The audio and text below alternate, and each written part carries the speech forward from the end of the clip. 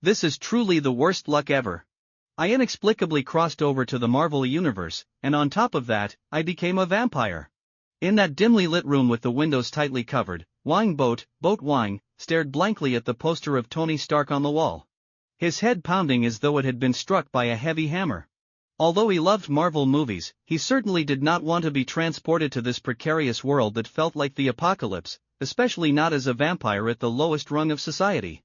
It is important to know that vampires have a deep-seated fear of sunlight, garlic, and silver. Even being an ordinary person would be 100 times better than being a vampire.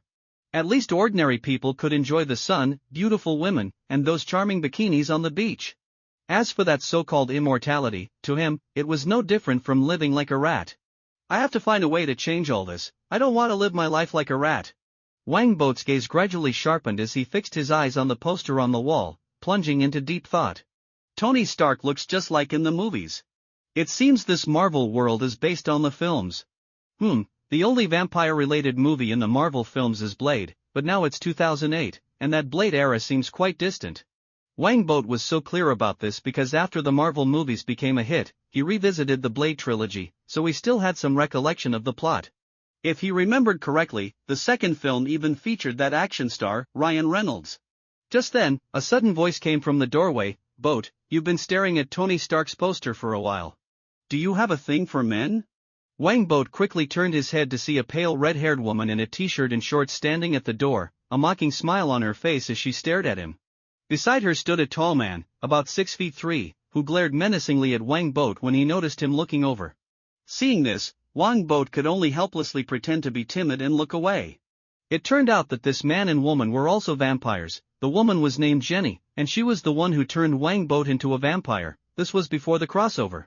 In simple terms, Wang Boat had harbored improper thoughts about Jenny, while Jenny coveted Wang Boat's blood and wealth. As for the man, his name was John, a complete thug who had beaten Wang Boat up before, and he dared not resist in front of him.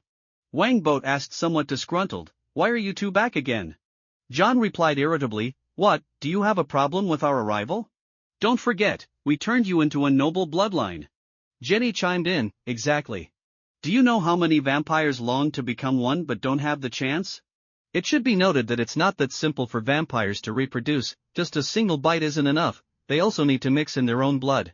Wang Boat secretly scoffed, "Who would want to become a vampire? Do vampires even count as ghosts?" He lamented, "The bloodline is completely different from what I imagined. I thought bloodlines would be elegant and noble like the vampires in movies." After saying that, he glanced at John and Jenny with disappointment. The two immediately became furious, feeling he was implying that they were neither noble nor elegant, though that was indeed the truth. Wang Boat shouldn't have said it so bluntly. Jenny walked into the room and coldly huffed, "How can one be noble or elegant without money? We're not those purebloods."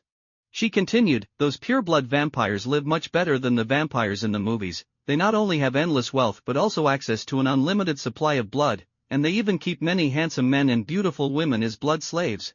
Unlike us, we can only buy those expensive blood bags to survive." John also complained, "We work hard every day just to barely afford blood bags, we're living worse than when we were human. By the way, I heard that the money for those blood bags is split between the purebloods and humans."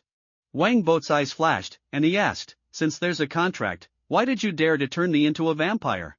Upon hearing this, John became furious and grabbed Wang Boat by the collar, lifting him off the ground with a fierce expression as he said, "Kid, what did you say? Repeat that. I didn't hear you." Wang Boat was so scared that he quickly turned his head away, repeatedly shouting, "I didn't say anything, I didn't say anything." In truth, he couldn't stand the foul odor emanating from John, it was unbearable.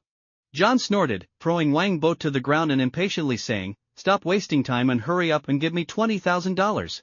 Wang Boat got up, looking reluctant as he said, $20,000? You guys spend it too quickly." Jenny giggled, "No worries, once you spend all your money, we'll take you to find the next wealthy person, and then your blood will be used to breed offspring." Wang Boat secretly scoffed, "They're even planning for sustainable development?" He sighed and picked up a checkbook from the side, starting to write.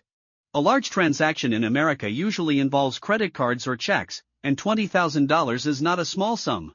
John nodded in satisfaction and said, "Don't be so stingy. When Deacon Frost leads us to overthrow the purebloods, all humans will become our food, and by then, we'll truly become nobility." Jenny shouted enthusiastically, "That's right. We will become blood aristocrats, with endless blood to drink and wealth to spend, and all humans will become our servants." In the hearts of the hybrid vampires, Deacon Frost was their savior. Deacon Frost? Wangboat's heart stirred. He remembered that in the Blade movies, Deacon Frost was the villain who led the hybrids to overthrow the purebloods and transformed himself into the blood god using the blood of Blade and the 12 pure blood elders. That blood god was incredibly powerful, unafraid of sunlight, garlic, or silver, and could even regenerate after being cut in half, though it seemed to lower his intelligence. The villain foolishly took Blade's poison needle with his body and exploded on the spot. So, that means the Blade storyline hasn't started yet? This is great news. The blood god has immense power, endless wealth, and influence. A fiery light flashed in Wangboat's eyes, and then he handed the check to John, starting to inquire about Deacon Frost. John took the check, patted Wangboat on the shoulder, and smiled broadly. "Boss Deacon holds blood feasts every once in a while. I'll take you to experience it. Us hybrid vampires find it hard to survive alone, we have to band together." Wangboat secretly scoffed, "Band together? It's just for mutual exploitation. The purebloods exploit the hybrids, and you're exploiting me." After receiving the money, John and Jenny happily left, planning to quickly squander the money before coming back to drain Wangboat dry. This was their scheme for making money. "I still need you to help me integrate into the vampire community. I'll spare you for now." Wangboat stood by the window, watching their departing figures, secretly snickering. To him, these two vampires were hardly worth mentioning. If he wanted to, it would be easy to deal with them, just shine a UV light at them. "It feels so bleak, this vampire life is really tough." Wangboat couldn't help but complain again. After thinking for a moment, he picked up his clothes and walked out of the house, preparing to go to Chinatown to find the gun shop owner. He knew that to achieve his previous plans, he must first enhance his strength. The gun shop owner was a scar-faced man who looked a bit fierce. After hearing Wangboat's request, he was surprised and said, "You want to find an instructor to train your combat skills? Have you run into some trouble? If that's the case, I suggest you call the police or just pay to avoid disaster." Wangboat shook his head and said, "No, I just suddenly want to experience an exciting life." The scar-faced shop owner looked at Wangboat and said, "Then you can look for a legitimate training company. I have a shooting range here, but there are no instructors, it's just for people to practice shooting." Wangboat said, "That's too slow, I don't have that much time. You have a wide network, so you should know some private instructors, preferably those who have been to the battlefield." Upon hearing there's money to be made, the scar-faced shop owner smiled and said, "In this country, having money can indeed achieve many things, but private instructors don't come cheap." Wangboat nodded with a smile. Good instructors are certainly worth a good price. He had long heard that this owner was a retired soldier, and indeed, he had a wide network. As for money, he thought that if he didn't resolve the vampire issue, no amount of money would help. It wasn't his own money anyway, so he might as well spend it. Just consider it as a son selling his father's land without remorse. "All right." The scar-faced shop owner stopped talking and closed the gun shop door, taking out a notebook from the drawer and placing it on the table, saying, "This has the trainers I can contact, but for specifics, you'll need to negotiate with them. I just help introduce." Wangboat picked up the notebook and started flipping through it. The information was very detailed, including names and their resumes, but no photos. After flipping a few pages, Wangboat saw a name and suddenly froze. The scar-faced shop owner glanced over and introduced, "This one is a real tough character. He has received the Navy Cross and the Medal of Honor, and now he's a training officer in the military. Of course, his fees are also the highest." Wangboat nodded, secretly scoffing. Could he not be tough? "This is the Punisher, Frank Castle. By the way, I didn't expect Frank to sneak in some private work." The Punisher, an anti-hero who uses violence to combat violence, anyone marked by him would have a hard time escaping death. To exaggerate a bit, even the cockroaches in his gang wouldn't survive. Of course, Frank's family was still safe at this time. He was still a retired training officer and hadn't yet turned dark. "He's the one. I want to talk to him." Wangboat closed the notebook and said, while the scar-faced shop owner chuckled, "Hope you have enough proof to buy the guns you need. In America, buying guns is relatively easy, but you need a gun license, and it's much easier to buy rifles than handguns." Unfortunately, Wangboat didn't have a single piece of proof. Wangboat smiled and said, "I can buy some memorabilia, the kind that's expensive." The next night, Wangboat met a tall, robust man exuding a fierce aura in a cafe. He was Frank Castle. Wangboat couldn't tell if it was because he had turned into a vampire, but he detected a strong scent of blood in corpses from Frank. without a doubt, he was a tough character, even a wolf exterminator. Frank looked at the pale Wang Boat and frowned slightly. To be honest, he didn't like the other man much. He thought Wang Boat looked too weak and exuded a cold aura that was quite uncomfortable. However, remembering his comrades who needed financial help, Frank still sat down, ready to discuss this private job seriously. After some polite small talk, Wang Boat smiled and said, "Mr. Castle, I recognize your strength, but I have a few requests." Seeing they were starting to discuss serious matters, Frank let out a sigh of relief. He hated fake pleasantries. He said, "Go on." "First, the training must take place at night. I don't have time during the day." "No problem, I'm also unavailable during the day." "Second, I want to master combat skills, including hand-to-hand fighting and firearms usage, in the shortest time possible." About the shooting range, I'll need you to help me contact them. Of course, I'll cover the costs." Frank glanced at Wang Boat and said cruelly, "That's fine, but the training will be extremely brutal, you might even end up in the hospital." Wang Boat laughed and said, "I have strong recovery abilities, so no problem." Frank couldn't help but take another look at Wang Boat, thinking to himself, does this kid have some special preferences? As for the third request, it's a bit excessive. Wang Boat said somewhat awkwardly, and Frank's brows furrowed tighter. Before he could think too much, Wang Boat continued, "I hope you can protect me during practical training." Frank expressed confusion. "What do you mean?" Wang Boat said, "I want to go out and find some violent people for practical training, and you'll be responsible for protecting me." Well, Frank didn't have much resistance to this request. He used to make new recruits do this when he was in the Middle East. He pretended to hesitate for a moment and said, "That'll cost extra." Wang Boat laughed, "No problem, Instructor Castle, I'll be counting on you." "Hold on, I have a request too." Frank waved his hand and said, "You need to pay up front, and whether you drop out of this training or not, I won't refund the fees." "Deal." Wang Boat nodded in agreement. If it were someone else, they might deliberately torture him to make him drop out, but the proud Punisher would definitely not. Only 24 hours later did he realize how naive he was. "Damn, this guy is definitely torturing me on purpose and planning to run off with the money." Wang Boat covered his face, feeling like his teeth were about to be knocked out. "You wanted to acquire combat skills in the shortest time possible, right? Then let's jump straight into practical training. And to fight, the most important thing is to first learn how to take hits, endure pain, and remain calm during battle." With his boxing gloves on, Frank shouted while throwing punches, his momentum like a tiger ready to hunt, instilling fear. Wang Boat was so scared that he retreated while trying to block with his arms, but after just a few punches, his arms hurt so much he couldn't lift them. Naturally, his face soon received a punch, causing him to spin and fall to the ground with a loud thud. "I'm not scamming your money. If you give up, I can offer you a month of regular training, but if you want to quickly improve, you must endure this kind of pain, or rather, torture." Frank said, "In fact, this is even more brutal than my training for new recruits. At least I haven't started cursing yet." "Don't look down on people. Keep going." Wang Boat grinned, revealing a painful smile. He didn't want to live as a hiding, sun-shunning vampire forever.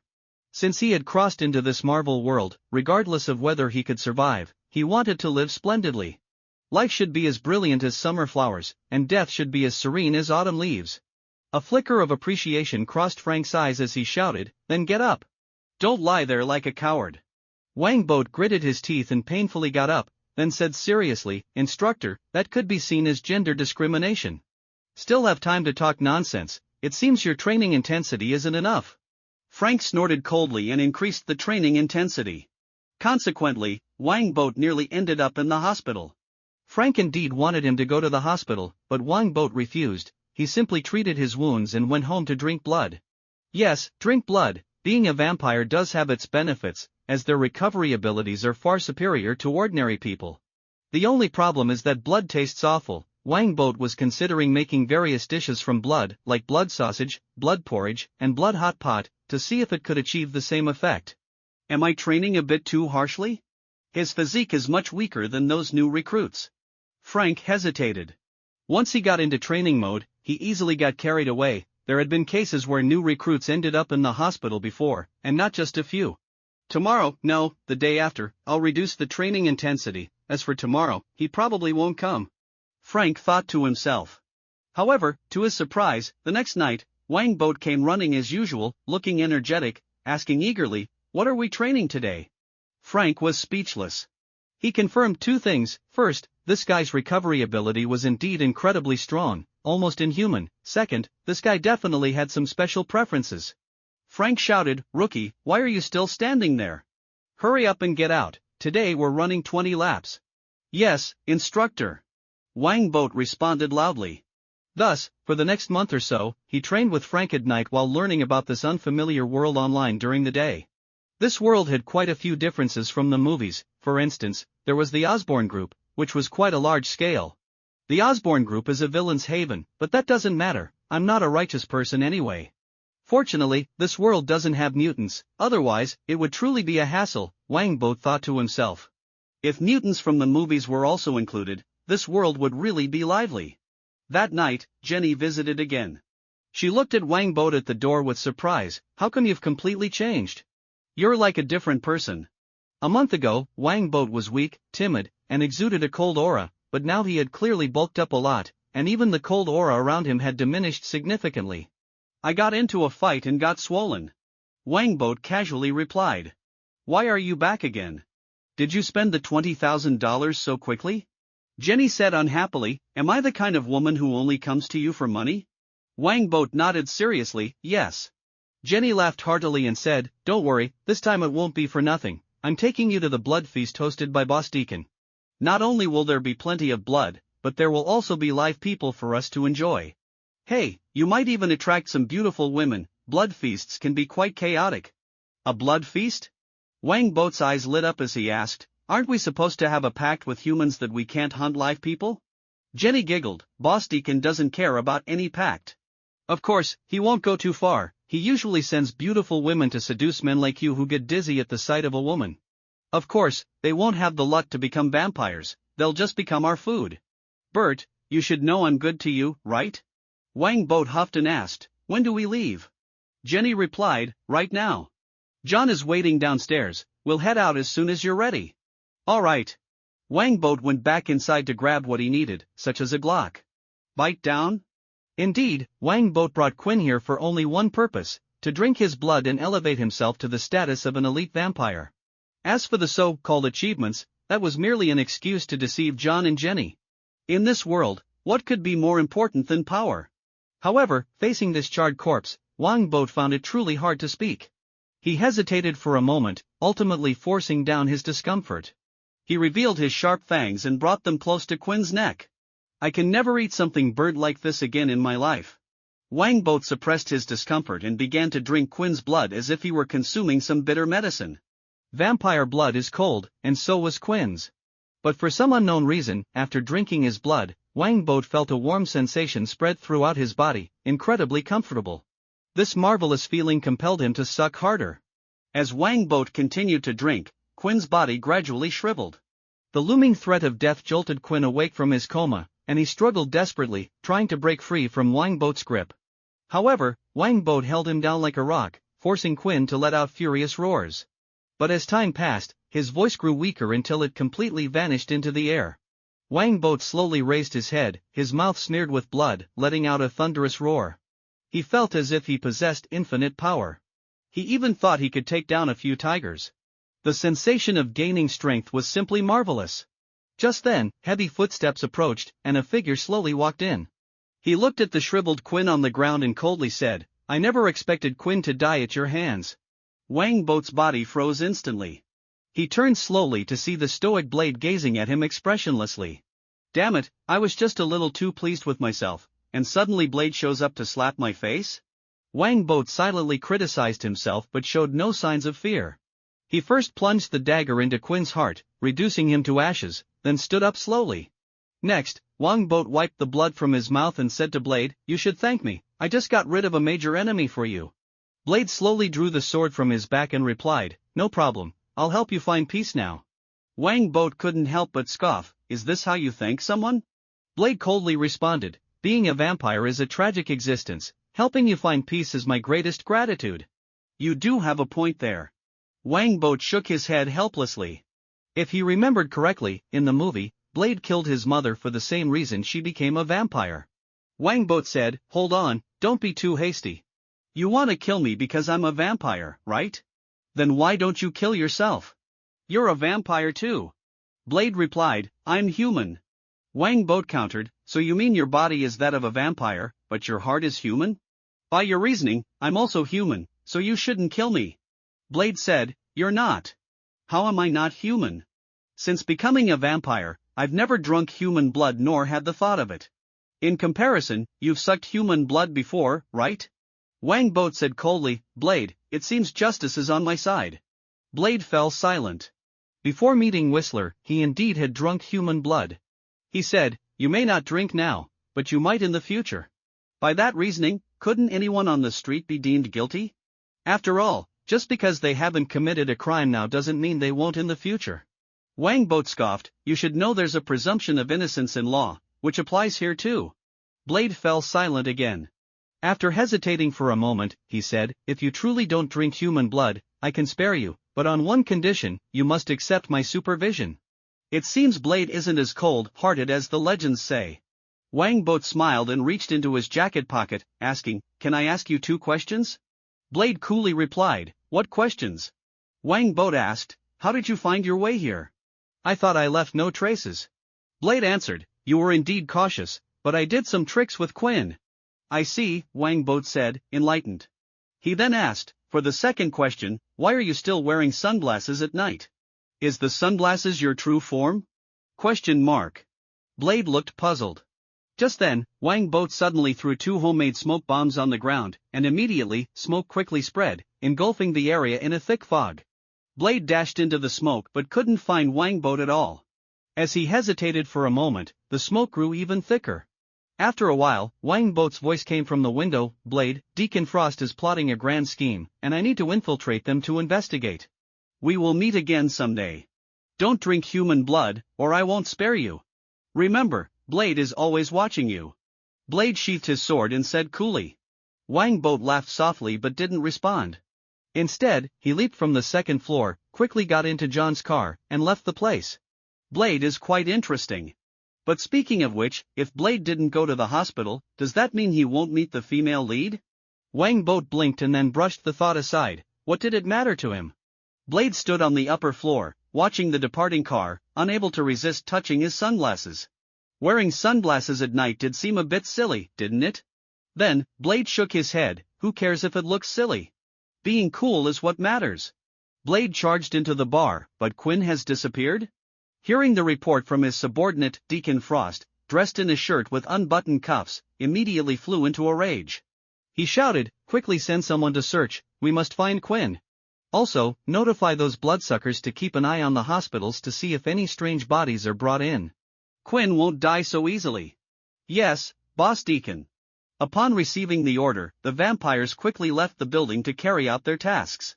Deacon paced angrily in the room. Quinn was one of his top subordinates, and without him, many things would become difficult to handle. At that moment, a blonde female vampire in white said, Deacon, shall we set a trap to eliminate Blade? He has already killed many of our people recently. This female vampire was named Mercury. Although she was a pure-blood vampire, she had always followed Deacon and served him. A fierce light flashed in Deacon's eyes as he said, the Daywalker cannot die. I have deciphered the bloodsucker's scriptures, I need the Daywalker and the 12 pure-blood elders. Mercury's eyes brightened with excitement as she asked, Deacon, are you finally going to take action against those cowardly, archaic old fools? It's time for them to contribute to the bloodsucker's grand cause.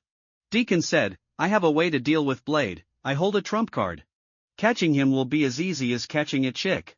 Mercury, go recruit some strong personnel, we need a lot of manpower. Okay. Mercury readily agreed. To fight against pure-blood vampires, a large number of hands were naturally needed. In this world, the ultimate triumph will belong to their bloodsuckers. Only Deacon Frost could lead them to victory. Mercury believed this wholeheartedly, and so did the other vampires. Deacon Frost is the hope of the vampires. In the training ground, Wang Boat held a wooden stick and launched a fierce attack on Frank like lightning. Even Frank had to constantly defend against his high-speed attacks. However, Wang Boat was finding it somewhat difficult to control his speed. Frank seized an opportunity and punched him hard in the cheek, making him stagger back a couple of steps, nearly falling to the ground. Wang Boat grumbled, Instructor, you said before not to hit the face. What's going on with your speed? Why have you suddenly become so fast? Frank asked, his face filled with confusion. If it weren't for his opponent's poor fighting skills and inability to control his speed well, even he would find it challenging to take him down. Just because it wasn't easy to take him down didn't mean it was impossible. If it were a life or death battle, it would definitely be the opponent who dies. I ate something, it seems I've evolved. Wang Bo said. Instructor, let's do it again, I want to master this new power in a short time. Alright. You attack me. Frank knew something was off but didn't question it further. He collided his fists together and called out to Wang Bo. Due to Wang Bo's physical enhancement, this day's training not only left him exhausted but also left Frank gasping for breath. He sat on the ground, taking off his boxing gloves, and said, I think we should raise the price. Raise it, then. Wang Bo laughed heartily. If his plan could succeed, money wouldn't be an issue. But if it failed, there wouldn't be an opportunity to use money again. Frank chuckled, I was just joking, the price we agreed upon is still the same. If I don't show up for a long time or my phone is unreachable, remember to check my house, I've left something for you. Wang Bo thought of something and said.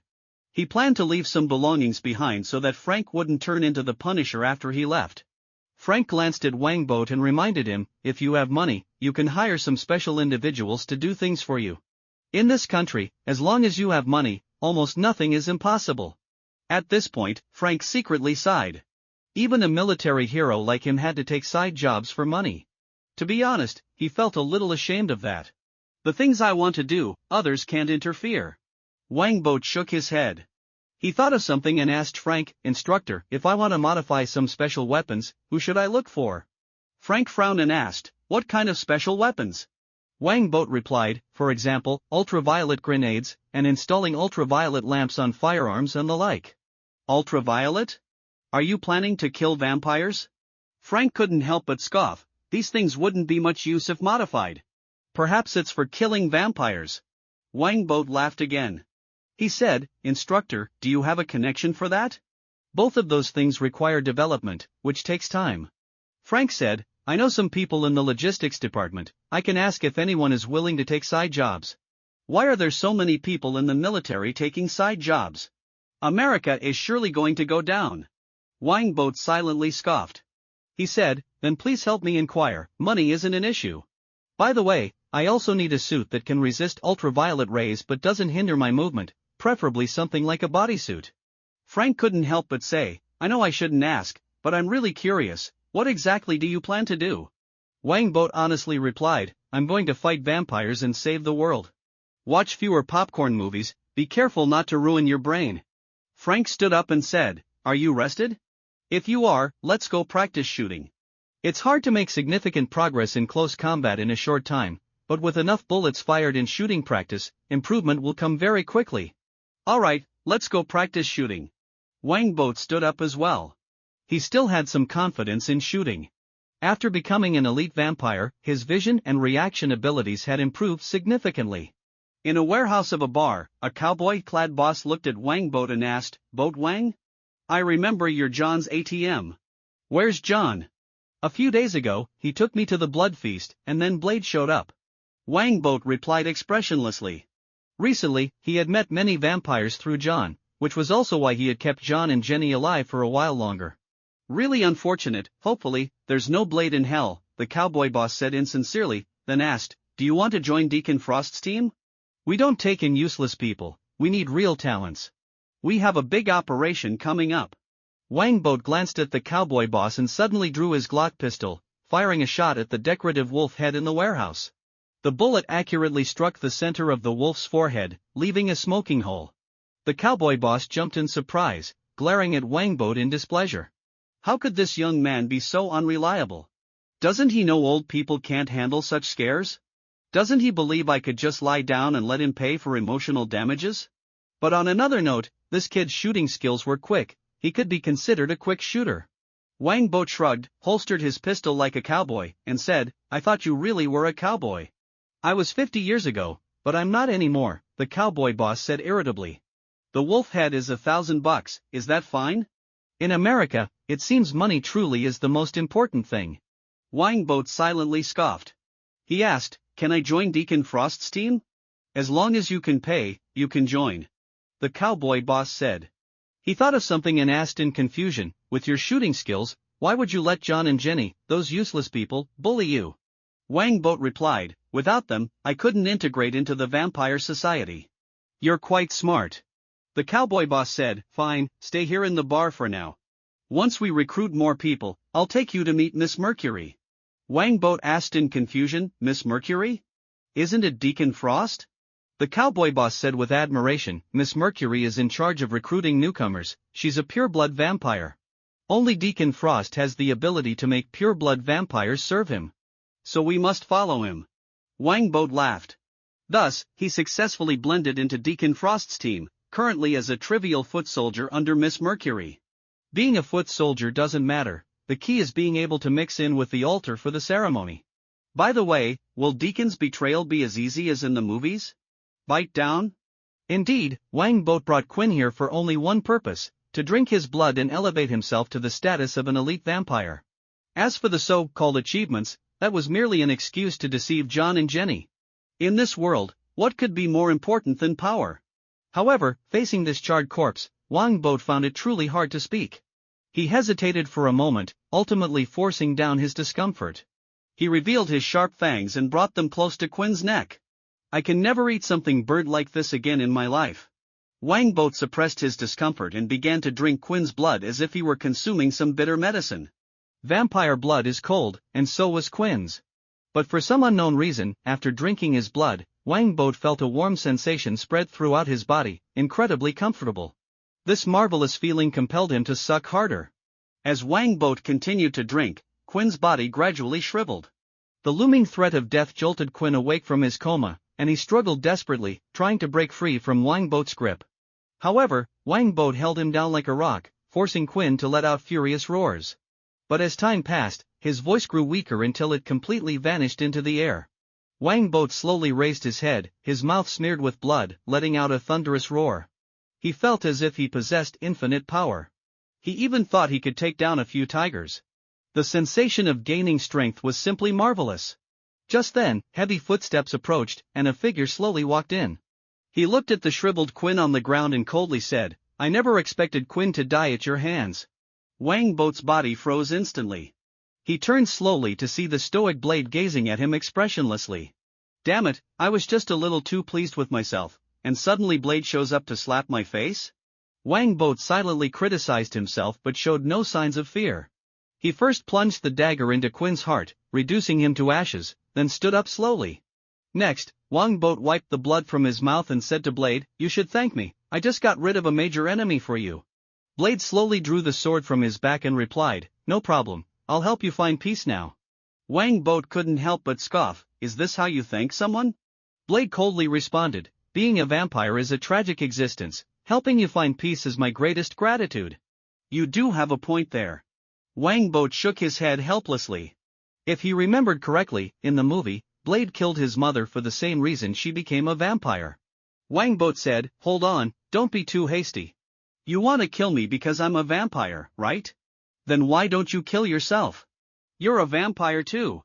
Blade replied, I'm human. Wang Boat countered, so you mean your body is that of a vampire, but your heart is human? By your reasoning, I'm also human, so you shouldn't kill me. Blade said, you're not. How am I not human? Since becoming a vampire, I've never drunk human blood nor had the thought of it. In comparison, you've sucked human blood before, right? Wang Boat said coldly, Blade, it seems justice is on my side. Blade fell silent. Before meeting Whistler, he indeed had drunk human blood. He said, you may not drink now, but you might in the future. By that reasoning, couldn't anyone on the street be deemed guilty?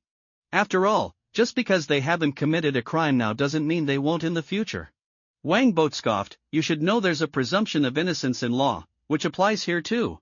Blade fell silent again. After hesitating for a moment, he said, if you truly don't drink human blood, I can spare you, but on one condition, you must accept my supervision. It seems Blade isn't as cold-hearted as the legends say.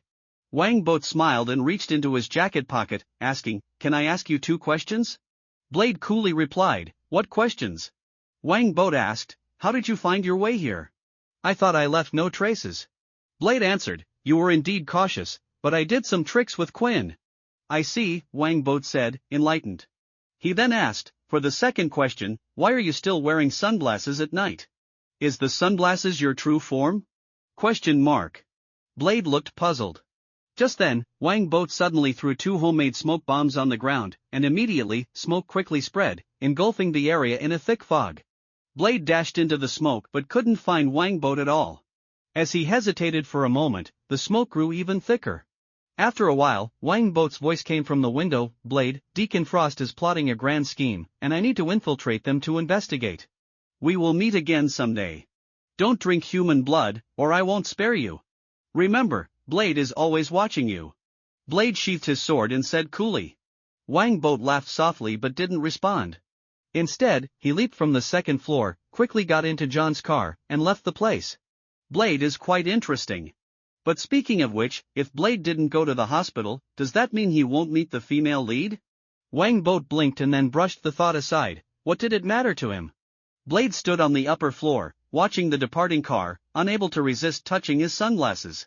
Wearing sunglasses at night did seem a bit silly, didn't it? Then, Blade shook his head, who cares if it looks silly? Being cool is what matters. Blade charged into the bar, but Quinn has disappeared?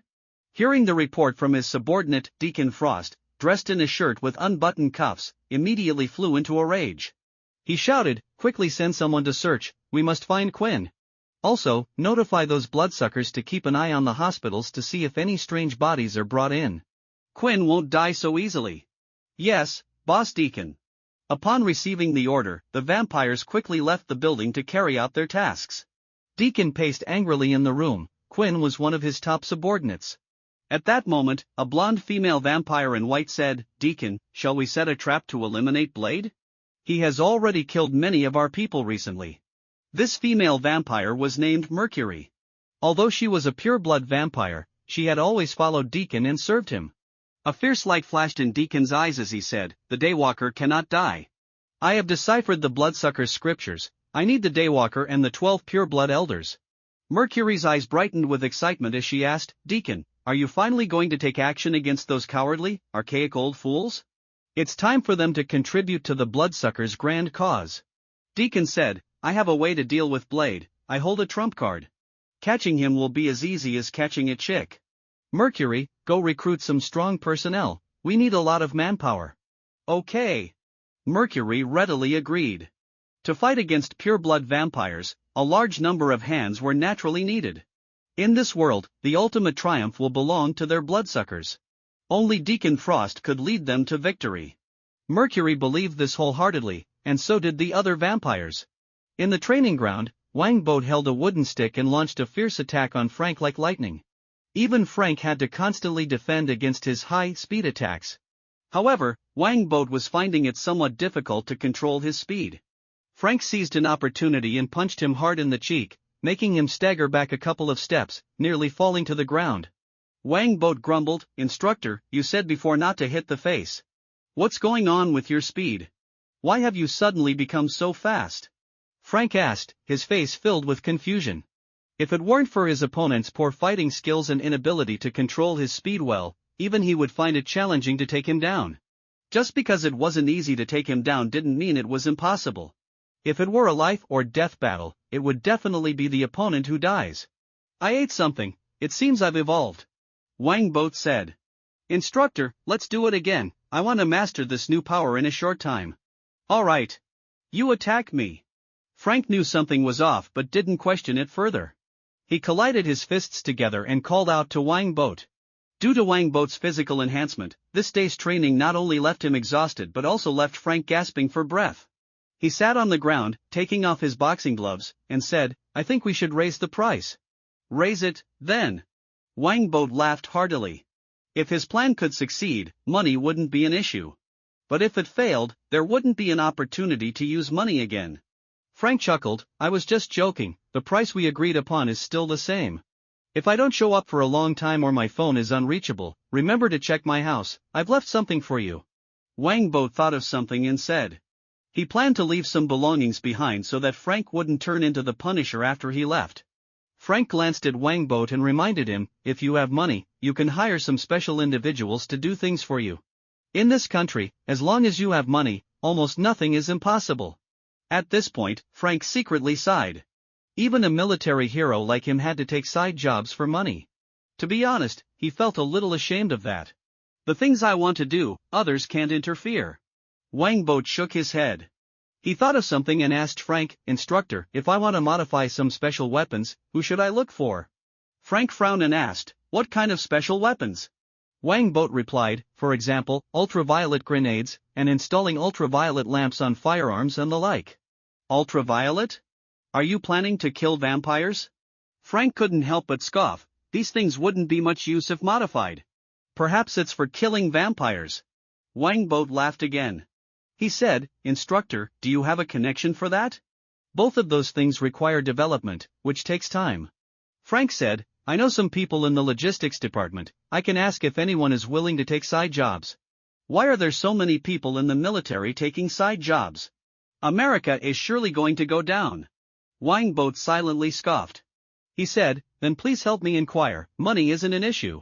By the way, I also need a suit that can resist ultraviolet rays but doesn't hinder my movement, preferably something like a bodysuit.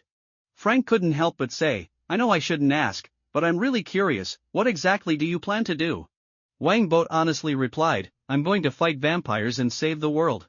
Watch fewer popcorn movies, be careful not to ruin your brain. Frank stood up and said, are you rested? If you are, let's go practice shooting. It's hard to make significant progress in close combat in a short time, but with enough bullets fired in shooting practice, improvement will come very quickly. Alright, let's go practice shooting. Wangbot stood up as well. He still had some confidence in shooting. After becoming an elite vampire, his vision and reaction abilities had improved significantly. In a warehouse of a bar, a cowboy-clad boss looked at Wangbot and asked, Boat Wang?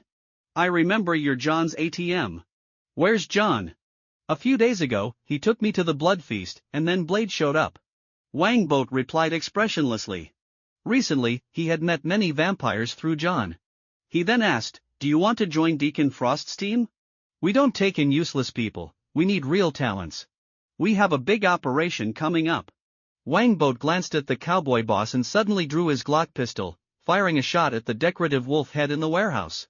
The bullet accurately struck the center of the wolf's forehead, leaving a smoking hole. The cowboy boss jumped in surprise, glaring at Wangbot in displeasure. How could this young man be so unreliable? Doesn't he know old people can't handle such scares? Doesn't he believe I could just lie down and let him pay for emotional damages? But on another note, this kid's shooting skills were quick, he could be considered a quick shooter.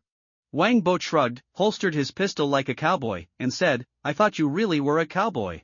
I was 50 years ago, but I'm not anymore, the cowboy boss said irritably. The wolf head is $1,000, is that fine? In America, it seems money truly is the most important thing. Wangbot silently scoffed. He asked, can I join Deacon Frost's team? As long as you can pay, you can join. The cowboy boss said. He thought of something and asked in confusion, with your shooting skills, why would you let John and Jenny, those useless people, bully you? Wangbot replied, without them, I couldn't integrate into the vampire society. You're quite smart. The cowboy boss said, fine, stay here in the bar for now. Once we recruit more people, I'll take you to meet Miss Mercury. Wangbot asked in confusion, Miss Mercury? Isn't it Deacon Frost? The cowboy boss said with admiration, Miss Mercury is in charge of recruiting newcomers, she's a pure-blood vampire. Only Deacon Frost has the ability to make pure-blood vampires serve him. So we must follow him. Wangbot laughed. Thus, he successfully blended into Deacon Frost's team, currently as a trivial foot soldier under Miss Mercury. Being a foot soldier doesn't matter, the key is being able to mix in with the altar for the ceremony. By the way, will Deacon's betrayal be as easy as in the movies? In the movie Blade, Deacon Frost led a group of vampires to easily capture the chairman of the Vampire Council, Gattaca. They then used the traditional vampire method of sunbathing to turn Gattaca to ashes. Afterward, Deacon Frost held up Gattaca's two fangs as a threat to the council. The 12 once mighty elders, at that moment, completely surrendered, ultimately becoming Deacon Frost's sacrificial offerings. The whole process was as simple as a child's play. When Wangbot watched the movie, he had previously complained about how useless these pure-blood vampires seemed. Now, he found himself echoing that sentiment in reality, as the process mirrored the movie almost exactly. In just a few days, Deacon Frost had successfully taken control of all the North American vampires. Though this only referred to the vampires in North America, as they were divided into regions and had not achieved unification. Is this too easy? Pure-blood vampires are so weak? Wang Boat couldn't help but ask his captain, the cowboy boss James. Earlier, when Gattaca was captured, he was only a newcomer and had to remain outside, so he was unaware of the specifics happening inside. Young man, you might not understand the reasons behind it yet, James the cowboy said. Actually, everyone has long been dissatisfied with the Vampire Council. We are vampires, at the top of the food chain, why should we abide by human rules? James nodded affirmatively. Exactly. Even if they don't actively help, they'll choose to stand by and watch. This is the trend, and the 12 elders understand this too, that's why they chose to surrender. It seems we vampires are about to enter a prosperous era. Wang Boat echoed, though his heart was still filled with doubt. Could it really be that simple? Did the chairman and the 12 elders not have any loyal subordinates? Why did they completely lack the ability to resist? Could it be that all the reactionaries are like paper tigers, appearing strong but are actually easily crushed? Our good days are coming, James said expectantly. Not only he but also the other half-blood vampires shared the same sentiment, as if they could see a bright future beckoning them. Wang Boat scoffed at this, laughing disdainfully, vampires die in sunlight, dear. After taking control of the vampire clan, Deacon Frost began to take action against Blade, who had recently caused him a lot of trouble. He first led his men to raid Blade's lair, severely injuring Blade's mentor and assistant, Whistler, and biting him. He then quietly awaited Blade's arrival in the vampire stronghold. As expected, Blade did not disappoint him and arrived as scheduled. The vampires prepared by Deacon Frost were no match for him, and Blade fought his way from the ground floor to the rooftop, brutally killing over 100 vampires. However, in the end, Blade was captured because Deacon Frost held a trump card, Blade's mother. Blade had always believed his mother was dead, but unexpectedly, she had turned into a vampire and resurrected, becoming Deacon's woman. When this cruel truth was revealed to him, he fell into complete shock and was ultimately captured by Deacon Frost. Next came the most critical moment. Deacon Frost planned to use the blood of the Daywalker Blade and the 12 elders to summon the blood god on the altar and merge with it. This way, he could become the blood god who feared no sunlight and lead the vampires into a life and death battle against humans. This altar was an ancient relic, tall and grand, with walls covered in strange runes, exuding an air of mystery. The floor was laid with white jade, showcasing nobility and solemnity. After deciphering the vampire scriptures, Deacon Frost spent a great deal of time restoring the altar and installing light sources, making it appear very bright. However, even so, it was still a vampire altar, and despite the brightness, it emitted a chilling atmosphere. As a humble foot soldier, Wang Boat originally had no right to enter the altar and could only serve as a guard outside. But he devised a brilliant plan to easily slip inside the altar, bribing James. James warned, "You mustn't wander around. If you delay Boss Deacon's important matters, I can't protect you." Wang Boat smiled and said, "Don't worry, I just want to take a look. After all, this is the moment to become the blood god." "That's good." James nodded, then hesitated and asked, "By the way, if we really succeed, will those dollar bills still be useful? Are you already dreaming?" Wang Boat silently scoffed and said, "If you think it's useless, you can return it to me. Stop daydreaming and go patrol over there, don't just stand there in a daze." James immediately straightened his face and said sternly. Wang Boat shrugged, grabbed an automatic rifle, and pretended to patrol. In just one day, Wang Boat thoroughly mapped out the altar's terrain and quietly smuggled in the tools he had prepared. Now everything was ready, just waiting for the ceremony to officially begin the next day. That night, close to midnight, Deacon Frost locked Blade into the iron torture device above the altar. This device was covered in sharp spikes. Once closed, Blade's blood would flow along with his screams into the prepared trough, filling the runes on the wall with his blood. "Let's begin this grand ceremony." Deacon Frost excitedly waved his hand, and the vampires immediately brought in the 12 elders, tying them to 12 columns inscribed with special runes. One black elder shouted angrily, "Deacon, the blood god is just a legend, you'll get nothing. Only you foolish ones would think it's merely a legend." Deacon disdainfully replied, knowing that decades of dreams were finally about to be realized. After that, no one would be able to restrain him, whether it was vampires or humans. Meanwhile, Wang Boat arrived at the place where Blade was held. There were 3 people guarding it, 2 fully armed elite vampires and Blade's mother. Didn't the heroine come to rescue people alone in the movies? Why are there so many people now? Wang Boat complained, dressed in a UV-resistant bodysuit, carrying a bag, and wearing sunglasses. He pulled out a massive ultraviolet lamp from his bag. This lamp had been specially customized by Frank's colleague and boasted impressive power. Unfortunately, Frank's colleague had been unable to develop ultraviolet grenades, otherwise, their chances in this battle would have been much greater. Without wasting any time, Wang Boat pointed the UV lamp at one of the vampires at the entrance and switched it on. The purple light instantly illuminated the vampire's face, causing him to convulse violently, quickly turning to ashes starting from his face. The other vampire, seeing this, was horrified and quickly turned to look at the source of the light. However, he collided directly with the purple light and, unsurprisingly, instantly became a pile of ashes. The female vampire inside was startled by the sudden turn of events. She was about to scream when Wang Boat immediately pointed the switched-off UV lamp at her and said, "Madam, don't scream, otherwise, you'll be dead." The female vampire, Vanessa, was filled with rage and fear as she demanded, "Who are you to dare oppose Deacon? I'm just an ordinary person." Wang Boat smiled and said, "Now, please let your son out. I mean, you're quite heartless to harm your own son.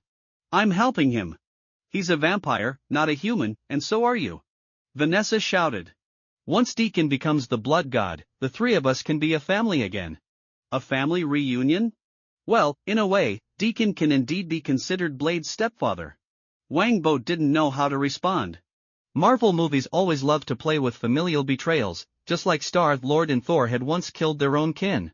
He said, "Enough talk, quickly open the torture device." Although Vanessa was reluctant, she had no choice but to comply with Wang Boat's request.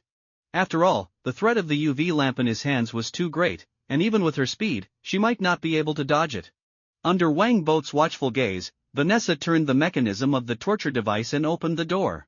Blade, injured and weak, fell to the ground, panting heavily, his crimson eyes filled with madness, resembling a bloodthirsty beast.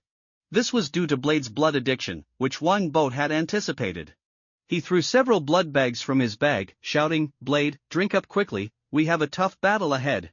Seeing the blood, Blade immediately pounced on it like a starving tiger, tearing open the blood bags with his sharp fangs and ravenously drinking the blood inside. Vanessa watched and said, "You can't defeat Deacon, surrender now, and you might live." "That's our business, you don't need to worry," Wang Boat said with a broad smile. Soon, Blade finished 6 blood bags, his appetite astonishing. As he consumed the blood, his wounds began to heal at a visible rate, clearly indicating that his healing ability was much stronger than that of ordinary elite vampires.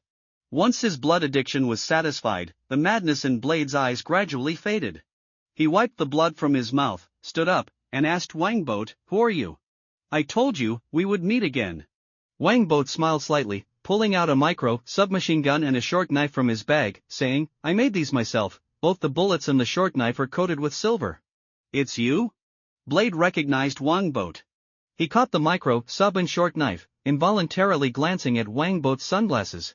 Wang Boat couldn't help but scoff, "So the sunglasses really are your true form? I can't give you these sunglasses for now, without them, I can't block UV light." A hint of disappointment flashed in Blade's eyes.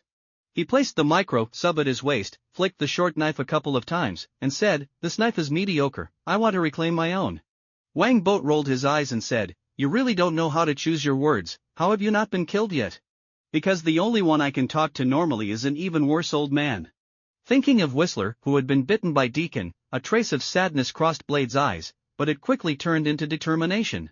He held the knife, turned to Vanessa, and said in a low voice, "Mother." Vanessa was immediately flooded with panic, pleading, "I'm your mother, you won't kill me, will you? I want to relieve your pain." Blade said sorrowfully, genuinely believing this and intending to act on it. "No, you can't do this." Vanessa turned to flee, and Blade immediately chased after her, leading to an intense battle between the two. Although Vanessa was also an elite vampire, she had hardly experienced battle and was no match for Blade. Soon, she was pinned against the wall. Blade raised the short knife, a flicker of reluctance in his eyes, but it quickly turned to resolve. Wang Boat couldn't bear to watch and said, "Blade, just knock her out, this kind of thing shouldn't be done by you." Blade hesitated for a moment but ultimately knocked Vanessa unconscious with the hilt of the knife.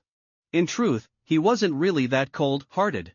Wang Boat said, "All right, now we need to deal with Deacon Frost." If he successfully becomes the blood god, it will be a big problem. Blade carefully set Vanessa aside and turned to Wangbot, asking, "What exactly is your goal?" Blade took the UV lamp and looked at Wangbot, saying, "I know you want to use me, but I don't mind. Killing vampires is my duty, but if you become a vampire, I won't hesitate to kill you." Wangbot solemnly assured, "I'm human and will never become a vampire." "Good." Blade said nothing more and nodded coolly. He took the UV lamp to the window, looking down at Deacon Frost and the cheering vampires below.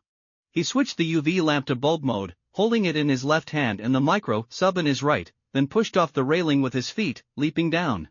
"Deacon Frost!" Blade shouted, jumping from the 5th floor.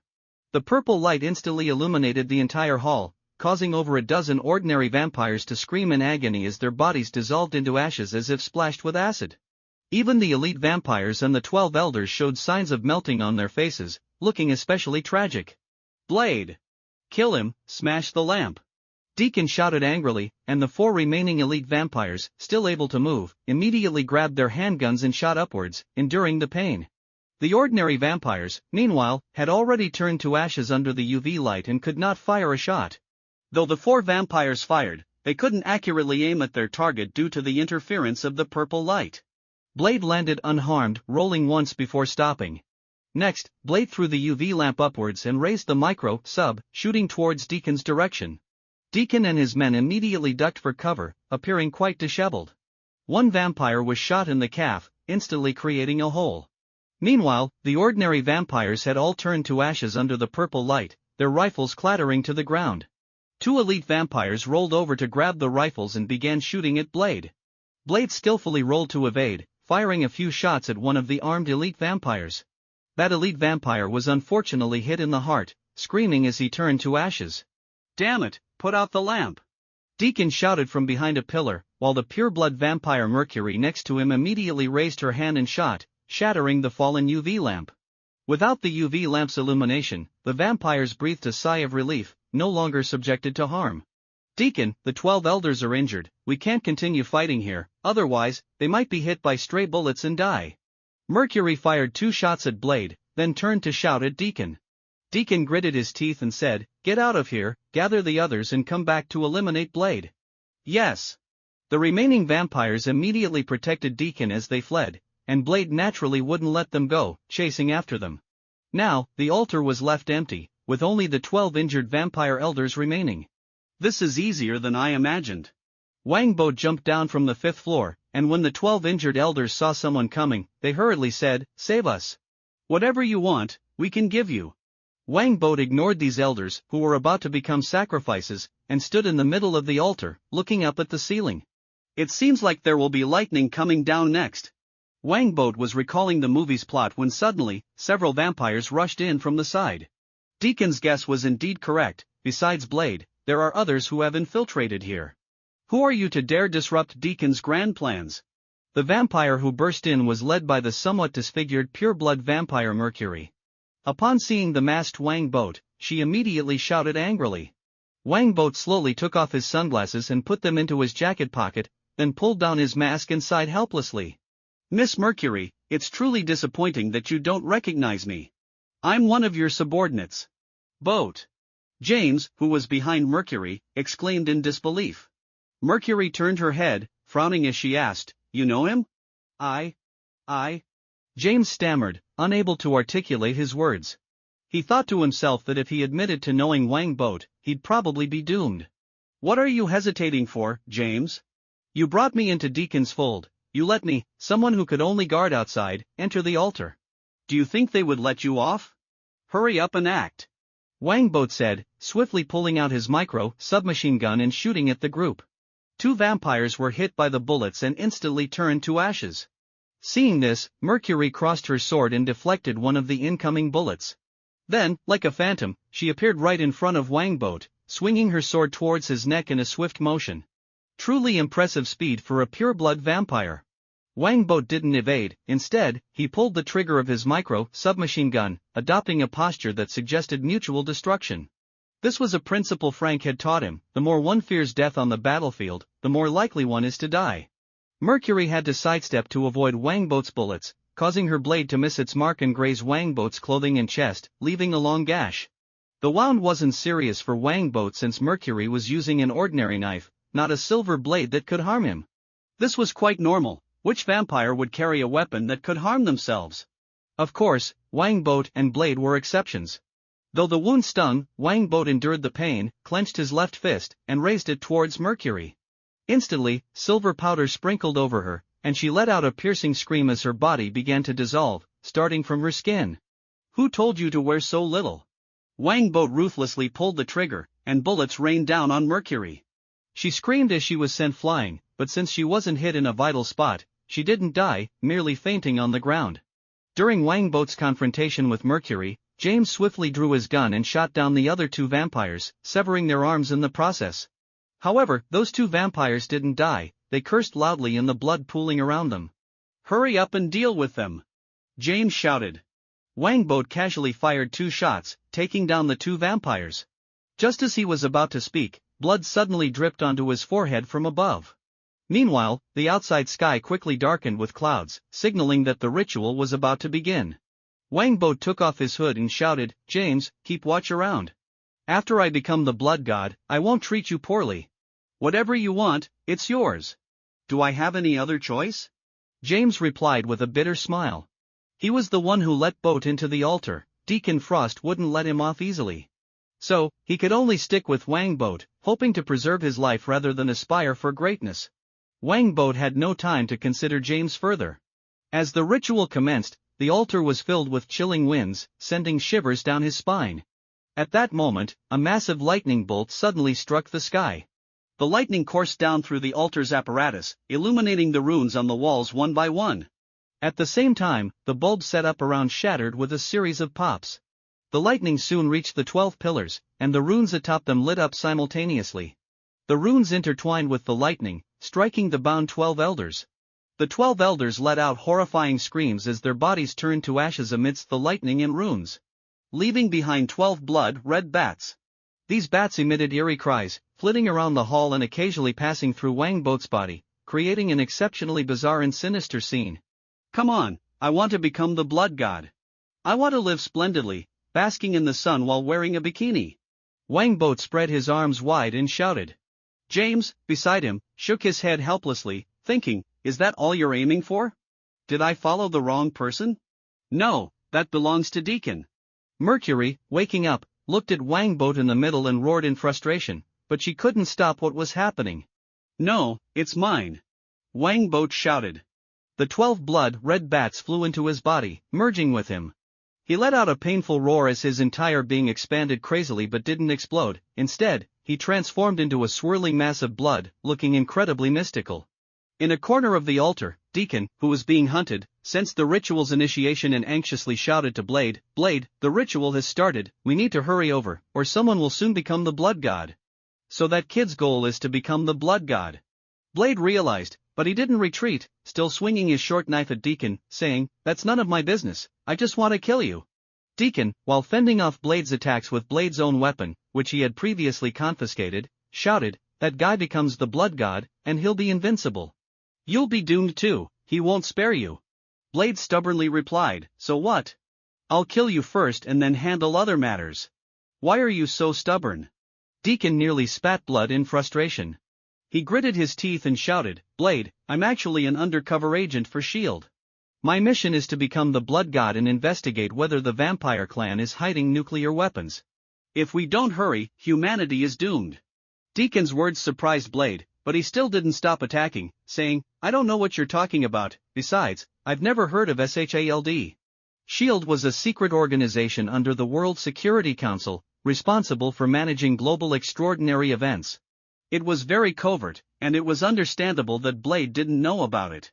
Deacon hurriedly shouted, "What about the Department of Homeland Strategic Defense and Logistics Support? You must have heard of that." Blade scoffed, "I've never heard of it either." "Deacon, you're clearly lying to me. What organization has such a long name?" "I'm not lying, I'm really an undercover agent." Deacon was somewhat exasperated. Encountering such a thick-headed person was truly infuriating. He hadn't lied before. While he had ulterior motives, he indeed joined S.H.I.E.L.D. over 10 years ago and became an undercover agent. At that moment, several vampires rushed in from the side. Their shocked expressions indicated that they had heard Deacon's previous words. The savior of half-blood vampires was actually a human undercover agent? How absurd! If this were true, all half-blood vampires would become a laughingstock. Damn it! Deacon couldn't afford to leak secrets and shouted, "What are you waiting for? Quickly kill Blade!" Deacon's authority was too high, and one vampire instinctively obeyed his command, instantly firing a volley of bullets at Blade. Blade hurriedly dodged, and Deacon took the opportunity to break free, grabbing his sword and heading towards the hall. In the hall, as the runes began to dim, Wangbo transformed back into his human form. He closed his eyes, feeling the surging power within him, feeling invincible, wanting to laugh out loud at the sky. The power of the blood god is even stronger than I imagined, and he is immortal. Wangbo was overjoyed. The blood god was actually a piece of blood left behind by the vampire progenitor, Dracula. Dracula's power was absolute immortality, even cosmic deities couldn't kill him. The blood he left behind also granted Wangbo the ability of immortality. Of course, Wangbo's immortality wasn't that powerful. His ability was called Blood River. Every time he consumed a human or vampire, he gained an extra life. Additionally, the Blood River could help him in battle. The more blood he consumed, the stronger he became in combat. In the movie, when Deacon fought Blade, he never consumed anyone else. Not only was he at his weakest, but he also had only one life, which is why he died. Wangbo couldn't help but shake his head and sigh. Poor Deacon, who possessed an ability that made it hard to die, ended up destroying himself due to his arrogance after becoming the blood god. Thinking he could conquer everything, ultimately leading to his demise. Let this be a lesson, I must not end up like him.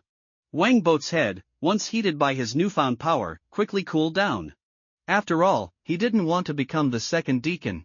Just as he was thinking of Deacon, he charged into the hall. He glared at Wangbo on the platform and shouted, "Thief, the blood god is mine." Wangbo opened his eyes, his gaze a deep crimson, like a sea of blood. Deacon felt a jolt of shock, but it was quickly replaced by rage. He leaped onto the platform, ready to kill Wangbo and reclaim what was rightfully his. Wangbo stood still. As Deacon swung down his blade, Wangbo flashed like a bloodlight, appearing behind Deacon and stabbing a hand-turned knife into Deacon's back. Deacon let out a scream as his blood was frantically consumed by Wangbo. He quickly lost strength and couldn't even hold onto his sword, which fell with a clang to the ground. Deacon barely turned around, a mix of resentment, amazement, and unwillingness in his expression, asking, "Is this the blood god? So powerful?" "This is the blood god," Wangbo said mysteriously.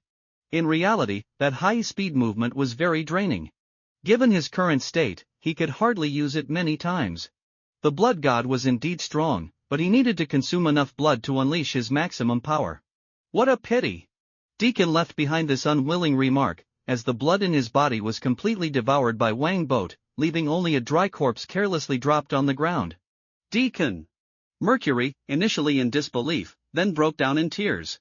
It was over, even their savior was dead, and the vampires were doomed. Meanwhile, James, in shock, felt an overwhelming sense of joy. Did he seem to have made the right bet? After devouring Deacon, Wangbo's mind was flooded with some of Deacon's memories. For example, Deacon Frost had joined S.H.I.E.L.D. at the urging of director Nick Fury, becoming a proud undercover agent.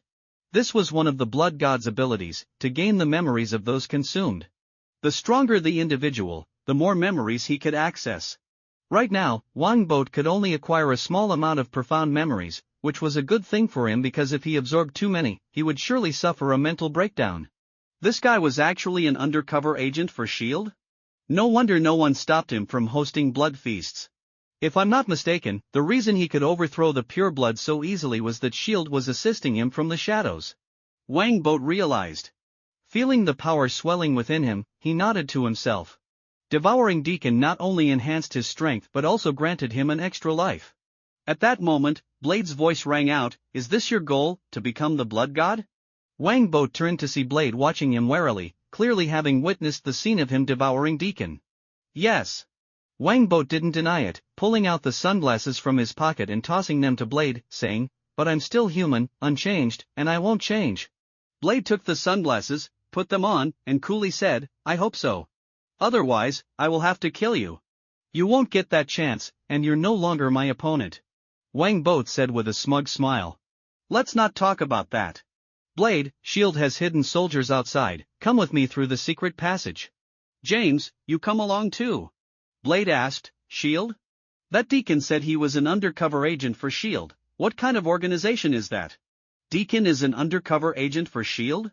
Mercury was shocked by this revelation and immediately shouted, "You're talking nonsense. It's impossible. He's our vampire savior.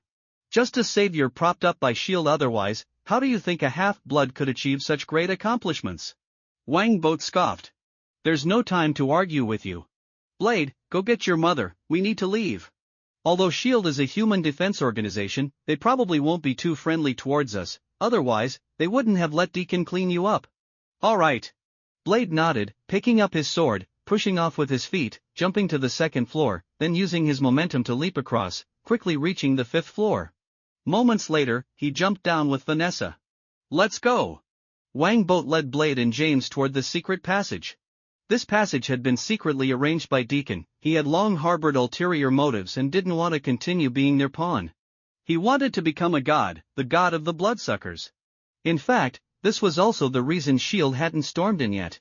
Deacon had made some arrangements to intercept them. "We're leaving too," Mercury shouted to several approaching vampires. She absolutely refused to die like this. She needed to find out whether Deacon was truly an undercover agent. If so, their entire clan would become a huge joke. Several vampires, hearing her, immediately lifted Mercury, and under her direction, they fled towards another secret passage. The secret passage left by Deacon had vampire guards. Seeing Wang Boat and the others approaching, they hurriedly raised their guns, preparing to shoot. Just then, a flash of blood darted through, and Wang Boat appeared among them. His 5 fingers transformed into blood, and with a wave, blood shot out like a spear, piercing their bodies and absorbing their blood. Seeing this, Blade's gaze sharpened as he said to Wang Boat, "You're really strong now. The more blood the blood god consumes, the stronger he becomes. If you want to attack me, now is the best time." Wang Boat shrugged and said, "Once I've absorbed enough blood, no one can kill me, including you." James, hearing this, watched Blade warily while also feeling exasperated at Wang Boat's words. How could he say something like that? Was he out of his mind? "You haven't committed a crime, why would I kill you?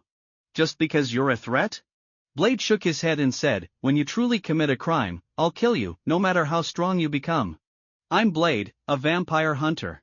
My whole life has been about one thing, killing vampires. Blade, I'm starting to like you more." Wang Boat laughed heartily. If it were Shield, they would undoubtedly kill any potential threats without hesitation. But Blade was not Shield, he was Blade, with a sense of justice he upheld. Blade said coolly, "I don't like men." "Sounds like you think I do." Wang Boat retracted his 5 fingers, ignoring the 5 vampires turned to corpses, and left the altar where he had undergone a tremendous transformation. Before coming, he was a vampire. When leaving, he had become the blood god. A short while after the vampires left, a fully armed squad of over 50 cautiously entered the altar. The captain at the forefront surveyed the empty hall, then raised his hand to signal his subordinates to carefully check the surroundings, but still found no trace of the vampires. "Damn Deacon!" John Garrett, an Shield Level 8 agent, picked up the radio to report the situation to the commanding Shield director Nick Fury. His tone revealed a hint of dissatisfaction as he said, "Director, your people have actually betrayed us. I need a helicopter for the hunt." "No need for a capture. Deacon thinks he can easily betray us, but he's just living in an unrealistic dream." Fury's cold voice came through the radio. "Search thoroughly and take anything useful. As for Deacon, I have my ways to deal with him, otherwise, I wouldn't allow him to become the blood god." "You certainly have some hidden trump card again, I'm not surprised at all," John Garrett said with a bitter smile as he put down the radio. His gaze involuntarily fell on the peculiar runes around him, and he unconsciously touched his cold, hard abdomen, pondering whether the powers of the vampires could really help him survive. At that moment, Wang Boat and the others had successfully escaped into the woods behind the altar. Wang Boat stopped and slowly turned his head to look behind him, softly saying, "It seems quiet, Shield doesn't plan to pursue us. They wouldn't be able to catch us even if they wanted to." Blade turned his head, casting an inquiring glance at Wang Boat, asking, "What do you plan to do next?" "Continue to devour vampires and increase my power. Once Deacon Frost is dead, the Blood Clan will surely fall into chaos, and that will be my golden opportunity." Wang Boat said candidly, then asked Blade, "And you?" Blade also didn't hide his intentions, saying, I'm going back to the safe house to deal with Vanessa, and I need to think about how to kill you, just in case. James, listening from the side, was almost speechless. He couldn't help but think how these two could become friends. They were simply of the same character. Then you should think it over. Alright, Blade, let's part ways here, Wangboat laughed heartily. But we'll meet again soon. I have something important to ask you for help with. I prefer hunting vampires alone. Blade seemed to misunderstand Wangboat's meaning and replied coolly. Then he hesitated for a moment but couldn't help but ask, Deacon mentioned that the vampires have a nuclear weapon. Is that true? What if it's true? What if it's false? If they actually used a nuclear weapon, then the vampires would die even faster. The thing is merely a tool to scare people, Wangboat said, waving his hand lightly.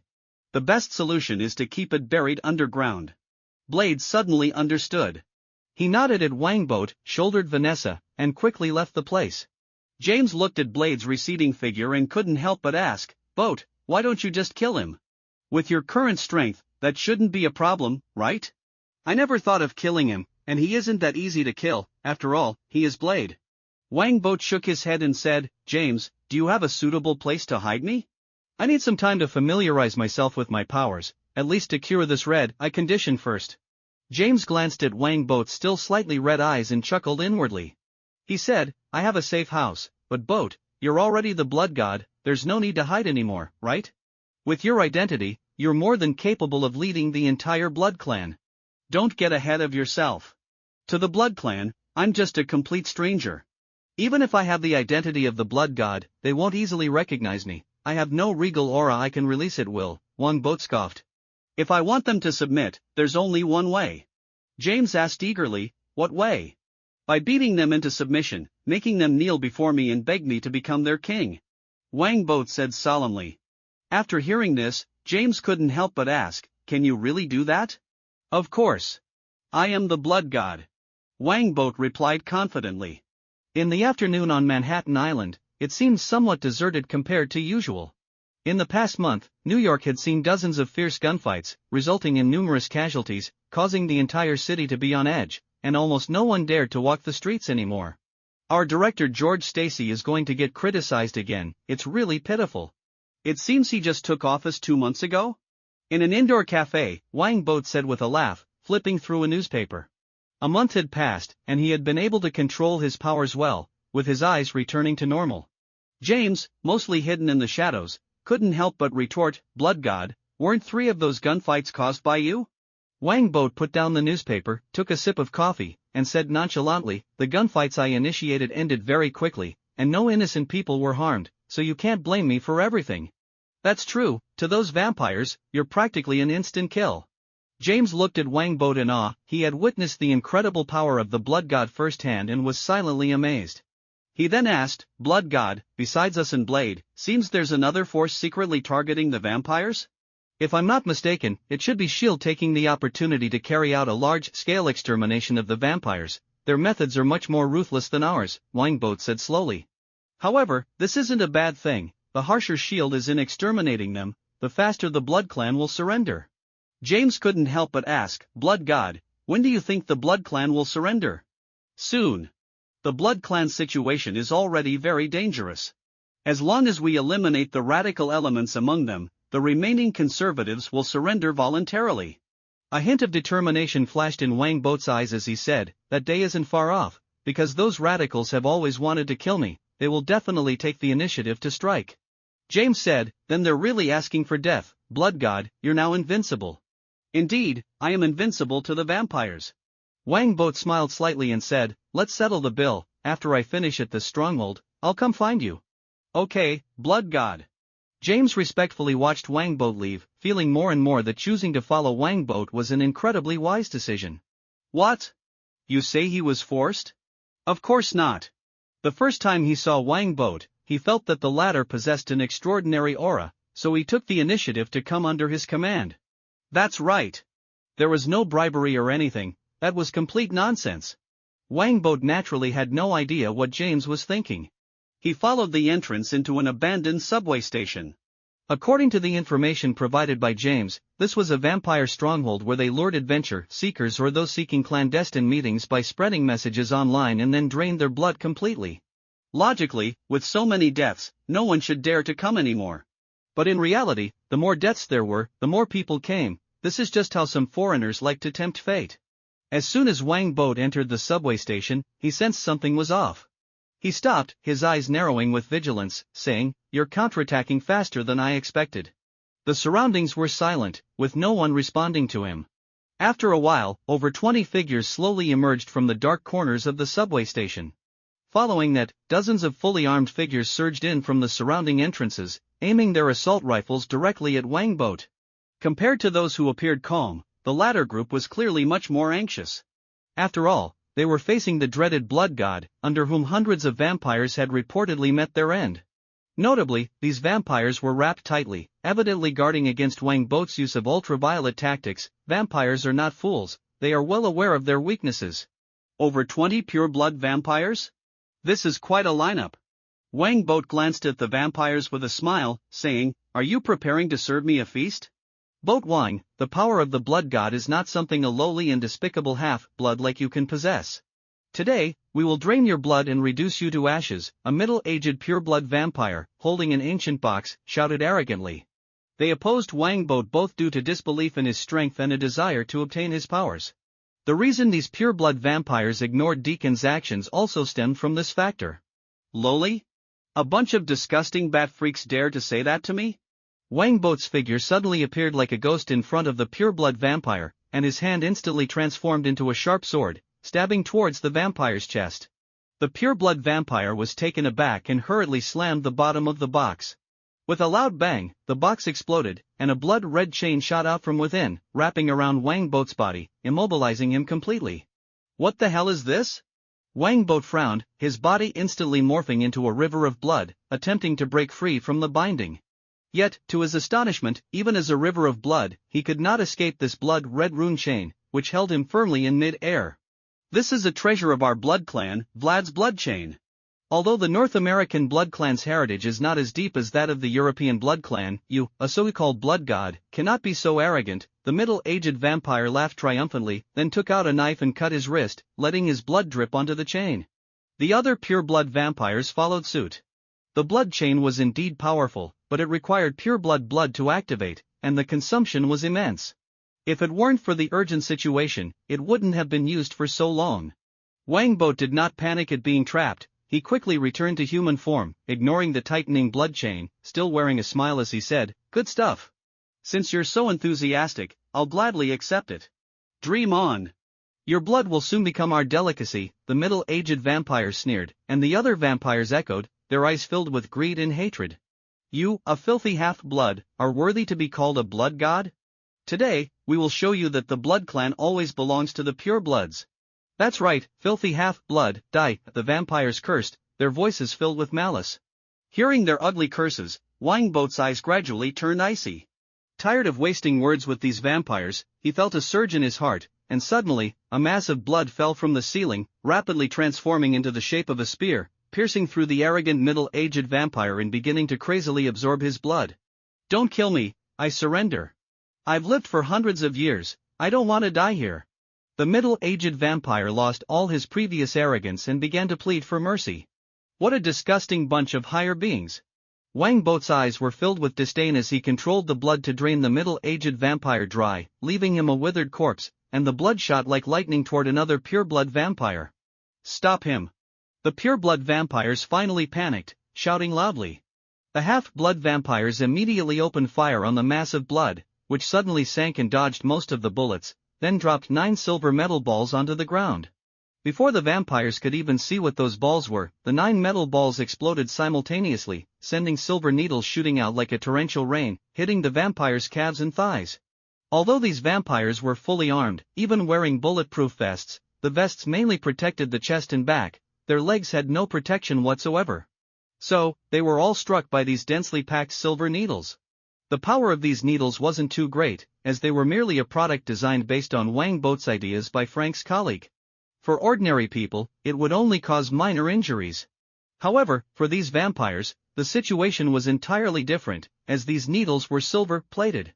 Thus, the vampires let out piercing cries, their bodies beginning to dissolve from the spots where they were struck by the silver needles. In just a moment, the half-blood vampires turned to ashes, leaving only their clothes and weapons clattering to the ground. The pure-blood vampires also suffered severe injuries, with their legs riddled with wounds, looking utterly wretched. Seizing the opportunity, Wang Boat's blood split into three, transforming into 3 blood arrows that pierced through the bodies of 3 pure-blood vampires. The purebloods were completely thrown into a panic, some fleeing in all directions, while others yelled and shot at the 3 blood arrows coming their way. As the pure-blood vampires became chaotic, the blood chain could no longer restrain Wang Boat. He roared, breaking free from the blood chain's grasp, and his body instantly transformed into a flowing blood river, flooding the entire sky of the pure-blood vampires. "Don't kill us, we surrender." The pure-blood vampires were terrified, desperately fleeing while hoarsely begging for mercy, but Wang Boat paid them no mind. The blood river morphed into countless blood-colored spears, swooping down from the sky and piercing through all the pure-blood vampires, quickly absorbing their blood. In just a few seconds, these pure-blood vampires were completely drained dry. After eliminating the enemies, the blood river slowly converged back into Wang Boat's form. He looked at the clothes and weapons strewn across the ground, scoffing as he thought how these guys were simply overestimating themselves. Now, Wang Boat had become immensely powerful, and the so-called pure-blood vampires were utterly insignificant before him. Then, Wang Boat took out a small ultraviolet lamp from his pocket, turned it on, and shone its light on the dry corpses on the ground. The corpses instantly disintegrated, and the entire process was quite environmentally friendly, because these corpses had wounds that could not withstand the ultraviolet rays. After obliterating the corpses, Wang Boat picked up the blood chain from the ground. He recalled the memories of the middle-aged vampire he had just encountered and smeared his blood onto the blood chain. The blood chain greedily absorbed his blood and gradually shrank, eventually transforming into a belt-like form. "This thing is quite resource-intensive, but for me, it's nothing. I have a blood river at my disposal," Wang Boat said, fastening the chain around his waist with a satisfied smile. Then, he carved a line of words into the wall: "Those who offend the blood god shall die." After tidying up his clothes, he turned and left the abandoned subway station. The day the Blood Clan surrenders is not far off. 7 days later, the pure-blood vampire Mercury led a group of vampires to Wang Boat's front, kneeling on both knees as they respectfully said, "We beseech the blood god to save our blood clan. From today onward, I am your clan leader." Wang Boat laughed loudly, marking his first step in the Marvel world officially completed. Next, he would wholeheartedly participate in this apocalyptic survival game filled with crises as the blood god. Wang Boat squinted his eyes, a glint of cunning light flashing within, and said, "Next, I will use the power of the blood clan to find that lady in England. She is a crucial piece in the game. I wonder if I can persuade her to serve me? By the way, I also need to verify whether a certain someone has returned." On a bustling street, Blade sighed deeply, feeling a wave of frustration.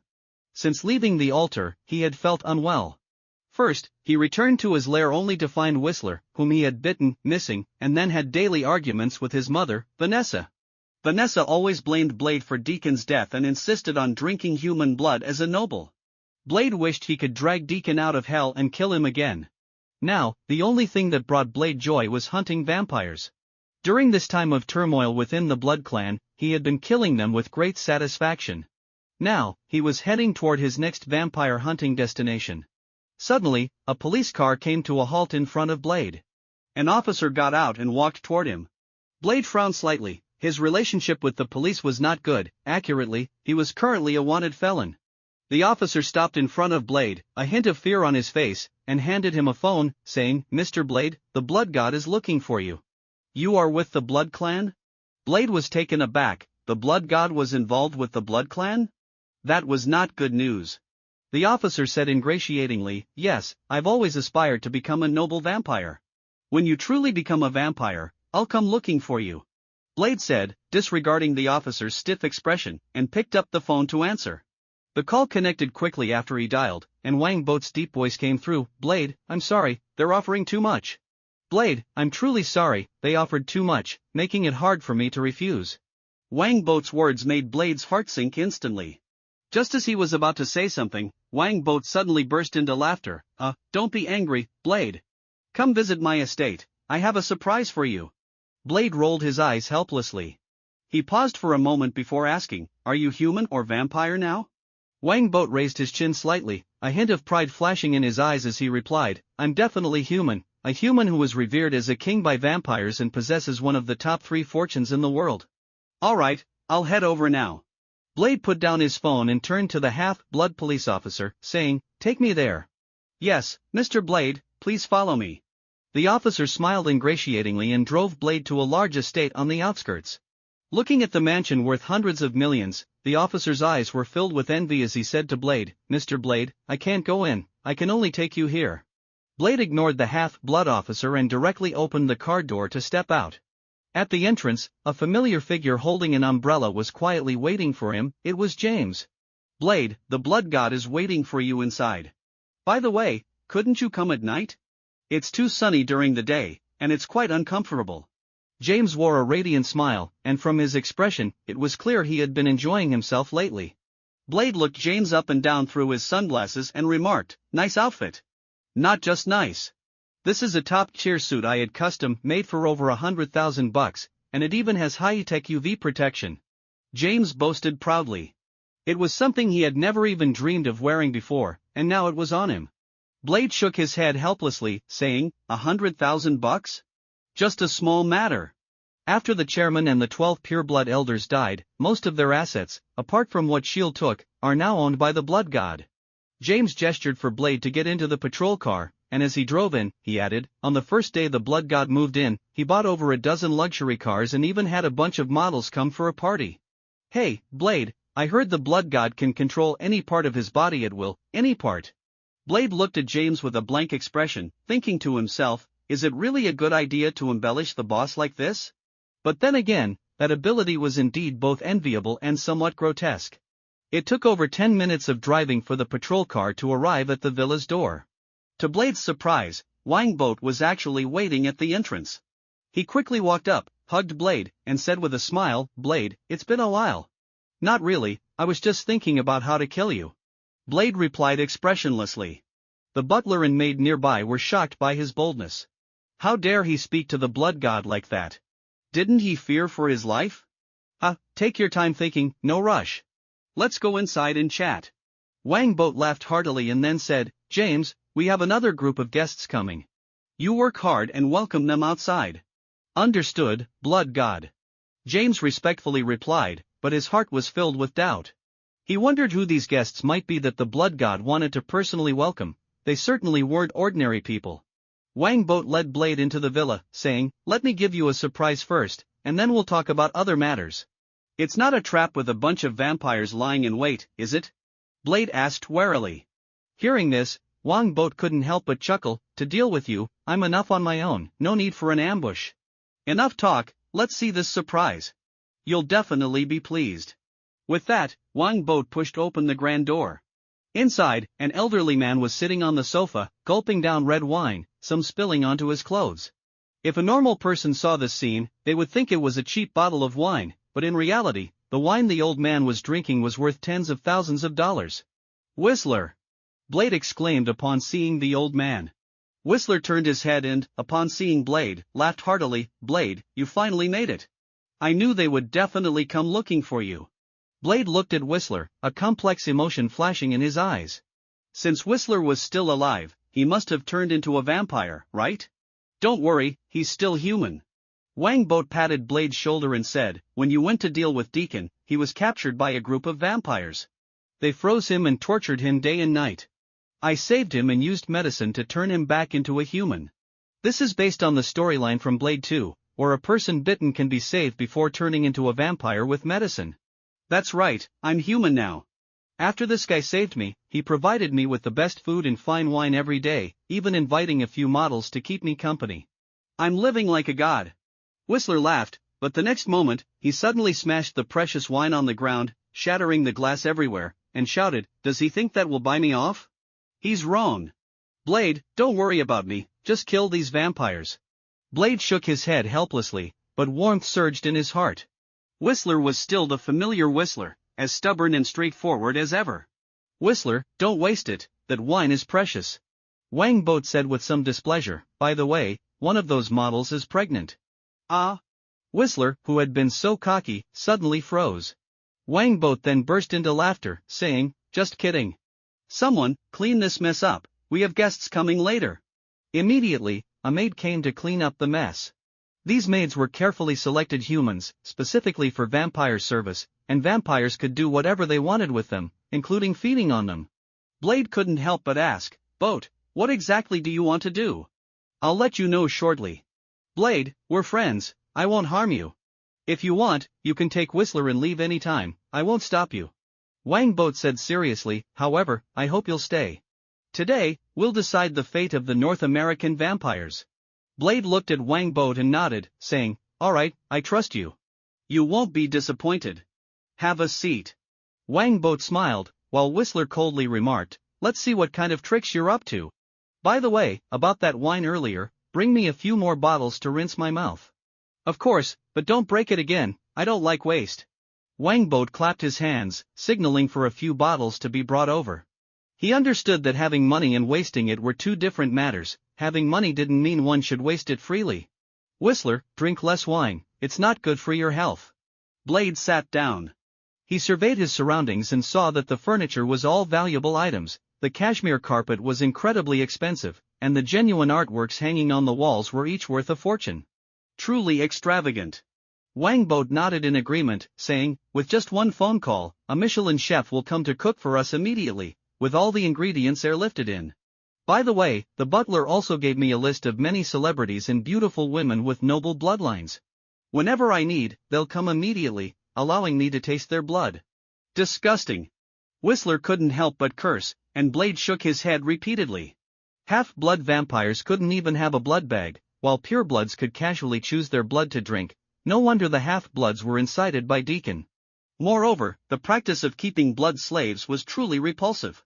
It's indeed disgusting, which is why I didn't take any. I'd rather communicate with them in other ways. Wang Boat laughed heartily and then said, "By the way, having too much money is also a hassle. My team hasn't been able to figure out how much I actually have until now.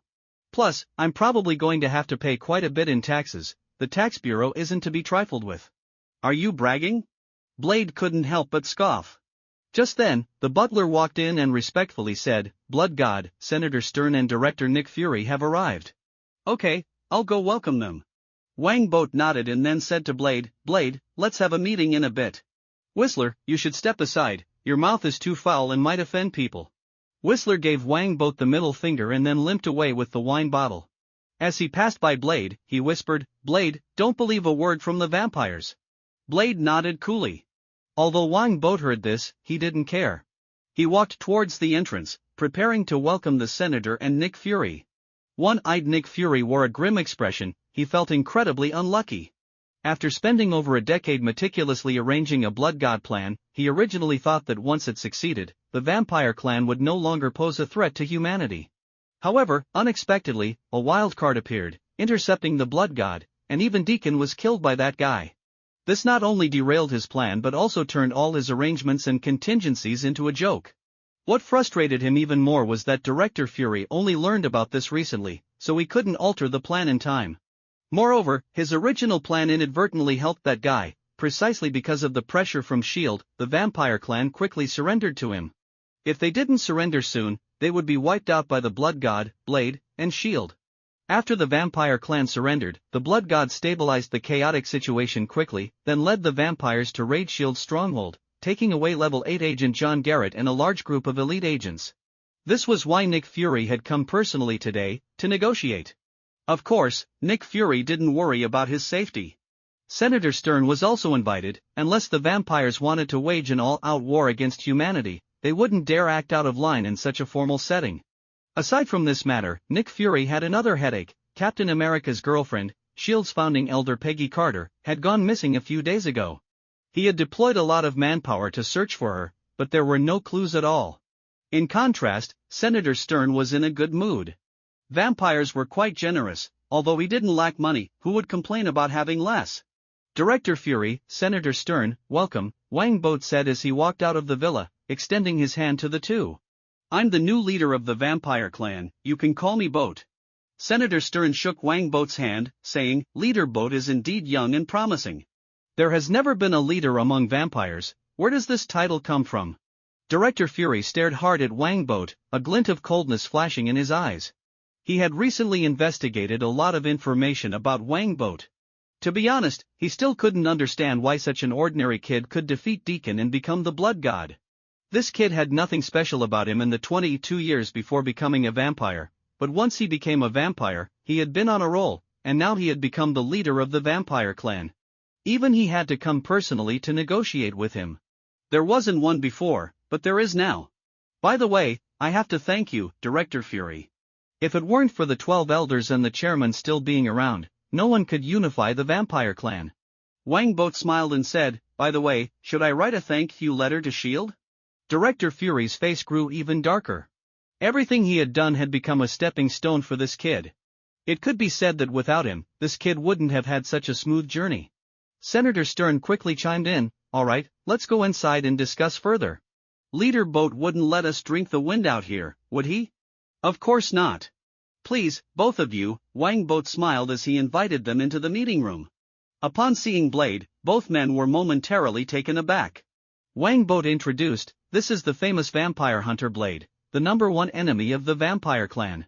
Blade, this is Director Fury, and Deacon was his undercover agent, this is Senator Stern. Blade said with an unfriendly expression, Director Fury? It's a pleasure to meet you. Director Fury snorted, saying, I don't know any Deacon, but why is a vampire hunter here in the vampire's lair? Blade couldn't be bothered to respond to Fury. Wang Boat invited them to sit down, allowing a nearby maid to pour them some already aerated red wine. This is wine I acquired from a certain elder's home, I hear it belonged to Napoleon. I don't know much about it, so you two feel free to taste it. Senator Stern smiled and said, wine from Napoleon's time? That sounds worth savoring. Director Fury, however, showed no intention of tasting the wine, stating, Leader Boat, I'd like you to explain why your clan ambushed our shield outpost and captured our people. Wang Boat scoffed, people say you, Director Fury, are dark-hearted, it turns out to be true. Clearly, it was your people who attacked us, yet you dare to shift the blame? Director Fury replied impassively, what you just said amounts to racial discrimination. No, I'm just looking down on you. Wang Boat waved his hand, signaling the maid to leave, then said, alright, enough of the small talk. Director Fury, Senator Stern, I'll ask you one question, is the agreement between the vampire clan and humanity still valid? Before Fury could answer, Senator Stern set down his wine glass and confidently said, it's valid. I'm here to mediate your conflict and restore normalcy. The public safety in New York has deteriorated significantly recently, Washington doesn't want to see this situation continue. Director Fury's expression darkened further. What is a pig teammate? This was a classic example. While the vampire clan was not strong, they had never been wiped out, mainly due to the uncertain presence of nuclear weapons and strong capital backing, but most importantly, there were a group of half-bloods in the government protecting them. Those in power wished to live forever and live with dignity, so the vampire clan must not fall. Since the agreement is still valid, why did S.H.I.E.L.D. send Deacon to disrupt our vampires? And why did S.H.I.E.L.D. attack our vampire gathering places, killing our kin and seizing our wealth? Wang Boat sternly questioned Director Fury. Director Fury, you must give me an explanation today. I've said it before, I don't know any Deacon. Fury replied. As for attacking your vampire gathering places, it's because your clan violated the agreement by capturing living humans to drink their blood. We have the right to act. That was instigated by your undercover Deacon. S.H.I.E.L.D. must immediately release our people and compensate us for our losses. I'll say it one last time, I don't know any Deacon. The one who should compensate is your vampire clan, and immediately release our agents. The two sides naturally fell into a heated argument. Senator Stern hurriedly stepped in to mediate, while Blade silently sipped his wine, feeling bored. Both sides were just putting on a show. In truth, this wasn't a performance but merely a procedural formality, though it was tedious, it was a necessary process. After arguing for a while, Wang Boat waved his hand and said, Director Fury, out of respect for the senator, I will return all the agents to you, but in return, you must return our captured vampires and the stolen wealth, then we'll formally cease hostilities and continue to uphold the previous agreement. Agreed. Director Fury coldly accepted. Given the current situation, he had no choice. Even S.H.I.E.L.D. couldn't defy Washington's decision. This time, S.H.I.E.L.D. had truly ended up empty-handed, and the vampire clan had gained nothing, only Wang Boat, the blood god, had emerged victorious. Of course, Director Fury wouldn't easily let the vampires off. How much to return would depend on his mood. After all, he recently needed money to build bases, and he had always enjoyed establishing bases worldwide. Even if it involved embezzlement, it had to be done. Wang Bo nodded in satisfaction, saying, "Very well, Senator, Director Fury, I have a suggestion." "What suggestion?" "This conflict between S.H.I.E.L.D. and the Vampire Clan, S.H.I.E.L.D. must bear the main responsibility, but our Vampire Clan also has a share of the blame. Many vampires have violated the agreement, brazenly drinking human blood." Wang Bo glanced at Director Fury and said, "Among them, Deacon Frost, whom S.H.I.E.L.D. supported, is the most typical representative." Director Fury said, "I don't want to explain any further, Boat Wang. What exactly are you trying to accomplish?" Wang Boat smiled and said, "What I want to do is very simple, to prevent such things from happening again. It seems I'll have to write you a thank you letter again." Director Fury said exaggeratedly, his eyes filled with disdain. He couldn't believe that Wang Boat would genuinely achieve this, and in fact, Senator Stern didn't believe it either. Wang Boat ignored Fury's mockery and continued, "To this end, I've decided to establish a vampire police force specifically tasked with investigating and dealing with criminal vampires, with rules similar to human law." Wang Bo looked at Director Fury and said, "S.H.I.E.L.D. can send people to join the vampire police force, with a ratio of about 1 to 9. Good, I really want to hear your strategy. Integrating the vampire clan into human society is indeed a significant challenge." Carter nodded in agreement and then sat down nearby. Mercury shot a glance at Blade, signaling him to leave, but Blade showed no intention of getting up. "First of all, the plan for the vampire police department must be implemented, and we must draw outstanding vampires to join it," Wingbert said seriously. "Additionally, to ensure that vampires can abide by the law, the police department needs to register the information of all vampires.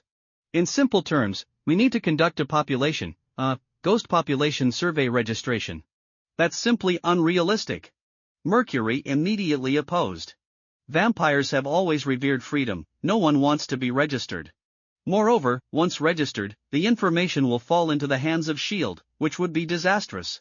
As she said this, Mercury secretly glanced at Carter, who merely smiled indifferently, as if she hadn't heard her words. "I understand that many vampires will be unwilling to register, so we need to implement a 10 billion subsidy plan." Wang Bert continued. "Any vampire who registers will receive a 10% or even 20% discount when purchasing blood bags." "A 10 billion subsidy plan?" Everyone displayed surprised expressions. Carter thought for a moment and said, "This will indeed increase the registration rate, but the cost is not small. We might really need to subsidize 10 billion in funds." "No problem. I have plenty of money, I can't spend it all anyway. Besides, the price of blood bags has always been somewhat inflated, purebloods have been profiting from this, and now they'll just be making less," Wangbert said nonchalantly. Mercury secretly gritted her teeth beside him. "Of course, you don't care, that's all our pureblood money." Blade, however, expressed his agreement. "This method is good, not only can it encourage vampires to register, but with enough blood, vampire criminal behavior will surely decrease significantly." "Exactly, that's what I mean," Wangbert nodded and continued. "In addition, we need to build a few factories in Hell's Kitchen to hire those vampires who can't find work. We should locate them close to Midtown for easier management, and the headquarters of the Blood God Group is also there." Mercury frowned. "The problem is that Hell's Kitchen is too chaotic. There are gun battles happening every day." Wangbert scoffed. "Are we vampires afraid of chaos? If someone dares to trouble us, it's just the opportunity for us to contribute to public safety. Hell's Kitchen sounds good, the land price there is low, and it's still on Manhattan Island." Carter glanced at Wangbert. She understood the intention behind choosing this location. It was likely to instill caution in the humans. After all, no one would easily launch missiles at Manhattan Island. Wangbert ignored Carter's gaze and suddenly thought of something. "By the way, remember to buy insurance for the factories, alien invasion insurance, and monster attack insurance." The three stared at Wangbert in astonishment. "What's the use of buying such insurance? Could there really be an alien invasion?" "Just buy it, don't ask so much." Wangbert shrugged and directly shifted the topic. "Ms. Carter, next, the group must establish a blood research department as quickly as possible to develop artificial blood. This is a top priority." Carter nodded in agreement and then asked, "No problem, I'll set up the blood research department as soon as possible. But I'd like to ask, why do vampires have to drink human blood? Can't animal blood work?" "How would I know? I've only been a vampire for a little over 2 months." Wangbert said helplessly, spreading his hands. He then turned to Mercury, who also shook her head and said, I don't know either, animal blood is useless to us. We can only rely on drinking human blood to satiate our hunger. Let's research it together. Artificial blood must be developed, otherwise, the vampire clan cannot possibly integrate into human society, Wangbert said. This is the rough framework, and once we integrate the resources of the vampire clan, we can start implementing it step by step. Indeed, we do need to integrate resources first. The speaker and the 12 elders are dead, leaving too many scattered resources that will take quite a bit of time to consolidate. Carter nodded in agreement. Seeing that Wangbert had said most of what he needed to, she signaled him with her eyes, prompting Wangbert to turn to Mercury. Mercury, go tell the other vampires that we have reached a truce agreement with S.H.I.E.L.D. Additionally, let's slip some of our plans, but don't go into too much detail. Mercury asked, what if someone escapes after we reveal this? Wangbert said, if someone wants to escape, let them. It's no big deal. For those who leave, there will naturally be those who come. I believe there won't be a shortage of vampires willing to abide by the law. However, if anyone dares to resist, they must be eradicated. Okay, Mercury nodded and got up to leave. Her position was special, she was both Wangbert's assistant and the captain of the guard, holding significant sway among the vampires, as she represented the interests of purebloods. Wangbert turned to Blade and said, Blade, you should also discuss with Whistler. Whether he stays or leaves is up to him to decide. I'm looking forward to him joining us. I'll consider it. Blade nodded in agreement and then got up to leave. Wangbert watched him take the badge away and couldn't help but smile. It seemed that the director of the vampire police department was settled. Once everyone had left, Carter couldn't wait to ask, you said you would give me evidence before, where is it? What evidence are you referring to? Is it about Captain America reappearing and then wildly kissing your niece after your funeral? Wangbert asked knowingly. He had previously mentioned this only as a joke to test whether Captain America had returned. From the current situation, it seemed that the future had indeed changed, which was good news. After all, if time travelers didn't alter the future, what was the point of their journey? I've told you, I don't like others joking about Steve, and he's not the kind of person you described, Carter said somewhat unhappily. She suddenly thought of something, sighed, and said, if he really can come back, I won't care even if he did something with Sharon. You're quite open-minded, Wangbert secretly chuckled, knowing that when Captain America returned, it would certainly be a good show to watch. He got up, took a document from the cabinet, placed it on the table, and said, this is the evidence you wanted. Carter eagerly opened the document, which contained a personal file with information about a person named Daniel Whitehall. Seeing the photo of this person, Carter couldn't help but pause. She asked, who is this person? I feel like I've seen him before? Wangbert asked, don't you recognize this name? What about Werner Reinhardt? Werner Reinhardt? That's impossible, he's already dead. Even if he weren't dead, he couldn't possibly look this young, right? Carter said in shock. Werner Reinhardt was a scientist for Hydra, who had been imprisoned before she left S.H.I.E.L.D., and someone had reported to her that he had died. This person is indeed Werner Reinhardt. As for why he's still alive and looking this young, you'll have to investigate that yourself. He's the chairman of a company, so it shouldn't be hard to find, Wangbert said. I still stand by my statement, S.H.I.E.L.D. can no longer be trusted. By the way, you agreed to help me so easily, did you suspect something already? Carter fell silent for a moment. She indeed had her suspicions, the deaths of Howard and Maria Stark were full of doubts, and she was preparing to investigate when she was retired. But she never expected that all of this was due to Hydra, until Wangbert approached her, using this as a condition to let her take the position of president of the Blood God group. Carter didn't care about life and death, but she could never accept the fact that Hydra was still alive and had infiltrated the interior of S.H.I.E.L.D. Her greatest achievement in life was defeating Hydra, and now you're telling her they're still alive? How could she endure that? Carter put away the document and said, I will investigate this. But I want to know, how did you come to know all of this? Fury once investigated you. Before you became a vampire, you were just an ordinary person. I'm the blood god. When I consume blood, I can gain a part of the other person's memories, Wangbert said. Among the vampire elders, someone once collaborated with Whitehall. In fact, some organizations have known about Hydra's existence for a long time, only S.H.I.E.L.D. has been kept in the dark from start to finish. Carter narrowed her eyes slightly. If that's true, then the problem is serious, indicating that Hydra has occupied a high position within S.H.I.E.L.D. Carter said, I hope you're not lying to me, otherwise, even if you are the blood god, I will not let you go. Wang Bert smiled and said, don't worry, I never lie. Even if I did, I wouldn't let anyone find out. Carter couldn't help but retort, that's really reassuring. Wang Bert chuckled, suddenly remembering something. He warned, be careful during your investigation, don't let Hydra catch on. I know, I won't alert the snake. Carter left with the document, looking worried. Wang Bert watched her back, his eyes flashing with light. Until Hydra was dealt with, Carter could still be useful. Once Hydra was resolved, it would be time for her and Steve to be together. Additionally, Wang Bert appointing Carter as president didn't mean he was truly handing everything over to her, she was merely a pawn for him to wrest power from purebloods and influence Captain America. Thinking of this, Wang Bert instructed the maid to notify James to come in. Having the money and power of the vampire clan, yet also being bound by the vampire clan, oh well, with so much money, being bound is just being bound. The most important thing in life is to live splendidly. If I really can't handle it in the future, I'll just abandon the vampires and run away, after all, I won't die. Wang Bert raised a glass of red wine, took a small sip, and smiled slightly. If it weren't for the pursuit of excitement, why would he set roots in Manhattan? After all, the first alien invasion occurred right in this place. James soon arrived and respectfully asked, Blood God, what do you need me for? Wang Bert said, I need you to help me with something, and it must be kept confidential. No one can know, including Blade, Carter, and Mercury. No problem, my lips are sealed. James said happily, feeling that he was indeed the blood god's confidant, entrusted with such a confidential matter. That's good, Wang Bert nodded, raised his hand, and bloodlight surged, instantly transforming into a figure in purple robes. Find me this person. Finding someone?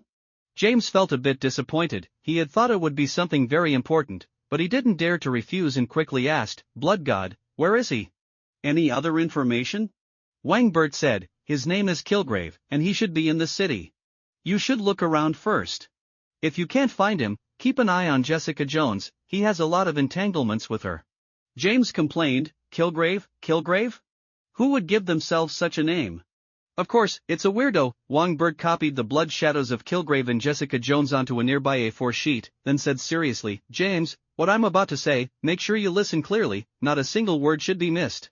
James straightened his face and responded solemnly, please speak, Blood God. After you find that person, do nothing else and definitely do not approach him. Notify me immediately.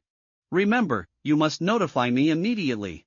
If I find out you did anything unnecessary, your blood will no longer belong to you. Do you understand? Wang Bert said very seriously, his eyes even turning blood red, causing James to feel a strong sense of death. He hurriedly said, I understand, Blood God. I will notify you immediately. Very well, I will write you a check for $3 million as funding for your search for Kilgrave. Wang Bert's eyes gradually returned to normal as he said, in addition, you can use the resources of the vampire clan, and you can select personnel from the clan, but be sure to exercise caution, no one can leak this matter. James nodded and said, understood. I will try to select those half-bloods who can be controlled to help. If they dare to leak the secret, their family will die. Handle it as you see fit, I just want the result. Wang Bert waved his hand and said, next, I need to establish an intelligence center, this matter will be entrusted to you. Thank you, Blood God. James was overjoyed, saying, I'm best at gathering intelligence. Just now, when I passed Blade's room, I even heard him arguing with that old man. That's gossip, not intelligence gathering. Wang Bert retorted. I made you the head of the intelligence center because I trust you, but you still have much to learn, just like me. I have many things to learn as well. This was the truth. The reason Wang Bert needed Carter's help was that he lacked experience in managing the group. James immediately pledged his loyalty, I will never disappoint your trust, Blood God. I certainly believe you. Go find that person for me. Also, help me find 2 virus experts, the kind that are expendable, and remember to leave no traces. Wang Bert patted James on the shoulder, a drop of blood seeping from his clothes into James's skin, then remaining in his blood. Understood, leave it to me. James excitedly left with the check Wang Bert had given him. Wang Bert closed his eyes and waited for a moment, shaking his head silently, still lacking a bit in strength. I can't sense the blood's aura beyond a certain distance. Fortunately, the vampire police department that will be established next will bring me a lot of blood. Just as Blade said, one significant reason Wang Bert wanted to establish the vampire police department was to obtain blood. Killing one by one was too troublesome and would incite resistance from the vampire clan. Now that someone was doing the work for him, he could just sit back and enjoy the benefits, so much more convenient. On a sunny noon at Coney Island's Luna Park in New York, Frank Castle was leisurely sipping cola at a stall when he suddenly widened his eyes and exclaimed exaggeratedly, "Wow, what am I seeing? A vampire is actually out in broad daylight." Hearing this, Wang Bert burst into laughter and quickly stepped forward to give Frank a warm hug. Meanwhile, Mercury remained seated in the sports car, not getting out, as she couldn't withstand the sunlight. The car's glass had a special coating that effectively blocked ultraviolet rays. Wang Bert said apologetically, "I'm really sorry for being late. Those senators kept me chatting, asking this and that, and I couldn't brush them off, so I had to entertain them a bit." Frank glanced at the cool Lamborghini beside him and teased, "Looks like you're quite wealthy now." "Honestly, I was really shocked by the Rolls-Royce that picked us up this morning." Wang Bert grinned proudly and replied, "This is not just any wealth, it's the reward I deserve for saving the world." Frank naturally didn't believe him and sighed helplessly, saying, "Stop watching those movies. In the real world, heroes often don't have a good ending." Wang Bert chuckled and said, "It seems that you, Instructor Castle, feel deeply about this. But let's not talk about unhappy things. Did you have fun in the park?" Frank beamed and replied, "I had a great time. I really want to thank you for inviting my family here. But how much did you actually pay those park employees? They were excessively enthusiastic, following us around and even pushing a little cart behind us." Wang Bert smiled and explained, "I didn't pay them anything. I actually have shares in this park. When you have some free time, I'll take you and your family to Universal Studios on my private jet. It'll be even more fun." Frank looked at Wang Bert with some surprise, not expecting him to be so wealthy. However, he didn't ask further, assuming Wang Bert must have inherited a huge fortune. He then got straight to the point, asking, "Bert, did you invite me over for something specific?" Wang Bert didn't beat around the bush and said directly, "I'd like to ask you to be my personal bodyguard." Frank was taken aback, his face filled with astonishment as he said, "You want me to be your personal bodyguard?" Wang Bert nodded solemnly and replied, "That's right. I need a human bodyguard because vampires can't be exposed to sunlight. I can offer you a salary of $1 million a year, plus various benefits." $1 million a year? Frank's eyes widened, unable to believe his ears. That was several times higher than his salary as a training officer in the military. To be honest, he was somewhat tempted. Wang Bert continued, "And who knows, I might even give you a raise in the future. Instructor Castle, you have 2 kids, the pressure of living must be significant, right? I believe this job will definitely not disappoint you." In America, parents didn't have to prepare houses for their children, but they did need to cover tuition fees, especially for college, which could be outrageously expensive. Speaking of this topic, Frank scratched his head awkwardly, knowing he should save money. However, as a soldier, he was used to living large and could never manage to save much. Previously, to help his comrades, he even had to take on some side jobs to raise funds. Despite this, Frank hesitated for a moment, ultimately refusing Wang Bert's invitation. He said, "I prefer to stay in the military, Bert. If you really need a personal bodyguard, I can introduce you to a friend of mine named Billy Russo. He runs a specialized security company." Wang Bert shook his head and said, "I know him, but I'm not too fond of him." After saying that, Wang Bert turned and signaled to Mercury, who then tossed a yellow file folder at him from the car. Seeing this, Frank couldn't help but internally criticize, wondering what kind of secretary would casually throw things at their boss. If it were him, he would have fired her long ago. Wang Bert caught the file folder and handed it to Frank, saying, "These are some things I just found out. You can take your time to read it when you get home, so it doesn't affect your mood right now." Though Frank was a bit puzzled, he accepted the file folder and said, "Okay, I'll contact you after I read it." Wang Bert asked, "Well, instructor, do you mind if I join you for lunch? I'd like to meet your wife and kids as well." Frank smiled and said, "That would be great. Maria has been wanting to thank you in person." Soon, Wang Bert joined Frank and his family at a nearby restaurant. Frank's wife, Maria Castle, was a very gentle woman, and their adorable children kept calling him uncle. Watching Frank, who was incredibly gentle with his family and showed none of the ironclad demeanor he had on the battlefield, Wang Bert inwardly sighed, "What a tough guy with a soft heart."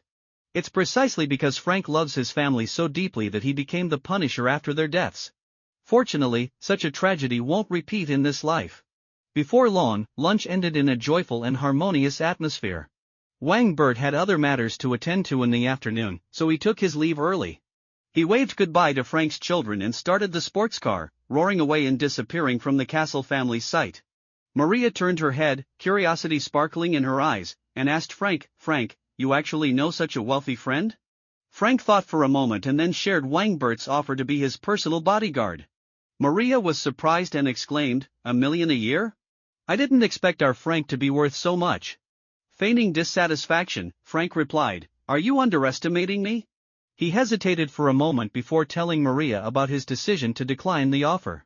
Although she felt a bit disappointed, she gently said, "Just decide for yourself, I will always stand by your side."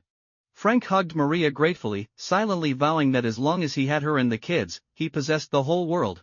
In the sports car, Mercury looked at Wang Bert and asked curiously, "Blood God, with your current status, is it really necessary to personally recruit a bodyguard?" Wang Bert's expression turned serious as he replied, "He's different. If he's properly prepared, he could take down Deacon Frost's entire team by himself." Mercury naturally didn't believe this and scoffed, saying, "You're not talking about Superman, are you? There's no such powerful human." Wang Bert didn't argue with Mercury further. He knew that the Punisher's strength was beyond her comprehension.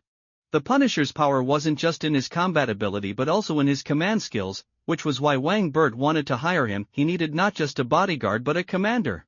"Our negotiations with S.H.I.E.L.D. are nearly complete. They'll come over in the afternoon to exchange prisoners, and they've also returned some of the companies and funds they took from us," Mercury reported. "Based on my calculations, we should be able to reclaim about 70% of what we lost." Wang Bert nodded and said, 70%? That's not bad. It seems Director Fury isn't as ruthless as I imagined. I thought we'd only get back about 30%. Mercury said, "Perhaps it's because of Ms. Carter's influence. Of course, it's also possible that those two are just putting on a show." She still held a lot of hostility toward Carter. No, it should be said that her hostility had intensified. During this time, their pure-blood power and interests had been continuously stripped by Carter, and this woman's abilities were simply terrifying. Wang Bert said lightly, "Carter has done quite well." Mercury didn't say anything further. The purebloods' plan to treat Wang Bert as a puppet could now be declared a failure. Both Wang Bert and Carter were not easy opponents to deal with. The prisoner exchange was set to take place in the underground parking lot of an abandoned factory in Hell's Kitchen, Clinton district of Manhattan. Leading S.H.I.E.L.D. was a cold-faced Asian woman, who introduced herself, "I'm Melinda May, responsible for this exchange. Additionally, I will be joining the Vampire Police Department as the deputy director." Wang Bert shook hands with Melinda and then signaled his subordinates to open the door at the stairway, allowing S.H.I.E.L.D. agents to come out. The agents looked to be in decent condition, clearly not having suffered any abuse. Seeing this, Melinda turned around and gestured. An agent opened the bus door, letting the vampire captives come down. Level 8 Agent John Garrett walked ahead alone, stepping up to Wang Bert and said with an unfriendly tone, "Blood God, we will meet again, but not here. It will be at S.H.I.E.L.D., and I will make sure to host you well." Wang Bert smiled and replied, "I will definitely go to S.H.I.E.L.D. Remember to prepare some good tea. I won't drink anything under $10,000 worth." John Garrett couldn't help but retort, "Why don't you just drink gold?"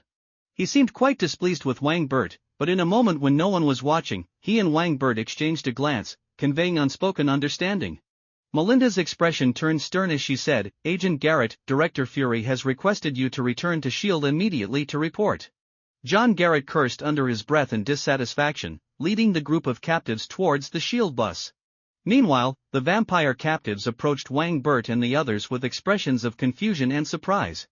Mercury quickly stepped forward with her subordinates, both to reassure the captives and to explain the situation to them to prevent any disrespect towards the Blood God. After all, this Blood God was not someone to be trifled with. "You S.H.I.E.L.D. people went too far, didn't you? Look at them, they're all pale and walking unsteadily, clearly having been abused by you," Wang Bert criticized discontentedly. "I've treated your S.H.I.E.L.D. people quite well, they had no worries about food and drink, and Garrett even gained weight." John Garrett nearly stumbled, almost falling to the ground, and he turned back to give Wang Bert the middle finger. Melinda was utterly helpless. Wasn't it normal for vampires to be pale? It was the rosy complexion that indicated a problem. She coldly said, "If you have any complaints, you can go complain to Director Fury." Wang Bert nodded and said, "That's a good suggestion. Mercury, remember to help me write a complaint letter." Melinda was too tired to continue arguing with Wangbert. She asked, "The prisoner exchange is complete, now, who should I go to for information about the vampire police department?" Wangbert replied, "Blade is on the 3rd underground floor, you can take your people to find him. Recently, a lot of vampires have been trying to stir things up, and we need SHIELD's strength to help." Melinda said seriously, "Since I've taken this position, I will fulfill my duties and ensure the vampire police department is well managed." Suddenly recalling something, she asked, "Is this the headquarters you've chosen for the vampire police department?" Wangbert nodded and said, "That's right. The vampire police department will be built underground for safety and convenience. Additionally, we'll be re-establishing factories above to gather vampires for work." Wangbert nodded again and then said, "By the way, does SHIELD have any tax exemption channels? The taxes for opening factories in the city are quite heavy. If you could help me think of a way to get some subsidies or something like that, it would be great." "What? Do you find it strange to see me doing this?" "No worries, worst case, I'll give SHIELD some kickbacks. We are partners now, after all." Melinda was utterly speechless. She didn't even know how to respond to Wangbert's request and simply turned to walk away to report to Blade on the 3rd underground floor. Wangbert shrugged and said, "For matters like this, it's best to consult Nick Fury, that guy will surely be interested in kickbacks." At that moment, Mercury approached with a group of captives. The captives looked somewhat complex, but no one dared to act out in front of Wangbert, all respectfully saying, "Thank you for saving us, Blood God." Wangbert replied, "You're welcome. Mercury will tell you about the changes that have occurred during this time. You must remember, times have changed, it's my era now." The vampires exchanged glances and finally, under Mercury's signal, replied in unison, "Yes, Blood God." Wangbert waved his hand, signaling them to go back and rest. Then, he and Mercury headed towards a cafe on the edge of Hell's Kitchen, which was also one of his properties. Wangbert looked through the glass at the long-term rental apartment across the street and asked, "Have we bought that long-term rental apartment?" Standing in the shadows, Mercury replied, "We've signed a contract with the owner, but there are many tenants inside, which makes it a bit complicated to handle. We've tried talking to them before, but not many are willing to move. Legally, they have the right to stay until their contracts end. I suggest using some extra measures. After all, the people inside are not good folks, either alcoholics, gamblers, or drug addicts." Wangbert said, "The reason they don't want to move is that they can't afford rent elsewhere. We should buy another long-term rental apartment to relocate them and offer each of them some extra compensation." Mercury expressed her concerns, "But doing this will cost us a lot of money." Wangbert replied, "Don't worry about that, I have plenty of money." He knew very well that the long-term rental apartment was the place where the dragon bone was located, so its feng shui was naturally excellent. Mercury responded, "You really don't lack money. I'll find a lawyer to handle this as soon as possible." Then, she brought her laptop in front of Wangbert, pointing at the resumes on the screen. "Blood God, this is the secretary I found for you, all are half-bloods, so you can use them with confidence." Wangbert took the laptop and carefully flipped through the resumes. When he reached the 3rd one, he couldn't help but freeze. He pointed at the red-haired wave-haired beauty on the resume and asked Mercury helplessly, "This woman is also a half-blood?" Mercury glanced at it and nodded, saying, "Natalie Rushman, she is indeed a half-blood, holds several degrees, and is proficient in combat. Among this batch, she's considered one of the best. Once we get back, fire the person in charge of reviewing these individuals." Wangbert said with a displeased expression, secretly pondering how Black Widow could be a member of the bloodline. Was Captain America actually Hydra? It seemed that S.H.I.E.L.D. had quite a few spies within the bloodline. Natalia Rushman, this name was all too familiar to Wangbert. She was the infamous Black Widow, Natasha's alias. After all, names can deceive, but photographs don't lie. Mercury, upon hearing this, looked puzzled and asked, "What's the problem with her?" A cold glint flashed in Wangboat's eyes as he sneered, "S.H.I.E.L.D.'s top agent, Black Widow, you think she wouldn't have a problem?" "What? Black Widow? Is she the one who was infamous in the Dark World?" Mercury was shocked, her eyes suddenly blazing with killing intent. "I'll go kill her right now. I told you S.H.I.E.L.D. wouldn't let us off easily." Wangboat set down his laptop and said slowly, "No need to rush, let's bring her in as a secretary." Mercury was even more confused and asked, "Blood God, knowing she's Black Widow, why would you want to bring her in?" Wangbot secretly scoffed. Should he really admit that he was attracted by Black Widow's beauty? That would be too embarrassing. So he said seriously, S.H.I.E.L.D. won't easily give up on monitoring us. Rather than letting them continue sending spies, it's better to choose someone we're familiar with. As for the person in charge, let's hold off on dealing with him for now. In some time, we'll find an excuse to capture him and interrogate him severely. Mercury voiced her concerns. Isn't that too dangerous? That's Black Widow, after all. What if she suddenly ambushes you? Wang Boat laughed confidently. Don't worry, whoever dies won't be me. I have hundreds of lives, so don't underestimate me.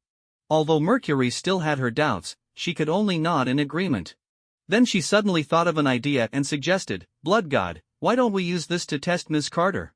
She must know that woman is Black Widow. Wang Boat decisively shook his head. I have an agreement with Carter. She won't disclose anything related to S.H.I.E.L.D. to me, and I won't use her to deal with S.H.I.E.L.D. Mercury lowered her head reluctantly, her animosity towards Carter growing stronger. That woman was too powerful. As long as she didn't fall, the Pureblood clan had no future. Wang Boat understood Mercury's thoughts but did not stop her, as he needed both sides to keep each other in check to maintain balance. That day, Frank was in a good mood, but when he opened the file bag that Wang Boat had given him in his study, his expression instantly changed. Blood rushed to his head, turning his face red, veins bulging, muscles twitching uncontrollably, and his hair seemed to stand on end. This was not an overreaction from Frank. The information recorded in the file bag was simply shocking. It turned out that someone within the US military was smuggling illegal drugs from the Middle East into the country. To avoid detection, they hollowed out the bodies of fallen soldiers to hide the illegal drugs, believing no one would check the remains of dead soldiers. Such behavior was utterly inhumane. Any person with a shred of humanity would never commit such acts. Yet, there were indeed people who had committed these heinous crimes. Moreover, these individuals, in order to eliminate dissent and silence witnesses, had abused their power to form a special team that gathered unaware elites from the military to carry out assassinations for them. This operation was named Operation Hellhound, and unfortunately, Frank Castle was the captain of this task force. Frank's friend Billy Russo was the vice captain of the task force, and unlike Frank, Billy was aware of the situation and chose to join in for money. Now, these despicable individuals planned to eliminate everyone involved in Operation Hellhound, ensuring that no one would know the ugly deeds they had committed. The details in this document were infuriating, even listing solid evidence. Frank's former superior, under the alias The Smith, was now selling illegal drugs in Hell's Kitchen, even driving Madame Gao of the Hand out of business. Furthermore, some soldiers involved in Operation Hellhound had already been brutally murdered. How dare they be so audacious? Frank trembled with rage, nearly dropping the file in his hands. He felt like a volcano on the verge of erupting, filled with endless fury. He had seen too much darkness in his life, but he never imagined anyone could be so despicably shameless. To actually use the bodies of heroes to transport such evil substances, and exploit the patriotism of soldiers to eliminate enemies, then kill them to cover up the truth, these actions were no different than those of demons from hell. If all this is true, I will definitely kill those bastards. Frank finally could not contain his anger, slamming his fist onto the table. The solid wooden table instantly caved in, a clear testament to the intensity of his rage. The loud noise from the study startled Maria, who hurried toward the room, anxiously calling out, "Frank, what's wrong? What happened?" Maria's voice snapped Frank out of his fury. He took a deep breath, trying to soften his tone, and called out, "It's nothing, Maria. The table broke. I'll fix it myself." Maria felt a bit uneasy but stopped at the door, saying, "Frank, the kids need to sleep. Just do it tomorrow." "I'm fine, I won't disturb them." "You should go to bed," Frank replied. Once Maria left, he exhaled and picked up a book from the shelf, only to discover an old-fashioned phone hidden inside. After hesitating for a moment, Frank picked up the phone and dialed out. A low voice quickly answered, "Frank?" Frank replied in a deep tone, "It's me. I need you to look into something." "Someone is this morally bankrupt?" The person on the other end was shocked after listening to Frank's account. "I'll get back to you in 6 hours with an answer." "Okay, I'll wait for you," Frank agreed, nodding. Not many people could clarify such serious matters in 6 hours, but his friend was one of them, Nick Fury. Few knew that Frank and Nick Fury were friends. In fact, Frank had done a few private jobs for Nick Fury in the past. After hanging up the phone, Frank sat helplessly in the chair for a full 3 hours. He was not only angry but also filled with guilt. He had always believed that everyone he killed deserved it, but he never considered that he had also taken many innocent lives. Frank even felt he should be punished, damn it. And Billy, he's one of them. Frank clutched his hair in despair, wishing he could take a machine gun and spray bullets at those people. They all deserved to go to hell. 3 hours later, Nick Fury called Frank, telling him to head out. A car was waiting for him. Frank did as instructed. When he saw Nick Fury in the car, he was filled with surprise. After getting in the car, Frank didn't close the door and directly asked in a low voice, "You came in person, which means that the information is true, right?" Director Fury replied seriously, "Yes, we've captured the Smith, your former superior. He has confessed everything, your information is accurate." "Good." Frank nodded expressionlessly, his mind already made up to take a gun and deal with those bastards. They all had to die. "Frank!" Director Fury hastily pressed a button, and the car door automatically closed. He shouted, "Don't you think about Maria and the kids? If you really kill them, you'll become a wanted criminal and a murderer." Frank, who had been ready to get out of the car, froze instantly. If Nick Fury was talking about anything else, he wouldn't care, but family was always his Achilles heel. Frank turned around, gritting his teeth and asking, "Are you telling me to let them go?" "Of course not. I'll go talk to the military and the heads of the CIA, they will give you an explanation. No one on that list gets to live," Fury declared firmly.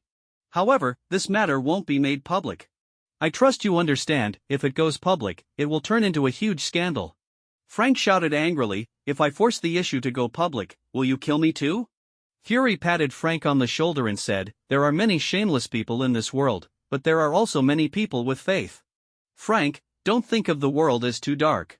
Frank stared at Nick Fury for a long while, took a deep breath, and said, "I'll keep an eye on you, they all have to die."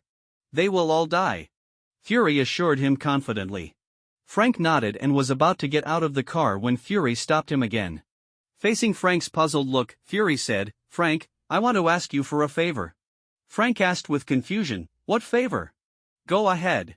Fury said, "I hope you can agree to the request of the new leader of the bloodline, Blood God Boat Wang, to become his personal bodyguard." "What?" Frank's eyes widened in shock as he exclaimed.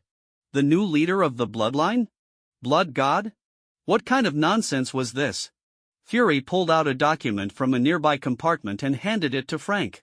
Frank looked at it with disdain and said, "I really don't want to take on any more contracts right now, the last one nearly made me want to shoot myself."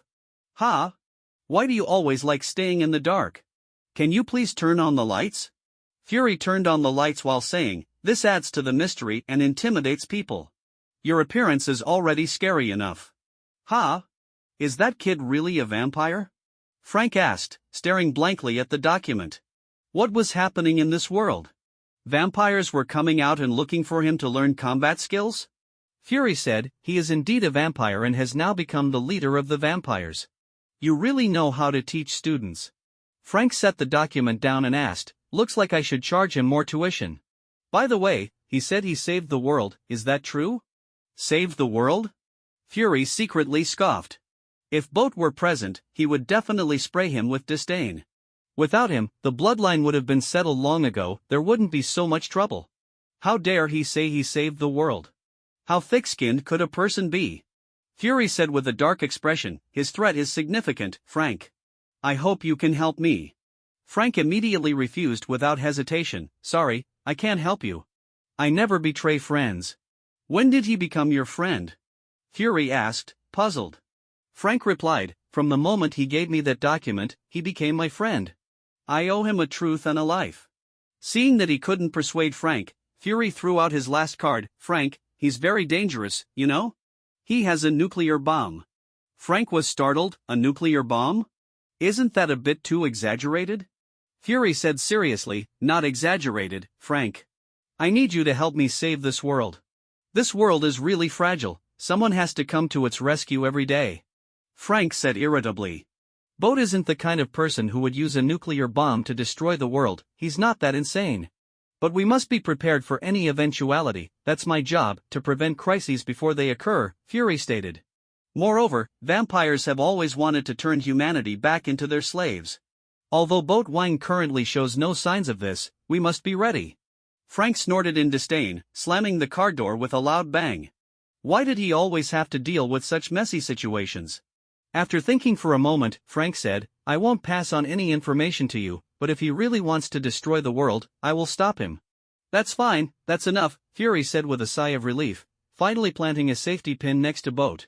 He had never let down his guard around this blood god. The man was far too mysterious, and what Fury disliked most was not being able to control mysterious individuals. The next morning, in a cafe, Wang Boat looked at Natasha Romanoff, who had come to report, and curiously asked, Natalia, alias, why do you want to become a vampire? Natasha elegantly twirled in front of Wang Boat, showcasing her perfect figure. To be honest, as Wang Boat watched her movements, he couldn't help but be mesmerized. At that moment, Natasha was indeed at the peak of her beauty. Because I want to stay beautiful forever, Natasha said with a radiant smile. That black bastard, referring to Nick Fury, isn't trying to make you seduce me, is he? What should I do then? Accept it or refuse it?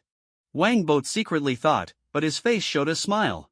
He signaled the waiter to bring over a cup of coffee, dripping a drop of his own blood into it before raising his hand towards Natasha, saying, please. Without any hesitation, Natasha happily asked, Boss, are you going to grant me immortality now? Wang Boat shook his head and said, no, I need a human secretary for now, I can't turn you into a vampire yet.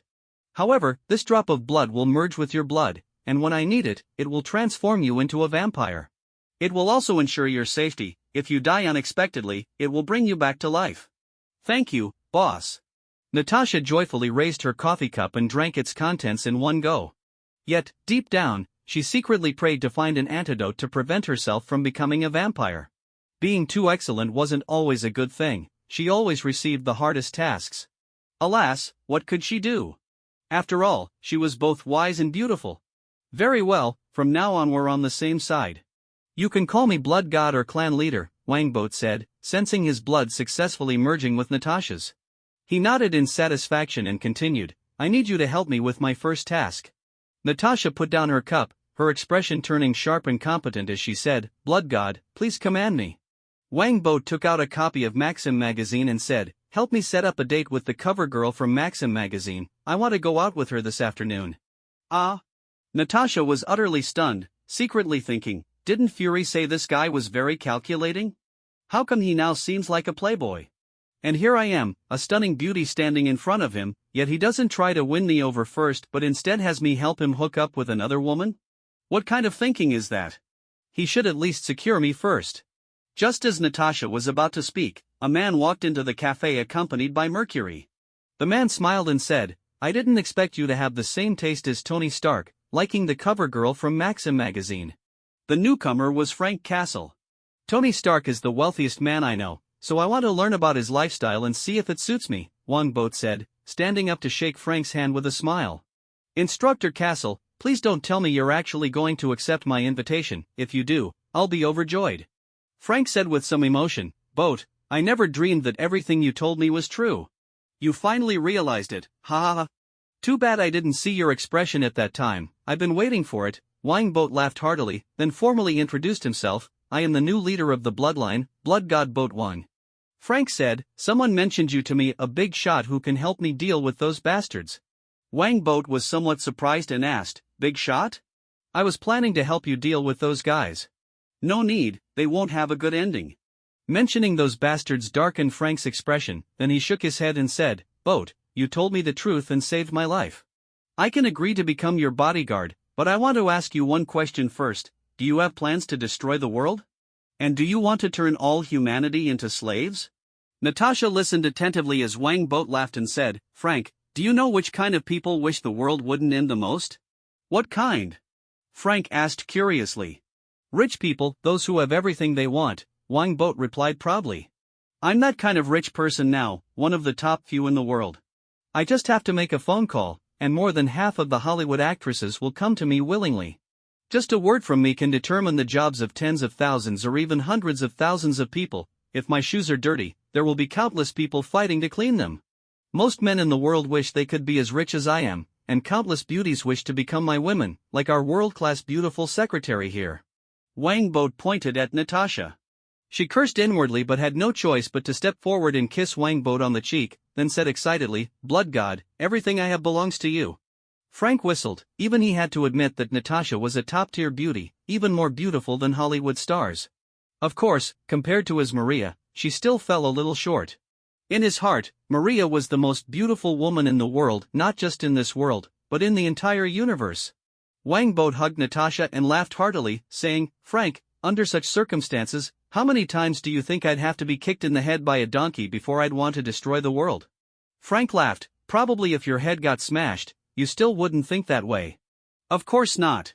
Wangbot laughed as he let go of Natasha, sitting down and saying, "In fact, I'd actively maintain this world. If it were to be destroyed, where would I go to enjoy myself?" "That's true," Frank nodded in agreement, and Natasha also silently agreed in her heart. If she were as rich as him, she wouldn't want to destroy the world either. She would want to summon all the NBA hunks to sweat in front of her because she liked muscular men. As for turning all humanity into slaves, not only have I never thought of it, but I will also stop other vampires from doing so. Honestly, those bloodlines that think they are superior make me feel sick. Wangbot shook his head, explaining his reform plans for the vampires. After hearing this, Frank cursed Nick Fury in his heart. Boat Wang had reached such a level and Fury still doubted him. His heart was indeed dark. "Boat, I officially accept this job. As for the military matters, I will handle them myself," Frank said. "However, I want to state in advance that I won't help you do anything bad, nor will I turn a blind eye to bad deeds." "That's completely fine," Wangbot said with a smile. "Mercury, hurry and bring in the contract we prepared yesterday. Make sure Frank doesn't have any regrets." Despite having different opinions about Frank's joining, Mercury knew she could not change Wangbot's decision. She could only turn away helplessly and leave the cafe to fetch the contract for Frank to sign. Frank took the contract, glanced through it roughly, and said with surprise on his face, "In addition to being your bodyguard, I also have to become an instructor for the Blood God Security Company?" Wangbot explained nonchalantly, "That's right. The Blood God Security Company is a protection company formed by vampires and the Blood Clan. If you have time, you can help me train them. In the future, you'll also need to lead them into battle for me." Frank signed his name with a wry smile and said, "Looks like earning this $1 million salary isn't going to be easy. I must clarify beforehand, I specialize in loud, combative assaults. If you want me to lead the team, you better think about the follow-up cleanup."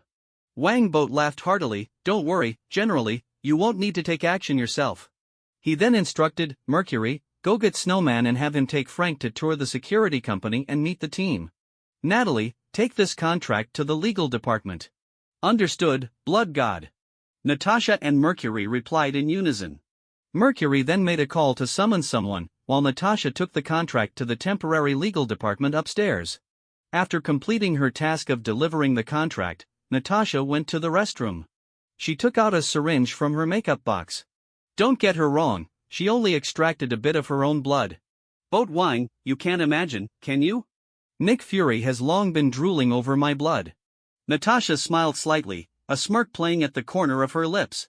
She then put the syringe back in the makeup box, pressed the toilet flush button, and left the restroom. She was unaware that her every move had been observed by Wangbot. Of course, it wasn't because Wangbot had installed a peeping device in the restroom, but because within a certain distance, he could sense the surroundings through his own blood. Thinking about it this way seems a bit unseemly. Wanting my blood? Just a dream. My blood is alive, it refuses to be drawn, and no one can succeed. Wangbot secretly scoffed. Before long, Mercury walked in with Snowman, who was dressed in leather. This Snowman was very similar to the character played by Wesley Snipes in Blade 2. He was still active among the North American Blood Clan and had yet to join the European Duke of Makinos. Seeing him as a familiar face with decent strength, Wangbot promoted him to be the head of the security company. Wangbot introduced the two. "Snowman, this is Frank. Frank, this is Snowman. From now on, you'll be colleagues, so get to know each other." Snowman shook hands with Frank and provocatively said, "We're looking forward to Instructor Castle teaching us." Frank grinned, his eyes shining. He loved challenging those who were hard to discipline. The tougher the opponent, the more fun it was to train. Wangbot smiled and said, "All right, I have an appointment, so I won't keep you for lunch. Frank, get familiar with the security company for a few days before you come help me. As for the benefits, Natalie will arrange everything for you, you won't be disappointed." "Okay." Frank nodded and followed Snowman out of the cafe to the security company. After they left, Mercury said, "Blood God, Jean Bing called me this morning, saying he wants to buy the long-term rental apartment we acquired, and the price can go up by 30%. Wang Boat showed a surprised expression. Do we have business dealings with Jean Bing? Mercury explained, Jean Bing helps us transport some food. Wang Boat sneered, so it's human trafficking? He pondered for a moment and said, the one who really wants that long-term rental apartment shouldn't be that fat guy but the Hand. Mercury frowned slightly. The Hand? Those ninjas that are rumored to be able to revive continuously? Wang Boat nodded and asked, they wouldn't want to make a deal with us, would they? Mercury simply said, they've delivered food before, and many vampires are addicted to drugs. Wang Boat snorted and said, truly degenerate, no wonder their combat power is so low. He then decisively said, refuse Jean Bing. That's our future headquarters, it won't be sold for any price. Understood. Mercury nodded in agreement. It seemed that place indeed had extraordinary feng shui, otherwise, it wouldn't attract so many people to fight over it. She had specifically researched the meaning of feng shui last night but ended up more confused. After thinking for a moment, Wang Boat said, tell that fat guy we're not interested in Hell's Kitchen. He better not meddle in our affairs with the Hand. Mercury proudly said, Jean Bing wouldn't dare easily provoke us, we are the kings of the dark world. Wang Boat secretly thought, the purebloods still haven't been thoroughly taught a lesson. He waved his hand, signaling Mercury to leave. Wang Boat turned his chair and looked at the long-term rental apartment outside, narrowing his eyes slightly. A battle with the Hand seems inevitable, they will never give up on the dragon bone, and I won't back down either. The bone marrow is a hematopoietic tissue, the dragon bone can significantly enhance my strength. I absolutely cannot give it up. The underground of that long-term rental apartment hides a complete dragon bone. There was a famous Michelin restaurant next to Times Square, always bustling with customers. But today, the restaurant only had 2 guests because Wang Boat had booked the entire place. Sitting across from Wang Boat was Becky, the cover girl of this issue of Maxim. The atmosphere between them was initially a bit awkward and stiff, but Becky's warm and cheerful demeanor gradually eased the tension, making the mood very harmonious. The only problem was that Becky loved to ask questions, constantly inquiring about Wang Boat. What do you do for a living? What's your connection to Universal Pictures? Why did the director of Universal Pictures help you set this up? What kind of car do you drive? And so on. This feels just like a blind date. Wang Boat felt a bit disappointed. This woman is way too enthusiastic, there's no need to pursue her. She feels just like those models from a while ago, only slightly higher in class. She's far from what I imagined. Wang Boat casually said, this afternoon, I'll take you to Universal Studios to meet director Catherine. He revealed some of his information, which made Becky even more excited. Just then, the door of the restaurant suddenly creaked open, and a man with a little mustache swaggered in. He looked around the restaurant and said to a nearby waiter, why are there only 2 people? Young man, is your restaurant going out of business? The waiter quickly explained, Mr. Stark, I'm sorry, but someone has booked the entire place today. Indeed, the visitor was Tony Stark. He looked at Wang Boat and mockingly said, booked the place? Why would someone want to do that? If you don't want to be disturbed, wouldn't it be better to eat at home? Is this guy looking for trouble? Wang Boat raised an eyebrow slightly, just as he was about to speak. The manager hurried over and said, Mr. Stark, I'm sorry, our boss is dining here today, so we cannot serve other guests. Tony Stark paused, his face filled with confusion as he asked, boss? Wang Boat stood up and gestured, to me, this place is no different from my home. Mr. Stark, please join us. Well, I'll sit for a bit, bring me a glass of red wine. Tony was a bit displeased but still walked over to sit opposite Wang Boat. He wasn't surprised that Wang Boat knew him. In America, there aren't many people who don't know him. He was Tony Stark, the most charming billionaire and super genius in the country. After sitting down, Tony looked at the sparkling-eyed Miss Becky and pretended to say, I think I know you. Mr. Stark, hello. I'm Becky, the cover girl of this issue of Maxim. Becky excitedly introduced herself. Every cover girl longs to date Tony Stark, not only because he is incredibly charming but also because it brings them significant exposure. Oh, I remember now.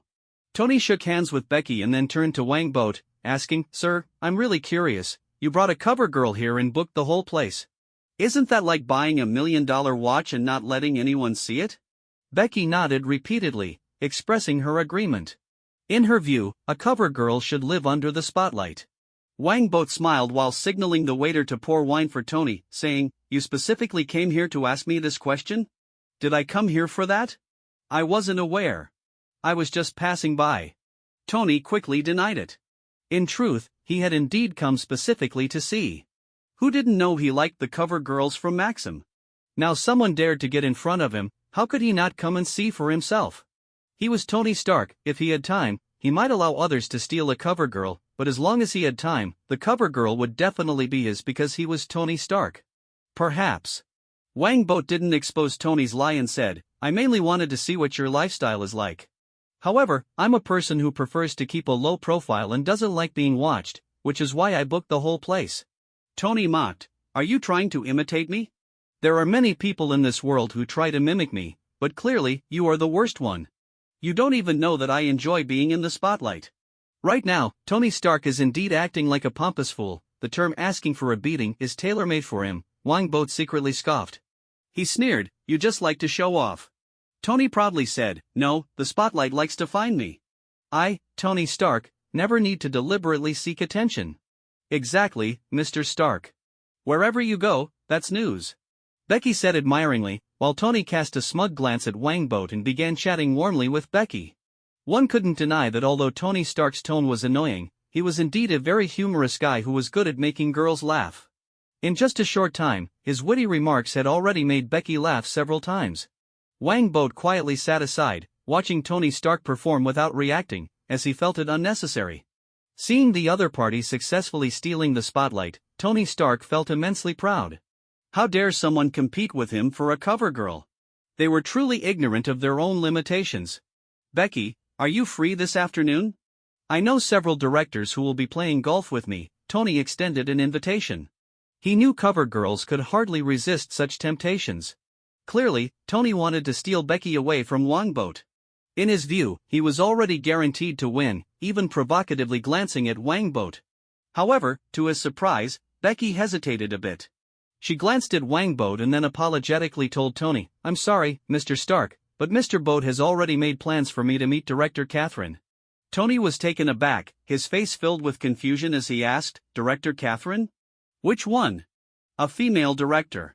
I plan to have her direct Twilight, which I bought at a high price, Wang Boat said slowly. It's a coming-of-age love story about werewolves and vampires. Tony made a face of disdain and said, werewolves and vampires? Would anyone even watch this kind of movie? Wang Boat replied, the script is quite good, and the director is very capable. As long as we find some handsome men and beautiful women to star in it, the box office will definitely not be bad. Becky added, and Mr. Boat is also a shareholder of Universal Pictures. Wang Boat shrugged and said, actually, I'm a major shareholder of Universal Pictures, but most people don't believe it. Tony's expression turned grim, he knew he had lost.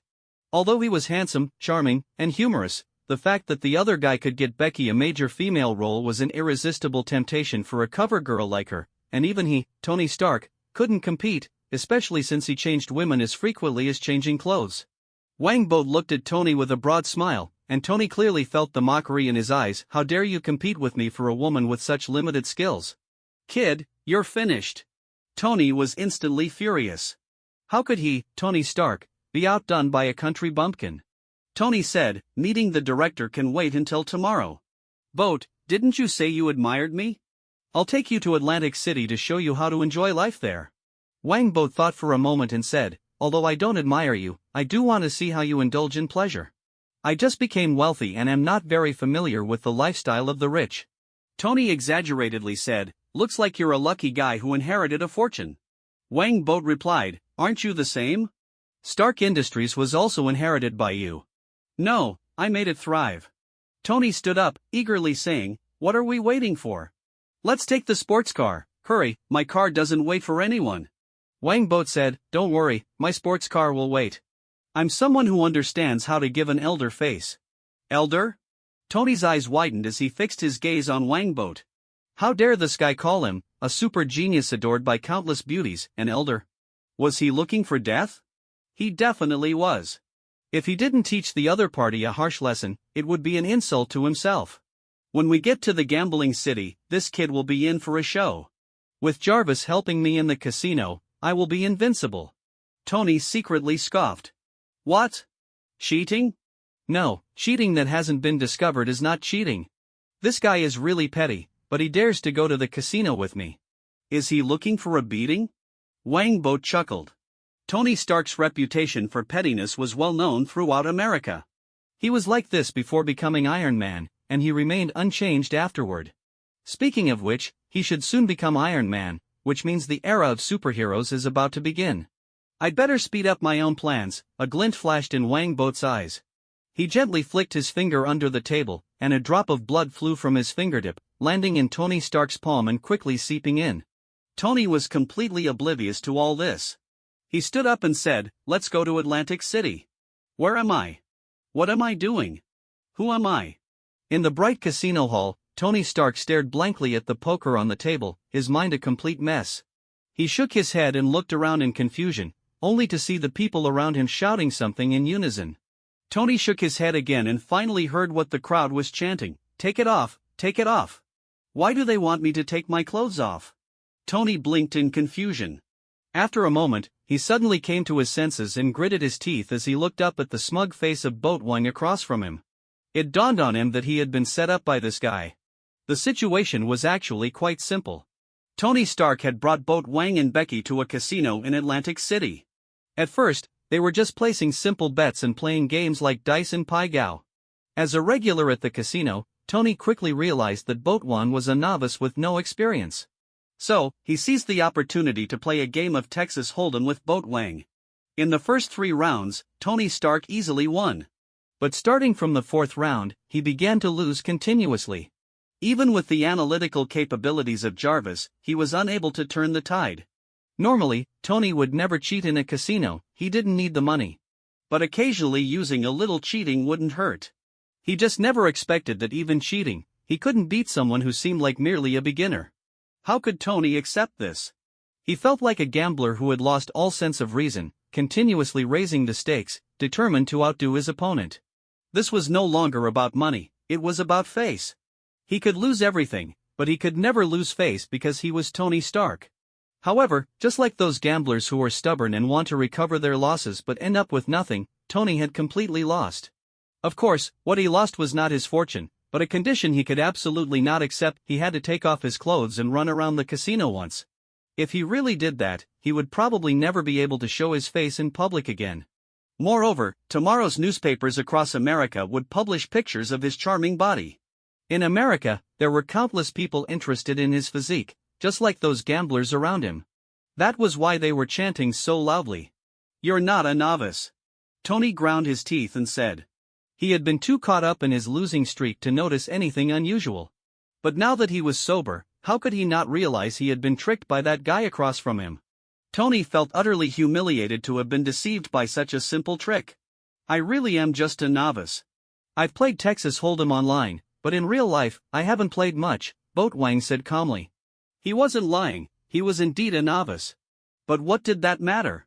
He could see Tony's whole cards at any time and even knew what the next card would be. If he still lost under those circumstances, he might as well eat the whole deck. Tony asked again, "You cheated, didn't you?" "Familiarity doesn't mean you should speak recklessly, otherwise, I'll sue you for defamation," Boatwang laughed. "Cheating doesn't count unless you get caught. Isn't that my line?" Tony was increasingly enraged, wishing he could punch the smirk off Boat's face. The triumphant expression on his face and Becky's admiring gaze made him feel extremely displeased. Tony folded his cards and said, "I'll double the money I lost today, and we'll forget about the conditions. All the money you lost today, I'll return to you in full and give you an additional 5 million if you take off your clothes." Boatwang scoffed. "You think you can outspend me? Not a chance."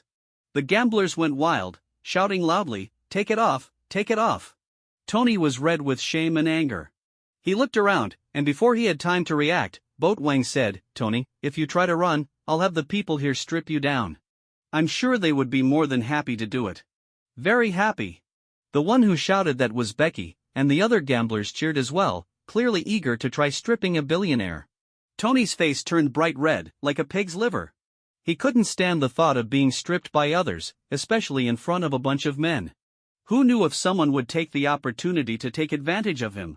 No, he was wrong. Someone would definitely take advantage of him, and they might even take something as a souvenir. Thinking of this terrible outcome, Tony chose to compromise. He gritted his teeth and said, "Let's change the conditions. I can agree to help you with one thing. In this world, there are very few things that Tony Stark cannot do. Although his tone held a hint of reluctance, it couldn't conceal his pride. This was Tony Stark.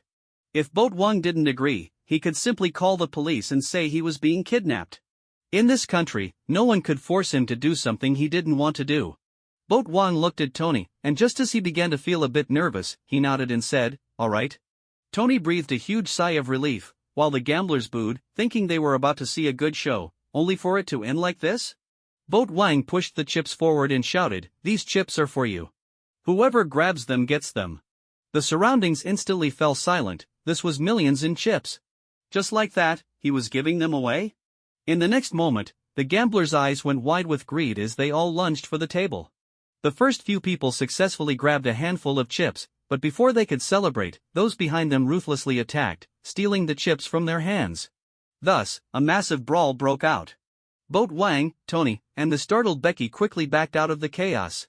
Tony watched the mayhem with excitement, whistling and saying, "Congratulations, Boat, you've learned 50% of my true skills.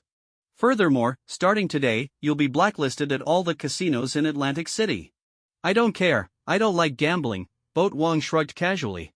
Tony froze. How could he, a seasoned player, lose to a novice? This was simply too embarrassing. Boat Wang wrapped an arm around Becky and said to Tony, "Let's go to the hotel, we still have a condition to discuss." Tony replied sullenly, "Let's talk in the car. I don't want to stay here overnight, I hate this place." "All right, get in." In the white Audi convertible, Boat Wang said to Tony, "Tony, I've been needing a secretary lately, let's have your secretary, Miss Pepperpotts, come work for me." "You want to steal my pepper?" Tony immediately rejected, "No way, change the condition." Boat Wang asked, "Really not possible?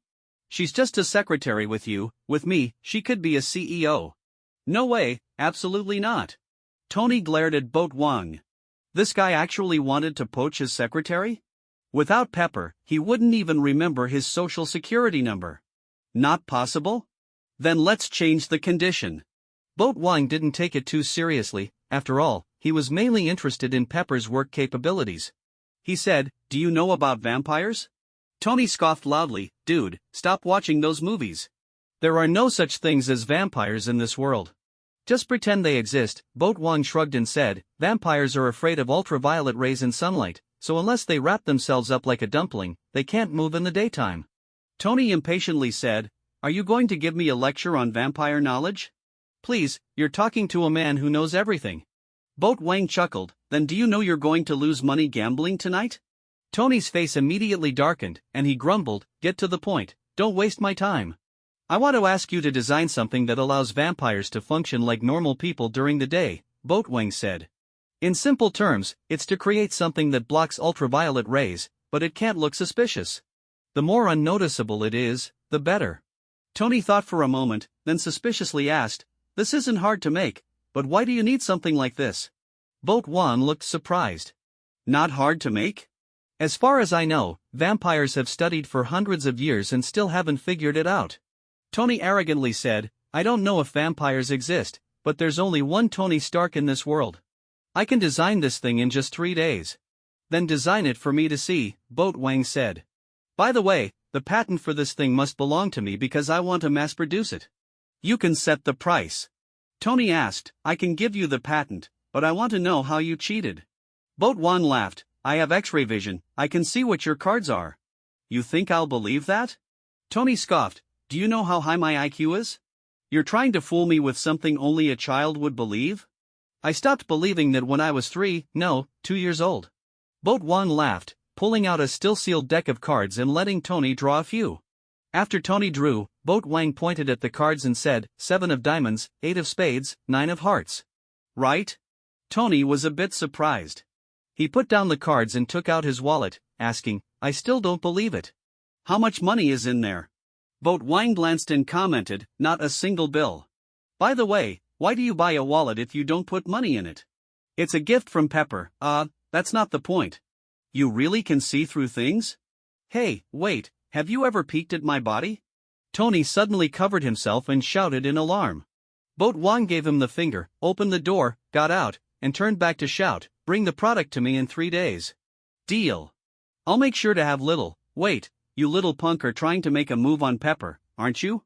Tony roared like an angry lion, baring his claws at Boat Wang.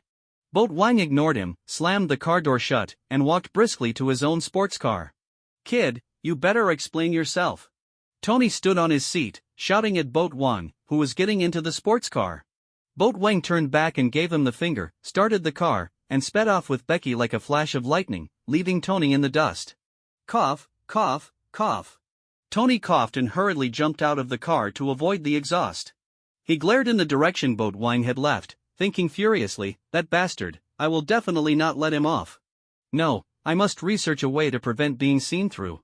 But what is his X-ray vision principle? Can his eyes turn into X-rays?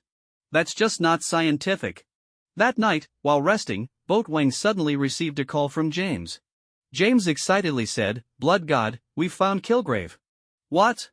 Boat Wang, who was still somewhat annoyed, immediately threw off the covers and said, Where is he?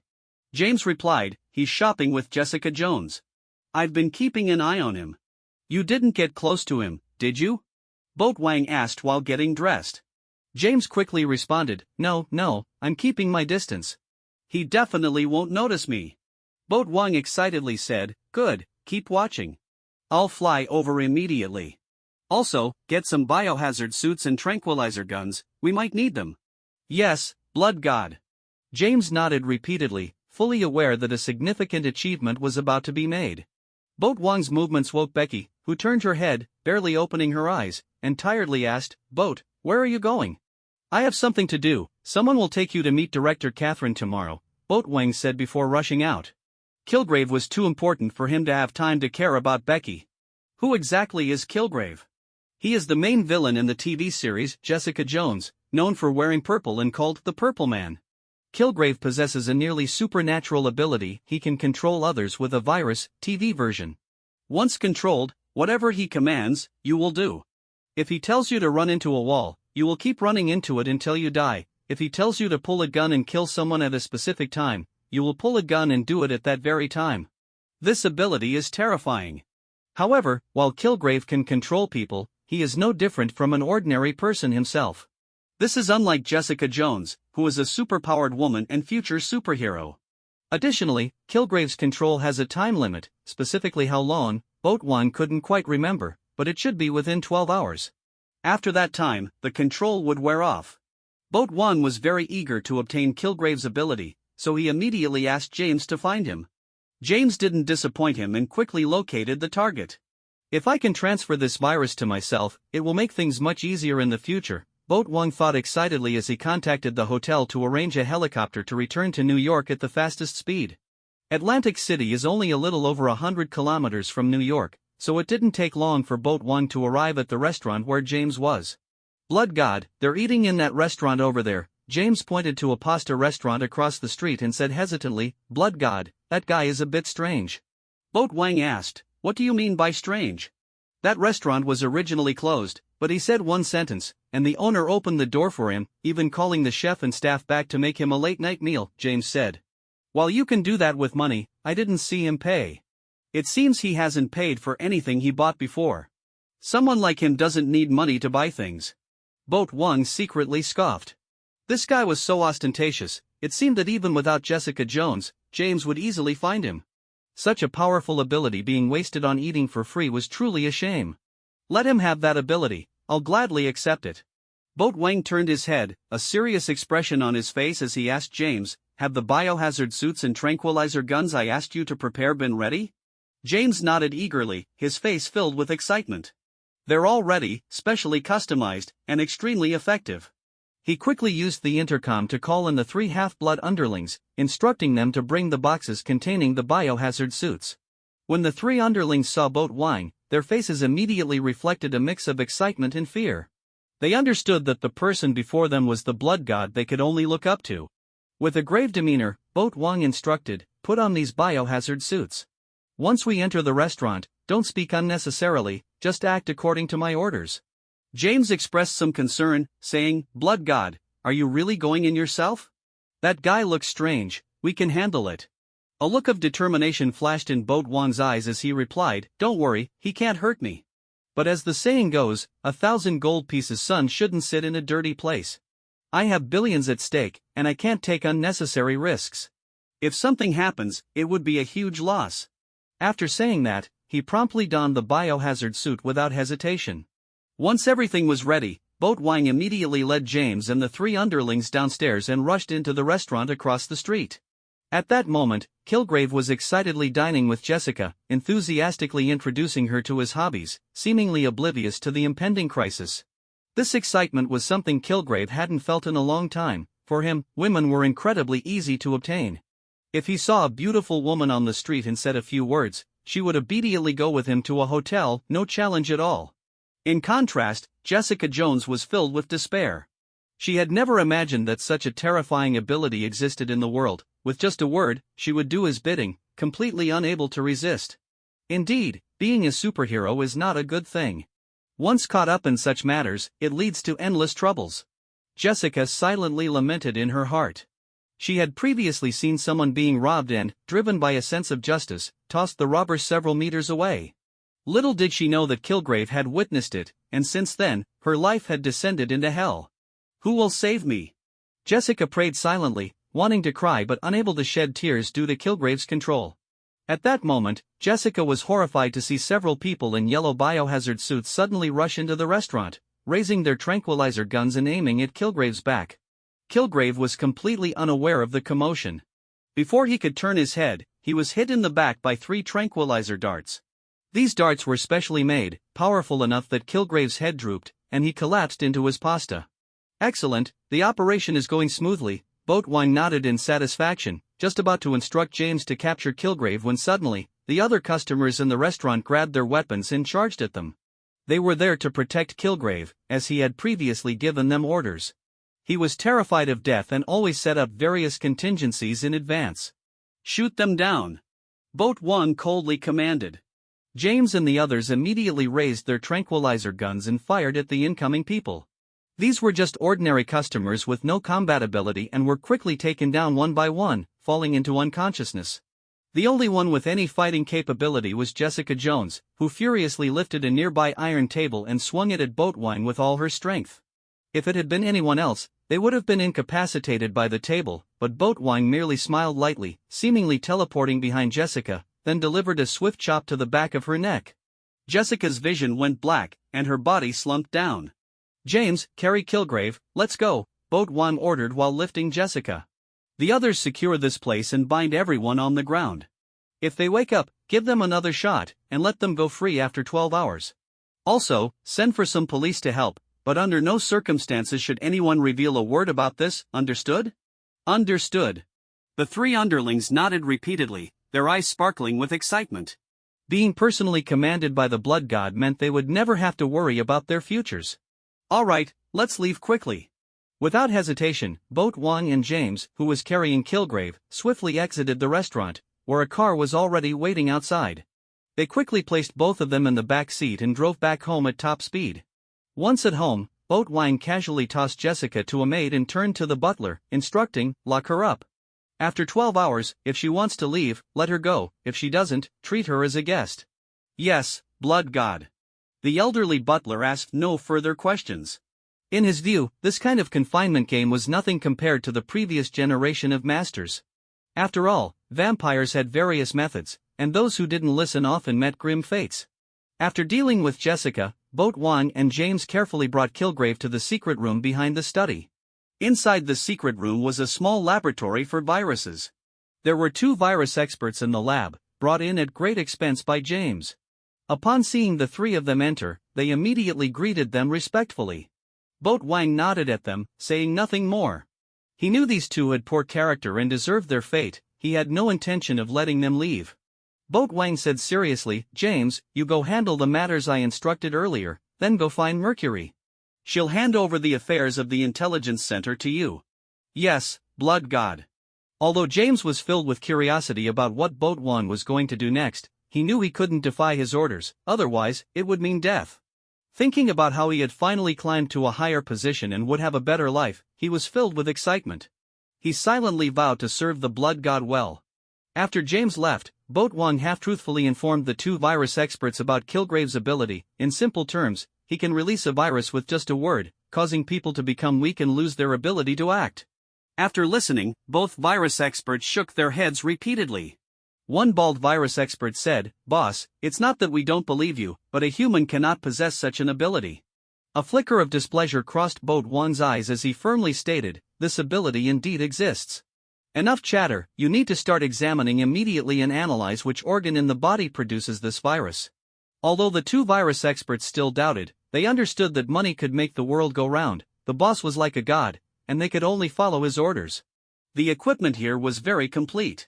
The two began by scanning with various instruments, then extracting Kilgrave's bodily fluids, conducting several experiments in petri dishes. After several hours of busy work, they finally figured out the situation. The bald virus expert, who had been waiting to be proven wrong, excitedly said to Boat Wang, "Boss, his body can really produce a virus. This is incredible. If we can research it thoroughly, I estimate we could win a Nobel Prize in medicine." After waiting several hours without leaving, Boat Wang impatiently asked, "Which organ produces the virus?"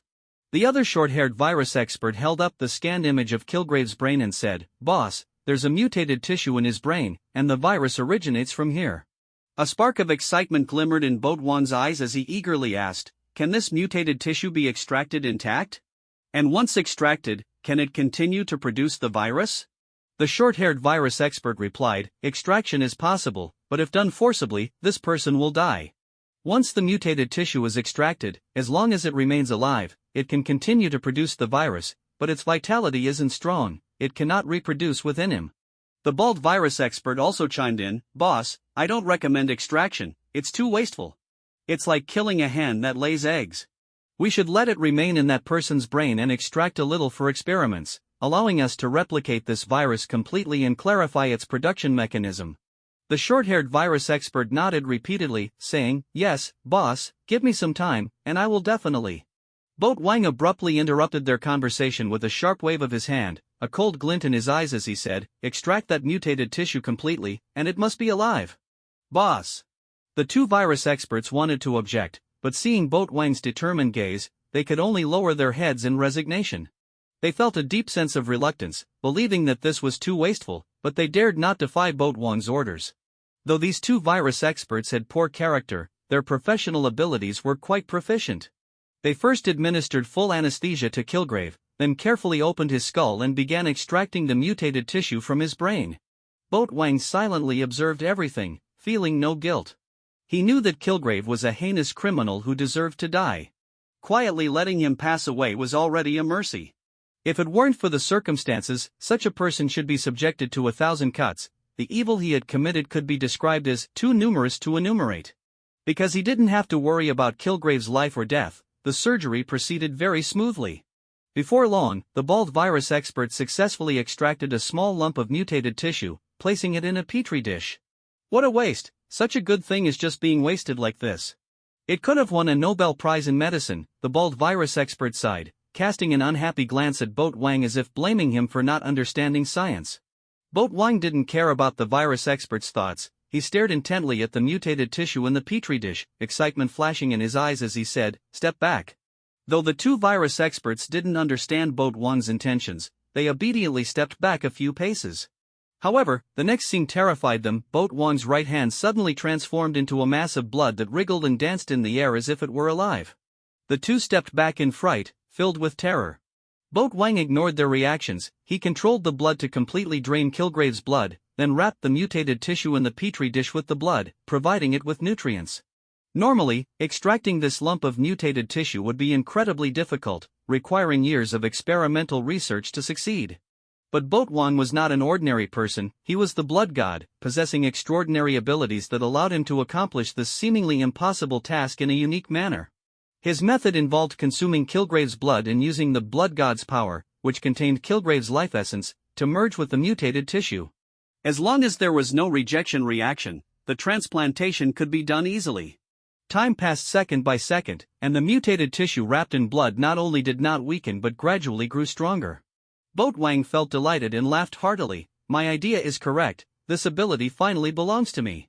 Boat Wang withdrew the blood, restoring his right hand to its normal form, then transferred the mutated tissue to the position of his own brain. The entire process went extremely smoothly. After all, in the eyes of the mutated tissue, its current master was Kilgrave. Having completed all this, Boatwine looked up at the two virus experts, who had turned pale with fear. They were frantically pressing the elevator buttons, trying to escape, but the elevator button showed no response. Only Boatwang had the authority to open the elevator doors. A cold glint flashed in Boatwang's eyes as he said, "Slap yourself until I call stop." The right hands of the two virus experts suddenly lifted uncontrollably, striking their own faces with force. No matter how much they resisted internally, they could not stop the action. "Very good, the virus is now mine," Boatwang laughed heartily. He suddenly thought of something, flicked his fingers, and 2 drops of blood flew out, merging into the bodies of the 2 virus experts, providing nutrients to the virus within them. Kilgrave's control ability only lasted for about 10 hours due to the limited vitality of the virus. But Boatwang was different. He could use his blood to keep the virus alive, meaning his control time would far exceed Kilgrave's. Not only that, but Kilgrave was unable to control his ability. He would control others simply by speaking, while Boatwang could use this ability only when he needed it. "I feel invincible now. Once I get out, I'll first control the president, then the generals at the Department of Defense. The whole world will be under my control." Boatwang laughed again, but just a minute later, he calmed down and abandoned this seemingly wonderful plan. He knew he was in the Marvel world, a place filled with various superheroes and genius scientists. If the truth about the virus was discovered, those geniuses could concoct an antidote in just 3 minutes. 3 minutes might even be too generous.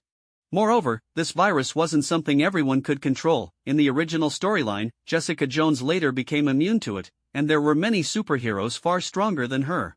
Boatwang didn't want to become one of those foolish villains. This ability could be used, but it had to be done secretly, without letting anyone discover any clues. Let's just consider it a special ability of the Blood God. The Blood God can control others with his blood, which is very reasonable. Boatwang smiled slightly, reflecting inwardly. He suddenly realized how weak the vampires in the Marvel world were. They didn't even have magic and couldn't even transform into bats.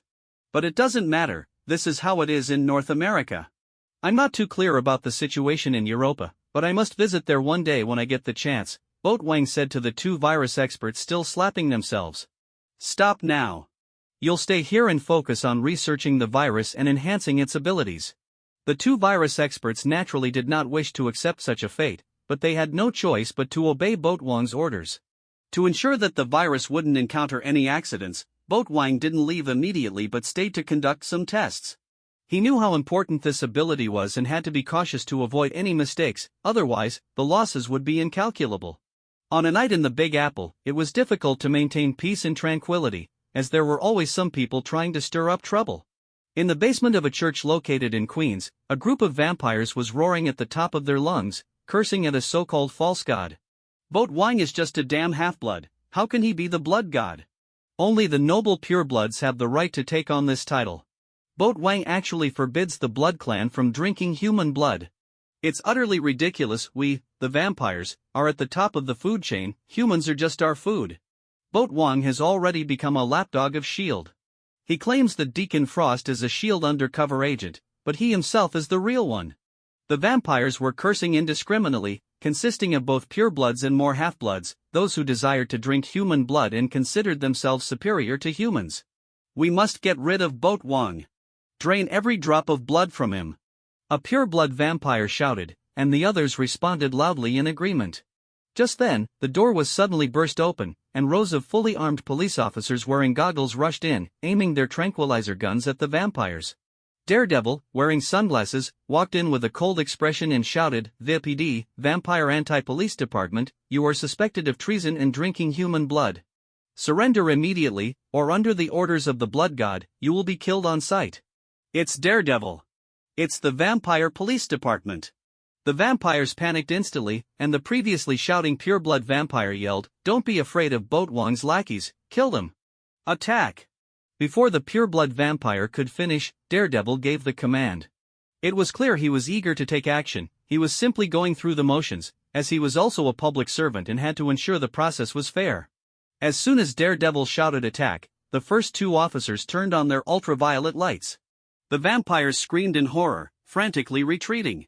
However, no vampire died because this was just a weakened version of ultraviolet light. Next, the officers pulled the triggers, and tranquilizer darts shot at the vampires like rain. Once hit, the vampires immediately collapsed to the ground, falling into unconsciousness. The tranquilizers were laced with a bit of garlic extract, which was particularly effective against vampires. Under the ultraviolet light, only the pureblood vampires retained any fighting ability. One pureblood vampire roared and charged at Daredevil, swinging a knife at his neck. Daredevil grinned savagely, grabbed the pureblood vampire's arm, and twisted it forcefully. With a crack, the pureblood vampire screamed in agony as the knife fell uselessly to the floor. Daredevil was relentless, seizing the pureblood vampire by the neck and twisting it, causing the pureblood to collapse limply. He wasn't dead, just unconscious. Daredevil. The vampire hunter, Daredevil. The remaining two pureblood vampires finally remembered Daredevil's notorious reputation, filling them with fear as they tried to escape down the back corridor. Daredevil immediately pursued, catching one, while the other was blocked by an ambush led by Melinda May. Open fire. Melinda showed no mercy as she ordered the officers to shoot. A barrage of silver bullets whistled through the air. Though the pureblood vampires were fast, the corridor was too narrow for them to evade. Soon, they were riddled with bullets, collapsing to the ground with numerous holes. With the pureblood vampires down, the half-blood vampires were no match.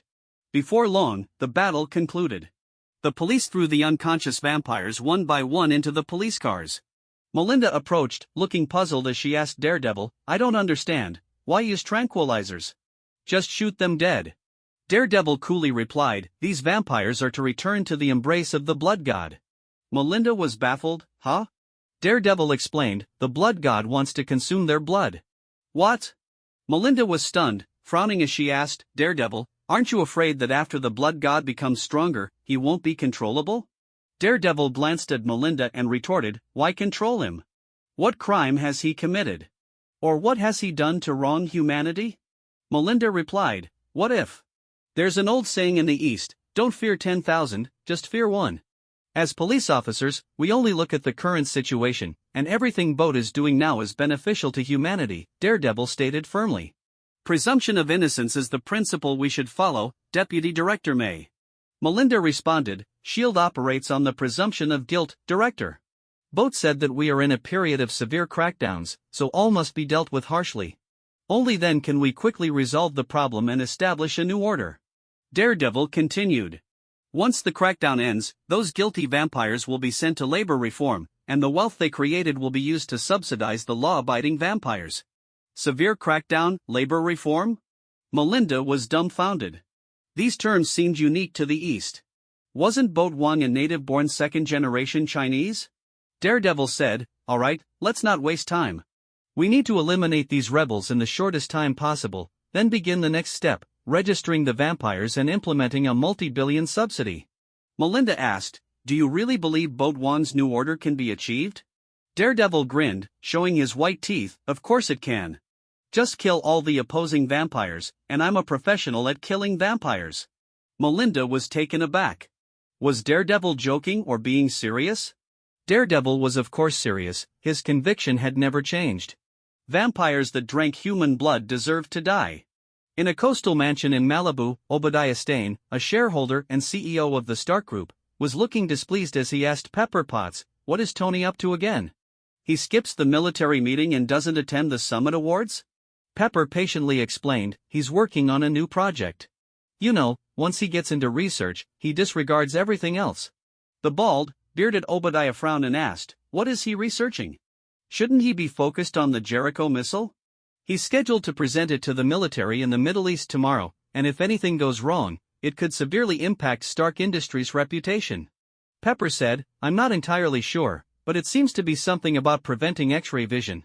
Obadiah glanced at the basement passage, feeling an impulse to go down and talk to Tony, but remembering their previous unpleasant encounters, he ultimately abandoned the idea and stood up, saying, "Pepper, I'm leaving. Tell Tony I stopped by, and make sure he boards the plane on time tomorrow." "Sure, Mr. Stane." Pepper saw Obadiah off.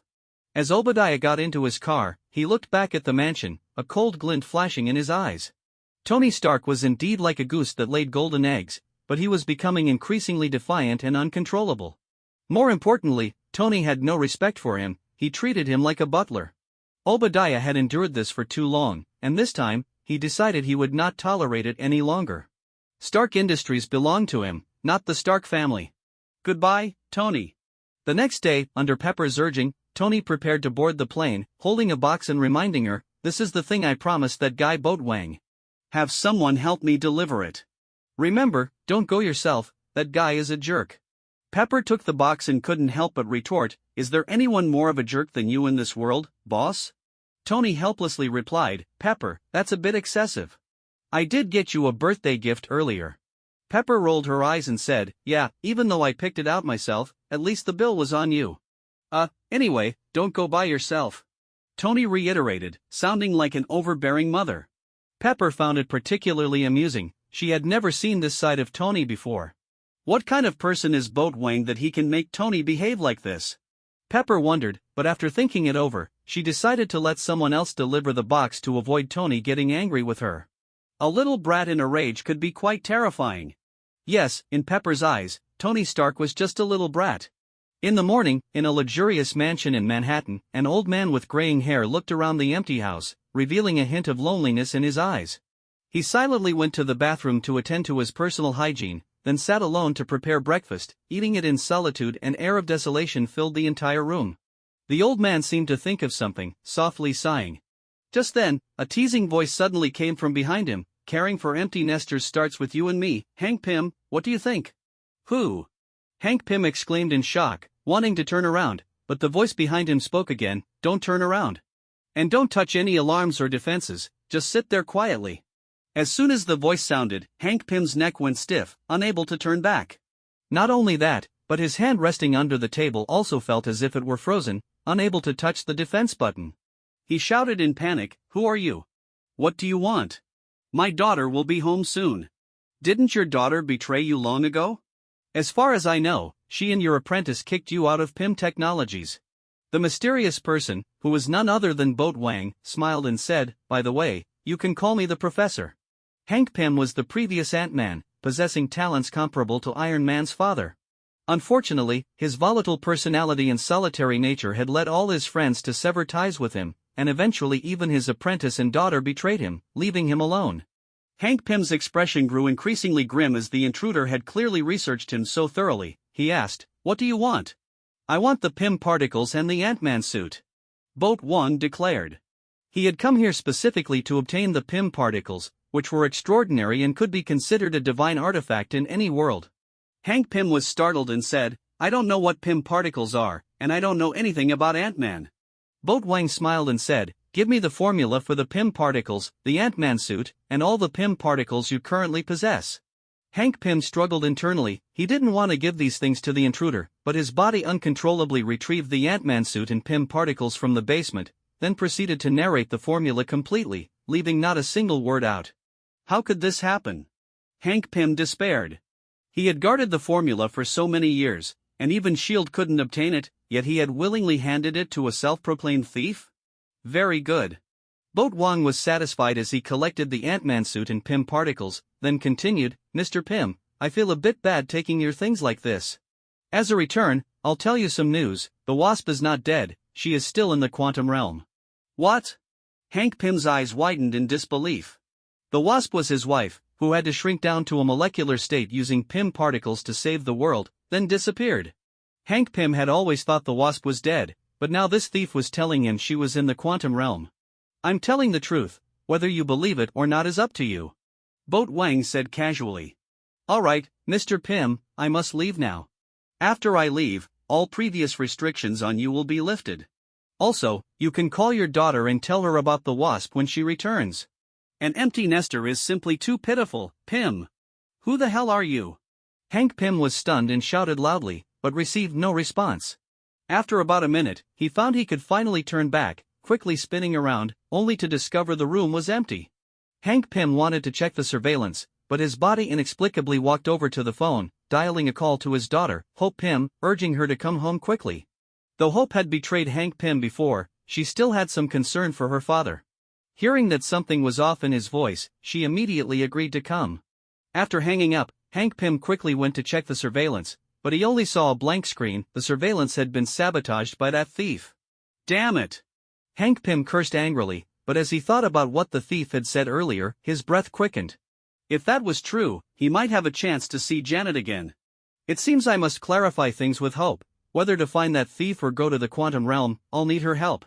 In a cafe in Hell's Kitchen, Boat Wang smiled contentedly at James and said, "James, you did a great job as the intelligence director, finding the person I wanted so quickly.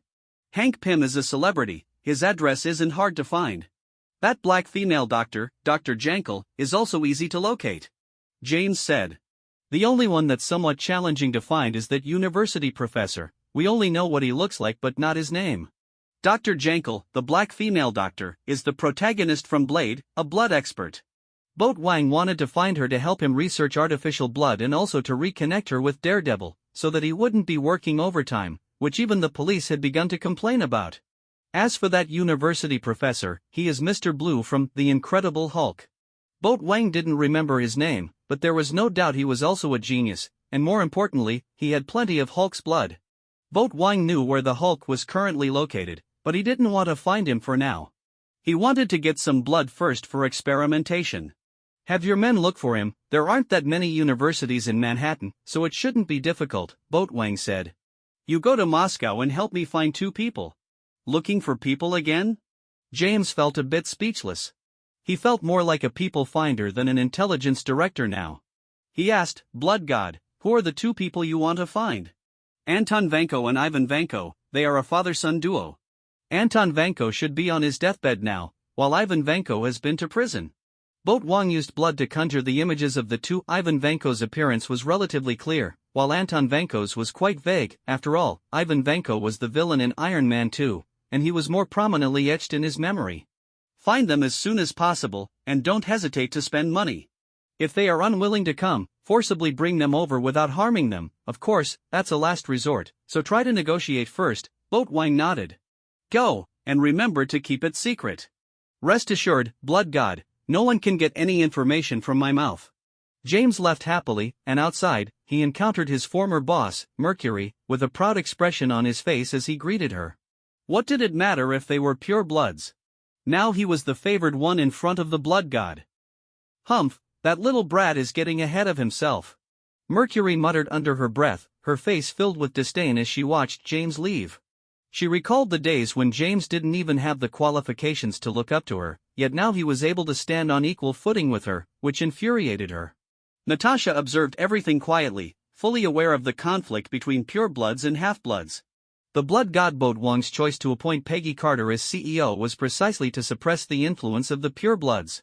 Mercury noticed Natasha's gaze and huffed disdainfully, then walked over to Boat Wang's desk, placing the box on it as she said, "Blood God, this box was sent by Tony Stark." "Do you know Tony Stark?" Boat Wang reached out to take the box and gently opened it. Inside lay a transparent mask, thin as a cicada's wing. It was slightly larger than an ordinary mask, capable of covering the neck and ears. Moreover, there were no openings for the eyes, nose, mouth, or ears. It was entirely closed, with an embedded switch resembling a controller along the edges. Boat Wang picked up the mask and ran his fingers over it, feeling the texture similar to human skin. He then set the mask down and picked up the manual from the box, beginning to read through it carefully. As he delved deeper into the content, a glimmer of light gradually appeared in his eyes. Boat Wang turned to Mercury and said, "Mercury, this mask is designed to fit your facial features. When you put it on and turn on the power, it will automatically conform to your skin, making it completely unnoticeable that you're wearing it." "Unnoticeable?" A hint of surprise appeared on Mercury's face. She took the mask, carefully put it on, and pressed the switch. The mask immediately began to contract, tightly fitting her face and neck as if merging with her skin. Mercury picked up a mirror to look at herself. Aside from the controller, it was truly impossible to tell that she was wearing a mask. What amazed her even more was that although this mask was completely closed, her vision, breathing, and speech were all unaffected. Putting down the mirror, Mercury asked with a puzzled expression, "This mask is quite interesting, but Blood God, what is its purpose?" Boat Wang smiled slightly, saying, "Put on that UV blocking hat of yours and go stand in the sunlight over there for a while." "Sunbathe?" Mercury was momentarily taken aback, but then she thought of something, and a spark of excitement flashed in her eyes. She hurriedly put on the hat and, feeling both apprehensive and excited, walked into the sunlight. However, nothing unusual happened. there were no signs of her skin dissolving. This was because her clothing already provided UV protection. Mercury excitedly asked, "Blood God, this mask really can block UV rays?" Boat Wang nodded, saying, "That's right. As long as you cover the controller with your hair, no one will be able to notice that you're wearing a mask. This way, even if we don't completely envelop ourselves, we can move freely during the day. This is truly a great item. Tony Stark is indeed a legendary genius to have invented something like this." Mercury was ecstatic, fully aware that with this mask, she could always follow the blood god without worrying about the sunlight anymore. Natasha quietly watched Mercury in the sunlight, frowning slightly. She realized that this mask would significantly enhance the strength of the Blood Clan and bring about considerable changes to the entire world. Boat Wang thought of something and glanced at Natasha. He noticed the mask bore some resemblance to the disguise masks used by Black Widow and Captain America, the Winter Soldier, and he couldn't help but wonder if this was the same technology.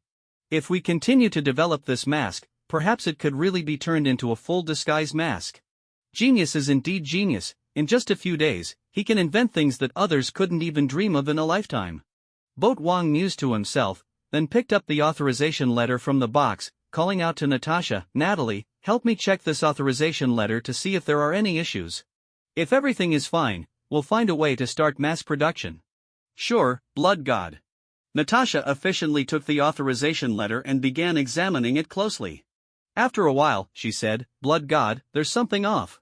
While we have the patent for this mask, to produce it, we must use Stark Industries' proprietary new silicone and micro batteries. Tony Stark really is petty." Boat Wang couldn't help but laugh, understanding that Tony was clearly unwilling to concede and had deliberately set up an obstacle for them. He said, "Check if Stark Industries sells this new silicone and micro batteries." "All right." Natasha immediately opened her laptop to search for relevant information. A moment later, she said, "These new silicone and micro batteries are indeed for sale, but they are very expensive. I calculated that each mask requires about $80,000 worth of silicone and batteries. In that case, this mask can't be popularized for now." Boat Wang shook his head and said, "Place an order with Stark Industries to buy more of this silicone and batteries. Also, Mercury, take this design document and find someone to set up a factory to start production as soon as possible. By the way, during the production process, be particularly cautious about the chips, make sure no backdoors are left behind." Mercury stepped out of the sunlight, putting the mask back in the box as she said, "I understand, Blood God. I will complete the production task for this mask as quickly as possible." Boat Wang nodded, saying, "Once the factory can start production, we'll first distribute this mask to the upper management of our group and the security company's guards as a benefit for them. Then, we'll sell this mask for $200,000 to those Bloods who have registered their identities. No sales will be made to those unregistered." "Yes, Blood God." Mercury solemnly nodded. Natasha couldn't help but glance at Boat Wang, internally muttering to herself, "This guy really is quite ruthless. In one turn, he can earn twice the profit. This price is still too high. We must find a way to get hold of the technology for this new silicone and micro batteries." Boat Wang stroked his chin, deep in thought. He suddenly remembered something and turned to Mercury, asking, "By the way, have those offshore companies I asked you to set up been established?" Mercury replied, "They've all been set up, Blood God." "Are you planning to enter the stock market?" Boat Wang said, "Yes, let our financial company start shorting Stark Industries and invest all the funds into it." "What? Short Stark Industries?" Both Mercury and Natasha were taken aback. Natasha quickly reminded, "Blood God, Stark Industries' stock price has been rising due to the Jericho missile. Shorting it now could lead to significant losses. Shorting, in simple terms, means that when the stock price rises, investors lose money, when the stock price falls, investors make money." Boat Wang replied dismissively, "I met with Tony a few days ago and noticed that he seemed troubled. It feels like he's facing a disaster." Mercury and Natasha exchanged puzzled glances, not understanding what Boat Wang was talking about. They looked at each other, their eyes revealing confusion as if asking, "What does troubled and facing a disaster mean?" Boat Wang ignored their confusion and continued, "Tony Stark is the core figure of Stark Industries. If anything happens to him, Stark Industries stock will certainly plummet. At that time, we can make a fortune. Troubled and facing a disaster?" The two women remained bewildered, completely not comprehending what Boat Wang was saying. But they also understood that Boat Wang always had his reasons for doing things. Since he decided to short Stark Industries, they would follow through. Natasha shook her head helplessly, realizing that her superior was secretly trading with the Blood Clan. What was going on? She felt conflicted, unsure whether to report this to her superiors. This is just the beginning of my grand plan, you just need to do as I say, Boatwang said. Mercury hesitated for a moment but then said, Blood God, Stark Industries is one of the most powerful military-industrial groups in the world. If we short it, S.H.I.E.L.D. might have objections. Boatwang huffed, what can they do? We haven't broken any laws. As long as we don't violate the law, no one can stop us. Shorting Stark Industries is just a part of my plan, you can trust me to handle it. After a pause, Boatwang added, you don't need to worry too much. My relationship with Director Fury is quite good. A couple of days ago, he took quite a few rebates from me. The power of S.H.I.E.L.D. is indeed useful, it helps us save a lot on inheritance taxes and factory taxes. Natasha rolled her eyes silently. This guy really could talk a good game. She resolved to investigate the dealings between Boatwang and Director Fury after this matter concluded. Alright, Blood God. I'll immediately instruct the financial company to proceed as you directed. Mercury no longer opposed and turned to the adjacent room to make the call. Grand plan? Natasha's eyes flashed with doubt as she leaned closer to Boatwang, slightly bending down to ask, Blood God, what do you need me to do for your grand plan? Boatwang's gaze roamed over Natasha without reservation, then he said, you'll know in due course. Natasha straightened up, a flicker of displeasure in her eyes, but she also understood that without more information, she couldn't easily reveal her emotions. She elegantly turned and walked back to her seat, silently vowing to figure out Boatwang's grand plan as soon as possible. This matter must be reported to Director Fury. Tony Stark is vital for the safety of the world, and Boatwang's actions must surely be based on some intelligence. At that moment, the phone suddenly rang, and Natasha picked it up to answer. After a moment, she said to Boatwang, Blood God, the lawyers Matt Murdock and Foggy Nelson, who are responsible for the long-term rental apartment, want to see you. What? The timeline in this world is really chaotic, Daredevil is already making his debut so soon. Boatwang narrowed his eyes slightly and said, please let them in. Soon, the two lawyers entered, accompanied by the receptionist. Natasha was surprised to notice that Matt Murdock was blind. She couldn't help but wonder, can a blind person really be a lawyer? Boatwang also noticed Matt's condition and narrowed his eyes, understanding that Matt was not an ordinary blind man. Matt Murdock had lost his sight as a child due to chemical exposure while saving someone, but this incident had granted him extraordinarily enhanced hearing, smell, and touch, making him almost indistinguishable from a normal person, which was why he could be an excellent lawyer. Later, Matt discovered that merely studying law would not save all of America, so he worked as a lawyer during the day and donned a red costume at night to become Daredevil, fighting crime. Upon seeing Daredevil, Boatwang was reminded of Jessica Jones, another street hero. He inwardly complained that this woman was quite inconsiderate. After waking up, she had flown directly out of his castle without even saying thanks, and she even broke one of his windows. Next time he saw her, he would definitely make her pay for the damage. Boatwang stood up, smiling as he extended his hand to the two of them. Mr. Murdock, Mr. Nelson, nice to meet you. Hello, Mr. Wang. After some polite exchanges, Matt got straight to the point, saying, Mr. Wang, my clients have agreed to your terms in principle, but they hope you can offer more in compensation. Boatwang smiled slightly and replied, Mr. Murdock, can you find a second landlord in all of America as generous as I am? I even specifically found an apartment building for them to move into. Matt said, Mr. Wang, you are indeed generous. However, my clients are in difficult economic situations, and moving will cause them great trouble, so they need more compensation. So you're trying to take advantage of the situation? Boatwang couldn't help but laugh. He said, how about this, those who can move within 3 days will receive a 50% increase in compensation, those who can move within 7 days will receive a 20% increase. Those who move after 7 days will not see an increase in compensation. How does that sound? Matt was a bit surprised. Mr. Wang, why are you in such a hurry to acquire that building? Boatwang chuckled, I want to establish my group headquarters in that building, the sooner the better. After Matt and Foggy discussed briefly, they said, Mr. Wang, I will convey your terms to my clients. If there are no issues, we can formally sign the contract tomorrow. Great, thank you for your trouble. Natalie, please see them out. Boatwang stood up, shaking hands with the two again. Just as Matt and the others were about to leave, Mercury walked out from the adjacent room. Upon hearing the footsteps, Matt's expression slightly changed, and shock appeared in his eyes, as if he had seen something unbelievable. He could hear heartbeats, and he usually relied on this ability to determine if there were others nearby. But he never expected to encounter someone who could move without a heartbeat. Vampires have no heartbeat, yet Boat Wang does. Mercury, of course, had no idea what Matt was thinking. She stood next to Boat Wang, quietly waiting for the guests to leave. As Matt was about to exit, he caught sight of an elderly lady with a cane and a suited Asian man getting out of a car. He was taken aback. How could Kilgrave be with this person? He was the head of the Yakuza, and Matt had crossed paths with him before, ending in a draw. Matt had no idea that both Kilgrave and the Yakuza leader were members of the Hand. Kilgrave was one of the 5 fingers of the Hand, while Yakuza was a trusted upper-level ninja of the Hand. Natasha said to Matt, "Mr. Murdoch, I won't see you out. I wish you safe travels." Matt forced a smile and said, "Yes, let's grab coffee together next time." Natasha smiled, "Are you asking me out?" Matt was about to respond when he suddenly heard a commotion between Yakuza and the guards. The guards insisted on searching them to ensure they weren't carrying any dangerous weapons. Yakuza wanted to say something, but Kilgrave waved his hand, signaling him not to act impulsively. Just when everyone thought Kilgrave would compromise, he suddenly pushed one of the guards from a distance.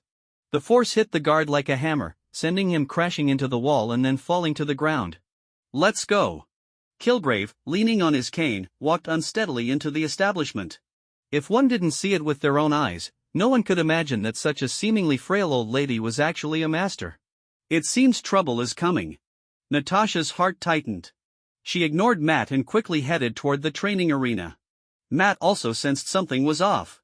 He stuffed his briefcase into the hands of Foggy, who wanted to say something, and said, "Foggy, you head back. I'll take a walk around. Matthew, that old lady." Foggy wanted to say more, but Matt was already running toward the back alley.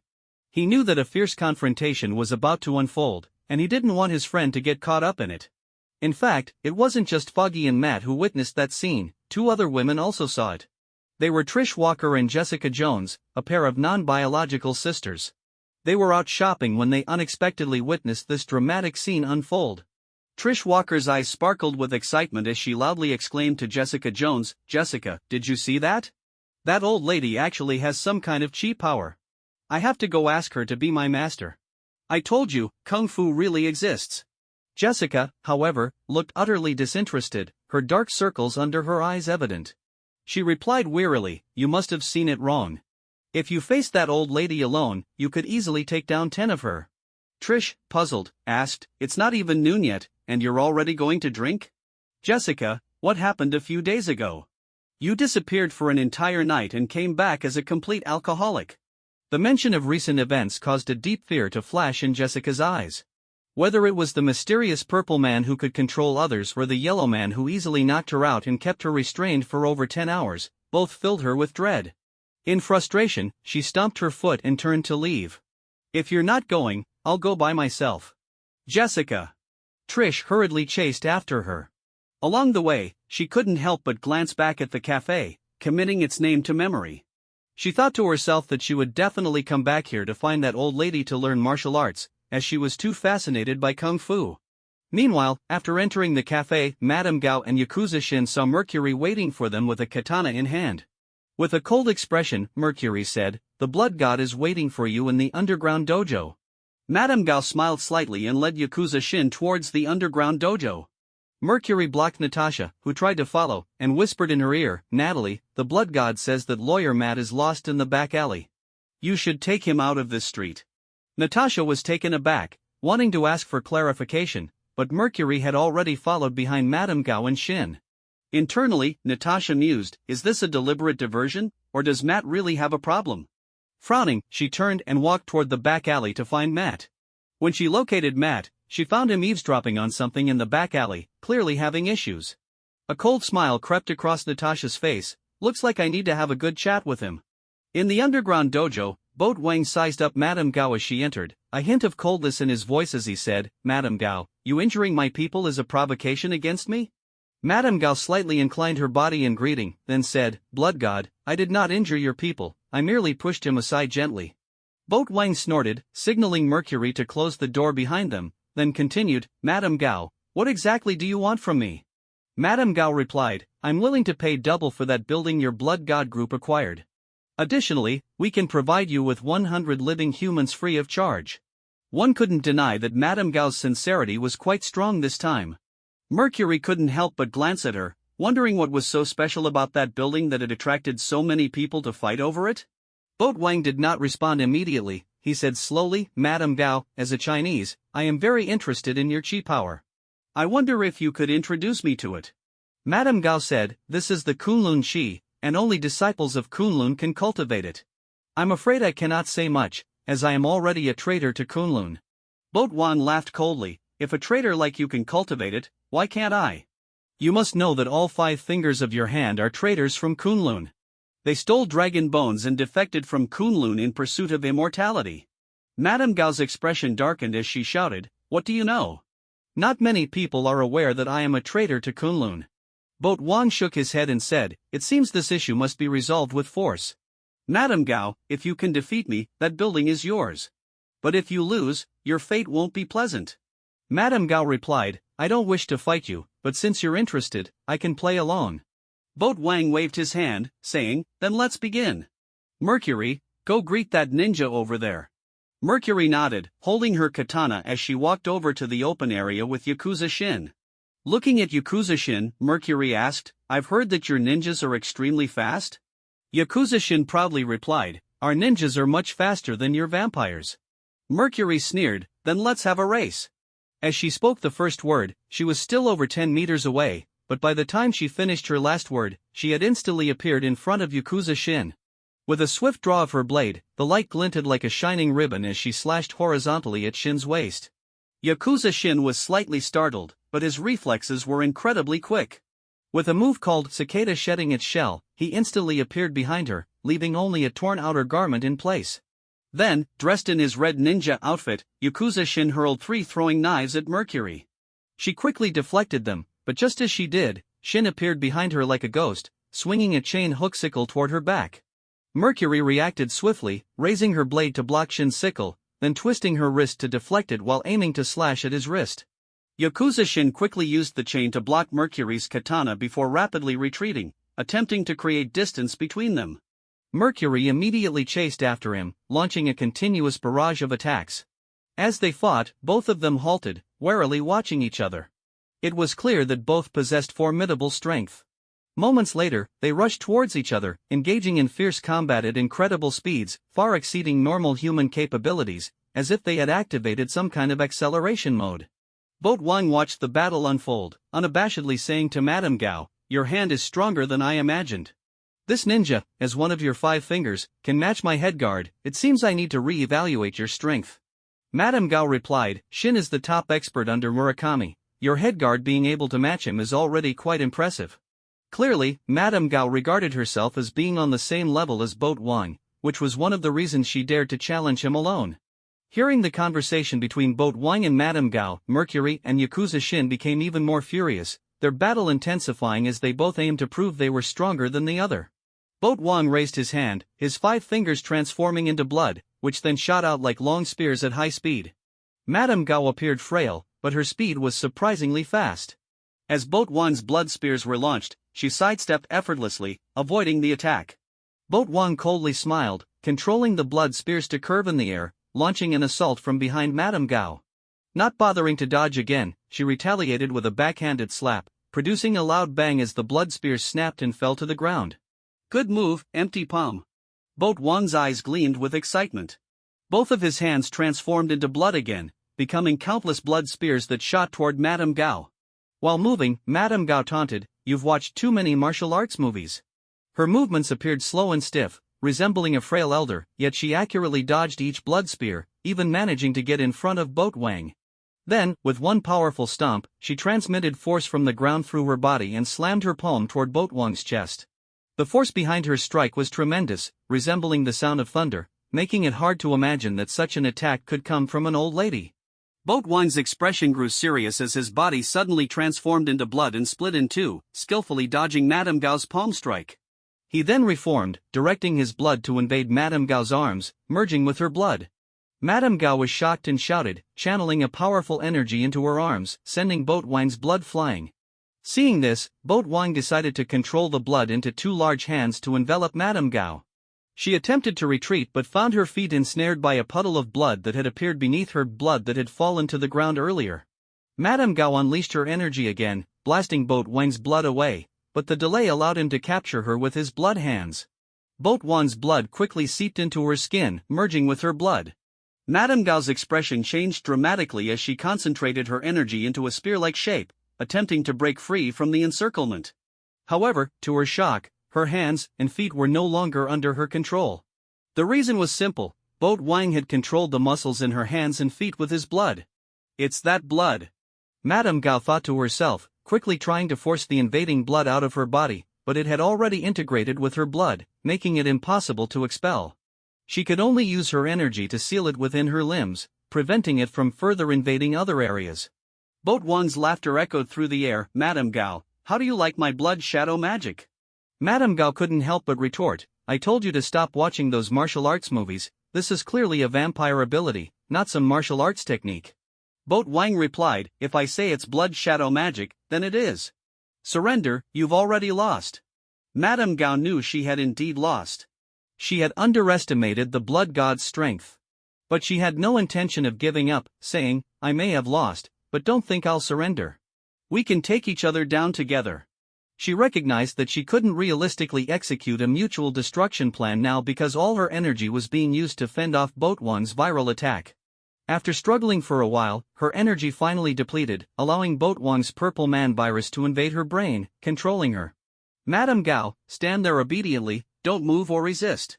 Boat Wang laughed heartily, as the blood around him began to coalesce, reshaping back into human form. His clothes also appeared intact because they were hidden within the blood when he transformed. Madame Gao wanted to escape, but her body wouldn't obey. She could only stand there obediently, awaiting her judgment from Boat Wang. Blood God. I'm here to report to you. After Boat Wang regained his human form, the disheveled Mercury tossed the bloodied and unconscious Yakuza Shin at his feet. In this brawl, Mercury had won simply because she could heal, while Yakuza Shin could not. Furthermore, Yakuza Shin hadn't used silver weapons. Boat Wang glanced at Mercury and said, Mercury, I'm a bit disappointed in your strength. You are supposed to be my top warrior. Though Daredevil was stronger than Mercury, he was not one of Boat Wang's warriors but rather his friend. Mercury felt a bit aggrieved. Vampires needed to drink human blood to enhance their strength, and now that Boat Wang had prohibited the consumption of human blood, even cancelling the agreements with those willing to become blood thralls, she hadn't fed on human blood for a long time. This had caused her strength not only to stagnate but to decline. If it weren't for that, this battle wouldn't have been so arduous.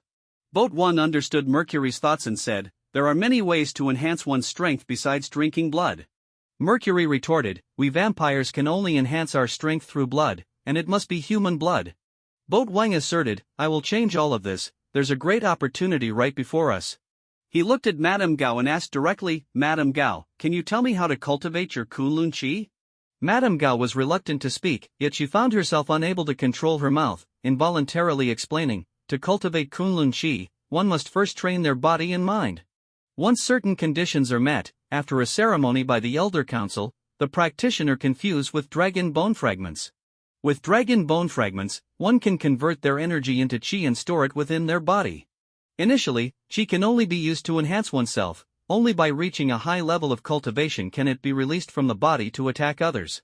After a pause, Madame Gao proudly declared, I don't know the current situation in Kunlun, but among our hand, I am the only one capable of projecting Qi outward. Boat Wang frowned, saying, you need to fuse with dragon bone fragments to cultivate Qi? That's somewhat different from what I imagined. Madame Gao nodded, saying, that's right, everything relates to the dragon bone. The more dragon bone fragments one fuses with, the more Qi they can contain. However, it's not a matter of fusing them all at once, one must gradually cultivate to absorb the fragments. Initially, I spent an entire year completely fusing with the first dragon bone fragment. According to Kunlun's rules, after fully absorbing it, one can apply to fuse with the second fragment, and so on. The number of dragon bone fragments a human can fuse with is limited, usually between 5 and 9. However, most people don't have the time to cultivate to their limits. Time is always humanity's greatest enemy. The elders of Kunlun are stubborn and don't allow warriors to use dragon bones to extend their lives, which is why I defected from Kunlun. Everything is related to the dragon bones? After hearing Madame Gao's explanation, Boat Wang sighed deeply. This was completely different from his previous understanding of the path to Qi. This is ultimately the Marvel world, not a realm of martial arts. Unable to help himself, Boat Wang asked, Madame Gao, with your qualifications, you should be quite exceptional. Why, after living for hundreds of years, is your power so weak? You should have already cultivated to your limit by now. Madame Gao snorted lightly, saying, 50 years ago, I could have easily killed you. Back then, I possessed 9 dragon bone fragments. Boat Wang pressed further, have you all used up the dragon bones that your hand stole from Kunlun? Exactly. The dragon bones are exhausted, which is why our hand has been declining in strength over the years. Madame Gao sighed helplessly. For years, we've been searching for new dragon bones. Now that we've finally discovered something, how could we easily give it up? It means the continuation of our lives. Boat Wang smiled slightly, saying, it seems you've already guessed some of my intentions. I indeed know that the dragon bones are located beneath that building. Beside them, Mercury blinked. Although she still had many questions, one thing was clear, the blood god and the hand were competing for dragon bones, which seemed to grant immortality. What does the blood god want with that useless thing? Mercury asked, confused. To her, the dragon bones were simply worthless, as vampires themselves could live forever. Madame Gao proposed a collaboration, we can work together. I will teach you how to use the dragon bones, and you only need to give us half of the dragon bones in return. Boat Wang flatly refused, no, I want all the dragon bones, both the bones themselves and the methods of using them. He then inquired, the dragon bones can grant immortality, right? They can also bring people back to life? Madame Gao replied, that statement is half true and half false. The dragon bones alone can indeed grant immortality, but to resurrect someone, another item is needed. Boat Wang pressed, what item? Madame Gao slowly stated, the beast. The beast? A flicker of confusion crossed Boat Wang's eyes. Yes, the beast. It is the outer god that our hand worships. Madame Gao continued to explain, with its power, combined with the dragon bones, one can achieve resurrection. However, it is not without cost, each time the beast's power is used, a significant amount of souls must be sacrificed. The reason we in the hand have committed so many evils is indeed to obtain souls, Madame Gao sighed. Moreover, each time a person is resurrected, a portion of their soul is taken by the beast. The more times one is resurrected, the more incomplete they become, ultimately turning into puppets of the beast. At this point, Madame Gao lamented, when the hand was first established, we weren't as evil as we are now. We merely wanted to band together for warmth, to resist Kunlun's pursuit. But once we began to worship the beast, we inadvertently lost our moral compass. This is the consequence of abusing evil power. Boat Wang scoffed, don't play the victim in front of me. The evil deeds your hand has committed would be hard to atone for, even if you descended into the depths of hell. He then asked, what exactly does your resurrection require? Madame Gao replied, a portion of bodily tissue, along with the dragon bones. She continued, we each keep some bodily tissue in a secure place. Therefore, blood god, you cannot kill me because I will eventually be resurrected. Those who oppose the hand will not have a good end. Boat Wang laughed coldly, saying, oh, I'm so scared. This was a bit different from what he had seen in the TV series. In the show, simply cutting off their heads would kill them. However, this wouldn't pose a challenge for him. Since they could be resurrected, he could simply freeze them and toss them into the Arctic Circle, letting them keep Captain America company. After pondering for a moment, Boat Wang said, let's put that aside for now. I detected a peculiar energy protecting the dragon bones beneath the long-term rental apartment. What kind of energy is it? Madame Gao looked slightly taken aback before responding, energy? It should be the power of the Iron Fist. She showed a hint of surprise, saying, the power of the Iron Fist is unrivaled. If there really is Iron Fist energy protecting the dragon bones, then to obtain them, you must cooperate with our hand, as only we can capture this generation's Iron Fist and have him remove the protection. Boat Wang scoffed, please, that Iron Fist is as weak as a chicken, why would I need to team up with you? He had watched the Iron Fist series. Initially, he had high hopes because it was related to Kunlun, but after watching, he just wanted to criticize the screenwriters and directors. The protagonist, Danny Rand, had a low IQ, but since he called himself the Iron Fist, he should at least demonstrate the power of the Iron Fist, right? Instead, Danny Rand's iron fist was just a glowing fist.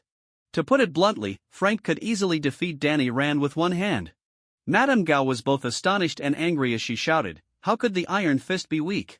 Every time we deal with the iron fist, we need to gather the strength of 5 people." Boat Wang couldn't be bothered to argue with her. He knew that Danny Rand would likely return to New York soon, and with his IQ and strength, he had plenty of ways to make him disable the protection. Seeing Boat Wang fall silent, Madame Gao took a deep breath and said, "The difference between the Iron Fist and us warriors is that he possesses the dragon soul, allowing him to break through the limits of the human body and accumulate chi in large amounts. Furthermore, the power of the dragon soul can significantly enhance the potency of the chi." According to records, the first Iron Fist, Wu Fengji, once punched and killed a phoenix that invaded from another realm. A flicker of doubt crossed Boat Wang's eyes as he asked, "Phoenix? Isn't that from the X-Men? Is there another one? But if it's named after a phoenix, it shouldn't be too weak, right?" Madame Gao replied, "Fengji did indeed kill the phoenix, that is an undeniable fact.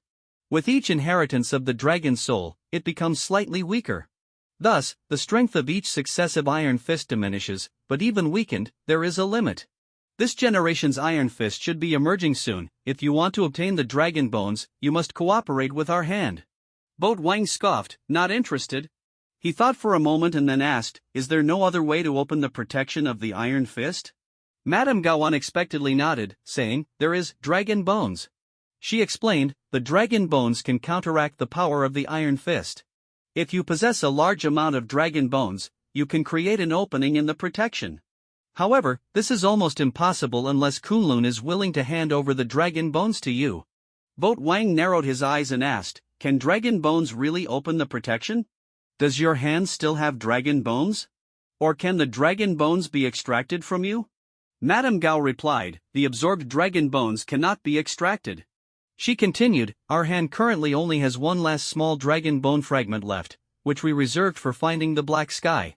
Do not think we will give it to you. Even if we did, that small fragment could only create a very small opening, perhaps no thicker than a chopstick, and would be utterly meaningless." "A chopstick-sized opening?" A glimmer of joy appeared in Boat Wang's eyes. Such an opening might be insignificant to others, but he was no ordinary person. He could transform into blood. As long as there was a small opening, he could seep through. Previously, he used this method to investigate the situation beneath the long-term rental apartment he had transformed into blood to drill a small hole underground. With this method, he wouldn't have to wait foolishly for Danny Rand to come down, who knew when he would appear. Boat Wang said, "It seems I must go to war with your hand." A hint of determination flashed in his eyes as he said, "Well, your hand has long been notorious for its evil deeds.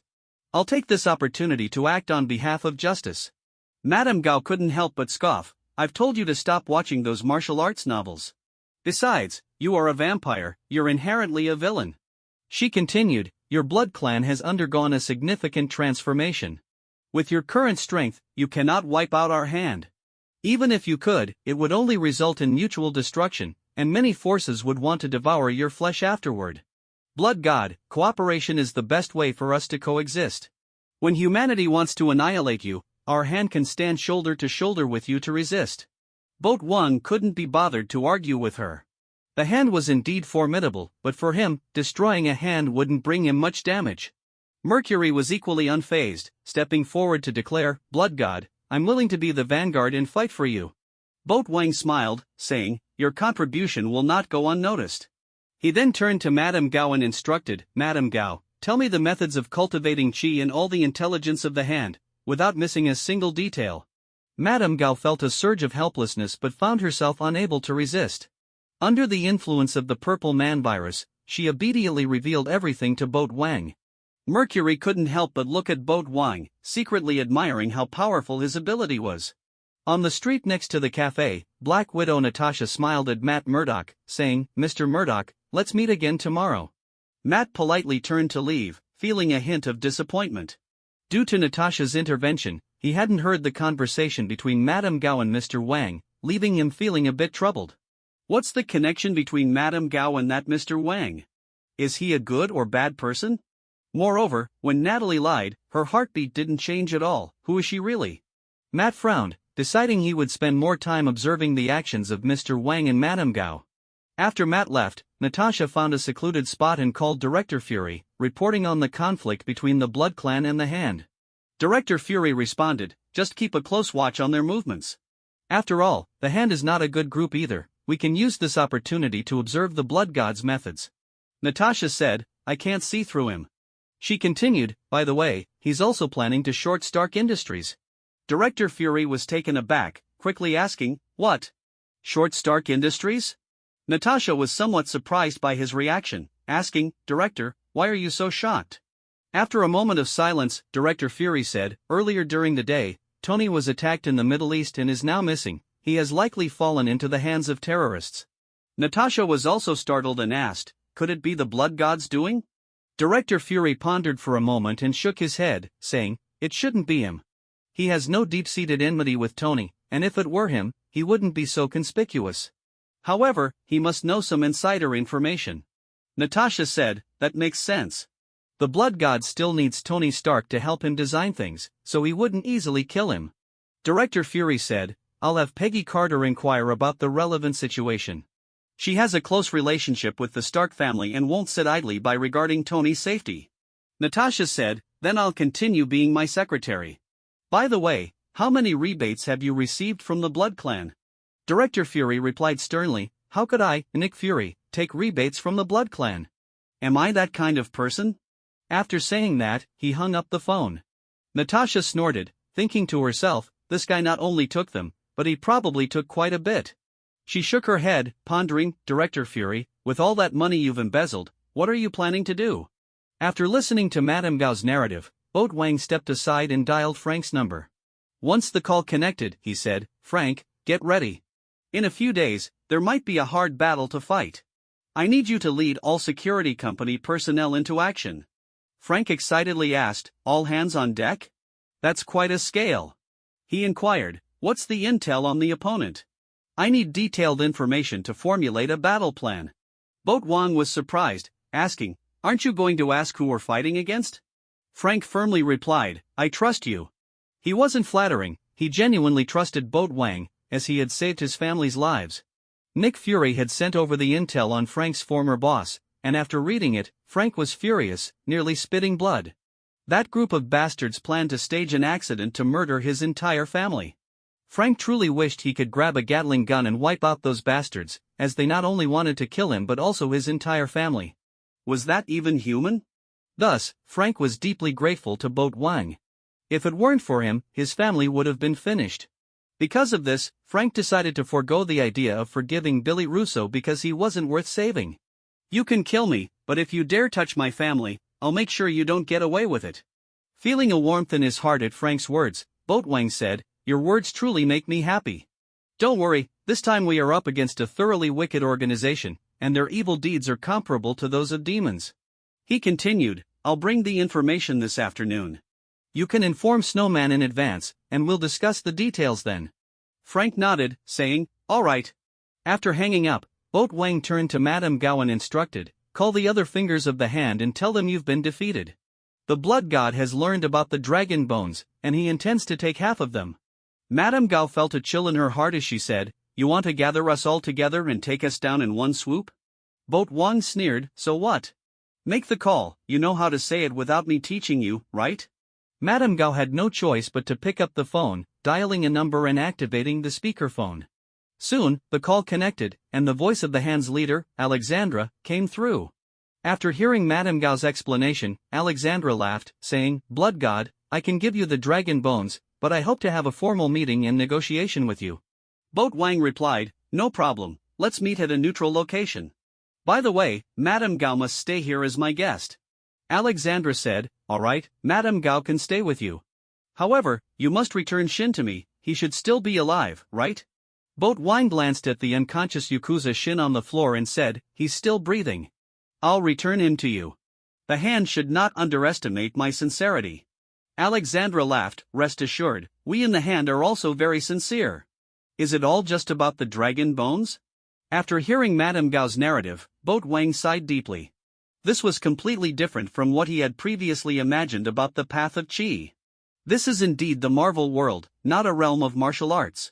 Unable to hold back, Boat Wang asked, "Madame Gao, with your qualifications, you should be quite remarkable. Why, after living for hundreds of years, is your power so weak? You should have already cultivated to your limit by now. Madame Gao snorted lightly, responding, 50 years ago, I could have easily killed you. Back then, I possessed 9 dragon bone fragments.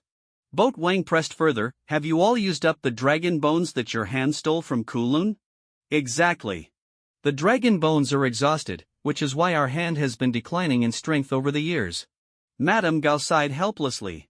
For years, we've been searching for new dragon bones. Now that we've finally discovered something, how could we easily give it up? It means the continuation of our lives.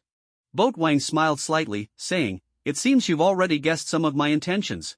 I indeed know that the dragon bones are located beneath that building. Beside them, Mercury blinked. Although she still had many questions, one thing was clear, the blood god and the hand were competing for dragon bones, which seemed to grant immortality. What does the blood god want with that useless thing? Mercury asked, confused. To her, the dragon bones were simply worthless, as vampires themselves could live forever. Madame Gao proposed a collaboration. We can work together. I will teach you how to use the dragon bones, and you only need to give us half of the dragon bones in return. Boat Wang flatly refused. No, I want all the dragon bones, both the bones themselves and the methods of using them. He then inquired, the dragon bones can grant immortality, right? They can also bring people back to life? Madame Gao replied, that statement is half true and half false. The dragon bones alone can indeed grant immortality, but to resurrect someone, another item is needed. Boat Wang pressed, what item? Madame Gao slowly stated, the beast. The beast? A flicker of confusion crossed Boat Wang's eyes. Yes, the beast. It is the outer god that our hand worships. Madame Gao continued to explain, with its power, combined with the dragon bones, one can achieve resurrection. However, it is not without cost. Each time the beast's power is used, a significant amount of souls must be sacrificed. The reason we in the hand have committed so many evils is indeed to obtain souls, Madame Gao sighed. Moreover, each time a person is resurrected, a portion of their soul is taken by the beast. The more times one is resurrected, the more incomplete they become, ultimately turning into puppets of the beast. At this point, Madame Gao lamented, when the hand was first established, we weren't as evil as we are now. We merely wanted to band together for warmth, to resist Kunlun's pursuit. But once we began to worship the beast, we inadvertently lost our moral compass. This is the consequence of abusing evil power. Boat Wang scoffed, don't play the victim in front of me. The evil deeds your hand has committed would be hard to atone for, even if you descended into the depths of hell. He then asked, what exactly does your resurrection require? Madame Gao replied, a portion of bodily tissue, along with the dragon bones. She continued, we each keep some bodily tissue in a secure place. Therefore, blood god, you cannot kill me because I will eventually be resurrected. Those who oppose the hand will not have a good end. Boat Wang laughed coldly, saying, oh, I'm so scared. This was a bit different from what he had seen in the TV series. In the show, simply cutting off their heads would kill them. However, this wouldn't pose a challenge for him. Since they could be resurrected, he could simply freeze them and toss them into the Arctic Circle, letting them keep Captain America company. After pondering for a moment, Boat Wang said, let's put that aside for now. I've detected a peculiar energy protecting the dragon bones beneath the long-term rental apartment. What kind of energy is it? Madame Gao looked slightly taken aback before responding, energy? It should be the power of the Iron Fist. She showed a hint of surprise, saying, the power of the Iron Fist is unrivaled. If there really is Iron Fist energy protecting the dragon bones, then to obtain them, you must cooperate with our hand, as only we can capture this generation's Iron Fist and have him remove the protection. Boat Wang scoffed, please, that Iron Fist is as weak as a chicken, why would I need to team up with you? He had watched the Iron Fist series. Initially, he had high hopes because it was related to Kunlun, but after watching, he just wanted to criticize the screenwriters and directors. The protagonist, Danny Rand, had a low IQ, but since he called himself the Iron Fist, he should at least demonstrate the power of the Iron Fist, right? Instead, Danny Rand's Iron Fist was just a glowing fist. To put it bluntly, Frank could easily defeat Danny Rand with one hand. Madame Gao was both astonished and angry as she shouted, how could the Iron Fist be weak? Every time we deal with the Iron Fist, we need to gather the strength of 5 people. Boat Wang couldn't be bothered to argue with her. He knew that Danny Rand would likely return to New York soon, and with his IQ and strength, he had plenty of ways to make him disable the protection. Seeing Boat Wang fall silent, Madame Gao took a deep breath and said, "The difference between the Iron Fist and us warriors is that he possesses the dragon soul, allowing him to break through the limits of the human body and accumulate chi in large amounts. Furthermore, the power of the dragon soul can significantly enhance the potency of the chi." According to records, the first Iron Fist, Wu Fengji, once punched and killed a phoenix that invaded from another realm. A flicker of doubt crossed Boat Wang's eyes as he asked, "Phoenix? Isn't that from the X-Men? Is there another one? But if it's named after a phoenix, it shouldn't be too weak, right?" Madame Gao replied, "Fengji did indeed kill the phoenix, that is an undeniable fact. With each inheritance of the dragon soul, it becomes slightly weaker. Thus, the strength of each successive Iron Fist diminishes, but even weakened, there is a limit. This generation's Iron Fist should be emerging soon. If you want to obtain the dragon bones, you must cooperate with our hand." Boat Wang scoffed, not interested. He thought for a moment and then asked, "Is there no other way to open the protection of the Iron Fist?" Madame Gao unexpectedly nodded, saying, "There is dragon bones." She explained, "The dragon bones can counteract the power of the Iron Fist. If you possess a large amount of dragon bones, you can create an opening in the protection. However, this is almost impossible unless Kunlun is willing to hand over the dragon bones to you." Boat Wang narrowed his eyes and asked, "Can dragon bones really open the protection? Does your hand still have dragon bones? Or can the dragon bones be extracted from you?" Madame Gao replied, "The absorbed dragon bones cannot be extracted." She continued, "Our hand currently only has one last small dragon bone fragment left, which we reserved for finding the black sky. Do not think we will give it to you. Even if we did, that small fragment could only create a very small opening, perhaps no thicker than a chopstick, and would be utterly meaningless." "A chopstick-sized opening?" A glimmer of joy appeared in Boat Wang's eyes. Such an opening might be insignificant to others, but he was no ordinary person. He could transform into blood. As long as there was a small opening, he could seep through. Previously, he used this method to investigate the situation beneath the long-term rental apartment. He had transformed into blood to drill a small hole. With this method, he wouldn't have to wait foolishly for Danny Rand to come down, who knew when he would appear. Boat Wang said, "It seems I must go to war with your hand." A hint of determination flashed in his eyes as he said, "Well, your hand has long been notorious for its evil deeds. I'll take this opportunity to act on behalf of justice." Madame Gao couldn't help but scoff. "I've told you to stop watching those martial arts novels. Besides, you are a vampire, you're inherently a villain." She continued, "Your blood clan has undergone a significant transformation. With your current strength, you cannot wipe out our hand. Even if you could, it would only result in mutual destruction, and many forces would want to devour your flesh afterward. Blood God, cooperation is the best way for us to coexist. When humanity wants to annihilate you, our hand can stand shoulder to shoulder with you to resist." Boat Wang couldn't be bothered to argue with her. The hand was indeed formidable, but for him, destroying a hand wouldn't bring him much damage. Mercury was equally unfazed, stepping forward to declare, "Blood God, I'm willing to be the vanguard and fight for you." Boat Wang smiled, saying, "Your contribution will not go unnoticed." He then turned to Madame Gao and instructed, "Madame Gao, tell me the methods of cultivating qi and all the intelligence of the hand, without missing a single detail." Madame Gao felt a surge of helplessness but found herself unable to resist. Under the influence of the purple man virus, she obediently revealed everything to Boat Wang. Mercury couldn't help but look at Boat Wang, secretly admiring how powerful his ability was. On the street next to the cafe, Black Widow Natasha smiled at Matt Murdock, saying, "Mr. Murdock, let's meet again tomorrow." Matt politely turned to leave, feeling a hint of disappointment. Due to Natasha's intervention, he hadn't heard the conversation between Madame Gao and Mr. Wang, leaving him feeling a bit troubled. What's the connection between Madame Gao and that Mr. Wang? Is he a good or bad person? Moreover, when Natalie lied, her heartbeat didn't change at all. Who is she really? Matt frowned, deciding he would spend more time observing the actions of Mr. Wang and Madame Gao. After Matt left, Natasha found a secluded spot and called Director Fury, reporting on the conflict between the Blood Clan and the Hand. Director Fury responded, "Just keep a close watch on their movements. After all, the Hand is not a good group either. We can use this opportunity to observe the Blood God's methods." Natasha said, "I can't see through him." She continued, "By the way, he's also planning to short Stark Industries." Director Fury was taken aback, quickly asking, "What? Short Stark Industries?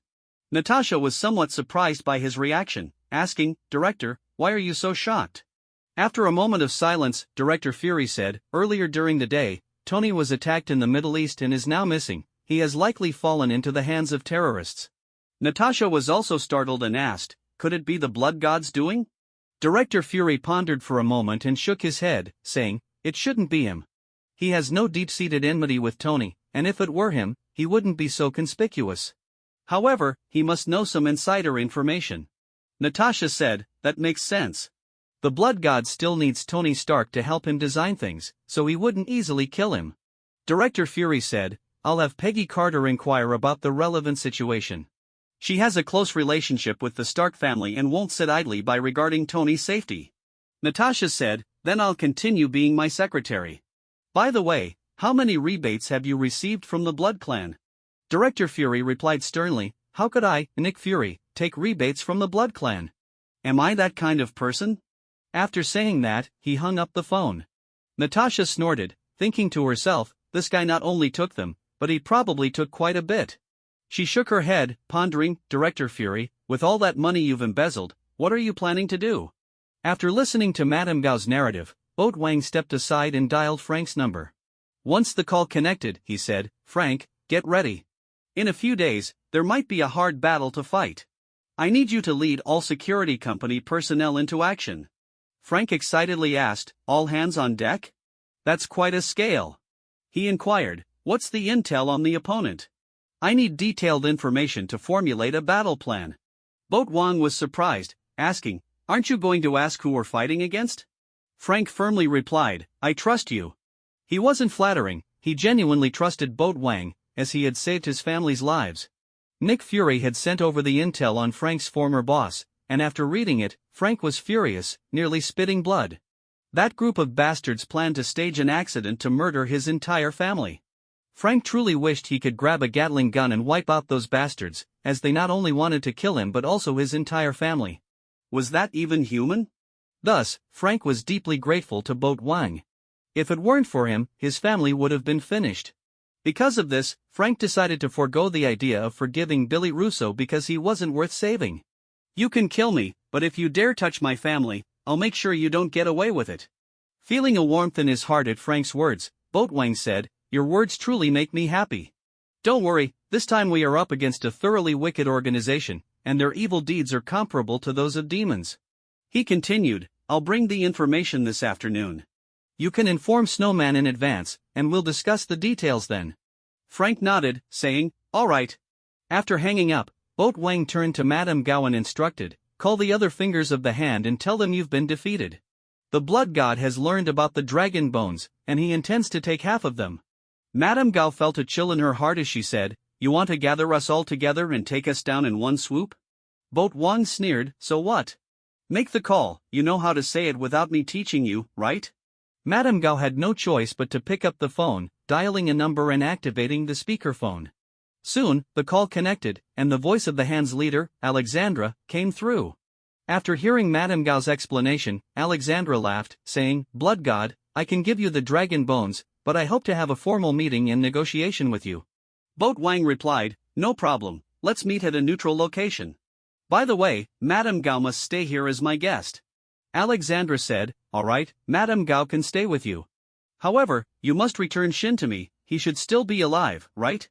Boat Wang glanced at the unconscious Yakuza Shin on the floor and said, he's still breathing. I'll return him to you. The hand should not underestimate my sincerity. Alexandra laughed, rest assured, we in the hand are also very sincere. Hearing Boat Wang's words, Carter's expression turned to one of disbelief. Internally, she thought, this blood god is good in many ways, but he can be a bit too arrogant. I really don't know what to say about him. She then asked, being able to drain the Rand Corporation is certainly a good thing, but even if the hand has been controlling Rand, that doesn't mean it will be an easy task. Those shareholders will definitely not want to see their interests harmed. Boat Wang smiled slightly, confidence gleaming in his eyes as he replied, the hand has been using Rand for illegal drug trafficking and money laundering. As long as we acquire concrete evidence, those shareholders will have to sell the pharmaceutical company to us at a very low price to avoid their stocks becoming worthless. He paused for a moment and added, a price so low it will hurt them to the core. Carter raised another question: what about the funding? It seems the Blood God Group has already invested its funds in shorting Stark Industries. What do we have to conduct the acquisition of Rand? Boat Wang casually picked up his cup, took a sip of tea, and then set it down, slowly saying, "Don't worry. Once we successfully take down the Hand, funds will naturally flow into the Blood God Group.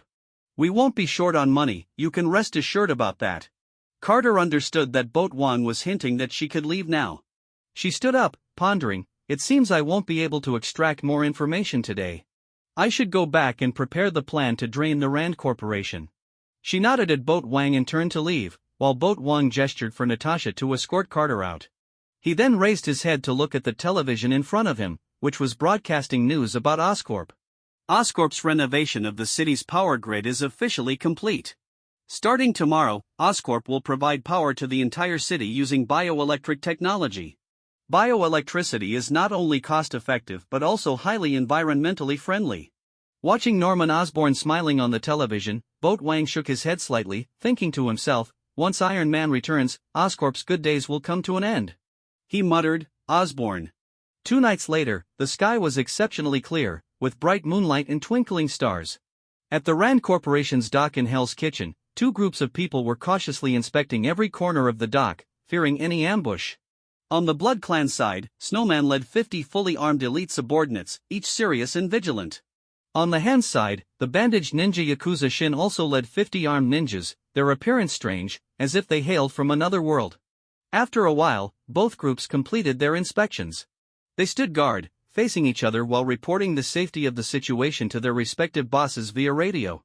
Soon, 2 cars slowly drove into the dock from different directions. The car on the left was an old Rolls-Royce, and when the door opened, Boat Wang stepped out with Mercury and Madame Gao. The car on the right was a black Toyota, from which emerged the 4 fingers of the Hand, Alexandra, the Gambler, Soanda, and Murakami. Over 100 people stood face to face at the dock, a meeting set for the agreed time, location, and numbers. No one expected that this seemingly ordinary negotiation would evolve into an intense battle. "Welcome, members of the Hand." Boat Wang laughed heartily as he stepped forward, confidence radiating from his smile. The 4 members of the Hand approached with smiles. "Blood God, we finally meet. We hope today's negotiations will go smoothly." However, deep down, Alexandra was secretly laughing. She looked at the dock, which appeared to be a neutral ground on the surface, but in reality, it belonged to the Hand. To facilitate their illegal drug trade, they had secretly built some underground rooms at the dock, and at this moment, over 100 ninjas were lying in wait in those underground rooms. At her command, these ninjas would rush out, using UV light and silver bullets to wipe out the Blood Clan. They would not allow the dragon bones to be taken away from the Hand, that was their lifeline, and it absolutely could not be relinquished. Just then, a shadow quietly approached the dock, carefully hiding behind a container. It was Daredevil. He had followed the ninjas here, and upon seeing the large gathering, he couldn't help but swallow hard, internally muttering, "Tonight, there will be a major battle. This script seems to have gone off track. It shouldn't just be a normal gang fight." At the dock, the 2 groups moved to the center and exchanged handshakes as a form of superficial courtesy. Alexandra said to Boat Wang, "Blood God, please assist Madame Gao. She's of advanced age and has difficulty moving." Boat Wang nodded slightly, understanding Alexandra's intention. Madame Gao, leaning on her cane, wobbled towards Alexandra, who glanced at her with a questioning look. Madame Gao nodded lightly. Alexandra breathed a sigh of relief. To her, the only variable in this battle was the strength of the Blood God. Since Yakuza Shin had been knocked out by Mercury previously, she was uncertain of the Blood God's true power. Now that Madame Gao had agreed to her plan, it meant that the Blood God would be unable to withstand their combined efforts. However, at that moment, 3 consecutive explosions erupted from below, causing the dock to tremble violently. Alongside the explosions, flames and thick smoke erupted from 3 locations. "What is that?" Alexandra was startled as she recognized that the smoke was coming from where the ninjas were hiding. Before she could react, she felt a dangerous presence and quickly dodged to the side but was just a bit too late. A blood-red dagger stabbed into her back. As Alexandra was backstabbed, 2 things happened simultaneously. The first was a sniper bullet flying from the left, striking Soanda in the left thigh. The tremendous impact shattered his leg, blood spraying everywhere. Soanda's attention was completely drawn to the explosion, and he failed to notice this lethal strike. The second event was that 5 figures suddenly emerged from beneath the surface of the water, each carrying a rocket launcher on their shoulders. Without hesitation, they all pulled their triggers simultaneously, launching rockets into the midst of the ninjas, resulting in intense explosions. The ninjas were blown apart, their bodies torn to shreds. Many didn't even have time to scream before dying on the spot. Kill! Before the remaining ninjas could react, the ready elite Blood Clan members quickly raised their rifles and began firing madly at the ninjas. The ninjas fell one after another, blood staining the entire dock. Meanwhile, more vampires emerged from beneath the water, joining the battle. These vampires required no air, appearing like demons from hell. From the explosions in the underground to the Blood Clan's sweeping gunfire against the ninjas, the entire process took only a few seconds. Yet, in those brief moments, the hands suffered heavy losses, with countless casualties. "Madame Gao, you've betrayed me!" Alexandra roared in rage, leaping up and kicking at Madame Gao. Madame Gao released her grip on the dagger and raised her arm to block Alexandra's attack. With a loud bang, she was forced back several steps, her face showing a hint of resignation. "I said I didn't want this, do you believe me?" Madame Gao sighed, realizing she could no longer turn back. She raised her cane and charged at Alexandra like lightning. Alexandra was about to counterattack when she suddenly noticed the dagger embedded in her body had come alive, stabbing toward her heart. It was a dagger made of boat wine's blood, filled with sinister power. Alexandra hurriedly used her energy to block boat wine's blood while struggling to fend off Madame Gao's fierce attacks, making her appear extremely flustered. At the same time, others also joined the fray. Mercury and Snowman teamed up to face one of the 5 fingers, the gambler. Their cooperation was seamless, and their offensive was fierce. As for Murakami, he was besieged by the defector Yakuza Shin and several elite vampires. Murakami shouted, "Shin, how could you betray me? What about your ninja way?" Yakuza Shin sighed helplessly, wielding his blade with increasing speed. Though he felt reluctant, he had no choice but to act this way for survival. Murakami was indeed powerful, but facing so many attackers, he quickly found himself at a disadvantage. Among the 5 fingers, Soanda was the most unfortunate. After being shot in the leg by the sniper, he was hit by several more shots and had now completely lost consciousness. In fact, if it weren't for Boat Wong's specific instruction to leave him alive, Frank would have killed him with the first shot. Currently, the one firing was the Punisher, Frank, with Natasha observing closely as a spectator, watching every detail of the battlefield. As for the other ninjas, they had all been killed, not a single one left. They had never anticipated that the Blood Clan would be so ruthless, employing rocket launchers and timed explosives. They were entirely unprepared. Daredevil, hidden in the shadows, sensed the hellish scene filled with corpses before him, and a wave of deep chill washed over him. He couldn't help but ask himself, is this a battlefield? How did the script change so dramatically? This shouldn't just be an ordinary gang fight. The Hand's defeat tonight stemmed from their underestimation. They thought this was merely an ordinary gang fight, unaware that Frank treated it as a genuine war. Whether it was the rocket launchers or the timed explosives buried in the underground, they were top-tier military-grade products from Stark Industries. After the initial fear subsided, Daredevil felt a surge of anger rising within him. How could these people view lives so callously? They slaughtered without mercy, treating human lives like those of chickens and ducks. Did they not have a shred of compassion? Despite the rage filling him, Daredevil felt somewhat powerless. In such a large-scale confrontation, he, as a street hero, couldn't bear the weight. It seemed the only thing he could do was to call the police. The idea of a superhero calling the police seemed somewhat darkly humorous, but other than that, Daredevil truly didn't know what else to do. Frustrated, he threw his phone to the ground, gritting his teeth as he quickly ran toward the position of the sniper he had detected. "It's going even smoother than expected." Boat Wang nodded in satisfaction. Although the current situation no longer required him to personally intervene, he decided to step in and join the assault against Alexandra to prevent any unforeseen issues. With the commotion at the dock, the police were likely already on their way. Boat Wang wasted no time and instantly transformed his arm into a 3-meter-long blood sword, exuding a sinister aura as he swung it fiercely toward Alexandra. While Madame Gao swung her cane, creating a flurry of attacks toward Alexandra, she couldn't help but scoff. "Why aren't you shouting your techniques now? You used to enjoy shouting them out." Boat Wang responded, "Because someone told me I'm a big shot and shouldn't be too childish, so I stopped." Alexandra didn't have the luxury of joking around. She had already been put in a precarious position, and now with Boat Wang, who was even stronger than Madame Gao, her situation grew even more dire, as she narrowly avoided being struck by Boat Wang's blood sword.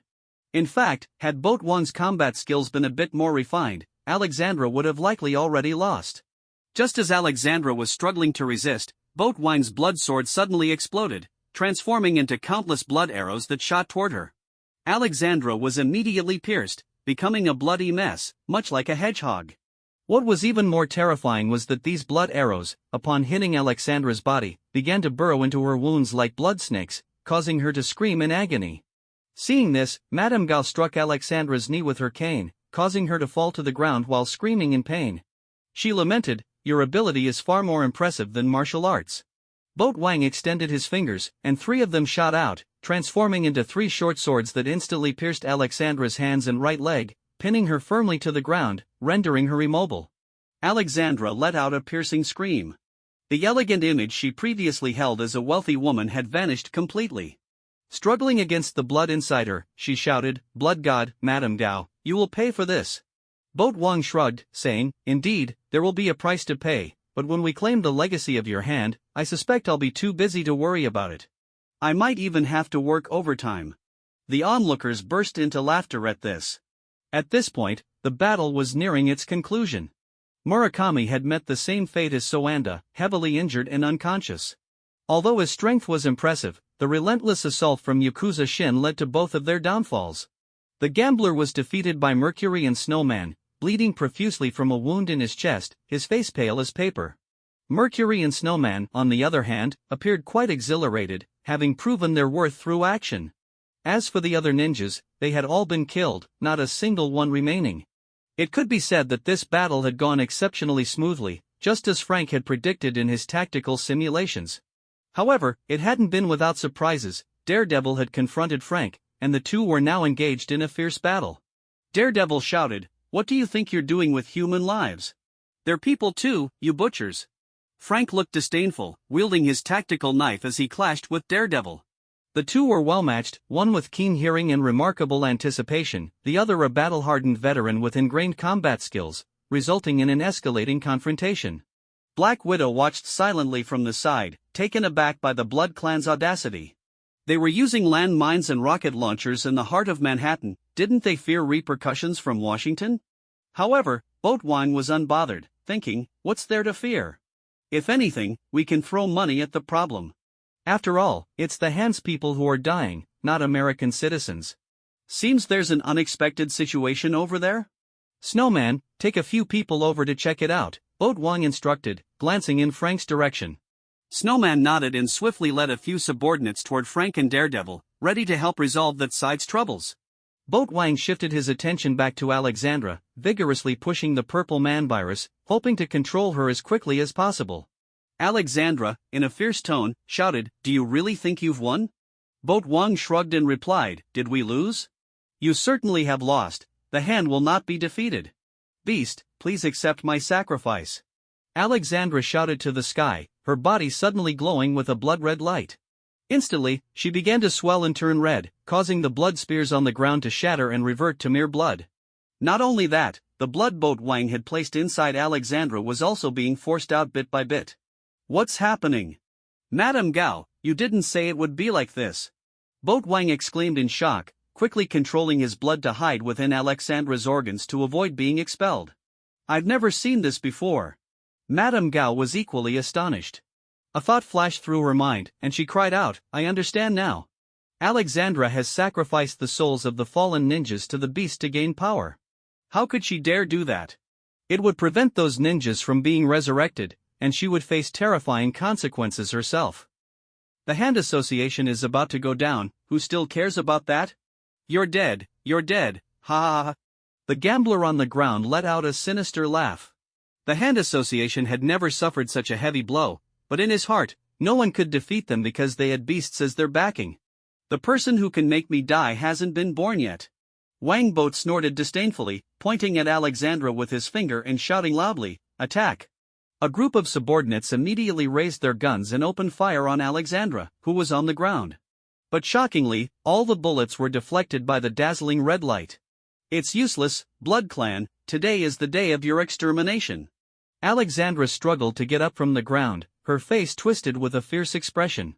At that moment, the red light around her had vanished, allowing everyone to see her true appearance.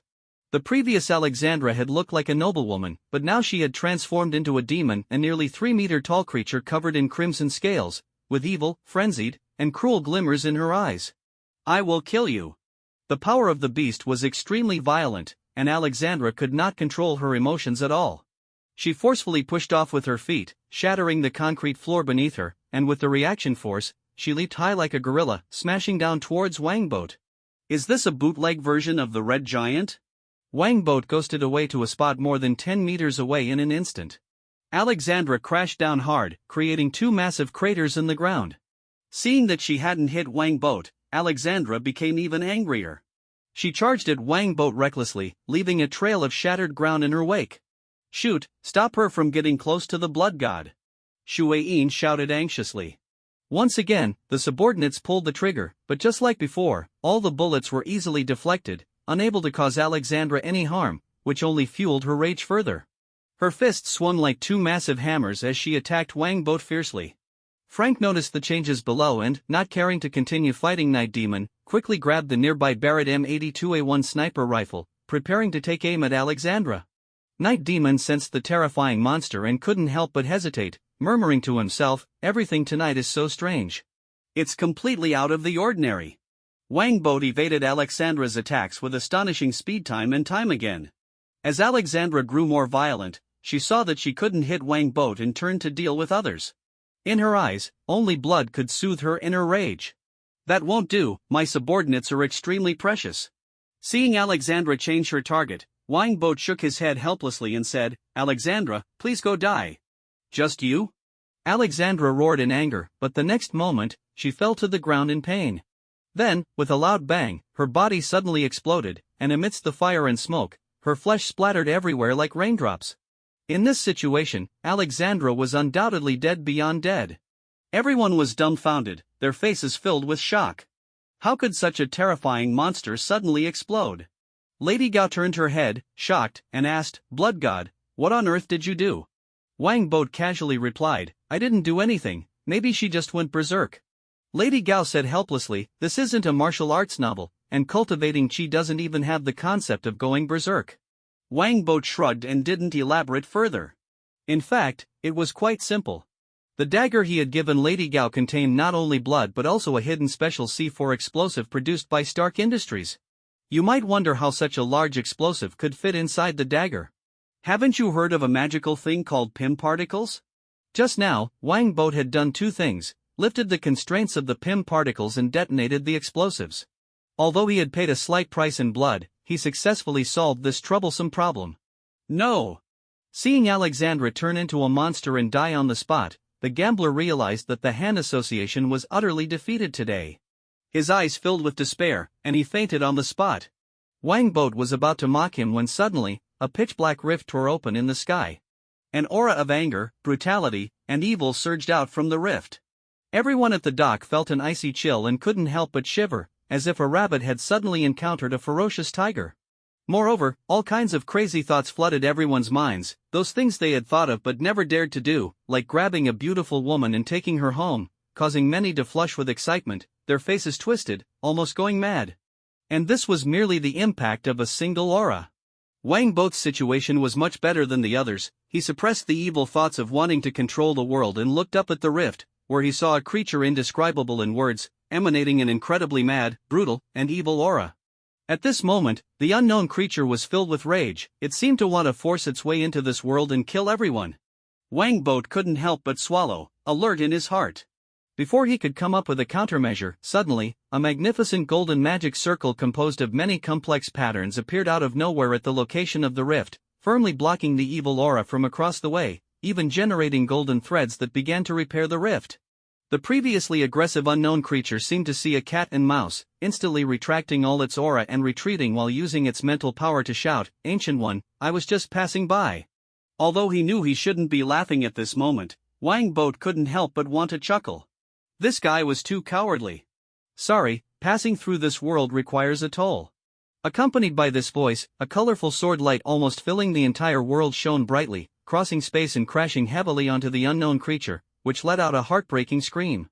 And then, there was no and then because the rift gradually healed under the repair of the golden magic circle. Once the rift closed, many people collapsed to the ground, drenched in sweat. Everything they had just experienced was far too thrilling for them. Wang Bo ignored the others and gazed at the sky, his eyes filled with longing as he murmured, "A sword light cold enough to freeze 19 continents, sword energy spanning 30,000 miles. Master Ancient One is truly amazing. Don't think of it in terms of martial arts, that's supreme magic, known as the Holy Sword of Vishanti." Lady Gao also exclaimed in amazement. Suddenly, she seemed to think of something and asked in surprise, "You actually know the name of the supreme sorcerer?" Wang Bo snorted and said, "Don't you know it too? Kamartaj and Kunlun are allies. I once hosted a sorcerer from Kamartaj." Lady Gao recalled, then continued, "By the way, the vampire progenitor Dracula once had a conflict with Kamartaj. It's normal for you to know these things." Ah, there's that too? Wasn't Dracula dealt with by Master Ancient One? Wang Bo was taken aback, curiously asking. Lady Gao rolled her eyes, thinking, whose side are you on, exactly? Shu Yin took a breath and couldn't help but ask Wang Bo, "Blood God, what was that just now?" Wang Bo replied, "That thing was probably the beast the Hand Association worships. Its minions have all been wiped out by us, so it came to settle scores." Lady Gao couldn't help but retort, "You make it sound so lowbrow, like a gang leader." "So that's how it is." Everyone suddenly understood. At that moment, Frank's voice came from a distance, "Then who stopped the beast? That golden magic circle looks obviously man-made." Wang Bo turned his head and saw Frank, Natasha, and Snowman hurriedly approaching, with Night Demon trailing far behind. "The one who stopped the beast is the Earth's guardian, Supreme Sorcerer Ancient One," Wang Bo said respectfully. "With her here, no god or demon can enter Earth in their true form, which is also why Earth has been stable for so many years." Earth's guardian, Supreme Sorcerer Ancient One? Everyone looked shocked. Clearly, apart from Lady Gao, the others had never heard of this somewhat strange name. And this is precisely what makes Master Ancient One so great. Wang Bo said with longing, "That's right, she is the guardian of the Earth and also the most powerful person on Earth. If that sword of hers had struck the dock probably would have been obliterated." The others hadn't seen that sword light with their own eyes, their faces filled with confusion. Natasha couldn't help but ask, "Blood God, just how powerful is Ancient One?" "Please refer to her as the Supreme Sorcerer, she has protected the Earth for hundreds of years," Wang Bo said somewhat unhappily. "If I weren't a vampire, I would definitely go to her as a disciple and learn, magic." Lady Gao secretly thought to herself, "You clearly meant martial arts, right?" Wang Bo continued, "Alright, let's not talk about this anymore, the police will be arriving soon. Shu Yin, quickly bring over that truck I prepared specially. Snowman, get ready to burn the bodies, these ninjas have all been resurrected, and leaving them would be quite troublesome." "Yes, Blood God." Although everyone still wanted to hear more about Ancient One, Wang Bo clearly didn't want to continue the topic, so they could only execute the orders. Burn the bodies? Night Demon frowned tightly upon hearing this term. He couldn't help but step forward and ask, "Who exactly are you people?" Snowman angrily shouted, "Who gave you permission to speak to the Blood God like that?" "It's fine." Wang Bo raised his hand towards Night Demon and said, "We are a cooperating unit of S.H.I.E.L.D. Natasha couldn't help but glance at Wang Bo, thinking to herself, what does this guy want to do by using the name of S.H.I.E.L.D.? It feels like he has ulterior motives. Night Demon looked confused, "S.H.I.E.L.D.? Wang Bo laughed. S.H.I.E.L.D. is a special agency under the World Security Council, responsible for managing global anomalous events. Its predecessor was the Strategic Scientific Reserve, the same organization Captain America belongs to. Ah, so it's the organization Captain America is part of. Night Demon showed respect. In this world, American kids grow up watching Captain America documentaries, and many hold him in high regard.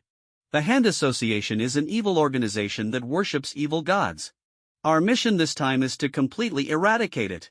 Wang Bo continued, "You might not believe it, but these ninjas have actually been revived after dying, so I plan to freeze them all and bury them somewhere.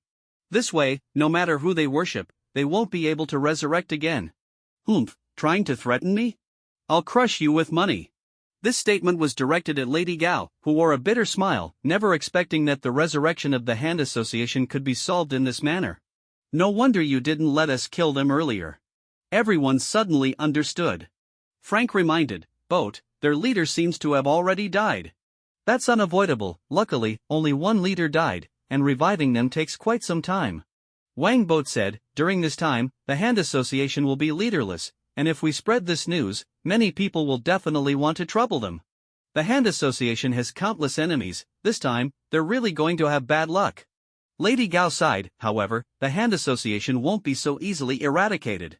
Once Alexandra revives and finds Black Void, she will definitely come to seek revenge on you. I'll be waiting for her. Wang Boat smirked coldly, already formulating a countermeasure in his heart. He said to Lady Gao, I'll need you to take us to collect the Hand Association's remnants next, especially the dragon bones. I'm determined to obtain that. Is the dragon bone really here in the city? I can take you to retrieve it. Madame Gao said reluctantly, a complex expression flashing in her eyes. As for the Hand's assets, I can help you acquire them, but only within North America. I truly have no power over those in the islands. It's in this city? Then let's hurry and get it. Boat Wang's eyes sparkled with eagerness as he turned to Mercury and instructed, Mercury, take care of the cleanup here. Freeze what needs freezing and burn what needs burning. As for the police, don't worry about them. Mercury nodded in response, understood, Blood God. Leave it to me. Everyone, tonight we have successfully eradicated the notorious Hand. This is a great victory that deserves celebration. I've decided we'll hold a grand celebratory feast tomorrow night. Boat Wang proclaimed loudly, a proud smile on his face. Additionally, everyone present will receive an extra 3 months' salary as a bonus. Long live the Blood God. The crowd cheered with excitement. Even Frank, who usually kept a serious demeanor, wore a bright smile. He had been planning to move recently and was in desperate need of the money. In America, class divisions were stark. How much one earned determined the community one lived in, with significant differences in safety, resources, education, and healthcare between classes like two different worlds. Is this the dragon bone? Boat Wang took the small white fragment, about 10 centimeters long, that Madame Gao handed him. He frowned slightly. Why is it just this small piece? Is this all there is? This is all that's left for our Hand. In fact, if it weren't for the search for the black sky, we wouldn't even have kept this fragment, as it represents our lifespan. Madame Gao sighed helplessly, a hint of regret in her eyes. Don't underestimate this piece, it's enough for 2 people to be resurrected and can be fused at least 5 times. The quality of the dragon bone is excellent, otherwise, our Hand wouldn't have lasted this long. I see. Boat Wang wrapped the dragon bone in his blood, feeling it become unusually active, as if it eagerly wanted to absorb the power of the bone. Indeed useful. Boat Wang felt a surge of joy but refrained from absorbing the dragon bone just yet, as he needed it to unlock the Iron Fist seal. He carefully stored the dragon bone and said, let's head back. Once we've secured the Hand's assets, I'll freeze you just like the other Hand members. I've expected this result for a long time. Madame Gao showed no signs of fear or begging. She accepted her fate calmly, a hint of sadness in her eyes as she gazed distantly toward Kunlun, silently lamenting she could never return to that cherished place. Each of the 5 fingers of the Hand held different dreams and pursuits, and Madame Gao's dream was to return to Kunlun. Sadly, she had been completely abandoned by Kunlun and had no chance of going back. Thanks to Boat Wang's hefty compensation, the long-term rental apartment had seen all its residents move out within just 3 days. A large demolished sign was prominently displayed on the wall, and in a few days, the place would be completely torn down, a sign that Boat Wang had personally written in Chinese. The moonlight bathed the ground as Boat Wang quietly brought Madame Gao to the first floor of the apartment. He wasted no time, instructing Madame Gao to keep watch while he transformed his body into blood, taking the shape of a drill to burrow down rapidly, soon arriving at the location of the Iron Fist seal. The Blood God's ability is truly remarkable, Madame Gao watched in awe.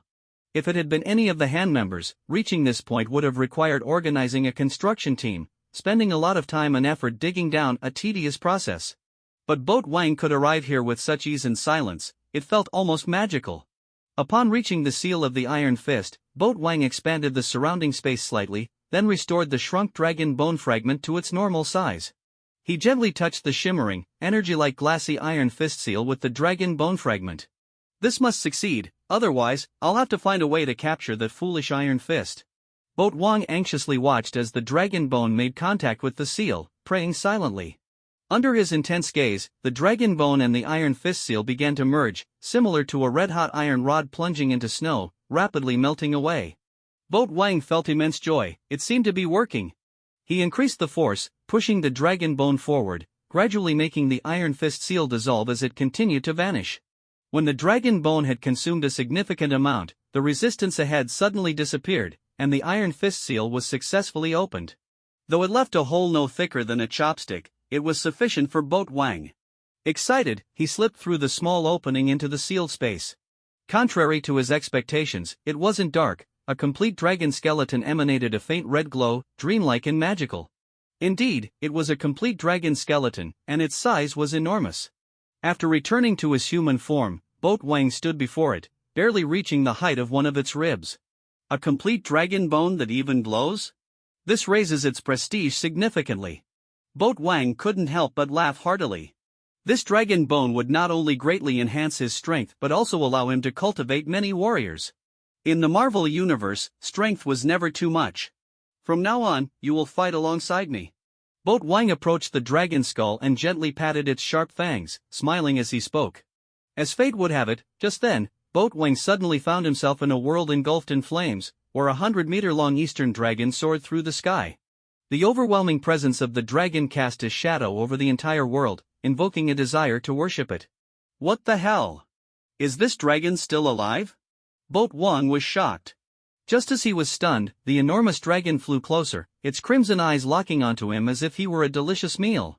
Boat Wang felt a wave of unease but forced himself to remain calm, demanding, "Who are you?" The dragon opened its mouth, emitting a thunderous voice, "Human, food, servant." Initially feeling some tension, Boat Wang was suddenly filled with rage. He shouted, "What's wrong with you guys? Always treating humans like food and servants. I despise your kind. We humans will never submit."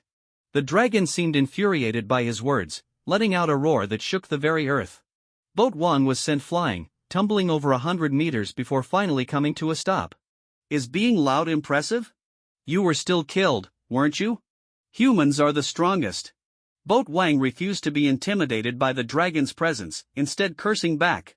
Meanwhile, he recalled the grand swordlight that filled the world, wondering if this dragon had ever consulted the opinion of Master Gui. Just as Boat Wang thought of that swordlight, an enormous rainbow swordlight suddenly manifested in the heavens, carrying the terrifying power to cleave the world in two as it struck toward the dragon. The dragon looked incredulously at the swordlight, exclaiming, "This is impossible. How can a human possess such power?" In the next moment, the dragon, along with the entire world, was cleaved in half by the colorful swordlight, and the world began to collapse and disappear. Boat Wang's consciousness suddenly grew hazy, and he felt as if he had become a dragon, going through birth, play, hunting, and invasion, with various scenes flashing in his mind like a slideshow. These memories were unclear, almost like a dream. In the real world, the red light from the dragon skeleton began to seep into Boat Wang's body, causing him to emit a red glow. This red light was actually the remaining soul of the dragon. It had not dissipated after its death and clung to the dragon bone, lingering on. When Boat Wang touched the dragon bone, it took the opportunity to draw him into its mental realm. The dragon's soul initially intended to scare and destroy Boat Wang's spirit, then occupy his body.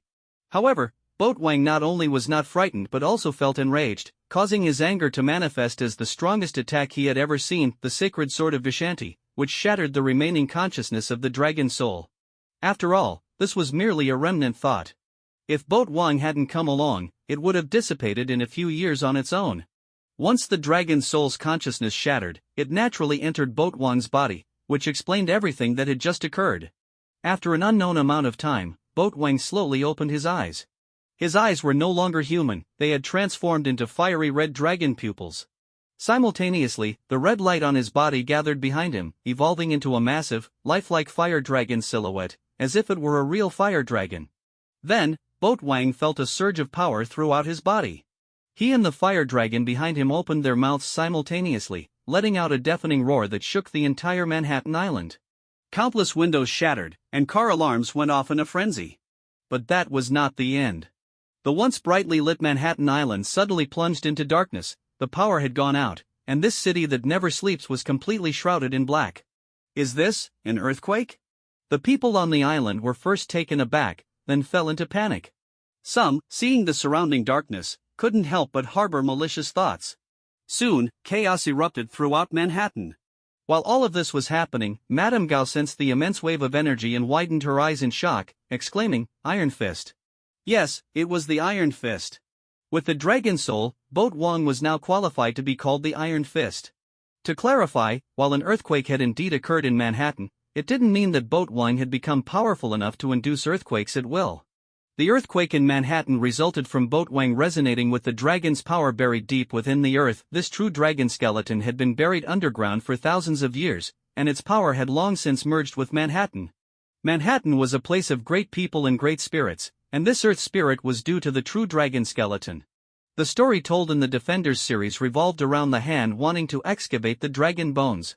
Once the bones were taken away, Manhattan Island would collapse, prompting Daredevil and others to do everything in their power to stop the hand. In simple terms, Manhattan Island was Boat Wang's home ground, where the powers he could wield far exceeded those in other locations. Near the dragon bone, Boat Wang slowly closed his mouth, his eyes gradually returning to normal. The dragon soul's silhouette behind him flew into his body and vanished. Boat Wang was unaware that he had caused the earthquake in Manhattan. He reflected on everything that had just happened, then took off his shirt to reveal his chest, where a fiery red dragon with wings was soaring freely, an emblem of the Iron Fist. Who would have thought I'd become the Iron Fist? Life is indeed strange. Iron Fist Blood God has a nice ring to it. Boat Wang shook his head helplessly. He focused his thoughts, and the dragon tattoo quickly vanished. He didn't like tattoos, and having one on his chest would mean he'd have to explain it to every beautiful woman he encountered, which was far too troublesome. Next, Boat Wang concentrated, and his body began to emit a red glow, the power of the dragon soul. For now, it wasn't too strong since he hadn't yet cultivated chi. Of course, this wasn't an issue, as he still had an entire true dragon skeleton before him. Perhaps I will become the strongest Iron Fist, Boat Wang smiled slightly. He then retracted the dragon soul power, dressed, and jumped onto the true dragon skeleton, preparing to detach the dragon's head and, after some thought, also removing one rib.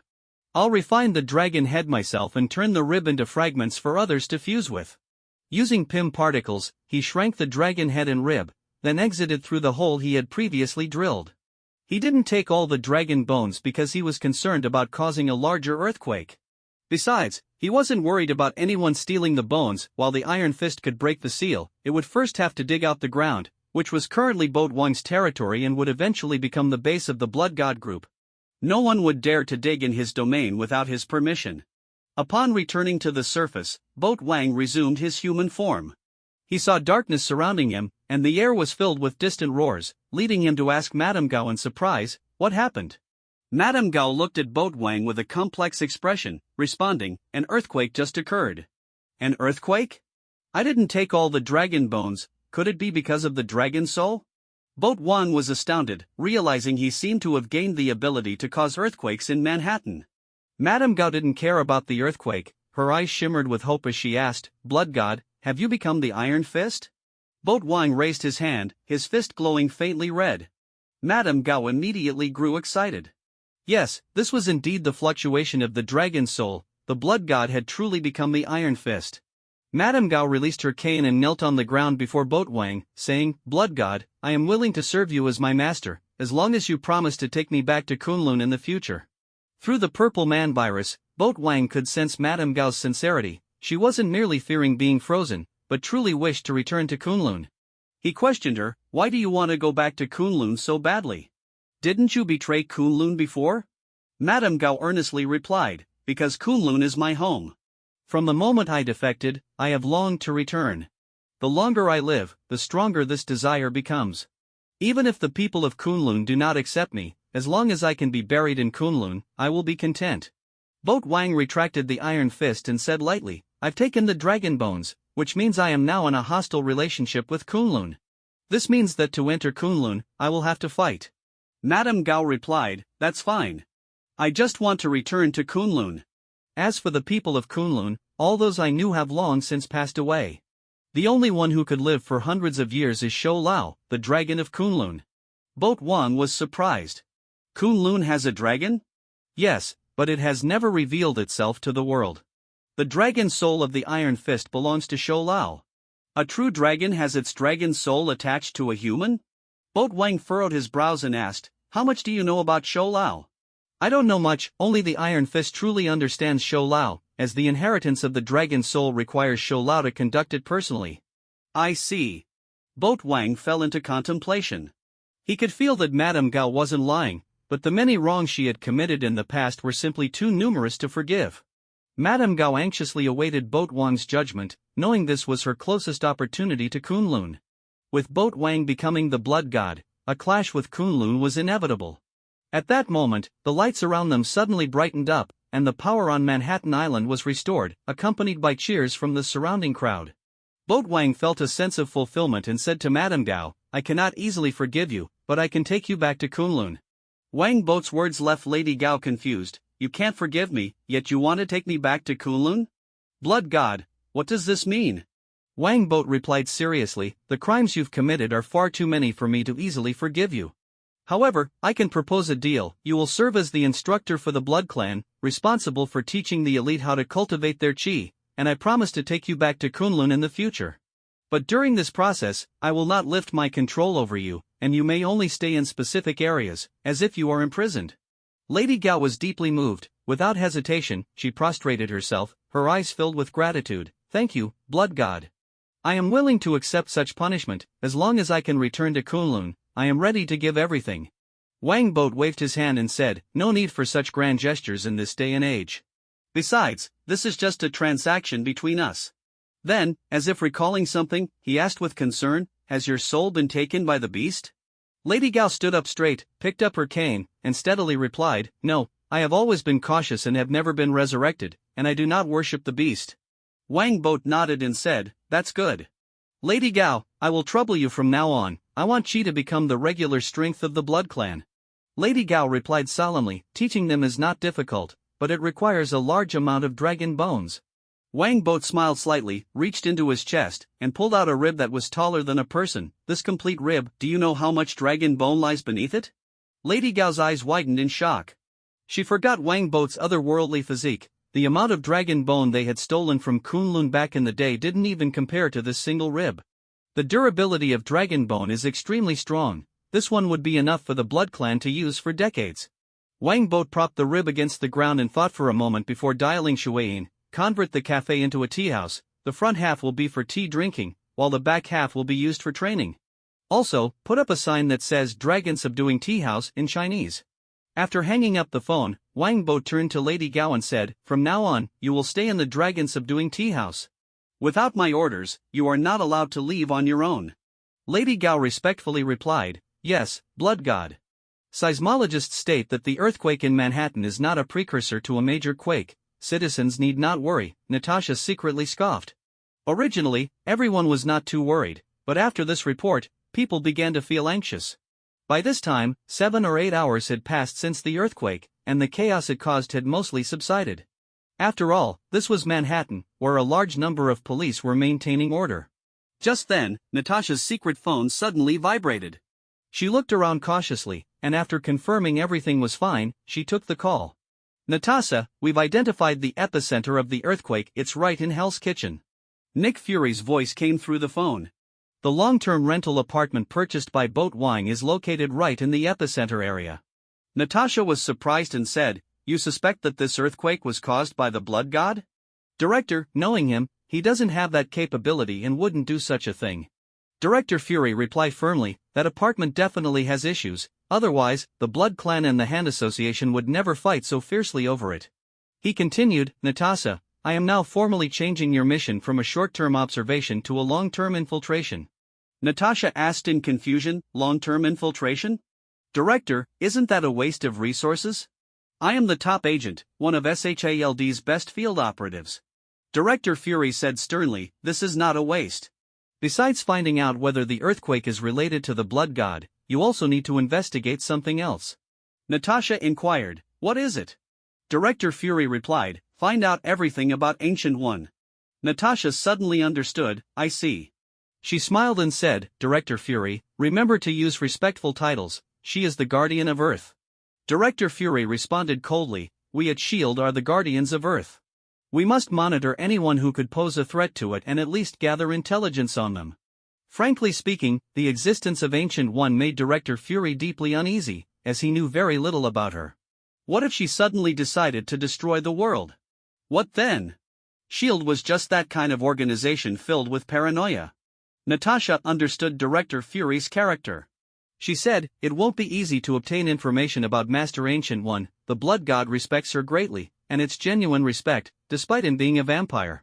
Director Fury said, "I don't care what methods you use to complete the mission, I just need you to complete it." After that, he hung up the phone. Natasha rolled her eyes, thinking to herself, "Do you believe I might jump ship right here? The pay here is 3 times that of S.H.I.E.L.D. Natasha put down the phone and stood in front of the mirror, admiring herself, thinking, "Is there a woman in the world more beautiful than me? It seems I need to give Boat One a little sweetener. There's no man I can't handle because I'm just too beautiful." Time flew by, and more than half a month passed. The earlier earthquake in Manhattan quickly gave way to news of Tony Stark's disappearance. Now, everyone was concerned about whether Tony Stark was still alive and who would inherit his fortune, with no one mentioning that minor earthquake anymore. Wang Boat, who had been plotting to short sell Stark Industries, reaped huge rewards. Coupled with the inheritance from the Hand Association, his assets were even greater than when he first took over the Blood Clan, making him wonder when he would ever spend all this money. Those who heard him couldn't help but want to give him the middle finger, especially Blade, who actually did so and then asked Wang Boat to give all the Blood Clan police an extra month's salary, as the Blood Clan police had indeed been very busy during this period. Wang Boat waved his hand and directly approved 2 months' worth of bonuses. He didn't care about the money and also distributed the high-tech masks developed by Tony Stark as benefits. The Blood Clan police were in high spirits, and they worked even harder to eradicate the traitors, everything developing in a positive direction. In the backyard of the dragon-subduing tea house, converted from the former cafe, Wang Boat, dressed in training clothes, exhaled and struck his fist, glowing red, down onto a stone slab nearly 10 inches thick. With a bang, the stone cracked open, breaking into several pieces that plummeted to the ground, kicking up a cloud of dust. With this punch, Wang Boat had only used 20% of his iron fist strength, without tapping into the power of the Blood God himself. "Blood God, your training speed is truly fast. The chi you currently possess is comparable to a third-stage fusionist," Lady Gao marveled from the side. "Your speed in merging the dragon bone is astonishing. Not only is it because you possess a dragon soul, but it's also due to your own capabilities.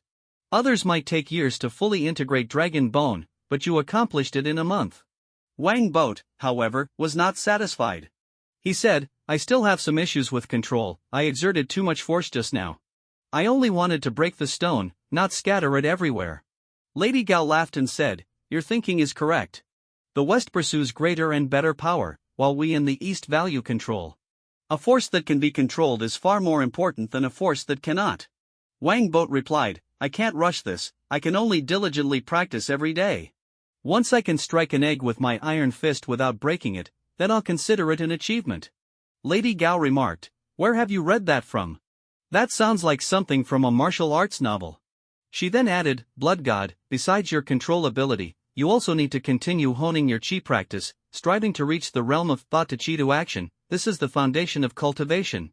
Wang Boat nodded and said, "Of course, the fundamentals must be practiced well. Only with a solid foundation can one reach higher realms." Lady Gao nodded in approval. At this moment, the intercom rang. "Blood God, Director Fury from S.H.I.E.L.D. is here to visit." Wang Boat said, "Nick Fury actually came in person?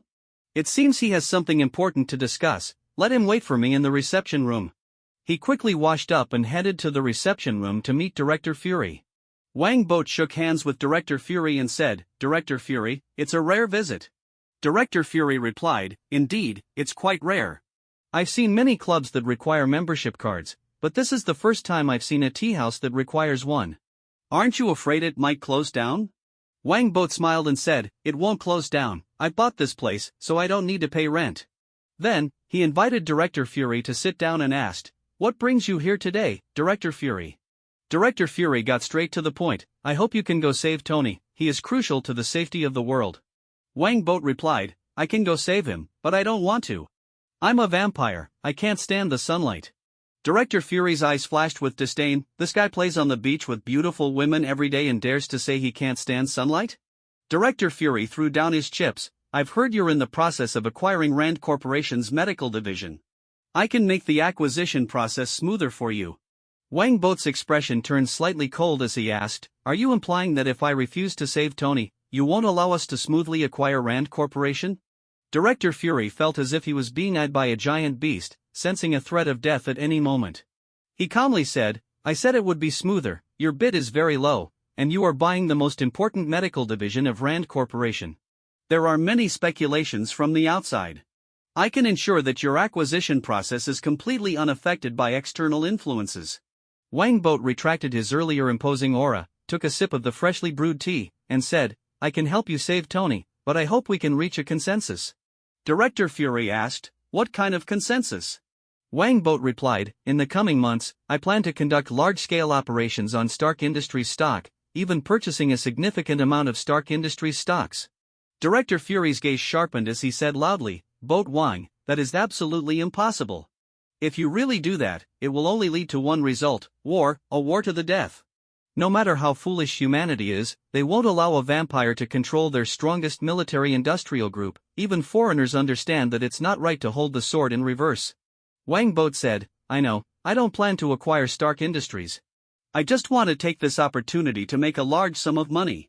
Once my plan succeeds, I will sell all the stocks I have, not a single share will be left.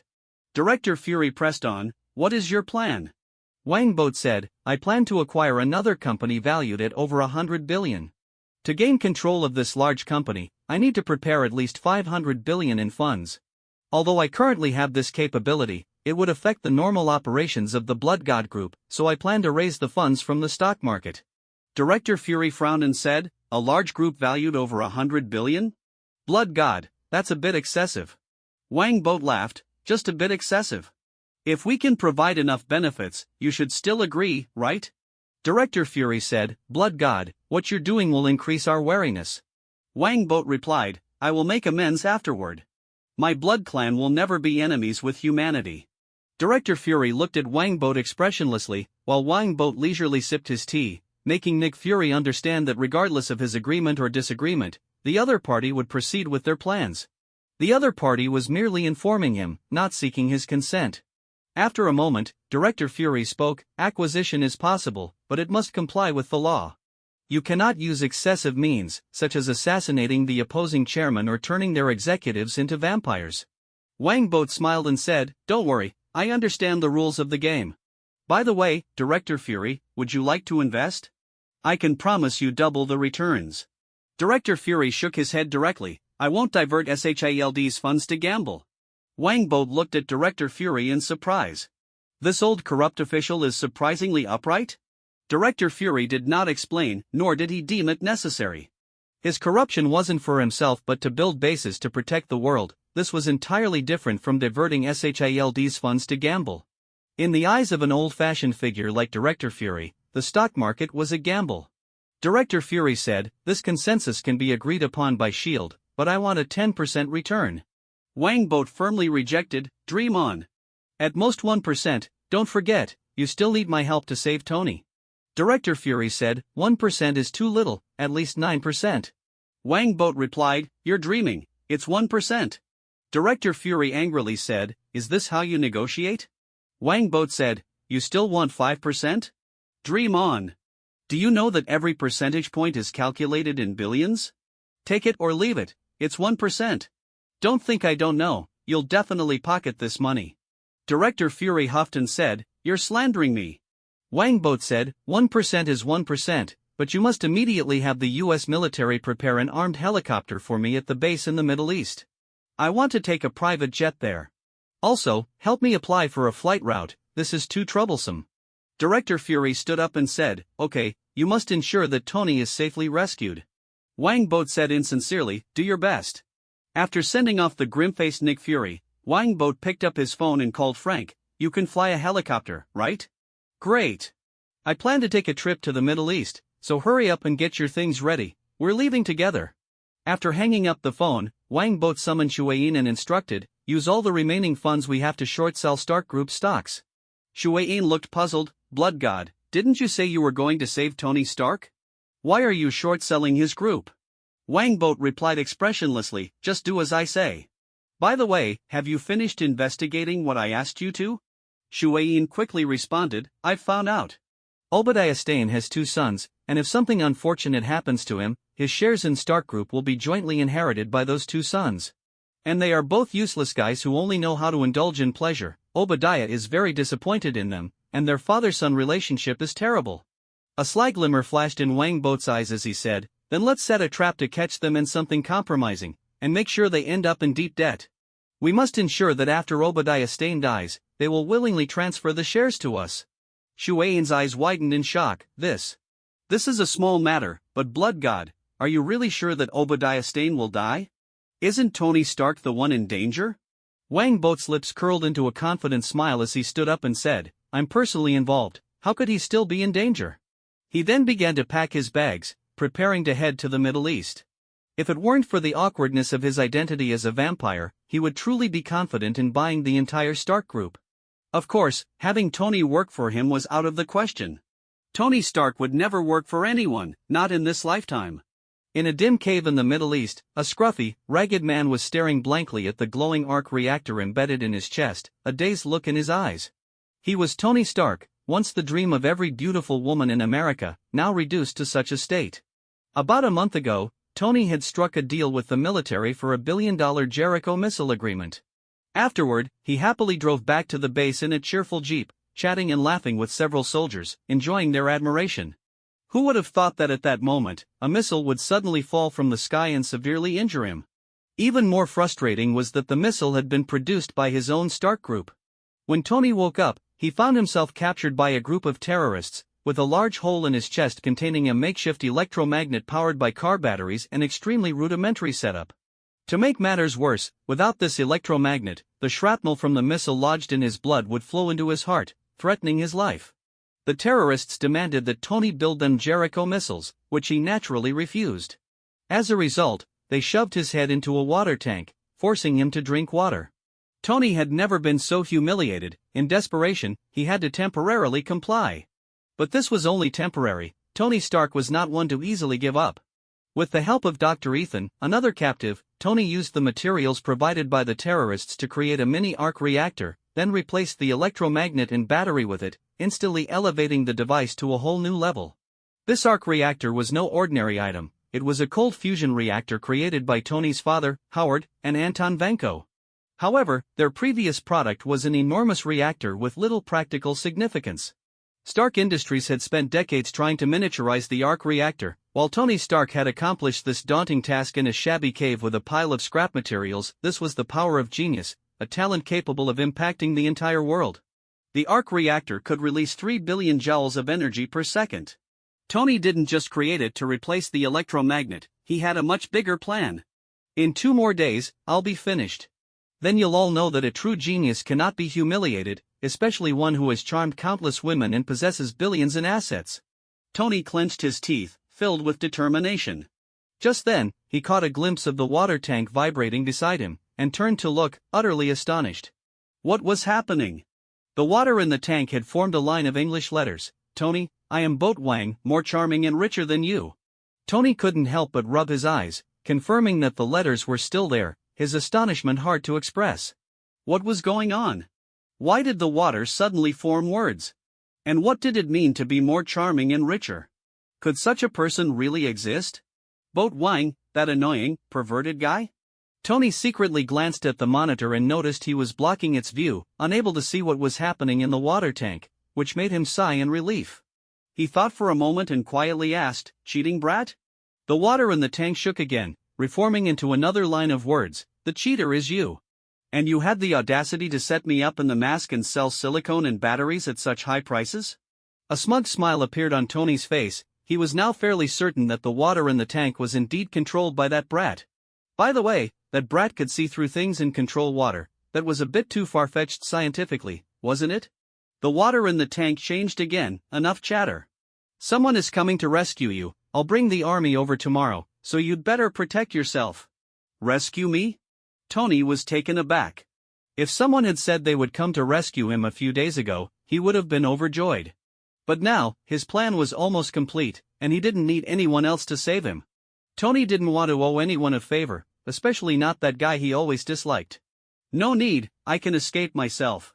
Tony refused without hesitation. He was too proud to easily accept help from others. The water in the tank changed again. Clearly, it was somewhat surprised by Tony's rejection. You just need to wait outside to pick me up, Tony thought for a moment and left himself a little leeway. The symbols in the water tank vanished, and Tony instantly understood what the other party meant: too lazy to care about you. This guy is really annoying. Tony gritted his teeth in frustration. Dr. Ethan, who was nearby, heard the commotion and couldn't help but turn to ask, Tony, what's wrong? Tony excitedly replied, it's nothing, Ethan. If all goes well, we'll be out of here soon.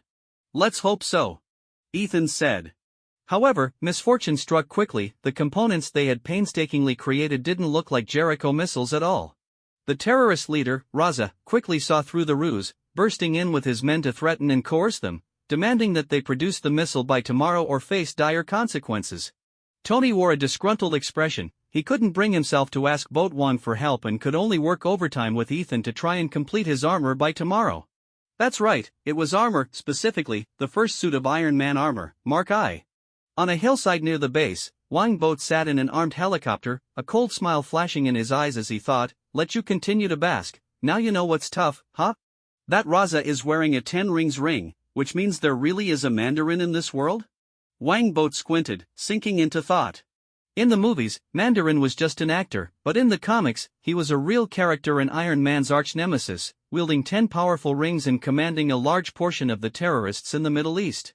Never mind, I probably won't run into Mandarin. I'll just save Tony and leave. I have no interest in helping Tony deal with his arch-nemesis. Wang Boat silently decided. At this moment, Frank, who was piloting the helicopter, asked, what's going on? Did you find that billionaire? Wang Boat replied, I found him. He seems to have his own escape plan and doesn't want me to save him. As the blood god, he could control blood, and since most of blood is water, he could exert a degree of control over water as well. However, this control wasn't very powerful. At most, he could just make a few words in the water tank like before. The reason he could hear Tony's voice was that Tony had his blood in him, and upon arriving in the cave, a connection was established between them. He was fully aware of everything Tony had experienced during this time. He really is a stubborn guy. What should we do? Frank scoffed, clearly having no fondness for Tony Stark, despite Stark Industries products being very useful. What he wants or doesn't want us to rescue him is none of our business, Wang Boat said nonchalantly. Contact Colonel Rhodes and have him bring people over. We'll act tomorrow and try to get back quickly. I hate this place, it's too sunny, and there aren't any beautiful women around. I've served here for 10 years and still hate this place. Frank laughed in agreement, then picked up the phone to contact Colonel Rhodes. When Rhodes heard the news, he was surprised. He had just tried his luck and didn't expect to actually find Tony. He quickly said, I'll bring people over immediately, you mustn't alert the enemy. When I was killing terrorists on the front lines, you were still back in logistics hammering nails. Frank hung up the phone with disdain. Rhodes shook his head helplessly, but he didn't dare provoke Frank, the super soldier. He could only put down the phone and go out to organize a rescue team to hurry to the cave. The next day, after an all-nighter, Tony Stark finally completed the construction of his armor.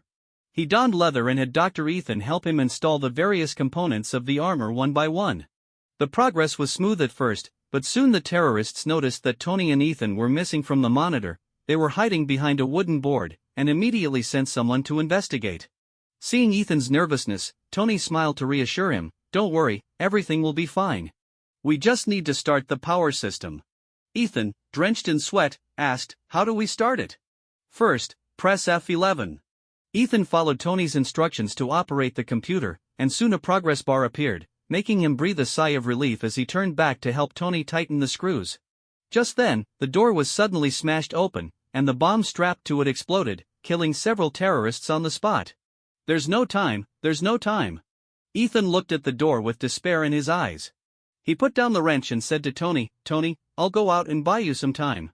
No need, we can make it. Stick to the plan. Tony shouted urgently, but Ethan wouldn't listen. He picked up a terrorist's dropped gun and fired randomly at the outside. Luckily, the narrow terrain caused the terrorists to retreat in fear. Ethan!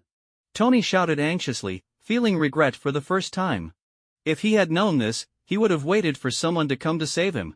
If anything happened to Ethan, he would feel guilty for the rest of his life. Would Ethan die?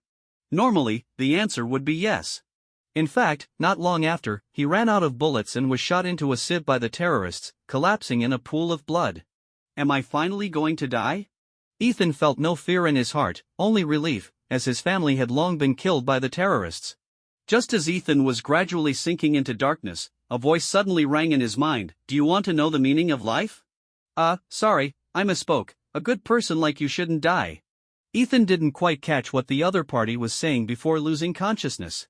No one knew that all the bullets that hit him had lodged in his muscles, causing no fatal injuries.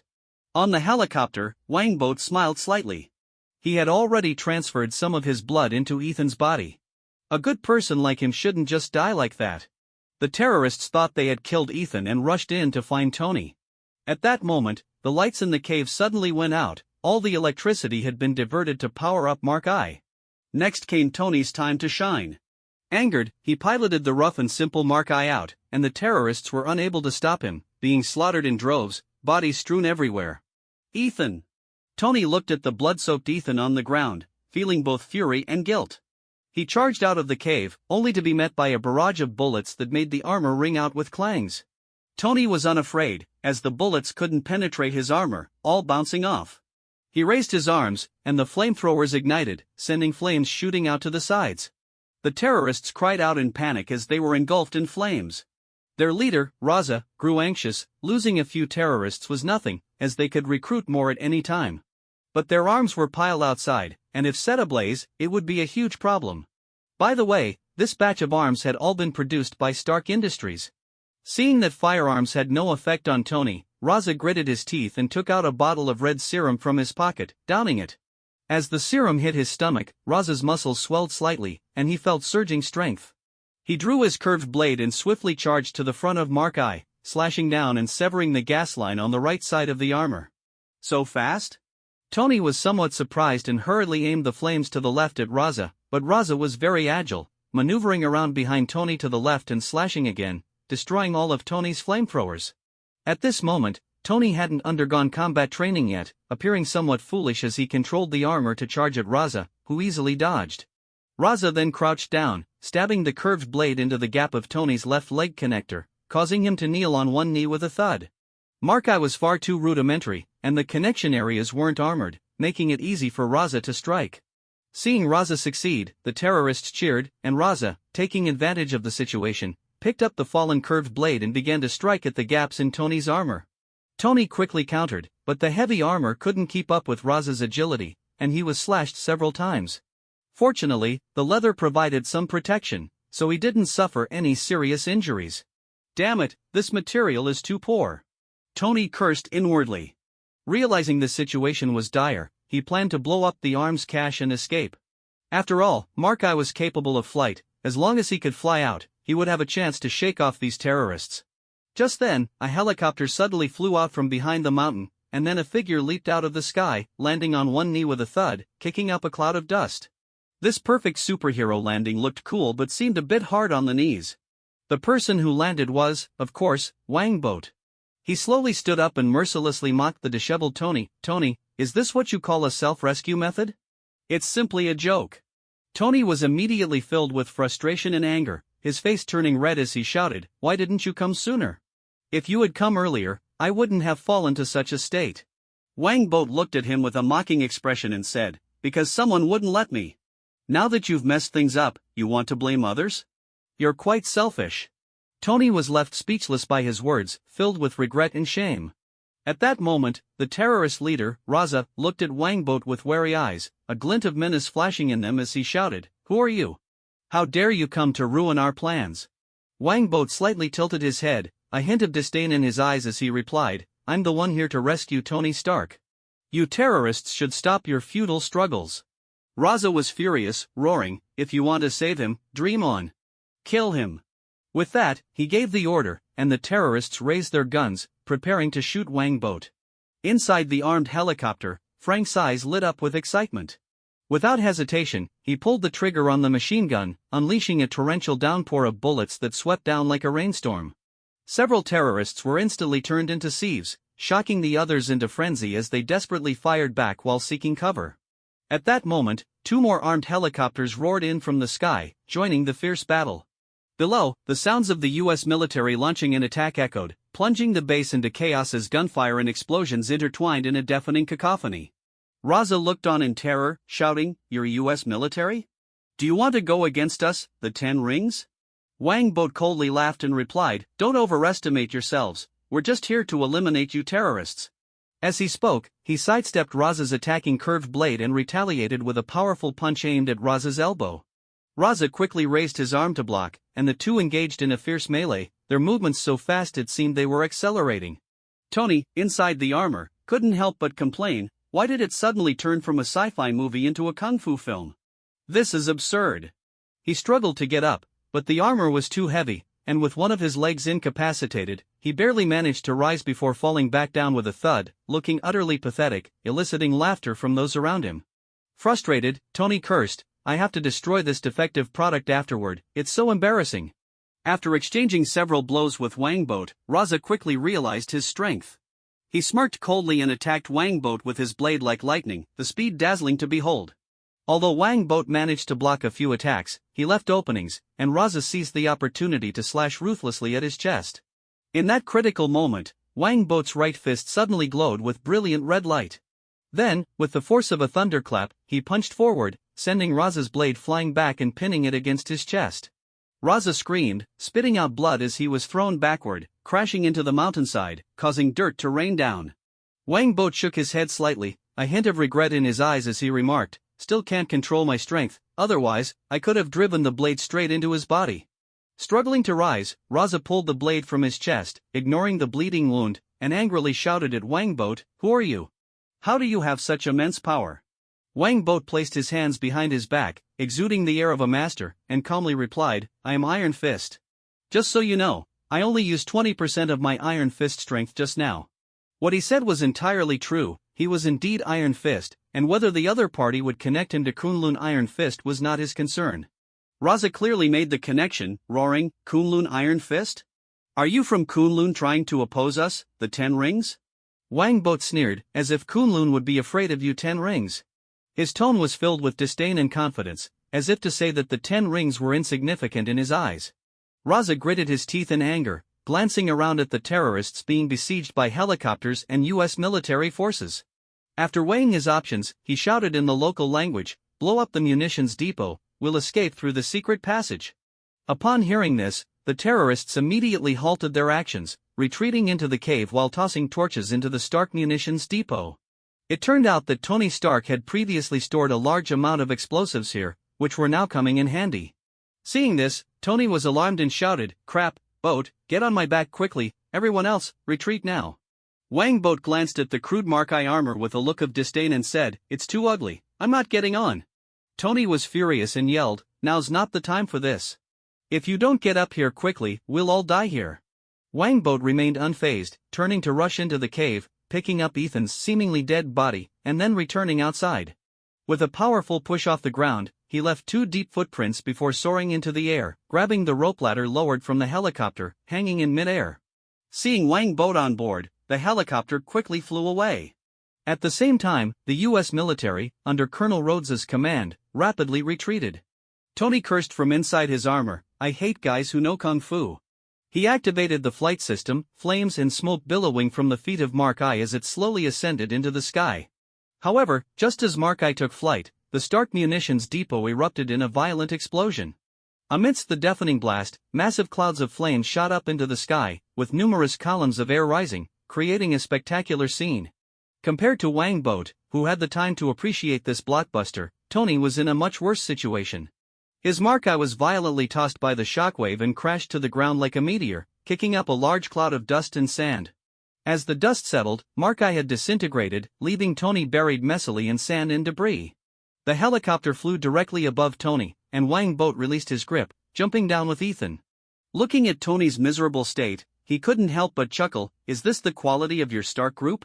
Not impressive at all." Tony struggled to rise from the sand. He initially wanted to retort against Wang Bo, but upon seeing Ethan's body, he collapsed in despair. Wang Bo sneered, "Why act like this? Didn't you cause his death with your own hands?" Tony hastily defended himself, "I didn't kill him. If he had followed the plan." Wang Bo interrupted loudly, "Even now, you still won't admit your mistakes? Tony Stark, you killed him. If you hadn't been so willful and concerned about your pride, he wouldn't have died. Tony was left speechless by his words. He helplessly covered his head, saying in pain, "You're right, I killed him. I should have accepted your help from the beginning." Wang Boat patted Tony's shoulder, saying, "Tony, cherish your life well, many good people have sacrificed for your life." Tony solemnly promised, "I will cherish my life, I will not let Ethan's death be in vain." Wang Boat nodded in satisfaction, "That way, Ethan can rest in peace." Just then, Tony was startled to see the already dead Ethan turning to look at him, nearly jumping up in shock. What was going on? Was he resurrected? Ethan looked at Tony and said weakly, Tony, I'm really touched by what you said, but I'm not dead." Wang Boat carefully set Ethan down and laughed heartily, "Awake? I thought you'd be out for longer." Tony exclaimed in disbelief, "Not dead? That's impossible, you were shot so many times." Ethan replied, "It must be your friend who saved me. Although I don't know how he did it." Wang Boat chuckled, "A method that's not very scientific." Tony finally reacted, pointing at Wang Boat angrily, "You brat, you tricked me?" Wang Boat scoffed, "Of course I tricked you. Do you want me to pick a date?" Tony gritted his teeth in anger. He initially wanted to thank Wang Boat for saving Ethan, but now his anger prevented him from expressing gratitude. He silently vowed to make this brat pay in the future.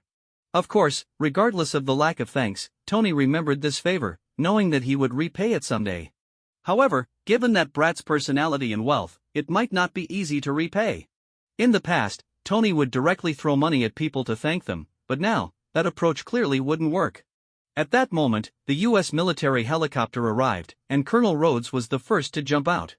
He looked at the disheveled Tony and said irritably, "Are you still going to ride the happy Jeep next time?" Lying in the sand, Tony weakly replied, "Can you buy me a cheeseburger? I'm exhausted." Rhodes shook his head helplessly, knowing they were too close to the terrorists' stronghold to linger. He quickly helped Tony and Ethan onto the helicopter and hastily retreated with everyone. Wang Boat didn't remind Rhodes to take the parts of Markai back because he wanted Ironmonger to make an appearance, which was also why he hadn't killed Raza and the others. If he had truly gone all out, he could have wiped out all the terrorists in under a minute, but he didn't want to do that. He just wanted to travel in this world and make some money along the way. Thus, the filming day of Iron Man came to an end. Wang Boat scoffed, thinking to himself, "How can I swallow Obadiah's shares without turning him into Ironmonger?" On the plane, Tony finally couldn't help but ask Wang Boat a question. "Boat, who sent you to save me?" Wang Boat smiled slightly and replied, "Peggy Carter and S.H.I.E.L.D." Upon hearing this, Tony was astonished. He hadn't expected this brat to have a connection with Aunt Peggy. He asked in confusion, "Aunt Carter? S.H.I.E.L.D.? Why would they send someone to save me?" Peggy Carter was a close friend of Tony's father, Howard, so Tony was quite close to Carter. In fact, Carter had even disciplined Tony for a time, which made Tony somewhat intimidated by her. Wang Boat said with a smile, "Your connection to S.H.I.E.L.D. is far beyond your imagination." Tony replied discontentedly, "Do I not know my own relationship with S.H.I.E.L.D.? Wang Boat looked at Tony with a sympathetic expression, which infuriated Tony. He wanted to ask but felt embarrassed, so he could only sulk in silence. Wang Boat couldn't help but chuckle at Tony's expression, thinking to himself, he really is just a kid. On the third day, everyone returned to New York on a military plane. Pepper Potts and Tony's bodyguard, Happy, had long been waiting at the airport, and Wang Boat's assistant, Shuain, was also there to greet them with high-tech masks. Seeing Pepper, who was bandaged, Tony's expression changed drastically. He quickly stepped in front of her and shouted at Wang Boat, "Boat Wang, don't look." Pepper was left confused, looking at Tony and then at Wang Boat, her heart filled with questions. She asked in disbelief, "Tony, what are you doing?" She also shot a questioning glance at Wang Boat. Wang Boat, however, acted as if he hadn't heard Tony's words. He walked up to Pepper, extended his hand, and smiled, "I'm Boat Wang from the Blood God Group. It's a pleasure to meet you." Pepper felt a bit awkward. She wanted to shake hands with Wang Boat but was stopped by Tony. While glaring at Wang Boat, he yelled at Happy, "Happy, come quickly and block Pepper." Pepper was quite unhappy and said, "Tony, that's very rude." Tony hurriedly explained, "I'm protecting you. That guy can see through things." Pepper looked at Tony skeptically and said, "See through? Are you sure you're not joking with me?" Wang Boat withdrew his hand, smiling as he said, "Miss Potts, I'd like to invite you to be the vice president of the Blood God Group." After Mr. Stark finds out about this, he'll probably fabricate a lie that even a 3-year-old wouldn't believe. Pepper was taken aback and then turned to Tony with displeasure, saying, "Tony, that's too much. Whether to accept should be my decision." Tony anxiously explained, "That brat said it himself, he can see through things." Wangbot firmly denied it, saying, "I didn't, it's not me. Don't spout nonsense." Pepper looked at Wangbot and then at Tony, feeling somewhat hesitant. She said, "Mr. Wang, if you really have that intention, we can set a time to have tea and talk it over." Wangbot smiled and said, "Sure, Miss Potts. If you're interested, we can explore collaboration opportunities together." Pepper pushed Tony aside and took the initiative to shake Wangbot's hand, saying, "Thank you for your kindness, Mr. Wang, but I'm not planning to switch jobs for now." Tony was furious. He hadn't expected Pepper to completely believe the brat while not trusting him. Turning to Shuayin, he felt a spark of inspiration and stepped forward to ask, "Are you an employee of the Blood God Group?" Shuayin glanced at Tony and replied expressionlessly, "I am Mr. Wang's assistant." Tony blinked, feeling as if he had been treated like a bug, filled with a sense of defeat. He, Tony Stark, the dream lover of countless beauties, was being so dismissed by a woman? Tony was a bit frantic, saying, "Pepper, don't believe that brat, he's just a scammer." Pepper shouted in dissatisfaction, then apologized to Wangbot, saying, "Mr. Wang, I'm sorry for the inconvenience. Tony has encountered some issues and is a bit unstable mentally." Wangbot smiled and said, "No need to apologize, I understand him very well. Miss Potts, I'll take my leave now." With that, he took Shuayin and Frank and left the airport. Before leaving, he shot a provocative glance at Tony, which nearly drove Tony to the brink of rage. "This brat is indeed annoying." Shuayin asked, "Blood God, now that Tony Stark is back, should we stop short selling?" Wangbot laughed, "No need. In fact, the real opportunity for us to make big money is just beginning." Frank laughed as well, saying, "So exaggerated, does he want to shut down Stark Group?" Wangbot looked at Frank in surprise, saying, "How did you know?" Frank scoffed, "Your expression is so spot on, I almost believed it." Wangbot shook his head, "He's not shutting down Stark Group, he's shutting down the weapons manufacturing division." Frank and Shuayin exchanged glances, both showing expressions of doubt. Frank said, "What's the difference between that and shutting down Stark Group?" Shuayin also said, "Blood God, you're not joking, are you?" However, not long after, they saw on television as Tony Stark announced to the world, effective immediately, "I am closing the weapons division of Stark Group." Frank said speechlessly, "I now suspect that Tony Stark hit his head when he ran away." Shuayin, on the other hand, was excitedly saying, "Blood God, we hit the jackpot." Wangbot indeed struck it rich. Within just one day, Stark Group's stock price plummeted by 40 points, erasing hundreds of billions in market value. Having short-sold in advance, Wangbot made a fortune, his wealth skyrocketing. Wangbot ordered, once Stark Group's stock drops another 10 points, buy back the stocks to return to the broker, ending the short sell. Then, in the name of the Blood God Group, acquire Stark Group stocks, just 4% will do. Any more will require announcements and could lead to an investigation, which is too troublesome. Shuayin was startled and shouted, "Blood God, you're not really planning to acquire Stark Group, are you? The human government won't allow it." Wangbot laughed, "Don't worry, I just want to make money. Stark Group doesn't hold much value for me." Only then did Shuayin breathe a sigh of relief and nod, then went out to instruct the financial company to proceed as Wangbot directed. At this moment, Wangbot's phone rang, and James excitedly said, "Blood God, I found Anton Vanko and Ivan Vanko. They've agreed to meet you in New York, but their identities are a bit problematic, they can't enter America." Wangbot exclaimed excitedly, "James, well done. I'll have someone bring temporary passes to you, bring them back as fast as you can." Indeed, good news came in pairs, and Wangbot felt a sense of anticipation, knowing that what awaited him next would be even more interesting. This was an exceedingly luxurious noble restaurant, decorated with exquisite murals, soft candlelight, and dazzling chandeliers, while elegantly dressed waitresses moved gracefully among the tables. However, the old steward couldn't help but sigh inwardly as he watched the bear man devour his food ravenously. Why on earth did the new master invite such a boorish person? The bear man referred to was a scarred, heavily built Russian with long hair. He wielded his knife and fork with no grace, shoving pieces of Kobe beef straight into his mouth and guzzling red wine directly from the bottle, looking utterly wild and shocking. To think this is limited edition Kobe beef flown in, along with a bottle of wine worth over $10,000, wasted like this, what a pity, the old steward thought, his blood pressure rising slightly as he watched the fine food being ruined. In contrast, the other two at the table, while eating quickly, at least maintained some semblance of decorum and didn't appear as uncouth as the bear man.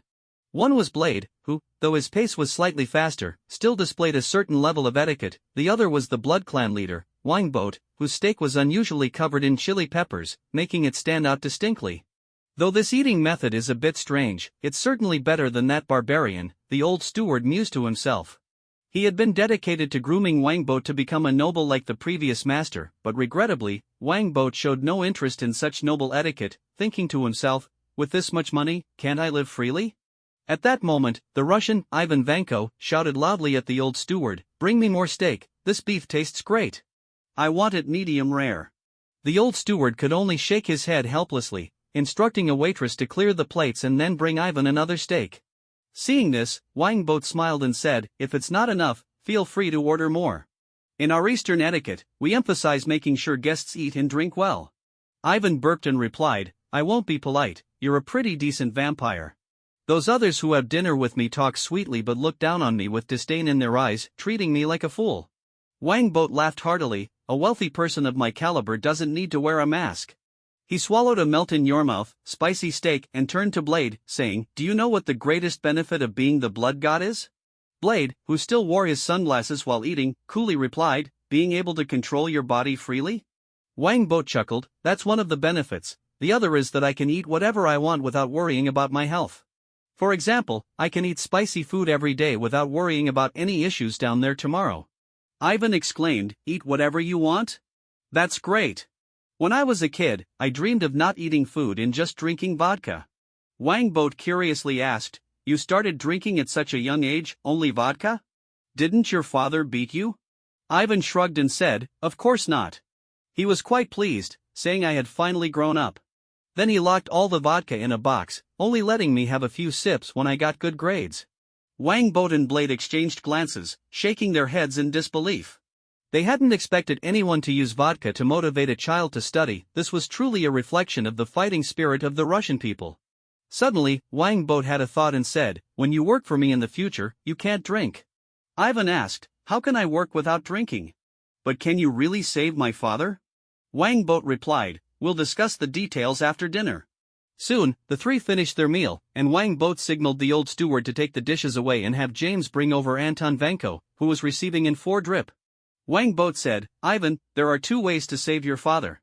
The first is to turn him into a vampire, which would restore his health and allow him to live indefinitely. The second is to send him to the most expensive hospital and find the best doctors to treat him, which might allow him to live a few more years. After all, technology is advancing rapidly, and there might soon be a miracle drug developed." Ivan asked, "There's no such thing as a free lunch in this world. What do you want me to do?" Wangbot said, "Use your intelligence to develop various things I want.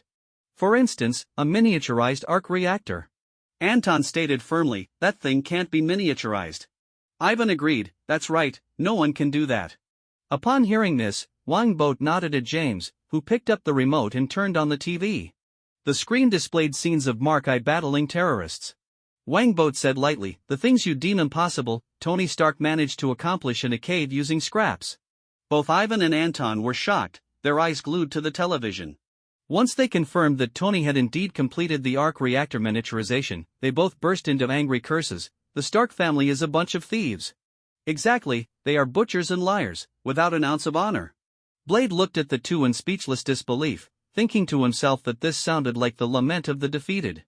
However, who were these two to harbor such deep hatred for the Stark family? Ivan shouted, "It's just miniaturizing the arc reactor. Give me a little time, and I can do it too. What Tony Stark can do, my son can certainly do as well, he's the best." Anton, almost on the brink of death, shouted with flushed cheeks, "Ivan, once you're done, build yourself some powered armor and go kill Tony Stark for me." Ivan shouted, "Dad, I will definitely kill him and avenge the Vanko family." Wangbot felt a headache coming on and said, "You really are the fighting people." He signaled James to turn off the television and said, "Building powered armor requires a lot of money. Ivan, you're currently broke. Even if you finish the miniaturized arc reactor, you'll only be able to make weapons like electric whips to attack Tony." Ivan laughed heartily. Electric whips? Good idea. I'll split Tony Stark in half with one whip. Wang Boat said, that's a good idea. You can ambush him when he's not paying attention, the chances of success will be high. Even if it doesn't succeed, as long as people know you completed the arc reactor miniaturization, there will be big spenders looking to partner with you. At that point, you can use their money and resources to build yourself a real suit of armor, and then go confront Tony in it. By the way, don't forget to add explosives to the armor. If you can't win, take Tony down with you. No matter what, even if you have to lose your life, you must kill Tony. Ivan and Anton excitedly applauded, while Blade looked at Wang Boat in silence, wondering what the heck he was trying to do. Was he cultivating terrorists? Once the two calmed down, Wang Boat turned to Anton and said, Mr. Vanko, this does sound delightfully straightforward, but is it really what you want? If your son dies as a terrorist, the Vanko family will be utterly extinguished and leave a stench for generations. Ivan scoffed, I'm already dead, why should I care about that? Anton fell silent. As a father, he didn't want his son to die, nor did he want to see the Vanko family become extinct because of him. Wang Boat said, I can offer you another path. I will help you become shareholders of a publicly traded company, then you can use your intelligence to defeat Tony Stark, proving to everyone that you are far more capable than the Stark family. Ivan pouted, showing no interest. A person like him wouldn't care about such uncertain prospects for his offspring. However, Anton felt a bit moved because he had always felt guilty, believing he couldn't provide Ivan with a good life and had instead dragged him into crime. Anton took a deep breath and asked, will you really be this kind and let us become shareholders? I've seen many people like you. Once you've used us up, you'll just throw us away. Wang Boat replied, you underestimate your own intelligence. Talents like you are treasures of humanity. Only fools would use you up and discard you. I not only want you to help complete the arc reactor miniaturization, but I also want you to continue developing various technologies, even to help us immigrate to other planets. Ivan laughed derisively, immigrate to other planets? You're thinking far ahead, that's impossible without hundreds of years of work. Wang Boat smiled and said, what's wrong with hundreds of years? I'm immortal. Ivan looked at Wang Boat in disbelief, this guy really could wait for hundreds of years. Anton took a deep breath and said, I will consider your proposal seriously. Also, please prepare the ritual for me to become a vampire. Ivan was startled and quickly shouted, Dad. Anton looked at Ivan, feeling guilty as he said, Ivan, you are the person I've wronged the most in my life. Please let me make it up to you. Ivan knelt before Anton, saying, Dad, I don't need a decent life, I just want you to live healthily. Anton patted Ivan's hand and said, you do need it, the Vanko family needs it, your children will need it even more. Ivan fell silent, unable to bear disappointing his father. Wang Boat quietly watched all of this, nodding inwardly. Ivan was a lone wolf, harboring intense hatred for the Stark family.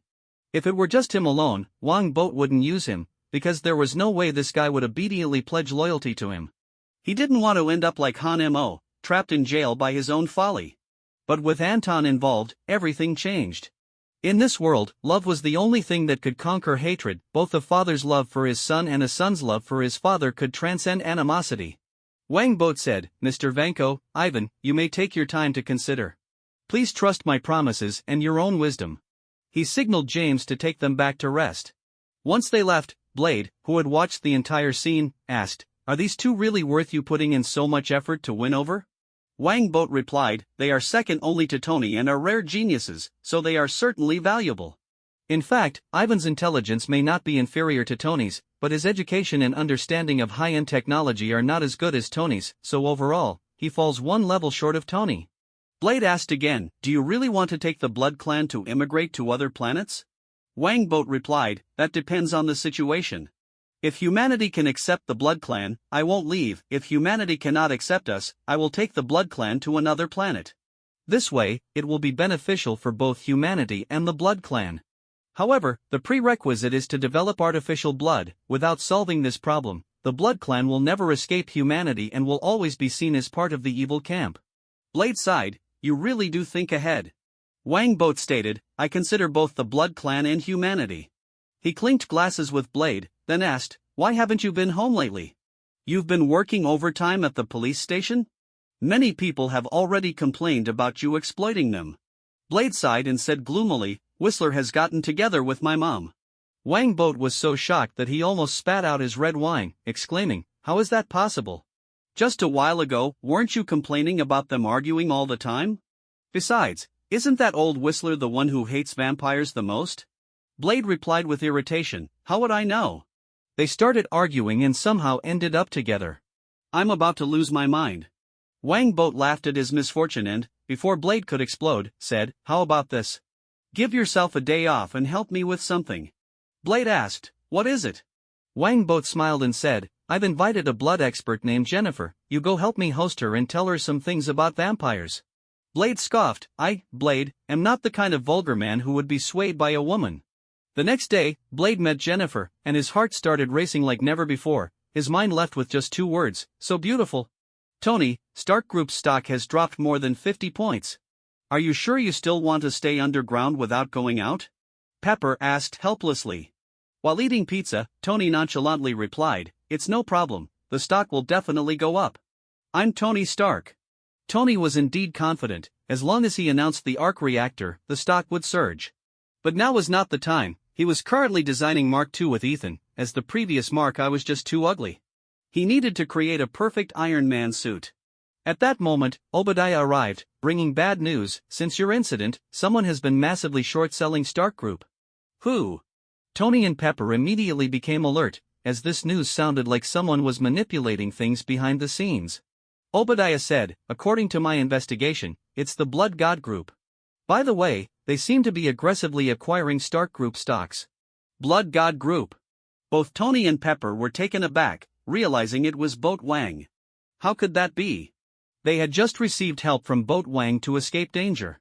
Obadiah misinterpreted their surprise and said, it's normal that you haven't heard of the Blood God Group, it's a recently established group of vampires. Not long ago, they acquired Rand Corporation's medical division at an extremely low price, directly having Rand's market value. Tony asked in shock, vampires? Obadiah, are you joking or describing something? Obadiah replied seriously, no, the owner of the Blood God Group is indeed a vampire.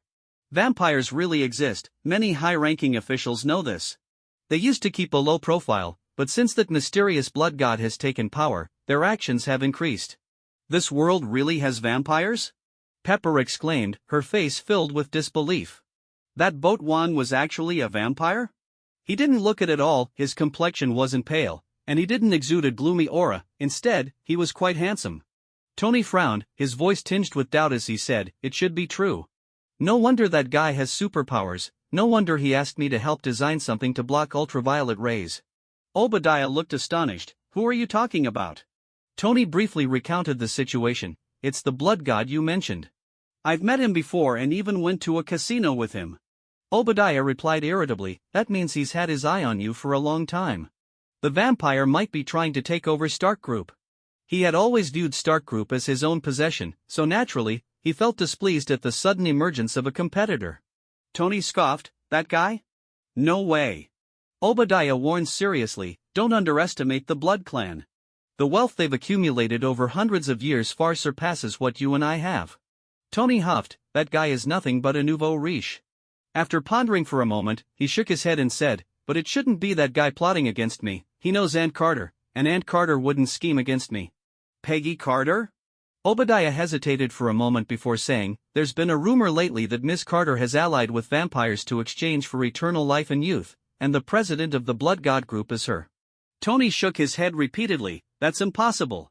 Aunt Carter isn't that kind of person.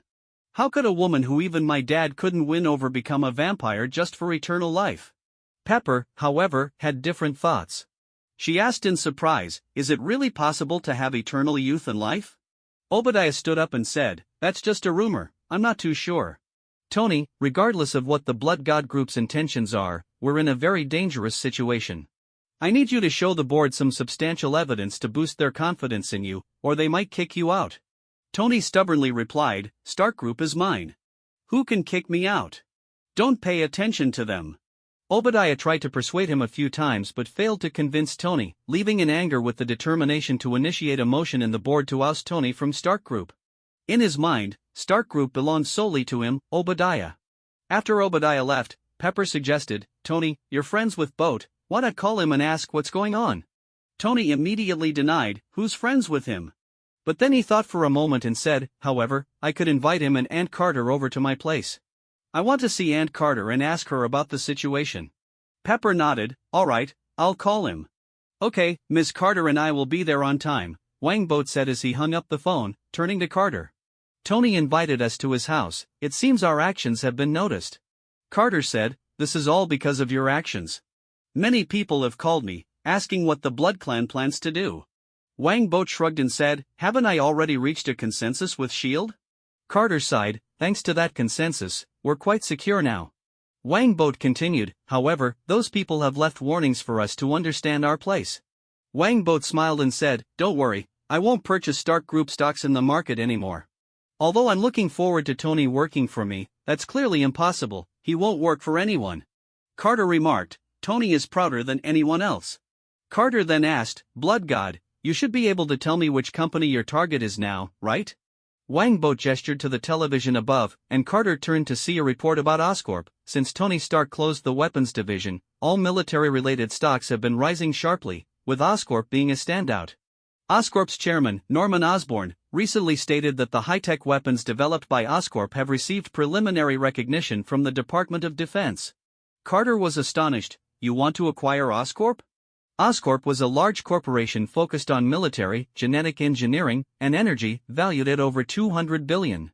While it couldn't compare to Stark Group, it was still one of the top corporations in the US. Wangbot nodded, yes, Oscorp. There were many good resources in Oscorp that he wouldn't want to miss out on, and both its military and genetic divisions were exactly what he needed. Carter shook her head, that's unrealistic. Oscorp's stock price has been rising recently, and the shareholders won't easily sell. Wangbot laughed, just because the stock price is rising now doesn't mean it will continue to do so in the future. I can see that Norman Osborn's time is about to come to an end. Carter said, not this again. You, the noble leader of the vampire clan, talking about such mystical things is hardly scientific. Oh, wait, vampires aren't scientific to begin with. Wangbot replied, putting everything else aside, Oscorp's main business is energy, and once Tony's miniaturized arc reactor hits the market, Oscorp's stock price will definitely drop significantly. Carter was still hesitant, but Oscorp is too large, there might be opposition from the human side. Wangbot confidently said, just offer them more benefits to placate them. In this country, there's nothing that money can't solve. Carter replied, Oscorp is taking a high-end route in weapons, unlike Stark Group's full range of products, so it's not as sensitive. Wangbot countered, the problem is that high-end weapons mostly rely on procurement from the Department of Defense. Once we take control of Oscorp, the Department of Defense will definitely stop trading with us. Wangbot laughed, don't worry, by that time, they'll be begging us to sell them weapons. Once Ivan's armor research succeeded, those in the Department of Defense would likely go to any lengths to get their hands on weapons. Seeing Wangbot so confident, Carter didn't say anything more. She said, then I'll prepare and join you tonight at Stark's for the banquet.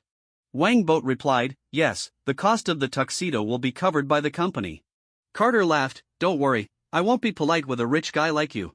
That night, at the villa along the Malibu coast, Tony looked at the stunning Peggy Carter, disbelief written all over his face. He stammered, you really are my Aunt Carter? You're not disguising yourself as Sharon, are you? Carter smiled and said, do you want me to tell you about the time you ran off to fix a tractor when you were 3 and ended up falling into an oil drum? Tony felt embarrassed and quickly invited Carter inside. As for Wangbot, he ignored Tony entirely. That jerk had tricked him too many times, and he didn't want to engage with him anymore. Pepper and Ethan welcomed the guests on behalf of Tony, and Ethan couldn't help but ask, Boat, are you really a vampire?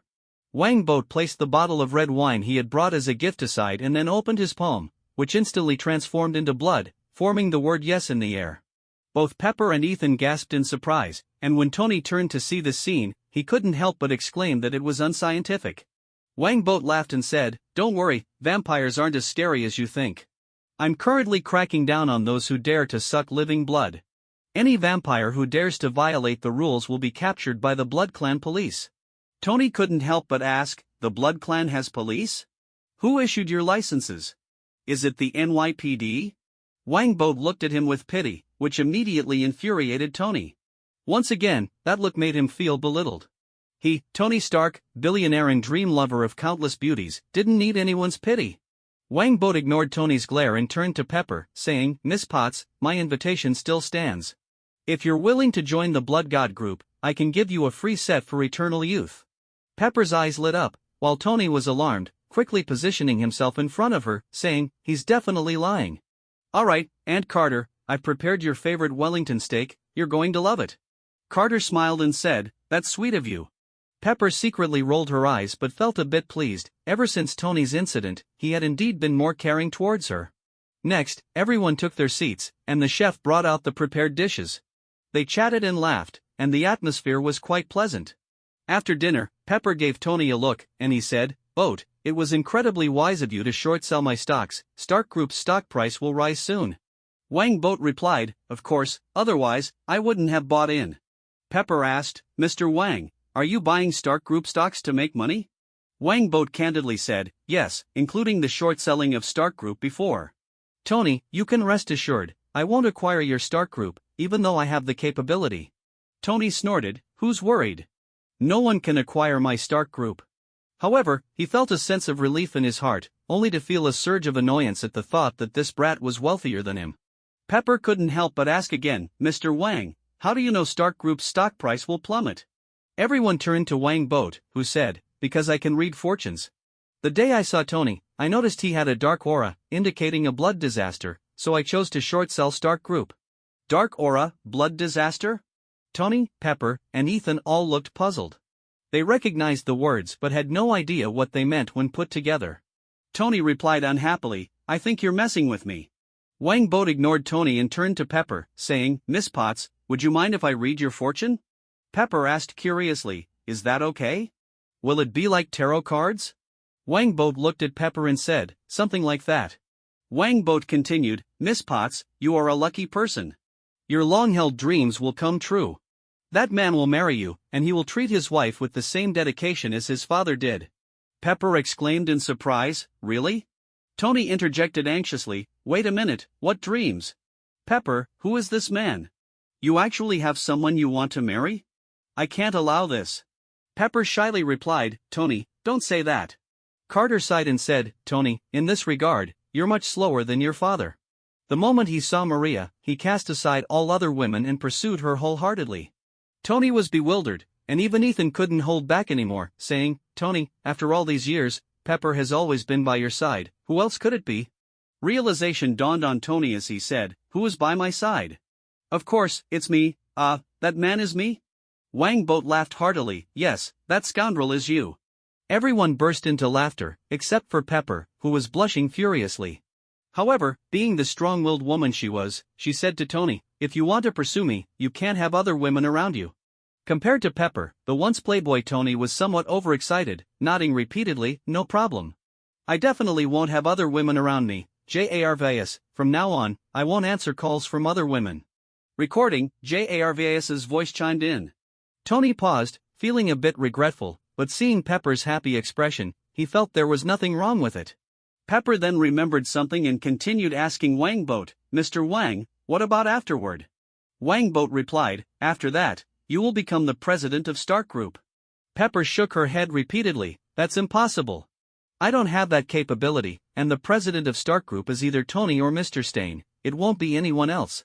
Wang Boat said, Tony will take on a very great profession in the future, he won't have time to manage Stark Group anymore, so it will fall to you. However, this won't be a good thing, as you'll have to share his bed while also earning money for him to spend, what a loss. Tony protested, Boat Wan, what do you take me for? How could I let a woman earn money for me? You're clearly slandering me. Wang Boat ignored Tony and continued to Pepper, then afterward, you'll clash with him because of his great profession, and at that point, your fate will split into two branches. Tony scoffed, fate has branches? Wait, how can you even see branches? Are you using drones to spy on the future? Pepper asked curiously, what are the branches?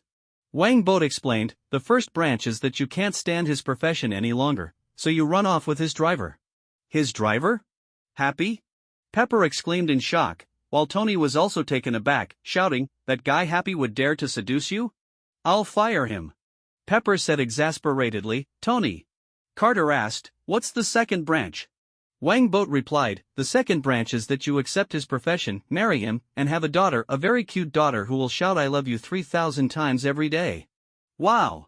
Both Tony and Pepper's eyes lit up, But before they could rejoice for long, Wangboat continued, then Tony will sacrifice himself because of that profession, and you will marry his driver, who seems to be having a good time, spending his money and dating his daughter.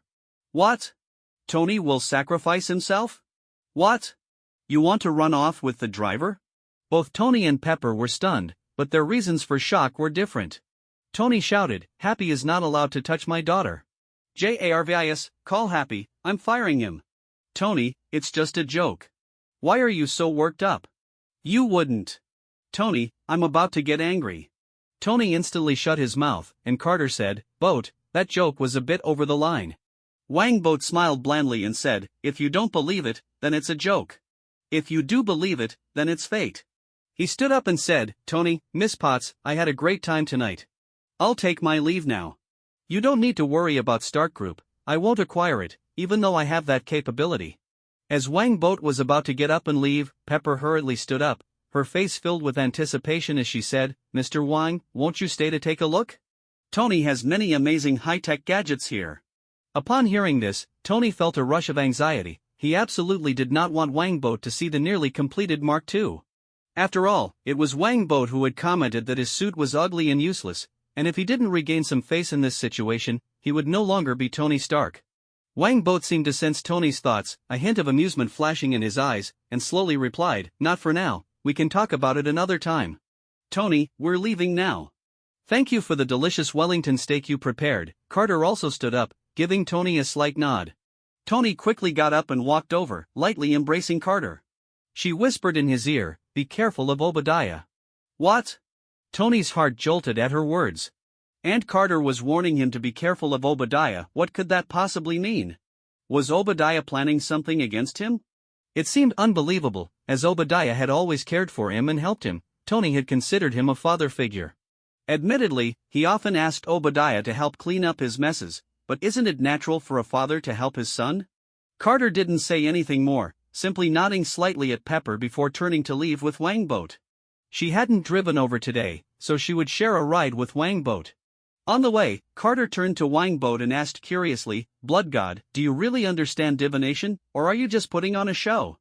Wangboat smiled slightly, a glimmer of cunning in his eyes as he replied, Are you doubting my insights about Captain America? How about this, Ms. Carter, let's talk about scientific matters instead. Carter rolled her eyes in exasperation. Just a moment ago, he had been all mysterious, and now he suddenly wanted to talk science. What a quick change. Wangboat cleared his throat and slowly said, Some time ago, I acquired 5 sets of devices on the black market. After my careful study, I am certain that these are the cryogenic devices from the Winter Soldier project during the Soviet era. Carter looked shocked and asked, The Winter Soldier project? Isn't that the one that tried to replicate Steve? Didn't it fail? Wangboat shook his head slightly and said, You could say it was half a failure, half a success. The enhanced individuals they created had extremely unstable mental states, so they used special devices to wipe the Winter Soldier's memories and then placed them in cryogenic storage until they were needed. A flicker of anger crossed Carter's eyes as she snorted, That's treating people like tools. Wangboat, however, seemed unfazed, chuckling, The Americans do this kind of thing all the time, don't mock your brother. Let's not dwell on that. I bought the cryogenic apparatus from the Winter Soldier project, and I've conducted experiments. I froze a rabbit and then thawed it, and the rabbit was still lively. A glimmer of hope appeared in Carter's eyes as she asked, Are you saying that Steve could also have been frozen after falling into the icy sea, just like the Winter Soldier? Wangboat nodded, saying, The temperature of the natural environment differs from that of the device, but you must know, when you looked for Captain America back then, you didn't find him, which means he is likely deep in the Arctic Circle, where the temperatures are much lower than elsewhere. Moreover, you cannot overlook Captain America's physique. He is certainly not like an ordinary person. Excitement flickered in Carter's eyes as she said, So you mean, Steve could really still be alive? Wangboat smiled and replied, From a scientific perspective, he has a high probability of survival. From a theological perspective, he must still be alive. That's great! Carter exclaimed excitedly, momentarily losing her composure, but she quickly collected herself and said, Blood God, I want to send someone to the Arctic Circle to look for Steve. Wangboat nodded, Sure, I will allocate some funds for you under the guise of a scientific expedition to the Arctic Circle. However, don't be too impatient. The timing may not be right, and Captain America may not appear. Carter looked puzzled and asked, Timing? Wang Bo said mysteriously, the righteous of God never appear without reason. During this gathering, what Peggy Carter said left Tony feeling extremely uneasy. Coupled with the fact that he hadn't been outside for several days, he decided to go out for a drive in his sports car towards Manhattan to attend a charity dinner. At the banquet, Tony learned from a female reporter he had a close relationship with that terrorists had once again seized Stark Industries weapons and had created a horrific disaster in Ethan's hometown, Gamera. Tony was instantly enraged and hurried to find Obadiah for more information, but the news he received from Obadiah struck him like a thunderbolt. He had been kicked out of the company by the board, and it was Obadiah who had proposed it. Tony never expected that Obadiah, whom he had always regarded as a father figure, would do such a thing. He felt as though his world had collapsed in an instant, numbly returning home. He turned on the TV to search for news from the Middle East and was horrified by the bloody scenes in Gamera. Finally, he made a resolute decision. He had to destroy Stark Industries' weapons. He absolutely would not allow his company to continue doing evil. Ethan fully supported his decision, as it was his hometown that was suffering. Thus, Iron Man, clad in the Mark III, the Mark II had been eliminated due to high-altitude icing issues, officially made his appearance. He not only destroyed all the terrorists' weapons, making them cry out for mercy, but also, in a moment of pride, had a close encounter with the U.S. military's F-22 Raptor, resulting in a loss of over $100 million. Unbeknownst to the excited Tony, footage of his battle had already been secretly recorded by Wang Boat's people and specifically shown to Ivan and Anton. Wang Boat pointed at the golden-red Iron Man, a smug look in his eyes, saying, "This is Tony Stark's latest achievement, the Mark III." Although Ivan was stunned by the Iron Man's presence, he couldn't help but curse. "This is the kind of armor that a sissy would use, it's as thin as paper." Anton nodded in agreement, adding, "Exactly, only a sissy like the Stark family would use such armor." Wang Boat shook his head helplessly, thinking to himself, this father and son really are something. The emergence of the Mark III solidified Ivan and Anton's resolve. Anton said, "Blood God, I want to become a vampire. I hope you keep your promise, and we will fulfill ours by helping you design various things." Wang Boat beamed, saying, "Rest assured, my credibility has always been reliable, there have never been any issues." In fact, he had no intention of deceiving the father and son duo. He was more worried that Ivan might double-cross him, but with Anton around, he felt it shouldn't be a big problem.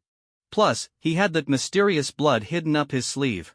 The reappearance of Iron Man left Obadiah utterly shocked. He decided to personally head to the Middle East to meet with the leader of the Ten Rings, Raza. Obadiah had no good intentions in going to the Middle East. However, upon arriving at Raza's base, he wisely abandoned his ill-conceived plans when he realized that Raza's manpower was far greater than he had imagined.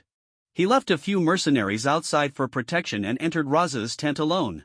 To his surprise, he found not only Raza inside but also two rather peculiar-looking individuals. One of them was extremely strong, with a body like rock, glowing with a grayish-white light. The other was so thin that he looked like nothing but a skeleton, his cold gaze sending chills down one's spine. Raza, with a fire-scarred face, warmly embraced Obadiah and then proudly introduced, "My friend, they are here to help me take revenge on behalf of the Mandarin." "The Mandarin?" Obadiah exclaimed in shock. Although he had done considerable business with the Ten Rings, he always thought the Mandarin was a fictional character, given that legends claimed he had lived for over 100 years. Without further ado, Raza took Obadiah to see the remains of the Mark I armor and the complete set of blueprints he had salvaged from the battlefield. His eyes sparkled with fanaticism as he said, "My friend, if you agree to two things, all this will belong to you." Obadiah was intrigued by the Mark I remnants and blueprints and quickly asked, "What are the things?" Raza excitedly replied, "The first thing is that once you successfully replicate this armor, you must sell me some. I want to use it to conquer the world for the Mandarin." Obadiah readily replied, "That's no problem, I am an arms dealer after all." Raza continued, "The second thing is that my brothers and I want to come to your city to seek revenge on Tony Stark and Iron Fist. They must pay for the death of our brothers." "Revenge!" The two strange individuals shouted in unison, their eyes gleaming with menace as they stared intensely at Obadiah. Obadiah slightly frowned, but after careful consideration, he chose to agree because he really didn't want to see Tony Stark again. As for Iron Fist, he didn't even know him. After all, he was just a friend of Tony's, and it wouldn't hurt to dispose of him. "Iron Fist, you're dead," Raza said, stroking a new ring with a lightning symbol on his finger, a sinister smile spreading across his face. Once Tony got excited, it seemed he couldn't stop. He made several trips to the Middle East, causing the media to report on Iron Man's heroic deeds, which made him quite pleased. He, Tony Stark, was meant to be the center of the world's attention. Tony hadn't forgotten about Obadiah, either. He had Pepper deliver a specially made USB drive to the chairman's office, attempting to hack into the company's mainframe to uncover who was secretly selling weapons to terrorists. Without hesitation, Pepper was willing to take the risk for Tony. After successfully hacking into the company's mainframe, she stumbled upon a shocking secret: Obadiah was secretly building a massive robot named Iron Tyrant.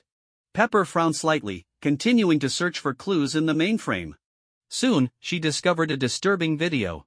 It was a video sent by terrorists to Obadiah, demanding that he increase the transaction amount, and in the video, the terrorists were unaware that their intended target was Tony Stark. Obadiah is not only selling arms to terrorists but also plotting to harm Tony?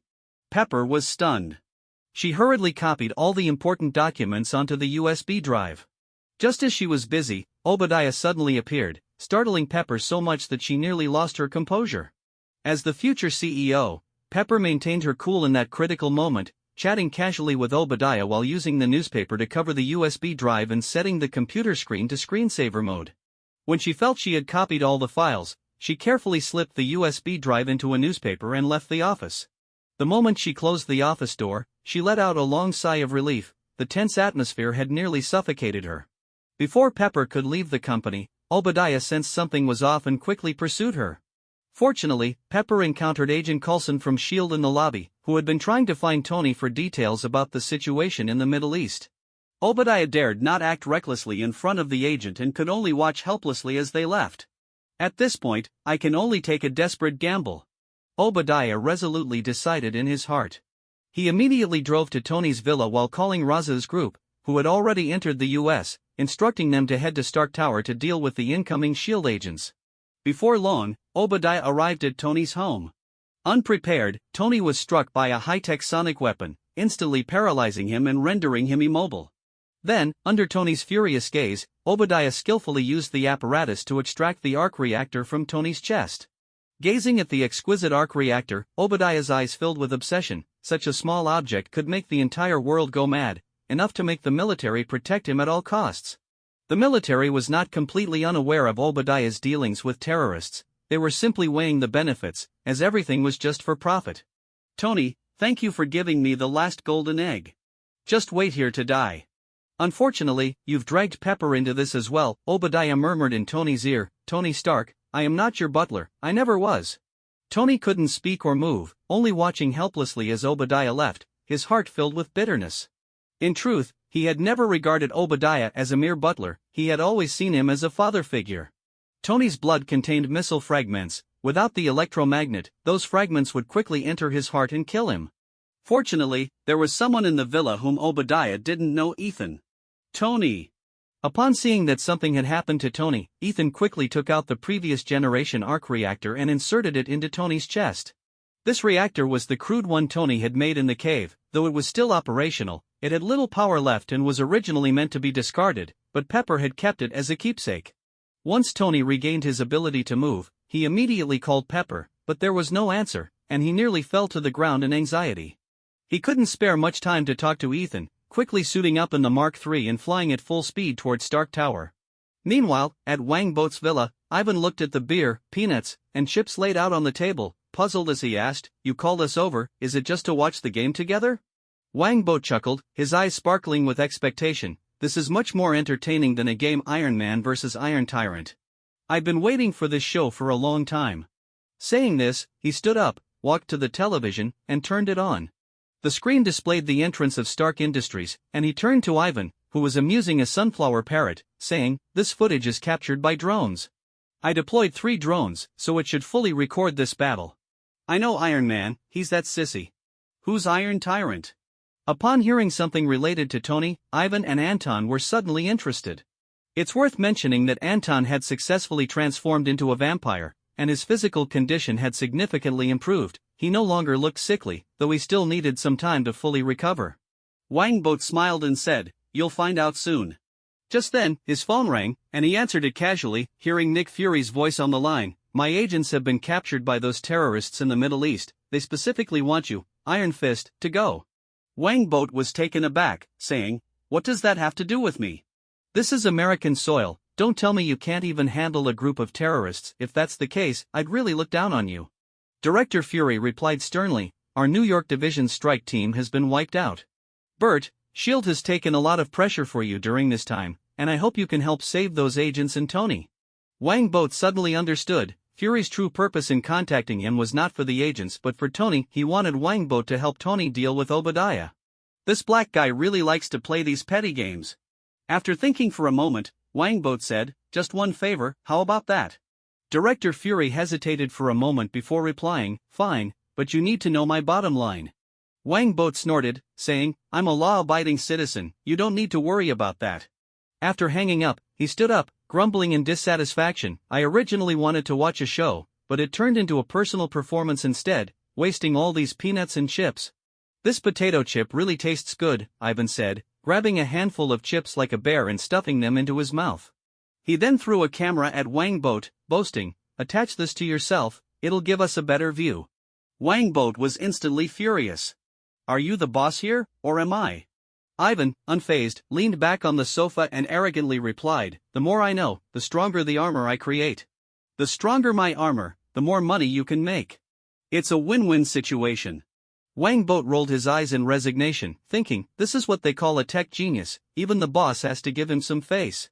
Unfortunately, Wangboat was not a typical boss. He gave Ivan the middle finger, then used the remote to turn off the TV and the drone surveillance, saying, I'm going to record this battle first. You can wait for me to come back to watch. No way. Ivan and Anton shouted in unison. Wangboat smirked as he strode out of the villa.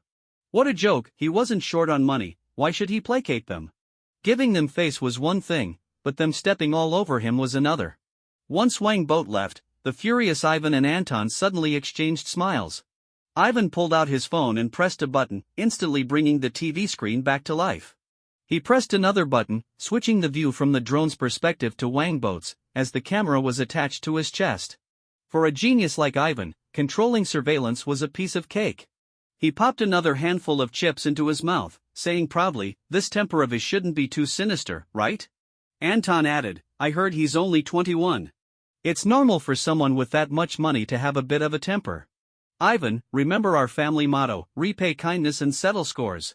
Ivan nodded and replied, I know, Dad. I'll surpass Tony Stark and show everyone that the Stark family are just thieves, liars, and butchers. Anton declared loudly, I'll support you fully. The Vank family will never lose to the Stark family. Ivan, I will repay you for everything you've done. A glimmer of emotion flashed in Ivan's eyes as he said, Dad, you know I don't care about those things. But I do, Anton said earnestly. When you have your own children, you'll understand this feeling of guilt. Every father wants their child to have the best life.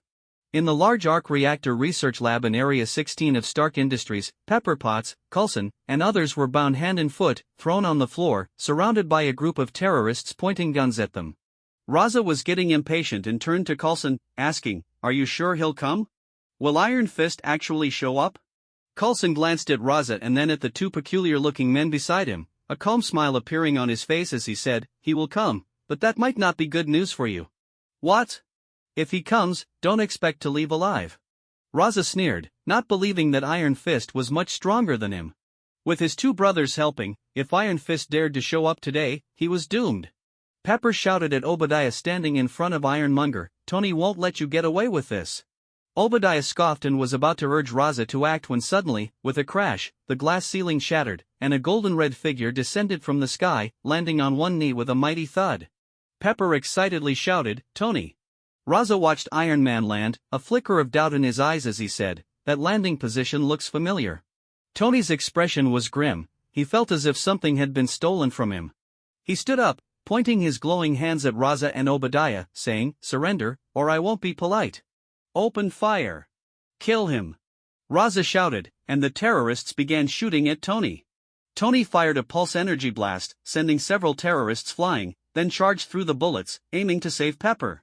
Just then, a huge figure rushed over, swinging its steel arm with great force.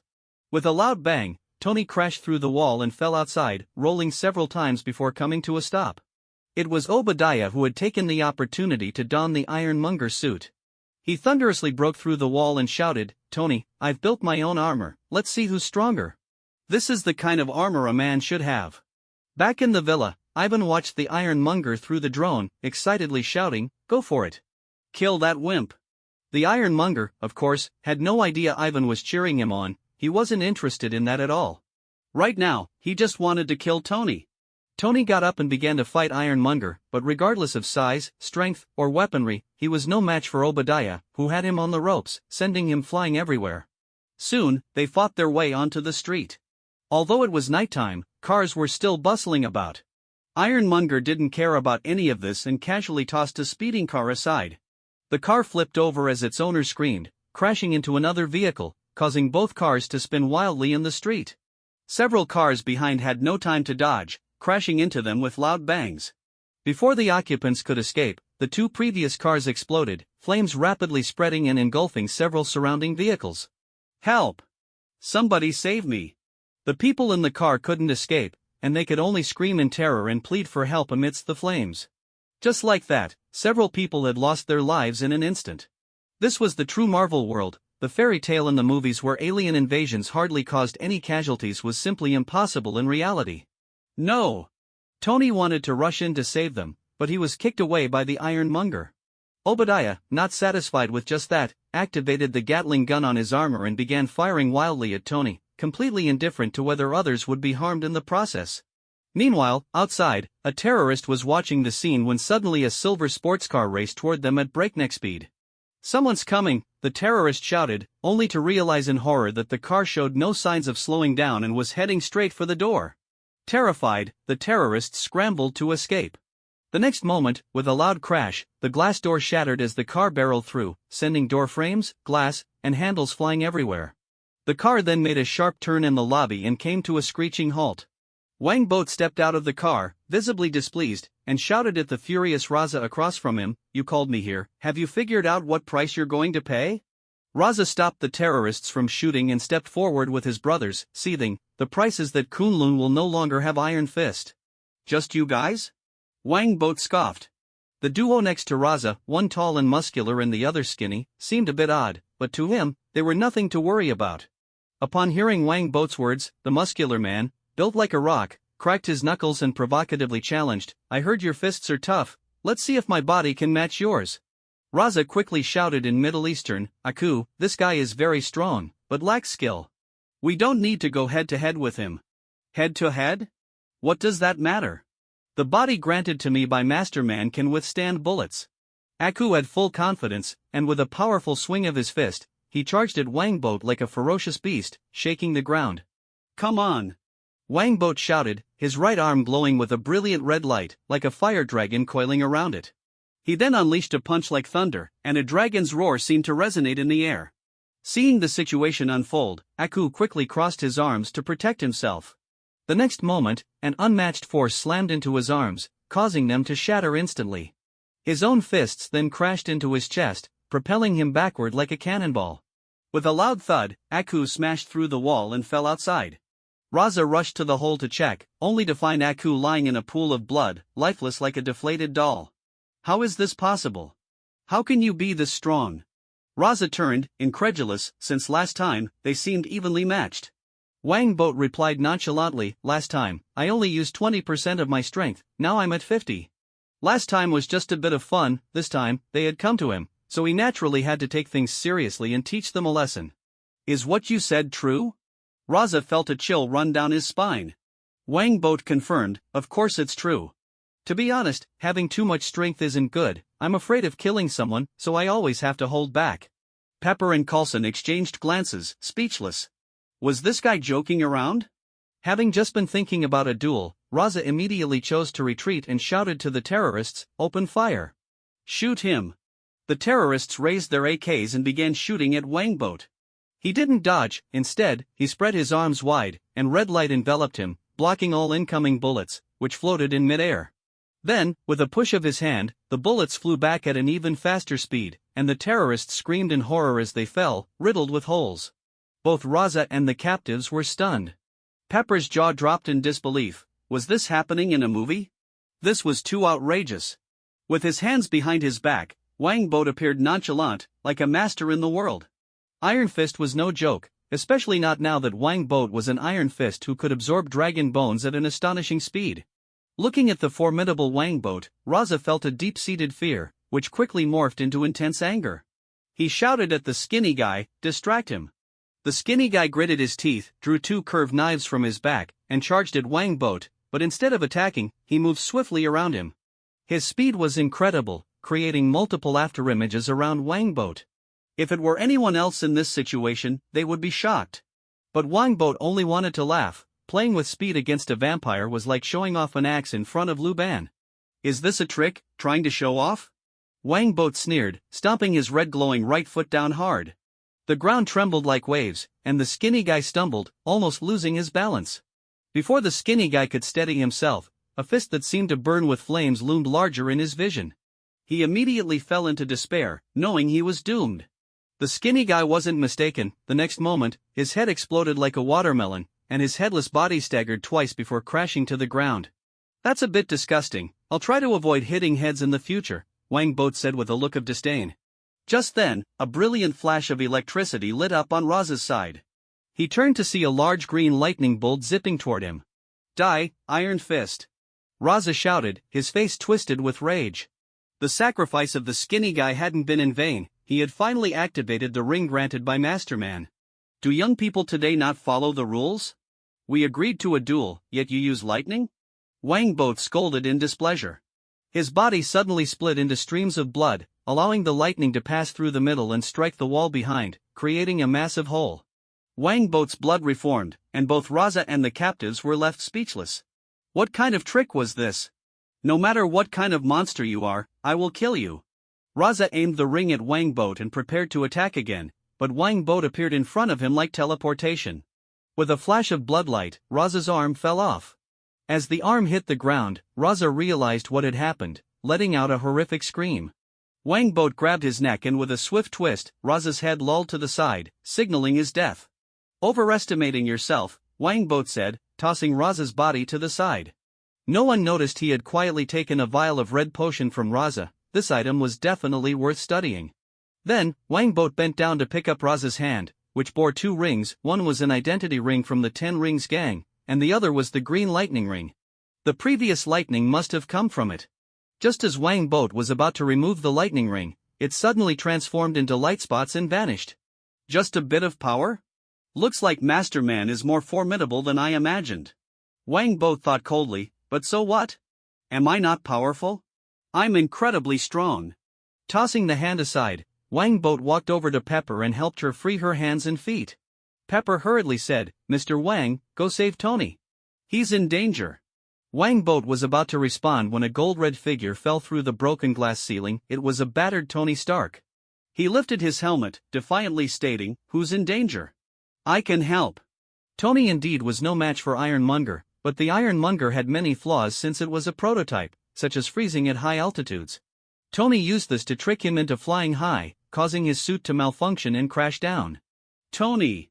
Seeing Tony was unharmed, Pepper was about to rush over, but Wang Boat pulled her back, saying, "Don't go over there. People who boast usually don't end well." "Who are you calling a boastful person?" Tony was about to retort when a massive figure crashed down from the sky. Tony immediately lowered his helmet and turned, only to be struck by the figure's arm, crashing into the wall, with chunks of concrete falling around him. Wang Boat laughed. "I didn't say anything wrong, did I? Honesty is the best policy." Pepper urgently called out, "Mr. Wang, stop gloating and hurry to save Tony." "Small matter. You help the others get untied," Wang Boat chuckled, striding toward Ironmonger. Ironmonger aimed its Gatling gun at him, ready to take down any pesky ants trying to challenge him. Just as the Gatling gun was about to fire, Wang Boat's figure suddenly vanished. When he reappeared, he was already behind Ironmonger. Where is he? Obadiah's Ironmonger was only a half-finished product, so he didn't notice Wang Boat behind him and turned his head, looking around in confusion. Wang Boat took a deep breath, and his whole body glowed with a dazzling red light, as if a fire dragon was dancing around him. Then, all the red light converged into his fists, and he exhaled sharply, striking Ironmonger's back with both fists like twin dragons emerging from the sea. With a loud bang, Ironmonger flew high into the air, the immense force leaving two deep fist imprints in its steel back. Obadiah inside screamed, spitting a mouthful of blood onto the helmet. The shock absorption feature of the steel armor had its limits. Jarvis, concentrate all energy to the chest. Tony took the opportunity, and his chest immediately glowed with dazzling light. A large pulse energy cannon fired from his chest, directly hitting Ironmonger, who flew backward, crashing through the glass and falling into the large arc reactor. With the external disturbance, the energy in the arc reactor surged violently, and countless bolts of lightning swirled around like silver serpents. It's going to explode. Get out of here. Wang Boat shouted, quickly running to his sports car. Pepper, Coulson, and the others hurried to escape, but Tony didn't move. He lifted his helmet, fearfully calling out, "Help! I'm out of power." You didn't save any energy? You charging doll, that's so embarrassing. Wang Boat abandoned the car and dashed over, pulling Tony out from the wall and hoisting him onto his shoulder. Then, while carrying Iron Man, Wang Boat dragged the car out. What kind of pose is this? Pepper and the others turned to see this scene, completely dumbfounded. It was the first time they had seen someone running while dragging a car. Just seconds after Wang Boat exited the lab with the car and Iron Man, the arc reactor exploded with a thunderous roar. Massive flames and shockwaves erupted, shattering all the glass and knocking everyone down except for Wang Boat. Wang Boat set Iron Man down and turned to gaze at the lab filled with flames and black smoke, laughing, "Hope you all bought insurance." Tony lay on the ground, irritated as he said, "Don't worry, I did. Also, I'm not a charging doll." "You're a powerless charging doll," Wang Boat said with disdain. "Tony, your endurance is seriously lacking." Tony shot back angrily, "What do you mean I'm lacking? Go ask my girlfriends, where am I lacking?" Wang Boat replied, "I was talking about your suit, not you. Why are you so sensitive? Could it be?" Tony grew even angrier, "Who's sensitive?" At that moment, Pepper got up from the ground and rushed over to Tony, nervously asking, "Tony, are you okay?" Wang Boat casually remarked, "He's fine, he's planning to find his ex-girlfriends to verify his endurance." "Tony!" Pepper was furious. It was one thing before, but now that they were together, he still wanted to find his ex-girlfriends? Tony hurried to explain, "I didn't, Pepper. He's slandering me. My endurance doesn't need verification." "You seem to have not denied that you want to find your ex-girlfriends," Pepper said coldly. Tony froze, and Wang Boat couldn't help but laugh. Wasn't this all his doing? Just then, the balding Coulson approached Wang Boat, extending his hand. "Mr. Wang, thank you for saving us. I'm Phil Coulson from S.H.I.E.L.D." Coulson looked at Wang Boat with awe, finally understanding why the director valued him so much. This blood god was truly powerful, neither Ironmonger nor Iron Man was a match for him. Wang Boat shook hands with the Marvel newbie village chief and said, "Hello. By the way, Coulson, am I correct that you're responsible for settling my appearance fee?" "Huh?" Coulson was stunned. Was there an appearance fee? Wang Boat laughed heartily and said, "Just kidding. All right, Tony, Pepper, the situation is resolved, I'll be leaving now." "Mr. Wang, thank you," Pepper said gratefully, but Tony muttered, "I could have handled it without him." "Tony." Pepper was dissatisfied. Tony turned away, but inwardly sighed. They had feelings for each other. Why was it still like this? That bastard was not only richer than him but also stronger. Wang Boat didn't care. He waved his hand and said, "Pepper, just call me Boat from now on. The era of Obadiah is over, it's your era now." With that, Wang Boat jumped into his sports car and drove away. Pepper froze for a moment, then recalled the fortune-telling from a few days ago, feeling both expectant and anxious. Could she really become the next head of Stark Industries? In the Manor Villa, Wang Boat turned his head and slowly said to Ivan, "Iron Man has officially been born. So, how's your arc reactor progress coming along?" Ivan cursed under his breath, looking extremely displeased. Suddenly, as if he remembered something important, he asked eagerly, "To create such a powerful suit, we need the best weapons company. Do you have any connections?" Wang Boat's lips curled into a slight smile as he replied, "Not at the moment, but don't worry, it will come soon. When that time comes, you'll be the weapon manufacturing supervisor of that company, and also a major shareholder." Hearing this, Ivan perked up, excitement gleaming in his eyes. He stood up, eager to continue working on the arc reactor. He didn't want to be outdone by Tony Stark. In his heart, the Vank family had to be the strongest. "Ivan, get me a tiny camera that even large corporations can't detect. I need to capture some incriminating evidence on certain individuals."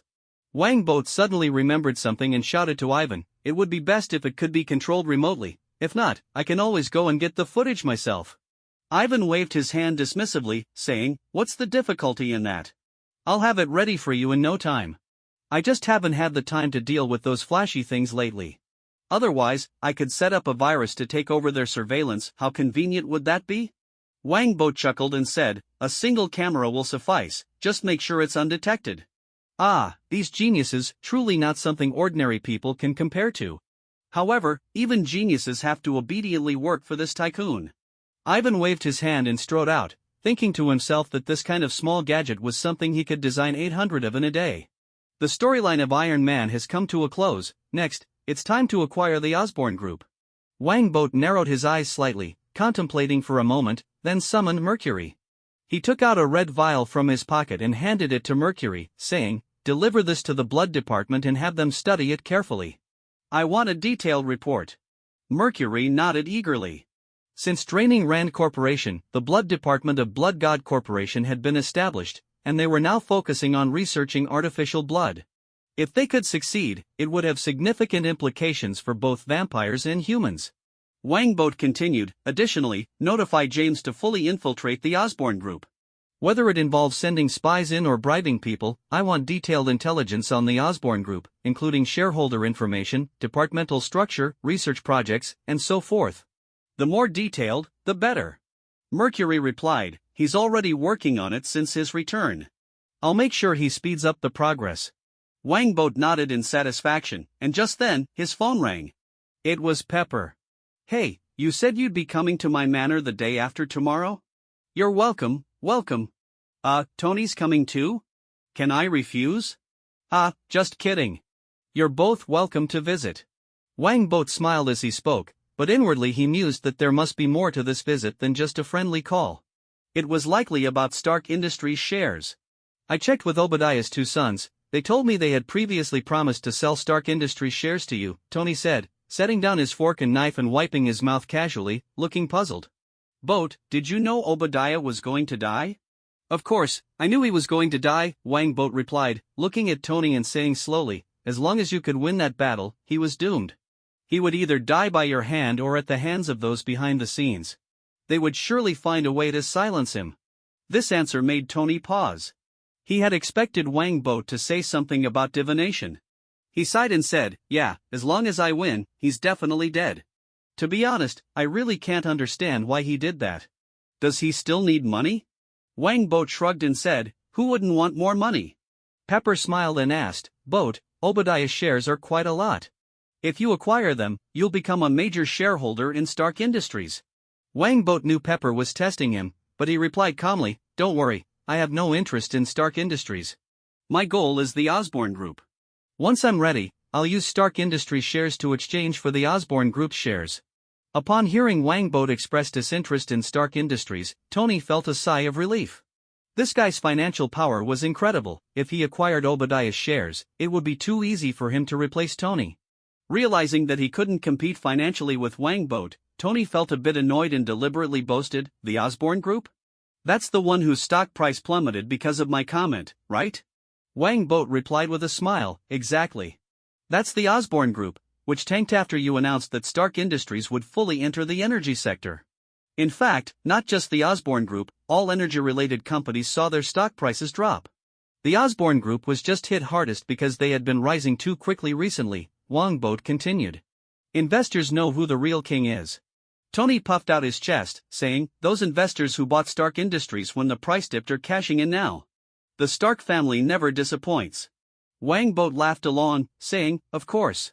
That's just the resilience of the Stark family, a small issue is nothing." Hearing this, Tony was instantly angered. If it weren't for Pepper being nearby to intervene, he would have debated Wang Boat to see who was truly lacking in stamina. "I plan to acquire the Osborne Group, so I can't short sell it. If you're interested, you could make a profit off this." Wang Boat suddenly seemed to have an idea and said, "The Osborne Group's stock price is likely to drop significantly soon." Pepper looked puzzled and said, "That can't be. For a company as large as Osborne, it wouldn't be hard to recover its stock price." Wang Boat smiled and explained, "General Slocum from the Department of Defense just retired, and the person who replaced him doesn't have a good relationship with the Osborne Group. Oh, I see. Tony and Pepper suddenly understood. The Osborne Group's weapons were high-tech and heavily relied on funding from the Department of Defense. If there were issues there, their stock price would surely take a significant hit. I'll think about it. If I really can make money, I'll share 20% of the profits with you, Tony nodded, then glanced at Pepper. She understood and pulled out 2 documents from her briefcase, handing them to Wangbot. Wangbot took the documents and casually flipped through them, smiling as he said, "Special silicone and microbattery technology and patents? Tony, are you finally returning what you owe me?" Tony quickly replied, "I don't owe you anything." Wangbot raised an eyebrow and asked, "Oh? Then what are these for?" Tony helplessly said, "Thank you for saving Pepper last time, so I'm selling you these technologies at cost price." Wangbot nodded, "Alright, I need these technologies, so I'll accept them." He continued, "As for the stocks I have, after the exchange, if there are any leftovers, I'll sell them all to you at market price." "Sounds good." Tony nodded. He hesitated for a moment and then asked, "Boat, what's my relationship with S.H.I.E.L.D.? I feel like they're being a bit too friendly. A few days ago, their director even came to my house in the middle of the night and scared me out of my wits." Wangbot smiled and said, "Maybe he's after you." Tony rolled his eyes, "Stop joking, get serious."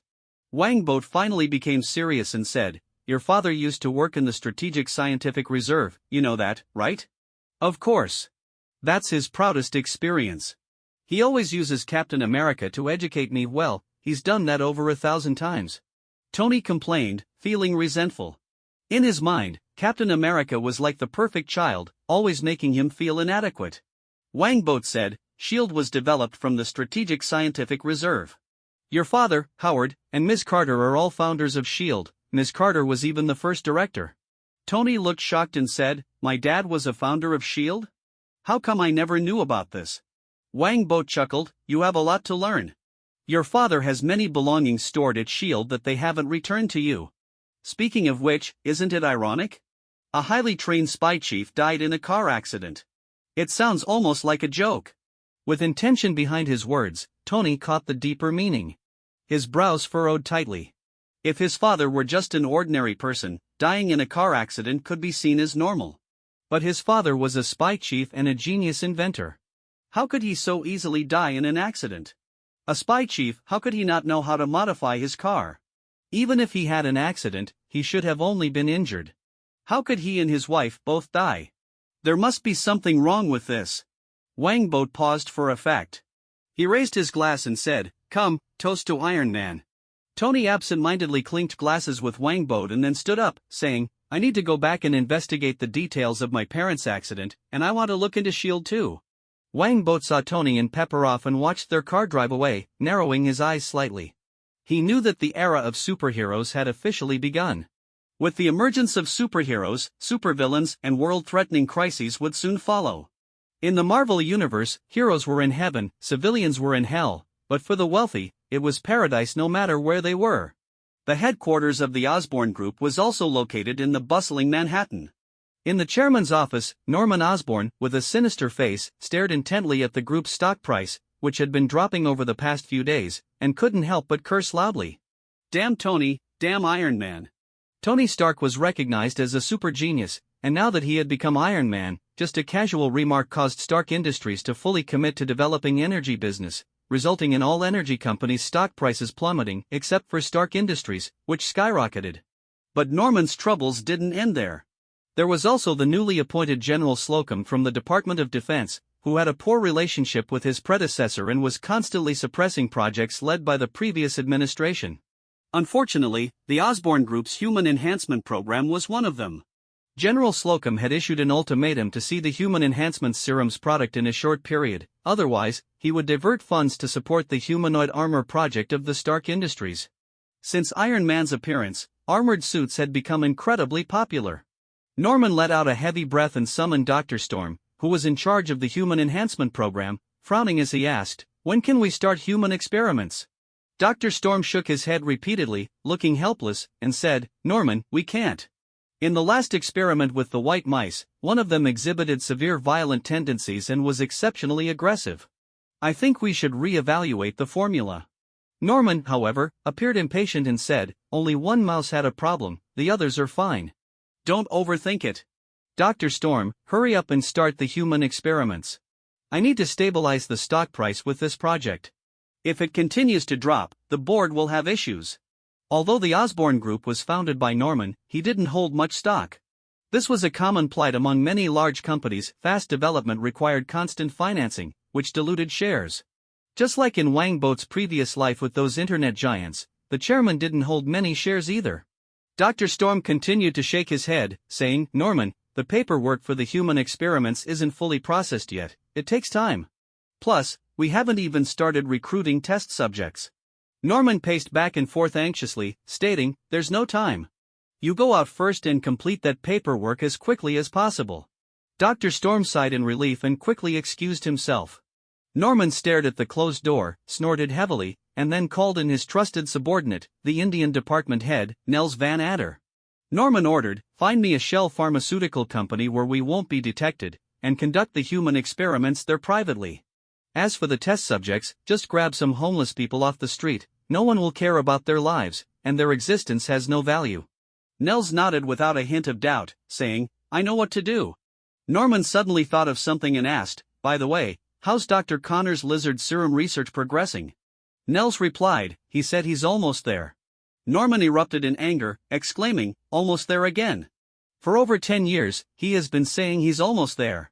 How much of my funding has he used in these years?" Norman was urgently trying to develop the human enhancement serum and the lizard serum, not only due to the impact on stock prices but also because the Osborne family had a genetic disease. He needed to find a genetic drug to cure himself. He slammed his fist on the table and shouted, "Tell him I don't have that much time. In 3 months, if he doesn't produce the lizard serum, he can take his research results and get out of the Osborne Group." "Understood, Mr. Osborne." Nels nodded and then left the office. Norman angrily slammed his hand on the desk, suddenly feeling a tightness in his chest. He hastily pulled out a pill bottle from his pocket, uncapped it, and swallowed a tablet. After a while, Norman felt his breathing gradually stabilize. He knew his time was limited and that he had to develop a suitable serum at all costs and as quickly as possible. Clenching his fists tightly, he silently vowed, "I don't mind dying, but I can't let Harry follow in my footsteps. I must develop the perfect serum and give Harry a complete life." Little did Norman know that everything happening in his office was being recorded by a secretly installed camera that was later removed and replaced 3 days later. Although the security at Osborne Tower was strict, no one noticed this event, as it was all orchestrated by just a drop of blood. Although Ivan has made a remotely controllable camera, for safety's sake, I'll change it myself. Wang Boat plugged the camera's storage device into his computer. Soon, the screen displayed the footage. After watching, a smile crept onto his lips. Old Green Goblin, as expected, didn't use his own body for human experiments. That's to be expected. As a billionaire, how could he dare take such risks? What was written in the movie was just to tighten the plot. "Old Green Goblin, your position as chairman will soon be taken from you." Shuishi had been up to something outside without Wang Boat's knowledge. While pouring tea for Max, Wang Boat asked, "Max, I heard you're in charge of the city's power grid renovation?" Max was taken aback, holding the teacup with both hands, feeling both anxious and proud as he replied, "To be precise, I designed the new power grid myself." "I'm the best engineer at the Osborne Group." Wang Boat followed up with another question, "Then why isn't your name on the design?" Max's demeanor instantly deflated. He set his cup down, angrily waving his hands, and said, "They stole my work." Wang Boat inquired further, "Are they bullying you because you're black?" Max was taken aback. Did this have to do with racial discrimination? In fact, it didn't. It was purely because Max was an eccentric, and the people in the Osborne Group's power department had been making things difficult for him. However, it was a convenient excuse, wasn't it? Wang Boat took a sip of tea and asked again, "Max, have you thought about suing the Osborne Group for discrimination and for stealing your work?" "Sue them?" Max shook his head bitterly. "How could I possibly take on the Osborne Group? They have a professional legal team. If I actually sue, I'd just end up getting fired, and then no one would want to hire me again." "Unless someone helps you," Wang Boat said, "I can help you by providing a top-notch legal team." Max looked puzzled and asked, "You want to help me? Why would you do that?" "Max, I won't hide it from you. I'm helping you to drive down the stock price of the Osborne Group." Wang Boat explained, You are the designer of the new power grid, you are crucial.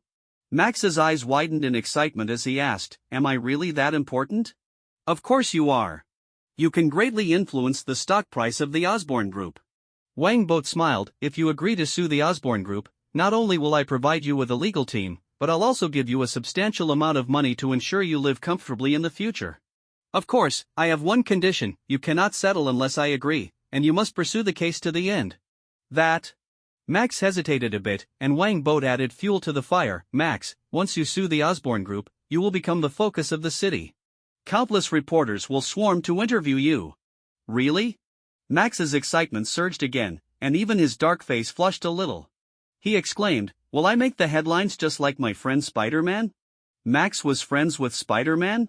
Of course not, in reality, they had only spoken once.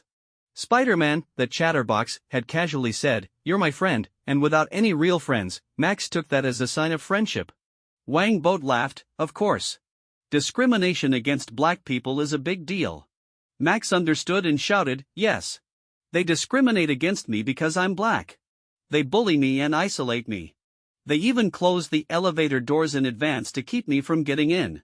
And they... Wang Boat listened quietly to Max's complaints, not only patient but also occasionally expressing sympathy. Max felt immensely grateful. Aside from Spider-Man, Wang Boat was the only one who treated him with such kindness. For this friend, I'm definitely going to fight this lawsuit. Max thought to himself, deciding unilaterally that Wang Boat was his friend. Once Max finished speaking, Wang Boat used the intercom to call Natasha in. Natasha, come in for a moment. Boss. Natasha gracefully walked in, and Max's eyes almost popped out. Seeing Natasha looking over, he shamefully lowered his head and quietly sipped his tea. Wang Boat introduced Max to Natasha and then said, you're in charge of this case. Feel free to choose any law firm in the city. I have just one requirement, win this lawsuit. Wang Boat added, also, the bigger the spectacle, the better. No problem, racial discrimination is no small matter, Natasha smiled and said, I'll find a black lawyer to handle the case, and I'll also donate to some black rights organizations to rally support for us. Let them protest directly at Osborne Tower. Wang Boat turned to Max and asked, by the way, Max, can you give a speech? Max lifted his head, excitedly asking, a speech? In front of the public? Wang Boat replied with a smile, yes, we can help you write the speech, but delivering it has to be you. I'll find a way to get it aired on television. Television? Max's excitement grew, and he nodded repeatedly, saying, I can do it. Great. Natasha, it's all up to you now. Money isn't an issue, just submit the expenses, and I'll approve them. Wang Boat nodded in satisfaction. Natasha efficiently led Max to a nearby office for discussions. Before leaving the room, she cast a resentful glance at Wang Boat. Was this guy really a man? With a beauty like her around, he hadn't made a move? As if that wasn't enough, this jerk actually had her help him set up dates with beautiful women. If it weren't for the mission, she would have beaten him up long ago. It was one thing to insult her dignity, but to insult her beauty? Natasha felt Wang Boat's displeasure and secretly laughed. Letting you feel good about yourself? You think you can just use me however you want? After Natasha and Max left, Wang Boat pulled out his phone and called James, asking, what's the status on the Osborne Group's human enhancement serum? We're almost ready to start regular human trials. James replied. Additionally, they recently got a pharmaceutical company involved in illegal human experiments, resulting in the deaths of several homeless individuals. Now the serum has been improved, and the likelihood of issues is only about 20%. However, the enhancement effects have decreased somewhat. 20% is still a high risk, and they dare to push forward? Osborne is really desperate. Wang Boat sneered. He instructed, bribe the review supervisor and get a few test subjects with violent tendencies in there. James chuckled, no problem. In America, there's nothing money can't do. Wang Boat continued, how are things with the shareholders? Is there anyone willing to sell their shares? James replied, one shareholder has agreed to trade Osborne Group shares for Stark Group shares, but he wants 6% for 5%. Wang Boat scoffed, in your dreams. Just stall him for now. When the scandal at the Osborne Group breaks, we'll negotiate then. 3 percentage points will be enough. Blood God, I know what to do. James nodded, then added, by the way, the professor you asked me to find is located.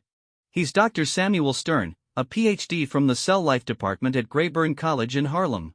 I wanted to hire him under the name of Blood God Group, but he didn't agree. Samuel Stern, huh? I've noted that down. You don't need to worry about it. James, you're doing great. Wangbot nodded. Samuel Stern was the blue man from The Incredible Hulk, a genius.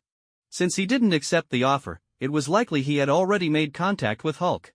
It seemed he would need to pay him a visit soon. James said, "Since you value me so much, I won't let you down."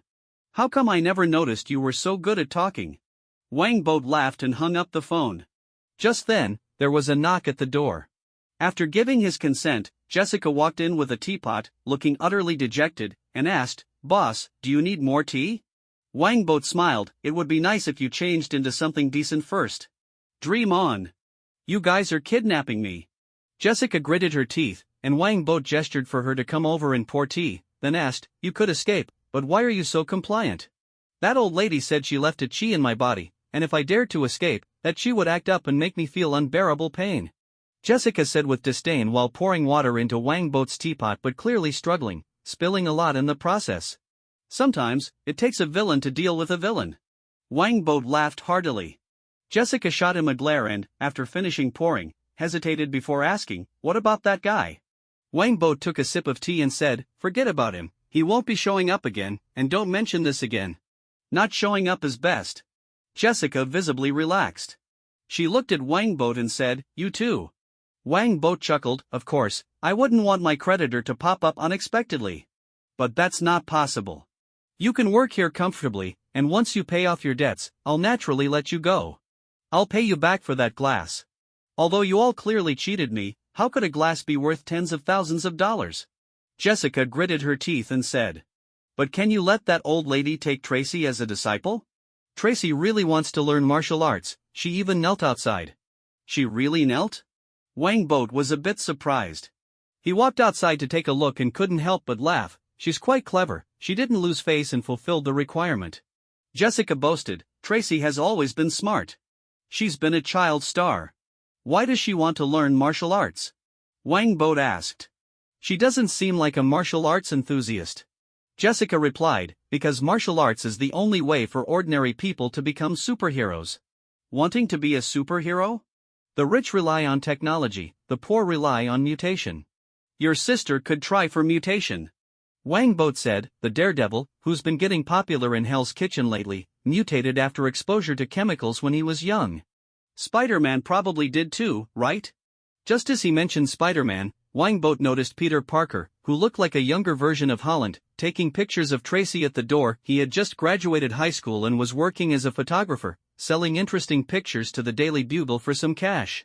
But interesting pictures weren't easy to come by, so Peter often tearfully sold his shots to the Daily Bugle, letting them use his Spider-Man pictures. Tracy hadn't noticed anyone taking pictures. Feeling a bit thirsty, she pulled down her face mask to drink some water and then pulled it back up, and this scene happened to be captured by Peter. At this age, and looking like that? Quite a mess, Wangbot secretly mocked. Jessica hadn't noticed Wangbot zoning out and asked in surprise, "The rich rely on technology, and the poor rely on mutation? Wait, do you know Daredevil and Spider-Man?" Wangbot laughed, "I even know Tony Stark, he owes me a lot of favors." Jessica didn't believe him at all and scoffed, "I had dinner with Bill Gates yesterday." Wangbot laughed heartily, not going into details. Jessica looked at him and asked, "If you're so strong, why not become a superhero?" "I'm a vampire, a born villain, I can't be a superhero. Besides, who says being strong means you have to be a superhero?" Wangbot sneered, "Also, I'm wealthy, if I want to help someone, I can just send my subordinates." "Do I really have to get my hands dirty?" At this point, Wangbot suddenly had a thought, shouldn't he recruit a few superheroes as subordinates? It would make things easier in the future. After all, the era of superheroes was approaching. But recruiting superheroes to be subordinates is almost impossible, superheroes aren't swayed by money. Wangbot thought to himself. If that's the case, why not cultivate a few superheroes myself? The two in front of me would be quite suitable. In this world, Jessica Jones hadn't been violated by Purple Man, making her a valuable candidate for training. As for Tracy Walker, her prototype seemed to be a superhero as well. A vampire? I'm a werewolf. Jessica, of course, had no idea someone was eyeing her. She scoffed, and you, a small tea shop owner, pretending to be a rich man? This shabby tea shop is bound to close. I've never seen a tea shop with a membership system. Wang Bo smiled without responding. With his wealth, he wouldn't easily go bankrupt. Jessica hesitated, then asked, not becoming a superhero? Isn't that a waste of the abilities given to you? Is that what Tracy told you? Wang Bo replied, don't let such words constrain you. Be yourself, help if you want to, ignore it if you don't. The most important thing in life is to live freely. People should live for themselves, not for others. Live freely? Jessica murmured to herself, then disdainfully said to Wang Bo, wasting the abilities given to you. With your personality, it's a miracle you haven't been beaten to death yet, Wang Bo retorted. He waved his hand and said, go find that kid outside and ask him to be your sparring partner. 2 hours daily, high pay. Jessica glanced at Peter outside and disdainfully said, that skinny little guy? I could take him out with one punch. Wang Bo mocked, who was it that was begging for mercy from a frail old lady just before? I didn't beg for mercy. And I was being respectful, I didn't want to argue with her. Jessica huffed, angrily walking outside. Tracy, seeing her, was immediately delighted. Jessica nodded at her and walked over to Peter, relaying Wang Bo's offer. Sparring partner? Peter was taken aback, then shook his head repeatedly. Sorry, I don't really like fighting. I've got things to do, I'll be going now. After saying that, Peter turned and left in big strides. He was in a rush to submit his photos and didn't realize that the only one he had chosen was the one of Tracy drinking water. Though Tracy was a has-been star, she had once been popular, and J. Jonah Jameson, the owner of the Daily Bugle, recognized her immediately, thrilled. This was excellent news. A has-been star, mentally unstable, begging outside a tea shop. Perfect. Wang Bo did not stop Peter from leaving. He knew Peter would return because he was a penny pincher. A noble penny pincher who didn't use superpowers to make money. Jessica didn't think much about Peter's departure, she hadn't planned to be a dedicated employee anyway. She sauntered back to the door and looked at Tracy, asking, Tracy, are you really going to stay there kneeling? Tracy firmly replied, I have to learn martial arts. Jessica grumbled in displeasure, what's the point? What's so great about martial arts?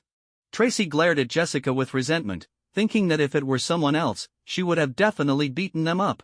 This world is so unfair, some people can easily obtain what others strive for, and they act like it doesn't even matter, just like that Jessica Jones. Just as Tracy was about to say something, Madame Gao stepped out and said, the boss wants to see you. Come in quickly. Tracy jumped up in surprise and eagerly asked, did she agree to take me as her disciple? Madame Gao smiled and replied, you're in luck. The boss intends to take you both on as disciples personally. Tracy was taken aback, that young man? Can he really do it? Isn't it said that the older the martial artist, the stronger they are? He's much stronger than I am, Madame Gao said without elaborating, leaning on her cane as she walked inside. Tracy hurried to follow, while Jessica walked behind with a displeased expression, muttering, that guy might be strong, but why should I bow to him? I don't even want to learn martial arts.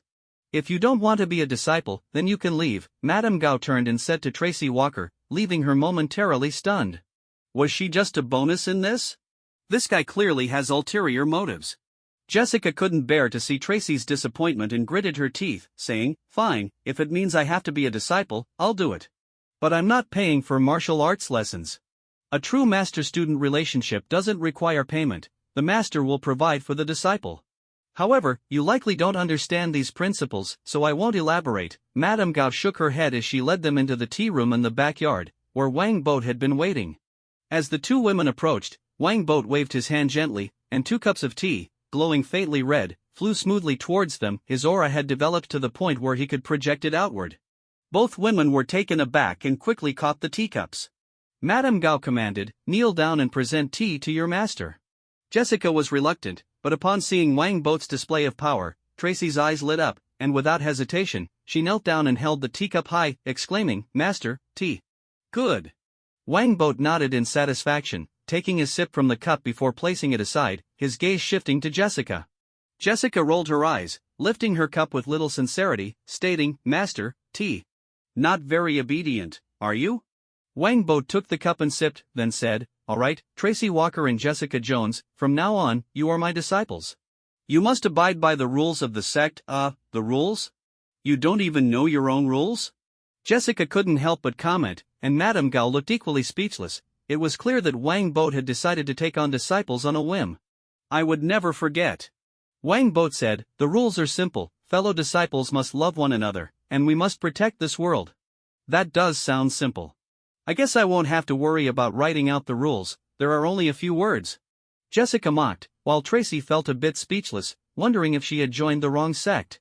This felt more like a makeshift group. Since you say so, I'll grant you this, you will write out the rules 1,000 times. Wang Boat declared, and Jessica was furious, shouting, why should I? You asked for it, so don't blame me. Wang Boat waved his hand and said, all right, I've said what needs to be said. Stand up. From now on, you will come to the tea house to train every night at 8. If you can't make it, you must call me in advance. Got it? Got it. Tracy nodded repeatedly, her face filled with excitement. She could finally learn martial arts. Seeing Tracy so happy, Jessica didn't press the issue further. After all, she still had to work here to pay off her debts. She thought to herself, what kind of master extorts their disciples? As Tracy and Jessica stood up, Wang Boat looked at Tracy and said, Tracy, you're very obedient, so I'll prepare a gift for you as a disciple. You can collect it tomorrow when you go to work. Thank you, master. Tracy said, but in her heart, she didn't care much. Wang Boat didn't elaborate. He turned to Jessica and said, as for you, you're not obedient at all. Besides writing lines, you also need to clean the tea house. Why should I? Jessica was extremely unhappy, and Tracy quickly intervened, saying to Wang Boat, Master, I'd like to take Jessica back to celebrate a bit. Can she come back to work tomorrow? Since you're pleading for her, I'll let her off this time. Wang Boat nodded. Jessica huffed. Clearly, he treated her sister better than her. Tracy was overjoyed, thanked Wang Boat, and then excitedly left with Jessica. After they left, Madame Gao looked at Wang Boat with confusion, asking, Blood God, with so many powerful beings in the Blood Clan, why do you want to take them as disciples? The Blood Clan is inherently villainous, we need some humans to speak for us, Wang Boat explained, adding, Madame Gao, it'll be up to you to teach them. Aren't you the one teaching? Madame Gao was taken aback. Who hands over their disciples to someone else to teach? You take care of it, I have matters to attend to tonight. Wang Boat shrugged. He was just joking, there were many beautiful women waiting for him in the city. He couldn't possibly spend 2 hours every night teaching disciples, that wasn't the lifestyle of a wealthy man. Having successfully become a disciple, Tracy had a beautiful dream. In her dream, she became the most popular superhero, with countless reporters vying to interview her, endless fans cheering for her, and numerous television stations inviting her as a guest. However, when Tracy woke up, she found reality to be extremely cruel. She was indeed receiving attention, but not the kind she had hoped for. Has-been star, mentally unstable, begging in front of a tea house? Daily Bugle, I'm going to sue you. Tracy saw the news and was so furious that she tore the newspaper to shreds. As a former child star, she knew all too well what kind of consequences such negative news would bring. Others would mock her relentlessly, the station would temporarily cancel her show, and she would be shelved. As for when she could make a comeback, that depended on luck. Tracy's career was facing a major crisis. Calm down, calm down. As long as I can think of a good excuse, there should still be a chance for a comeback. Maybe I can stage an environmental protest or something artistic? Tracy paced back and forth in the living room, feeling anxious. She wanted to discuss it with Jessica, but when she called, there was no answer. She knew that Jessica had probably gotten drunk again. Damn it!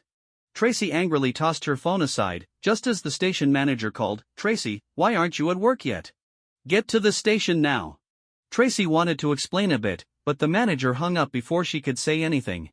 Left with no choice, she quickly tidied herself up, put on her sunglasses, wrapped a scarf around her neck, and headed to the station. As soon as she arrived at the station, Tracy saw a large group of reporters waiting for her. She hurriedly had the driver go to the back door and sneaked into the building. Once inside, a female host who had a contentious relationship with Tracy approached with feigned concern. Tracy, what are you doing here? If you're sick, you should stay at home and rest. Tracy snapped, you're the one who's sick. That article is pure nonsense. Tracy, if you're sick, you need to get treatment, you can't avoid it. The female host taunted, otherwise, who knows what embarrassing things you might do. When have I ever embarrassed myself?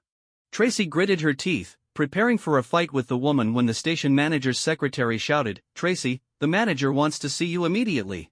"Okay." Tracy quickly agreed, shooting a furious glare at the female host before striding towards the manager's office. Colleagues around her looked at her with pity and schadenfreude, thinking she was likely to be shelved. "Tracy, I will help you host your show from now on. You don't need to thank me, it's what I should do," the female host laughed behind her back. Tracy felt like turning around and smashing her with her high heels. That woman was truly unbearable. Taking a deep breath to calm herself, Tracy knocked on the manager's door and stepped inside. "Manager." Tracy intended to explain herself, but the manager interrupted. "Tracy, your show is being upgraded to a social program. There's a big interview at noon, you need to familiarize yourself with the materials quickly." "My show is, wait?" Tracy was stunned, surprised to ask, "Manager, you're upgrading my show?" Tracy's Tracy Talks was originally an entertainment talk show, mainly discussing everyday topics and relationship dramas. She had always wanted to take charge of a political or social column, but the manager had never agreed, as that kind of show was only for big names to host. Tracy never expected that after such a scandal, the manager would not only keep her but also upgrade her show. Was she dreaming? If so, let this dream last forever. The manager glanced at Tracy and said, "Tracy, this is an order from the higher-ups." "Didn't you know?" "Higher-ups?" Tracy was taken aback. She had known some big names before, but after her fall from grace, no one had paid her any attention. "Go prepare," the manager said, not elaborating further. He felt Tracy was just pretending not to know. He hadn't expected that the usually self-respecting Tracy would follow this path. Perhaps this was the fate of female stars in the entertainment industry. With the documents in hand, Tracy walked back to her office, feeling lost. People outside were looking at her differently, filled with envy, jealousy, and confusion compared to their previous attitudes. Clearly, the news had spread. Tracy haughtily huffed, raised her head, and walked towards the manager's office in her high heels. The people along the way wore flattering expressions, no longer bearing the ridicule from before. This one was bound to be a future big name. The host who had previously mocked Tracy had even hidden away in the restroom, too afraid to be seen. "Heaven and hell, I never realized they were so close," Tracy thought to herself. She had initially expected today to be hellish, but thanks to her master, it had turned into heaven. "Master, thank you." At noon, the interview officially began. Tracy looked at the slightly nervous Max and asked, "Mr. Max, you said you were responsible for designing the city's power grid, but according to the information I found, your name isn't on it." Max responded angrily, "They stole my work. The people at the Osborne Group have been bullying me. A few years ago, on my birthday, they didn't even congratulate me and made me work overtime." Tracy feigned ignorance, asking, "Mr. Max, why do the people at Osborne bully you?" Max answered according to Natasha's instructions, "Because I'm black, and they discriminate against me. If I were white, I'd already be a department manager. I'm one of the best engineers in the country." Upon hearing this, guest Martin looked furious and said, "Max, what did you say? The people at Osborne are that outrageous?" "Exactly. The people at Osborne are that outrageous. In fact, the upper management at Osborne is almost entirely white, there isn't a single black person." Max shouted, "I'm going to sue them. I want my work back, and I want fair treatment." "Really? Is that true? It's hard to believe that companies like this still exist." Martin exclaimed loudly, "Max, I support you suing them. Don't be afraid of them, you have the entirety of Black America standing behind you. We will all support you. The era where whites can bully us at will is over." With someone secretly pushing the narrative, this racial discrimination incident quickly gained traction. On the same day, several black organizations protested at Osborne Tower, and major television stations broadcasted the news, putting the Osborne Group in a tight spot, and their stock price fell sharply. "Damn it!" In the chairman's office at Osborne Tower, Norman Osborne glared at the crowd of protesters below through the floor-to-ceiling windows, his anger erupting like a volcano. Unable to contain his emotions any longer, he slammed the glass of wine in his hand down onto the floor, the sharp sound of shattering glass echoing his fury and helplessness. It was one wave after another. The stock price of Osborne Group had only just begun to show some signs of improvement, but now, due to this incident, the stock was plummeting again, and not just slightly, this was a significant drop. Racial discrimination was an incredibly sensitive topic in America, and mishandling it could lead to immeasurable losses for the company. Moreover, Max was the designer of the power grid, if he won this lawsuit, Osborne Group would lose control and usage rights over the power grid, which would be a fatal blow to the company. At that moment, he heard soft footsteps behind him. Without turning around, Norman asked, "Mackin, have you found out the truth? Did Max really design the power grid?" Mackin, the vice president of Osborne Group and an elderly white man, nodded slowly. The power grid was indeed designed by Max. He's quite a recluse, so the people in the power department took advantage of that and claimed his work as their own. Damn it! Fire them all! Norman cursed angrily. He then asked, "What about the racial discrimination issue?" Mackin furrowed his brow and said, "This matter is quite suspicious. I suspect someone is plotting against us, possibly inciting Max to say these things. The scale of this incident is too large, we must find out who is pulling the strings behind the scenes. We must find out for sure." A fierce glint flashed in Norman's eyes as he said, "Also, go and negotiate a settlement with Max. We can offer him a bit more money, but he must publicly declare that Osborne Group does not engage in racial discrimination." "I'll talk to him," Mackin hesitated before adding, "however, the city government is pressing us to resolve this issue quickly, or they will reconsider the ownership of the power grid. Those greedy bastards." Norman cursed inwardly. He knew that the officials in the city government were only meddling for monetary gain. He said, "Give them enough benefits to keep them quiet about this matter, otherwise, our stock price will continue to drop." "Understood, Mr. Osborne." Mackin nodded and left the office. Norman sat back in his chair, lost in thought. After a moment, he called in his right-hand man Nels and Dr. Storm, the researcher of the Human Enhancement Serum. Norman, sitting in his chair, revealed a sense of urgency and asked, "When can we start human experiments for the enhancement serum?" Dr. Storm frowned and replied, "The subjects have been selected, and we just need a few more days of training before we can officially start the experiments." "But time waits for no one." "Let's begin the experiments tomorrow. In 7 days, we need to present our results to the Department of Defense. Only then can we boost our stock price back up." Norman insisted. 7 days? Dr. Storm shook his head repeatedly, stating, "That's impossible. After the serum is injected, we need at least a month of observation to determine if there are any side effects. Conducting experiments in such a short time frame carries too much risk." "Just 7 days," Norman asserted firmly. "Nels, assist Dr. Storm in completing this experiment. The enhanced serum has been modified, and there's only a 20% chance of issues arising. If we recruit more subjects, we'll definitely find successful candidates. Then, we can alter the experimental data and present the successful results to the Department of Defense. They won't know the truth and will think the experiments have succeeded." "The military has always dreamed of human enhancement. They will sign a contract with us right away and provide substantial funding. With that funding, our stock price will soar. Afterward, we can slowly refine the serum until it's perfect. This way, the Osborne Group can not only weather this crisis but also land significant contracts with the Department of Defense." "It's a perfect plan." "I will assist Dr. Storm with the experiments," Nels nodded, knowing Norman's temperament. Once he made a decision, it was hard to change his mind. Dr. Storm realized there was no point in further opposition and could only sigh helplessly as he turned to prepare for the experiments.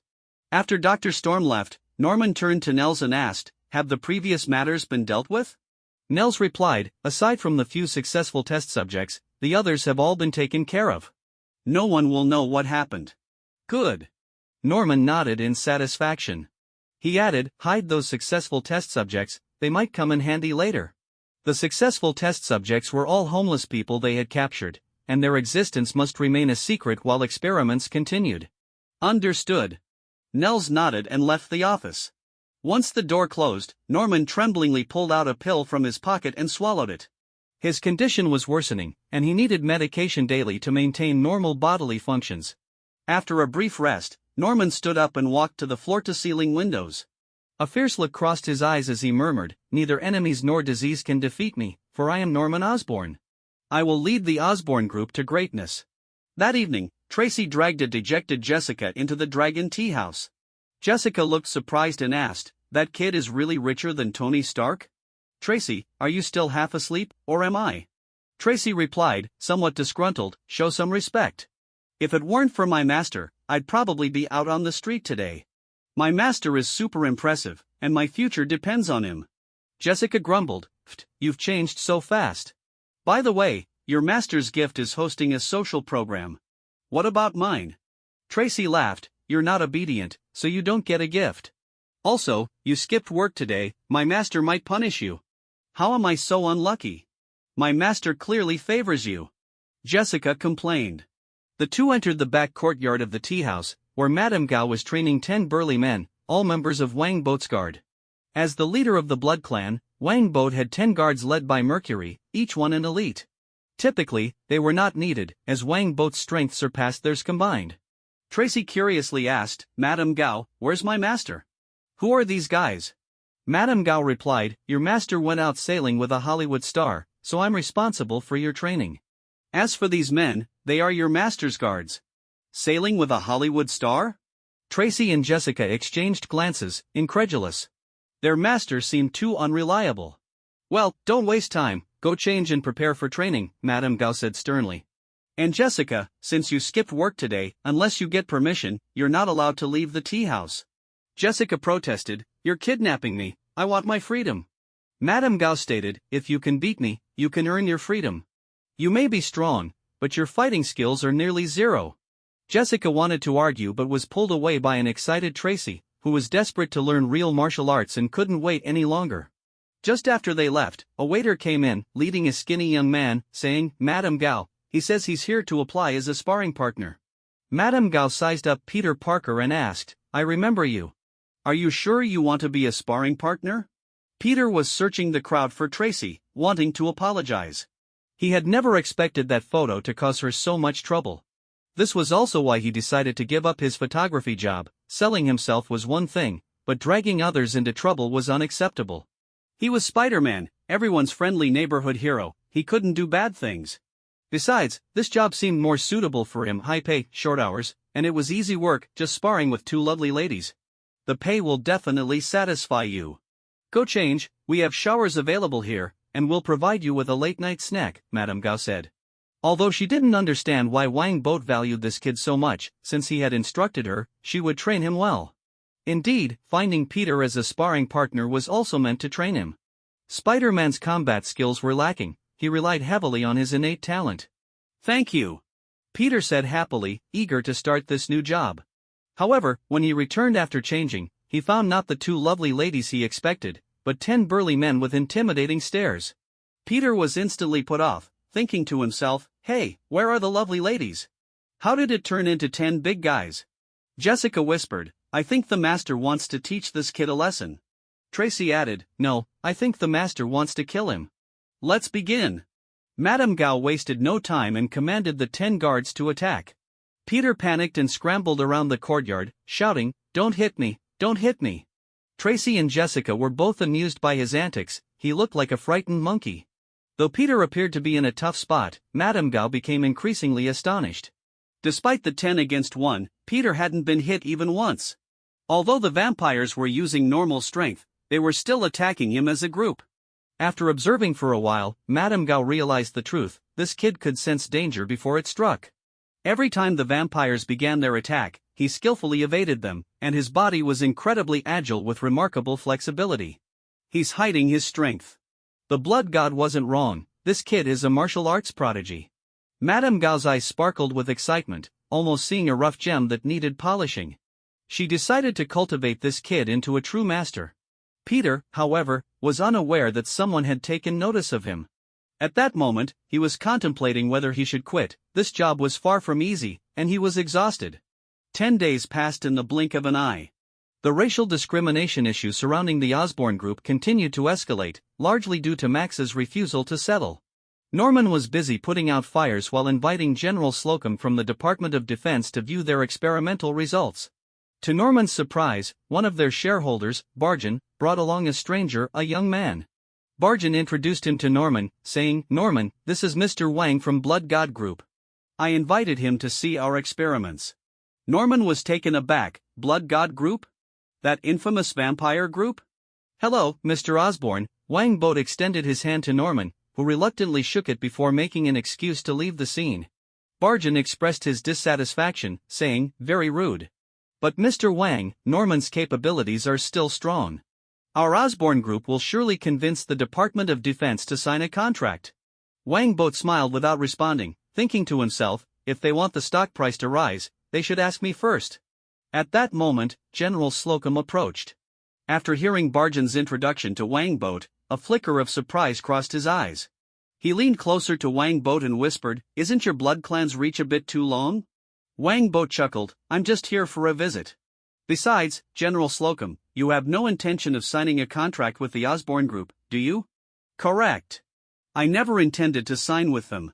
Meeting you has only solidified my decision." General Slocum snorted and turned to leave. Wangbot shrugged, silently following the group. Next, everyone entered the command center under Norman's lead. Norman excitedly pointed at the open area outside the glass and said, "General Slocum and everyone, welcome to the Osborne Group's experimental base. Today, we will showcase the Human Enhancement Serum and the single-person flying gear. I believe they will help our country better defend the world." As Norman was introducing, 3 men clad in green bioarmor flew in on gliders that resembled giant bats. Wangbot watched as black smoke billowed from the gliders, secretly sneering, "That much black smoke isn't very environmentally friendly." Norman's expression slightly stiffened before he forced a smile, saying, "This is just a minor issue, we will improve it quickly. Now, let's see the attack capabilities of the gliders.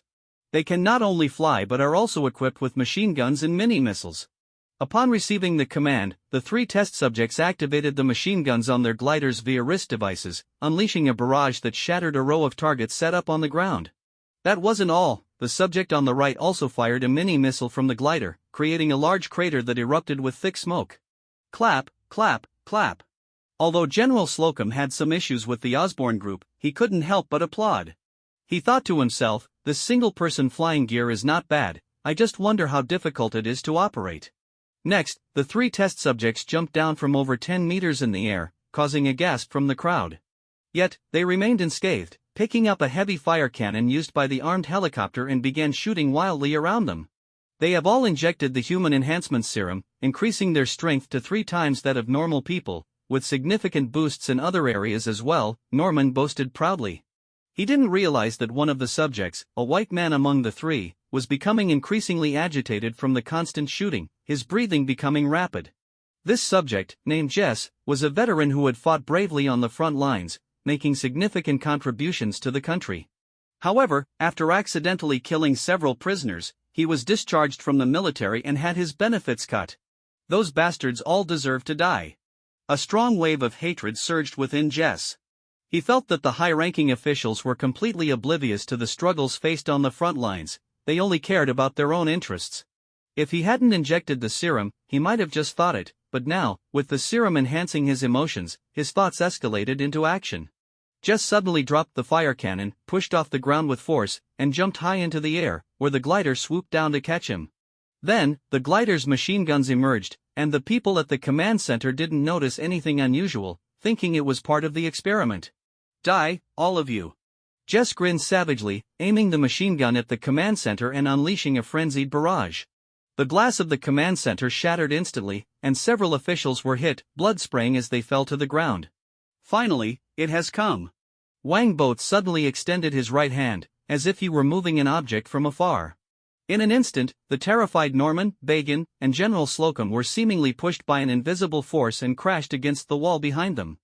Seeing this, Jace was greatly alarmed and immediately fired a mini-missile.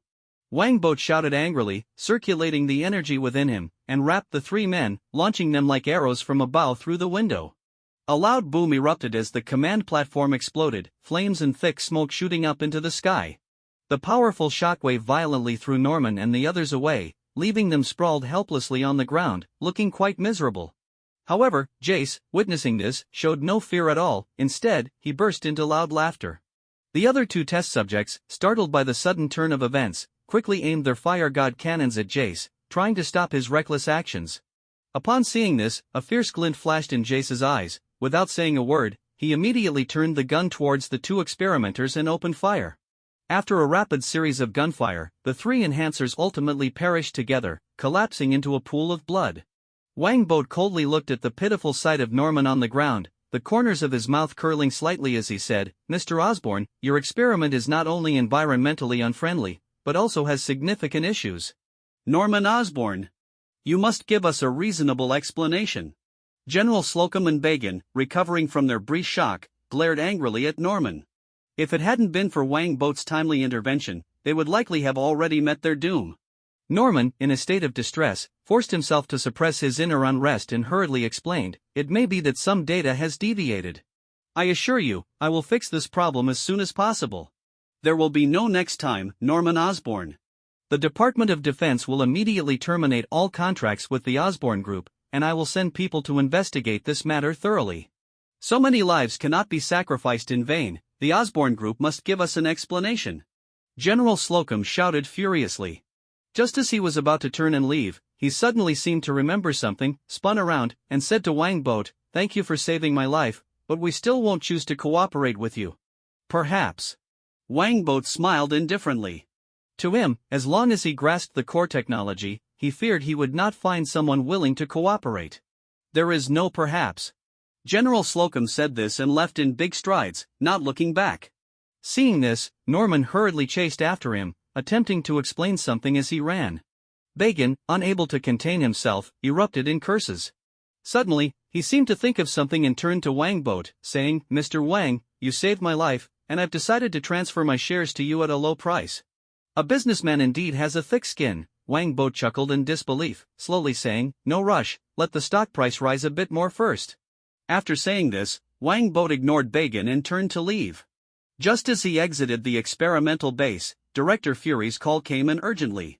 Wang Boat couldn't help but complain, "You're even more eager than a nagging wife." Director Fury said helplessly, "There's no choice, you're much more troublesome than a philandering husband." "By the way, does this matter have anything to do with you?" "If I hadn't intervened, Norman Osborn and General Slocum would probably be dead by now," Wang Boat replied calmly. "Also, if you're interested, you could listen to Tracy's talk at noon. You might find some clues there." "I will listen," Director Fury said. "Blood God, if Norman Osborn unfortunately dies before the Osborn Company is transferred, regardless of whether he was harmed by you or not, we will intervene to stop you from acquiring the Osborn Group." "Don't worry, I've always respected the rules of the game," Wang Boat said with a smile as he hung up the phone. He looked at his cell phone, a hint of coldness flashing in his eyes. "Today, I respect the rules of the game. Tomorrow, the rules of the game must respect me." Many people must have learned that the Osborn Group's experiment has run into major problems, but you certainly don't know what the underlying reasons are. At noon, Tracy's crisp voice spread across New York City through thousands of radios. Her words were like stones thrown into a calm lake, instantly stirring up ripples. Countless reporters swarmed to the Osborn building, inquiring about the situation. The Osborn Group released a statement claiming this was malicious slander and reserved the right to hold Tracy legally responsible. However, behind Tracy stood Wang Boat, so how could she fear the threats from the Osborn Group? She unhesitatingly handed all the evidence to the FBI, which immediately took action and sent people into the Osborn Group to conduct a comprehensive investigation. Meanwhile, the Department of Defense also sent personnel to hold the Osborn Group accountable, demanding a reasonable explanation from them. In an instant, the Osborn Group seemed to be caught in a storm, with stock prices plummeting like a roller coaster, suffering losses far worse than those of the Stark Group at its worst. In his villa, Tony, leisurely eating salad, chuckled, "Our vampire is really impressive, managing to crush the Osborn Group's stock price like this. Those shareholders must be crying their eyes out." Pepper exclaimed excitedly, "Yes, the recent losses can basically be made up for now." Tony snorted and said, "All that money should go into buying back company stock. I don't want to be kicked out of the board again." Pepper looked astonished. "You really want to hand over the group to me to manage?" Tony smiled and said, "Boat Wang said it's your era next." Pepper snorted coldly, "So you sent Happy to Africa?" "Tony, he's been with you for over 10 years, protecting you and driving for you."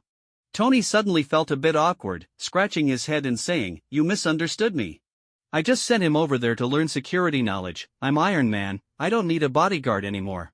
After he finishes his studies, I'll have him take charge of Stark Group's security." Pepper shook her head in silence, saying, "Tony, have you ever thought about giving up being Iron Man?" "You're already a billionaire, there's no need to risk your life personally." Tony firmly rejected, "No, Iron Man is me. I am Iron Man, no one can replace me." Pepper sighed, realizing that arguing with Tony now was pointless, especially since he hadn't encountered any danger yet. She said, "I will try to manage the company, but I really don't have much confidence." Tony smiled and said, "That doesn't sound like something you would say, Pepper."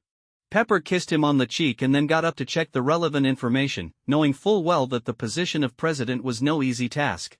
After Pepper left, Tony returned to the basement to continue his work.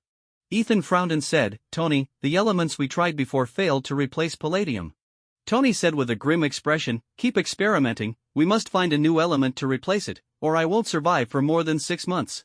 Ethan advised, "Tony, maybe you should use the suit less, that way, you might live a bit longer." Tony shook his head and said, "Living without excitement is not worth it." Saying this, Tony called out, "Jarvis, pull up shield data, and any information regarding my parents' car accident." In an instant, various holographic projections appeared before Tony, which could be manipulated. Tony studied them carefully and then had Jarvis call Carter, saying, "Auntie Carter, we need to have a serious talk." In just a few days, Norman Osborn seemed to have aged 10 years. He struggled to walk toward the conference room. That mere 10-meter distance felt like he had exhausted all his strength, each step feeling like carrying a heavy load. The reason for this situation, aside from the immense stress he had been under recently, was that his health was deteriorating.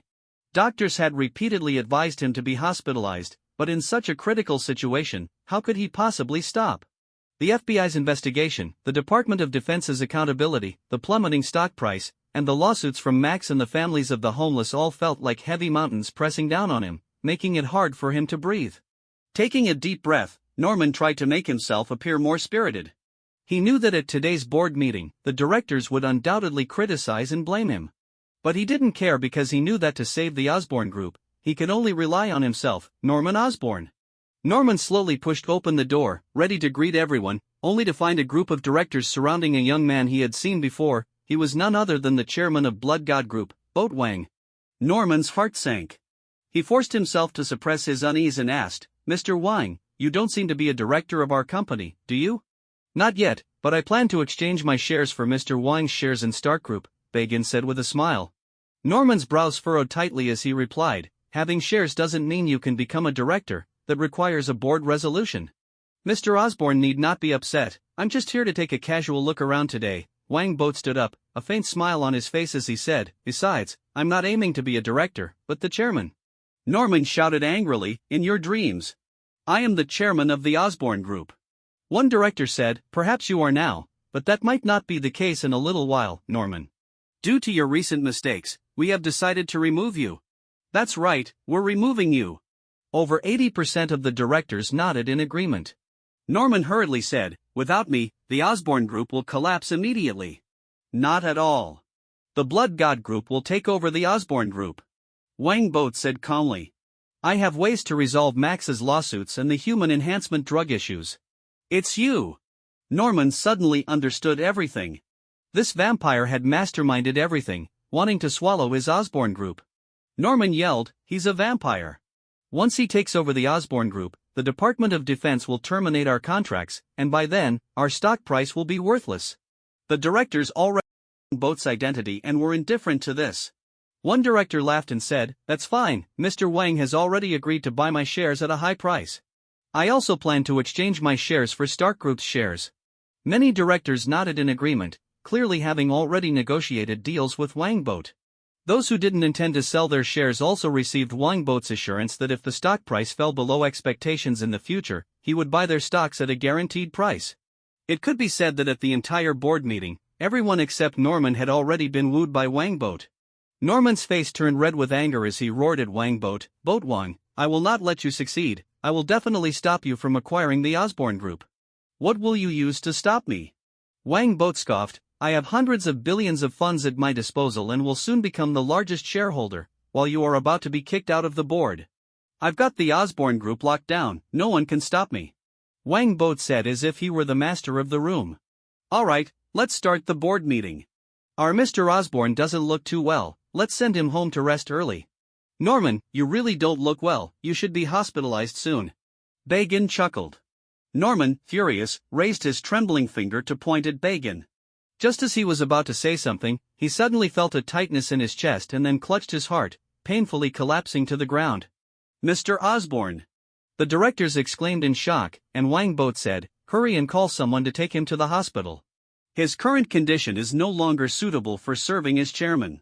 "That's true, so Mr. Wang, who do you think can temporarily manage Mr. Osborn's affairs?" Bagan asked. Wangbot smiled and said, I'm not the chairman just yet, but I have a suggestion. Vice President McKenna would be great. Then let Vice President McKenna manage temporarily. Everyone chimed in, laughing. They looked at Norman, who had already fainted on the ground, secretly shaking their heads. Norman's defeat was truly not unjust, even his trusted aides had betrayed him, and he remained completely unaware. In the hospital, Norman's voice was as cold as the depths of hell as he asked, so, McKenna was already bought off by that vampire? Yes, he's involved in the human enhancement drug issues and can't escape responsibility. Nels said. At this moment, only he and Dr. Storm were there to visit Norman. Everyone else had long since disappeared. As the saying goes, when the tree falls, the monkeys scatter, when the person leaves, the tea cools. It's the same everywhere.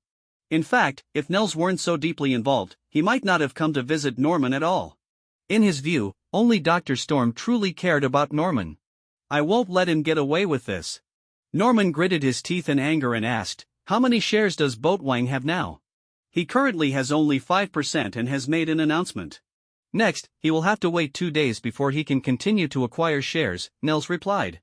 Mr. Osborne, the vampire has significant financial backing, we can't compete with him. Damn. Norman cursed, thinking for a moment before gritting his teeth and saying, Dr. Storm, I want to inject the human enhancement drug. Dr. Storm was shocked and shouted, Norman, the human enhancement drug has side effects. I have no other choice, only through experimentation do I have a chance to survive and reclaim my company. Norman said firmly. Although Dr. Storm was reluctant, he prepared everything under Norman's orders and personally oversaw the experiment. The experiment ultimately succeeded. Norman regained his health and possessed a physique several times stronger than that of an ordinary person. But at the same time, the experiment also failed. Norman developed an extremely evil personality. As soon as this evil persona was born, it ruthlessly strangled Dr. Storm, simply because Dr. Storm had repeatedly opposed human experimentation. From that moment on, Norman officially became a supervillain, the Green Goblin. Seeing that Norman had killed Dr. Storm, Nels was nearly scared out of his wits. He was about to flee when Norman suddenly turned and said, Come back to the Osborne group with me. I want to take all the data and various advanced weapons. The Osborne company is mine, no one can take it away.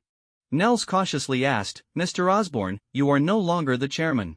Norman replied, Then let's steal it, and frame everything on Dr. Storm. Mr. Osborne, I will follow your orders. Nels quickly stated, but his heart was filled with fear and unease. Dr. Storm had been so loyal, yet he was still strangled by Norman, and even after death, he would be slandered. What fate could he, as a sycophant, expect? Faced with the brutal Norman, Nels dared not entertain any thoughts of resistance, only obediently following his commands. Soon, the Osborne group experienced a theft, losing not only various important documents but also a batch of high-tech weapons such as gliders, biochemical armor, pumpkin bombs, and more. Under Norman's secret guidance, the FBI focused their investigation on Dr. Storm, while the Osborne group conveniently shifted the blame for the illegal human experiments entirely onto him. After doing all this, Norman began to prepare for dealing with Wangbot. He knew that commercial means could not deal with this vampire, so he decided to eliminate him directly. However, to Norman's frustration, Wangbot had gone to the gambling city to enjoy himself, leaving him at a loss for how to act. This is simply outrageous. At such a critical moment for the acquisition of the Osborne group, he actually goes off to gamble in Vegas? Can't he have a little responsibility and accountability? The old Green Goblin was furious, cursing loudly. The distance between Vegas and New York is quite far, even by plane, it would take several hours. Given his current physical condition, it was impossible for him to return to New York in time to deal with those matters. Frustrated, the old Green Goblin could only vent his anger on other things. He donned his terrifying biochemical armor and put on his sinister Green Goblin mask, then launched an attack on the rival aerospace company's experimental base. Amidst a series of violent explosions, the humanoid armors, executives, and Department of Defense officials of the aerospace company were all obliterated, reduced to a pile of wreckage. He did this partly to retaliate against the oppression from his competitors and the Department of Defense, and partly to delay the signing of their contracts. This way, when he regained control of the Osborne group, he could renegotiate with the Department of Defense and other relevant parties, continuing to control the fate of the Osborne group. The entire attack proceeded very smoothly, but the only thing that annoyed the old Green Goblin was that General Slocum was not present at the experimental base this time due to the shock he experienced last time, thus escaping disaster. After destroying the rival's experimental base, the old Green Goblin set his sights on the company's board members.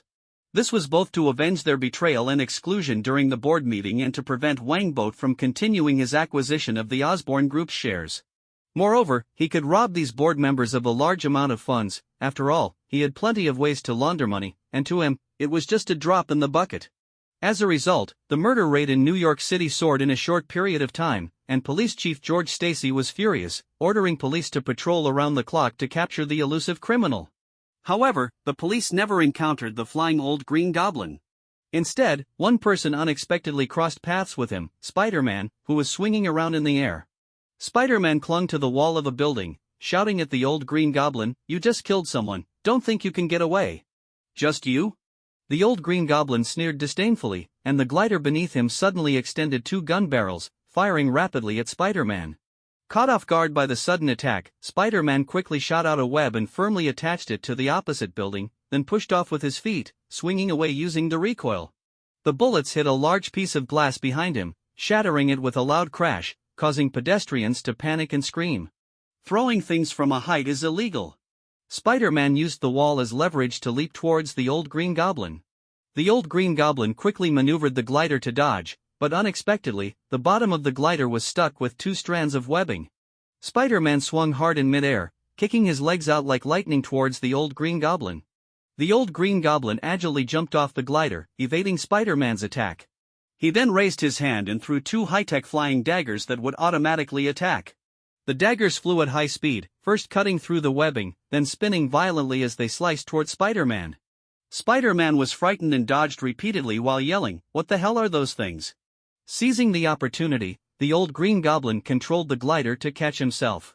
He had initially intended to eliminate Spider-Man here, but just then, the sound of police sirens came from below. Cursing angrily, the old Green Goblin realized he could no longer afford to linger and decided to leave. Thanks to his agility, Spider-Man successfully evaded the 2 flying daggers, using his webbing to move quickly between buildings, closely pursuing the old Green Goblin. The police cars below spotted the target and began to chase the airborne old Green Goblin with full force. Seeing this, the old Green Goblin grinned menacingly and fired a missile from the glider. With a loud boom, a police car was blown into the air and then crashed heavily onto an outdoor cafe, rolling several times. Several unfortunate pedestrians, along with tables and chairs, were sent flying, their lives unknown. But it didn't end there. Another loud explosion followed, and another police car burst into flames. The powerful shockwave overturned surrounding tables and chairs, along with pedestrians, and flames spread quickly, plunging the entire scene into chaos. Spider-Man was taken aback by the sight. He could no longer continue chasing the old Green Goblin and hurriedly flew down to rescue people. Unfortunately, despite giving his all, he was ultimately unable to save those who had lost their lives, with more than 10 people severely injured. This incident quickly made the headlines, with not only the police being criticized by the public but even Spider-Man receiving much blame. The Horn newspaper even referred to the Green Goblin as the Green Goblin, officially adopting it as Norman's nickname. Feeling criticized, Spider-Man was somewhat disheartened, leading to him getting hit several times by Tracy during their evening training session. Tracy asked puzzledly, "What's wrong with you today? You look so listless." Through their interactions over the past few days, Peter had come to understand Tracy's dreams. Hesitating for a moment, he asked, "Tracy, do you think Spider-Man's actions today were wrong?" Tracy firmly replied, "Of course not. The wrongdoer is that Green Goblin, he's too ruthless. If he's not caught soon, who knows how many more people will lose their lives." Peter still felt some guilt. He said, "The Green Goblin is indeed ruthless, but if Spider-Man hadn't pursued him, maybe fewer people would have died today." "By your logic, is it wrong for the police to pursue criminals?" Tracy scoffed. "Look up historical case records, this happens all the time. The police are not in the wrong, and neither is Spider-Man. Now, let's stop wasting time and continue training. I want to become a superhero as soon as possible to catch those criminals." "Okay." Peter quickly got into position, secretly resolving to catch the Green Goblin and bring him to justice for the innocent victims. At a luxury hotel in Vegas, Wangbot saw the news reports from New York and couldn't help but shake his head. He sighed, "What on earth is going on these days? Why are there so many chaotic elements? First Iron Man, then Spider-Man, and now a Green Goblin pops up?" Frank shook his head repeatedly, finally starting to fulfill his official role as Wang Boat's personal bodyguard. He said, with superheroes, there will naturally be supervillains, it's inevitable. Are there any capitalists who aren't evil? Behind their glamorous appearances often lies endless filth and crime, Wang Boat shrugged and said. But don't be too pessimistic, there's still justice in this world. By the way, Frank, have you started practicing chi? I don't want to see any accidents due to lack of strength. Mercury, Snowman, and you all started practicing at the same time, they've mastered the use of chi by now. That stuff is too hard to practice, and I feel that even without training chi, I won't easily run into trouble. I'm Frank Castle, the best Special Forces soldier. Frank said proudly, confidence sparkling in his eyes. Wang Boat glanced at the thermos cup in his hand and couldn't help but tease, a Special Forces soldier who carries a thermos every day? I mean, it's fine for you, a Western strongman, to drink hot water, but adding goji berries? Who taught you that? What's wrong with drinking hot water? Who says we can only drink cold water? Frank replied irritably. As for the goji berries, Snowman taught me, he said drinking goji berries is good for health. Needing to focus on health means your stamina is already declining, Wang Boat said. Frank, after practicing chi, your body will remain in peak condition, which will not only help in battle but also lead to a happier life with Maria. You might even welcome a third child. Frank's eyes lit up, it has that effect too? I haven't read much, so don't lie to me. Wang Boat said, if you can master chi, I guarantee you'll still have reproductive ability at 80. I can, but Maria might not be able to. Frank retorted, saying, if it really has such good effects, then I can put in some effort to practice. Maria has always wanted more kids. Before it was due to financial constraints, but now it seems fine. As they were talking, Natasha walked in with a phone and said, Blood God, Director Fury is calling. Tell him I'm on vacation and don't have time to take his call. Wang Boat knew Fury would definitely want to ask about the Green Goblin. He didn't want to be disturbed by such trivial matters, so he directly refused. Natasha nodded and left with the phone. A moment later, she returned, this time it was a call from Carter. Wang Boat gestured for Natasha to leave and then answered the call. Carter said somewhat displeased, why did you tell Tony about Howard? Miss Carter, do you know who Tony Stark is? Wang Boat countered, leaving Carter momentarily speechless. She asked in confusion, what do you mean? Tony Stark doesn't need you to take care of him, he's the chairman of Stark Industries, Iron Man who defends world peace, a superhero admired by countless people. Wang Boat said sternly. He has the right and ability to investigate the circumstances surrounding his parents' deaths. Besides, S.H.I.E.L.D. has already started to recruit him. Do you want him to follow in his father's footsteps? Carter hesitated for a moment and said, this. Wang Boat continued, Ms. Carter, Tony will be a great help to you because he definitely won't be on their side. I think you should tell him everything and let him decide for himself. I'll think about it. Carter's attitude wavered, and she asked, why are you in Vegas at this time? What's going on with that Green Goblin? Wang Boat replied, how would I know?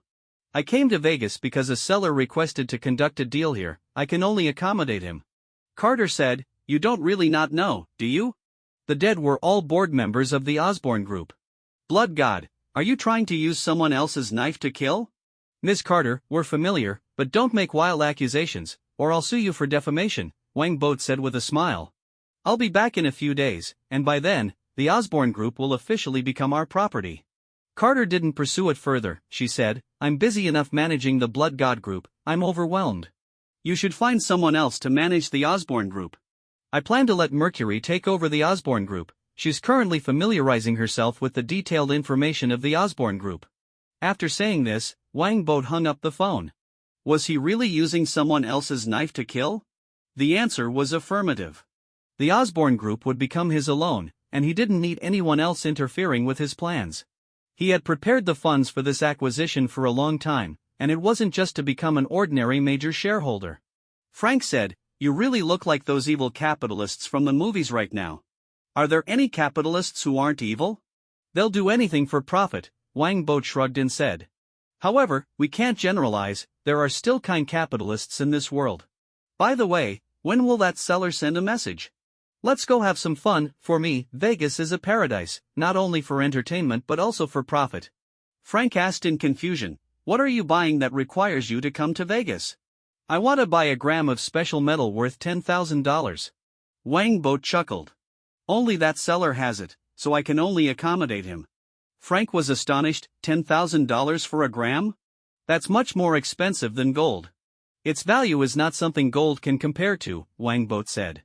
The seller is very cautious, and I only managed to get him to agree to trade with me through vampire channels. In the dark world, the vampire name is quite effective.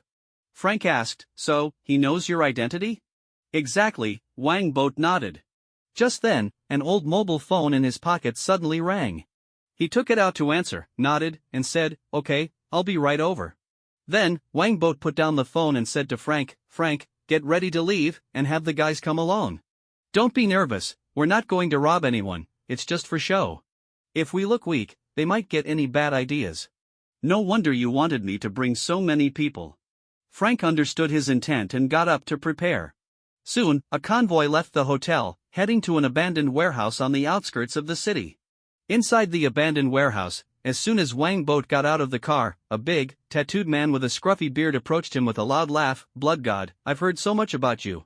Besides this man, there were more than a dozen armed thugs in the warehouse, all exuding a fierce and brutal aura, resembling a band of pirates. In fact, they occasionally played the role of pirates. Mr. Clow, you're too kind, Wangbot said as he stepped forward to shake hands with Ulysses Clow, a drop of blood silently seeping into the other's body. Then he released his hand and asked, Mr. Clow, where's the goods? Ulysses was completely unaware of any anomaly and smiled as he replied, Blood God, you're really in a hurry. This way, please, I've brought you the 10 kilograms of vibranium you requested.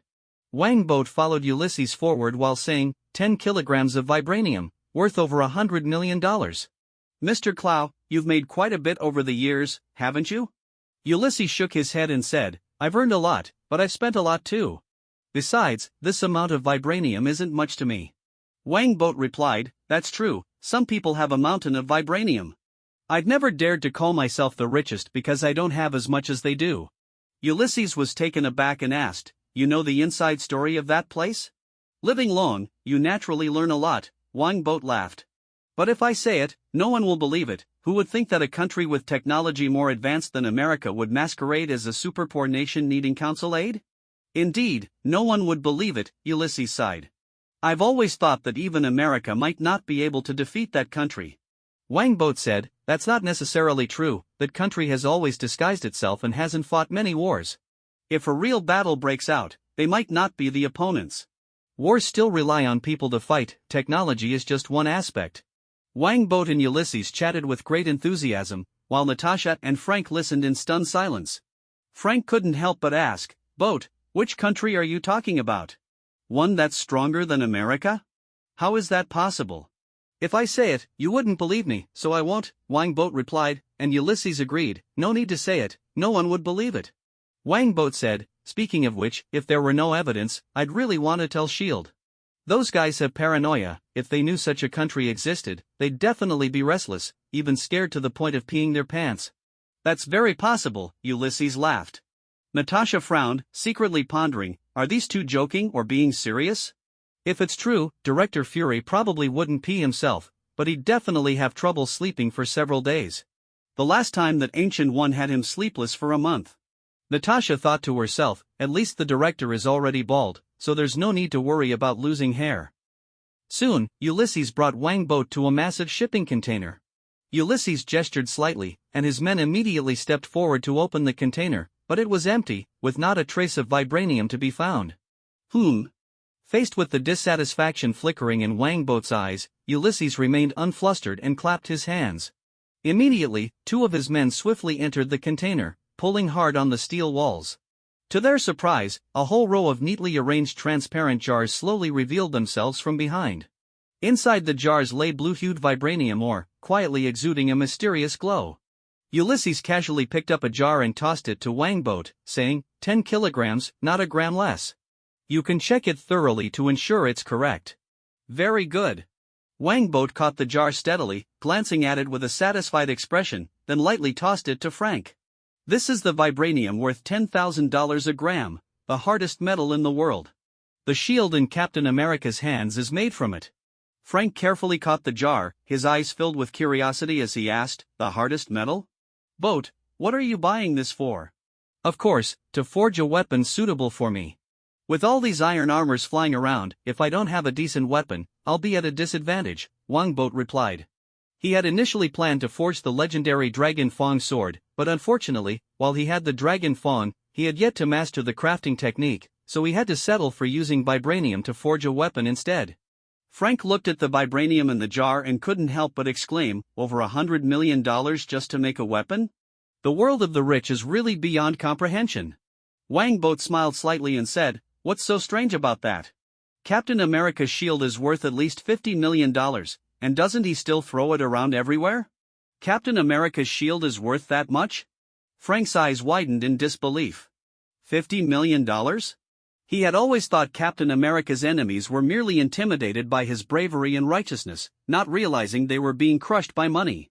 Wangbot continued, "It really is that valuable. I've always been curious why no one ever picks up Captain America's shield and runs away. Perhaps it's because it can't be sold at all," Ulysses said with a smile. "Blood God, the goods are here, it's time for you to pay $100 million. Natalie!" Wangbot snapped his fingers sharply, and Natalie hurriedly approached with her laptop. As Wangbot skillfully proceeded with the transfer, he remarked, "I thought you would want me to use cash for this transaction. I didn't expect you to be so modern. Plus, money in the bank is much easier to deal with than cash." "We have to keep up with the times," Ulysses said, grinning. Soon, his phone rang, and $100 million successfully arrived in his account, bringing a joyful expression to his face. He quickly stepped forward to shake hands with Wangbot, saying, "Blood God, it's a pleasure doing business with you. If you need anything next time, feel free to contact me." "Rest assured, I will," Wangbot replied with a radiant smile, signaling Frank to help move the vibranium. He secretly scoffed to himself, "Next time? Sorry, there won't be a next time." This transaction went extremely smoothly, and Ulysses was in a great mood as he said, "It's a pity I'm used to finishing a deal and leaving immediately, otherwise, I'd really love to sit down for a drink with you and have a good gamble." Having been in the vibranium business for over a decade, Ulysses still lived in poverty. The reason was simple: he loved gambling, a common flaw among those engaged in illegal activities. Money comes in fast and goes out even faster. Wangbot casually replied, "Drinking is fine, but gambling is off the table. I can easily beat someone like Tony Stark, who cheats. Now that you mention it, I'm even more inclined to gamble with you. Doesn't that sound strange?" Ulysses said, suddenly intrigued. "Next time, I'll bring the best gaming equipment, and we can have a proper game. If that's the case, I'll save a lot of money next time." "Alright, Mr. Clow, see you next time." Wangbot smiled, and once Frank and the others finished moving the vibranium, he waved goodbye and left with everyone. "Let's go back." After Wangbot and his team completely departed, Ulysses immediately commanded his men to retreat. He was always very cautious in business, otherwise, he wouldn't have survived this long. Who wouldn't be envious of something like vibranium? Ulysses took a car, a plane, and a boat, spending half a day before finally returning to his lair, the Churchill. Most of his vibranium was hidden here. "Finally, I can relax. I must celebrate tonight." Ulysses sighed in relief, feeling a sense of joy. He was unaware that while he relaxed, an extremely tiny thief had been brought to this very place. In the dead of night, this thief slowly awakened, like a ghost flying out of Ulysses' body. Indeed, he was that drop of blood Wangbot had quietly placed inside Ulysses earlier. Next, this drop of blood began to undergo a miraculous transformation, gradually morphing into a figure dressed in an Ant-Man suit, Wangbot himself. "Good, the consciousness has finally awakened." Wangbot nodded in satisfaction. Compared to before, his sensing ability had significantly improved. Over the past few months, he had continuously absorbed the powers of blood and dragon bones, greatly enhancing his abilities. And don't underestimate this drop of blood, it contained 1/3 of Wangbot's power. Thus, even at a distance, Wangbot could still vaguely sense its existence and transfer his consciousness along this connection.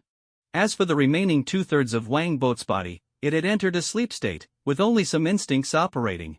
He had yet to make a breakthrough in this area. Wangbot wasted no time and immediately sprang into action. He flew up, searching for the hidden vibranium on the ship. The flight wasn't a function of the Ant-Man suit but a special ability he possessed. Before long, Wangbot located the vibranium hidden in the cargo hold. He skillfully disabled the surveillance equipment on the ship, then used PIM particles to shrink hundreds of kilograms of vibranium, easily stashing it in his pockets. After completing these tasks, Wang Bo didn't leave immediately. He knew that leaving now would easily arouse suspicion. So, he quietly used the purple virus to control Ulysses' men and secretly incited them to rebel. Ulysses had not anticipated such a turn of events. He was caught completely off guard by the sudden upheaval. Ultimately, thanks to Wang Bo's clever arrangements, he fled the Churchill in a panic with a few loyal followers, vowing to kill all those who betrayed him. Unbeknownst to Ulysses, shortly after he left, those who had participated in the rebellion all chose to commit suicide. Moreover, the massive Churchill was sunk to the seabed by Wang Boat. This plan, while not perfect, was still effective. After all, how could criminal acts ever be flawless? As long as the existence of PIM particles wasn't suspected, it didn't matter if there were any suspicions about the vampire. I bribed your men to betray you, then killed all your subordinates. What's wrong with that? After accomplishing all this, Wang Boat returned to Vegas, satisfied. His flying speed was incredibly fast. Before dawn, he successfully merged his consciousness back with the other parts of his body. Done. Carelessly, I've made over $1 billion. Wang Boat sat up in bed, his eyes gleaming with pride as he nodded in satisfaction. At that moment, he suddenly thought of something, a wicked smile spreading across his face as he muttered to himself, S.H.I.E.L.D. will soon start looking for trouble with Ulysses, right? After all, I've given them such a big lead. This was also the reason Wang Boat hadn't killed Ulysses, not because he couldn't but because he still found him useful. Sure enough, S.H.I.E.L.D. began to take action, searching for Ulysses' whereabouts. After Natasha relayed the relevant information back to headquarters, Director Fury pondered for a moment and quickly realized that what they were referring to was likely Wakanda. After all, vibranium was a rare resource that only Wakanda produced. To be honest, Director Fury didn't really believe that Wakanda was truly that powerful. If such a strong country existed, why would they hide their strength? Why would they pretend to be a super poor nation in need of council aid? Were their heads kicked by a donkey? However, as a seasoned paranoid, having received such intelligence, he felt compelled to send someone to verify it. Director Fury secretly dispatched agents to investigate the situation in Wakanda while ordering Hawkeye to capture Ulysses and bring back some vibranium to offset the rising construction costs of the S.H.I.E.L.D. base. Recently, material costs had been consistently rising, putting a significant strain on S.H.I.E.L.D.'s finances, causing much worry. Undoubtedly, Hawkeye was one of S.H.I.E.L.D.'s top agents. However, Ulysses was now hiding in fear of being hunted. In this situation, Hawkeye's mission became exceptionally difficult, akin to searching for a hidden mouse. Even with his eagle-like keen eyes, it was no easy task. While Wang Boat was enjoying himself in Vegas, Norman Osborn was having a much tougher time. Spider-Man had been relentlessly pursuing him, preventing him from taking action against the shareholders. They had engaged in several fierce confrontations, with neither able to defeat the other. To make matters worse, the massive losses caused by the Green Goblin had pushed the city government to the brink. They had no choice but to ask Iron Man for help, and the Green Goblin harbored wariness toward Iron Man, refraining from making any reckless moves. Pretending to be ill in his bedroom, Norman pondered for a moment before picking up the phone and dialing Nell's number, asking, "How's the training of the team going?" "They're ready for action." However, they were just a bunch of homeless people, so even after enhancement, their combat power won't be very high, Nels answered truthfully. "Moreover, we currently don't have more gliders or Green Goblin armor." "That's fine. If we don't have gliders, we'll use guns." "Get them ready. When Boat Wang returns, we'll act." Norman hung up the phone. At that moment, the television was broadcasting a press conference from the Osborne Group. Vice President McCann was smiling broadly as he announced to reporters, "Mr. Max has agreed to rejoin the Osborne Group, and he will oversee the power department." "McCann, Max." Norman's face instantly twisted into a sinister expression, his eyes flashing with malice. He decided he must kill these two to relieve his pent-up anger. In the Osborne Group's vice president office, McCann was sitting contentedly in his chair, filled with a sense of accomplishment. The blood god trusted him immensely, allowing him to oversee the affairs of the Osborne Group, and due to his efforts, the stock price of the Osborne Group was gradually stabilizing. "It won't be long before I can move into the president's office." "Norman, just rest easy. I will surely develop the Osborne Group into something great," McCann thought to himself, a smug smile appearing on his face. Just then, the glass wall behind him suddenly shattered with a loud crash, and shards of glass rained down like raindrops. McCann was so startled that he fell from his chair, landing awkwardly on the ground covered in broken glass. Immediately after, a green figure flew in like a ghost, shouting at McCann, "McCann, you traitor! Hearing that familiar voice, McKen's face showed an expression of shock as he yelled, "Norman!" Indeed, it's me. Norman laughed maniacally as he jumped off the glider, seizing McKen like an eagle catching a chick, dragging him towards the howling window, shouting fiercely, "The Osborne Group is mine, and will always be mine." Norman, don't McKen pleaded in terror, but Norman showed no mercy. With a powerful throw, he hurled McKen from the 40th floor down. What a wonderful sound! Norman stood by the window, listening to the screams of McKen as he fell, a cruel smile appearing on his face. He then turned around, returned to the office, and sat in front of the computer, quickly typing on the keyboard. The computer screen soon displayed the surveillance footage from the power department, revealing the once scruffy and disheveled Max now dressed in a smart suit, looking like a successful person as he led people through the gene laboratory inspecting the electrical grid. "You're a traitor too." A glimmer of murderous intent flashed in Norman's eyes as he pounded the keyboard again. Suddenly, a device sparked with electricity, catching Max completely off guard as he was struck by the current, convulsing violently. In a moment of misstep, he fell over the railing and landed directly into a pool filled with genetically modified eels. This pool was charged with powerful currents, and Max screamed in agony as he was electrocuted, writhing in pain. To make matters worse, the genetically modified eels, feeling their territory was encroached upon, swam over and began to gnaw at Max furiously. Thus, Max met a miserable end, his body charred and unrecognizable. "Traitors must die." Norman cackled wildly before jumping on the glider and swiftly leaving the scene. The consecutive deaths of McKen and Max threw the Osborne building into chaos. A female assistant, seizing the opportunity while the security was absent, quietly slipped into the chairman's office, clutching a specially made USB drive, intending to steal important company data. Just then, a cold voice suddenly rang out at the office door, "Who are you? What are you doing here?" The female assistant was startled by the sudden voice, quickly looking up to see a woman in professional attire standing at the doorway. It was none other than Mercury, the future assistant to the chairman. Feeling flustered, the female assistant quickly concealed the USB drive while forcing herself to remain calm, saying, "Hello, I'm here to clean." Mercury eyed her suspiciously and asked, "Cleaning? How come I haven't seen your cleaning tools?" As the female assistant slowly approached Mercury, she nervously replied, "The tools are outside. I just want to wipe down the desk and the computer with a tissue." At the moment the female assistant stood in front of Mercury, she suddenly lifted her left hand with force, and her bracelet shot off her wrist, hurling towards Mercury. At the same time, her right hand transformed into a knife, swiftly slashing towards Mercury's neck. The female assistant didn't intend to kill Mercury, she merely wanted to knock her out and escape. However, unexpectedly, her wrist was easily caught by Mercury, and before she could react, a sharp pain shot through her abdomen as she was violently thrown against the wall, crashing heavily to the ground. The female assistant curled up in pain, her eyes filled with shock. She thought to herself, "How could this woman be so strong? Is she enhanced? Looks like we have a little thief cat." Mercury walked over in her high heels, slowly approaching the female assistant. Just as the female assistant, who was in excruciating pain, pushed herself up from the ground, she suddenly swept her legs towards Mercury's shins with all her might.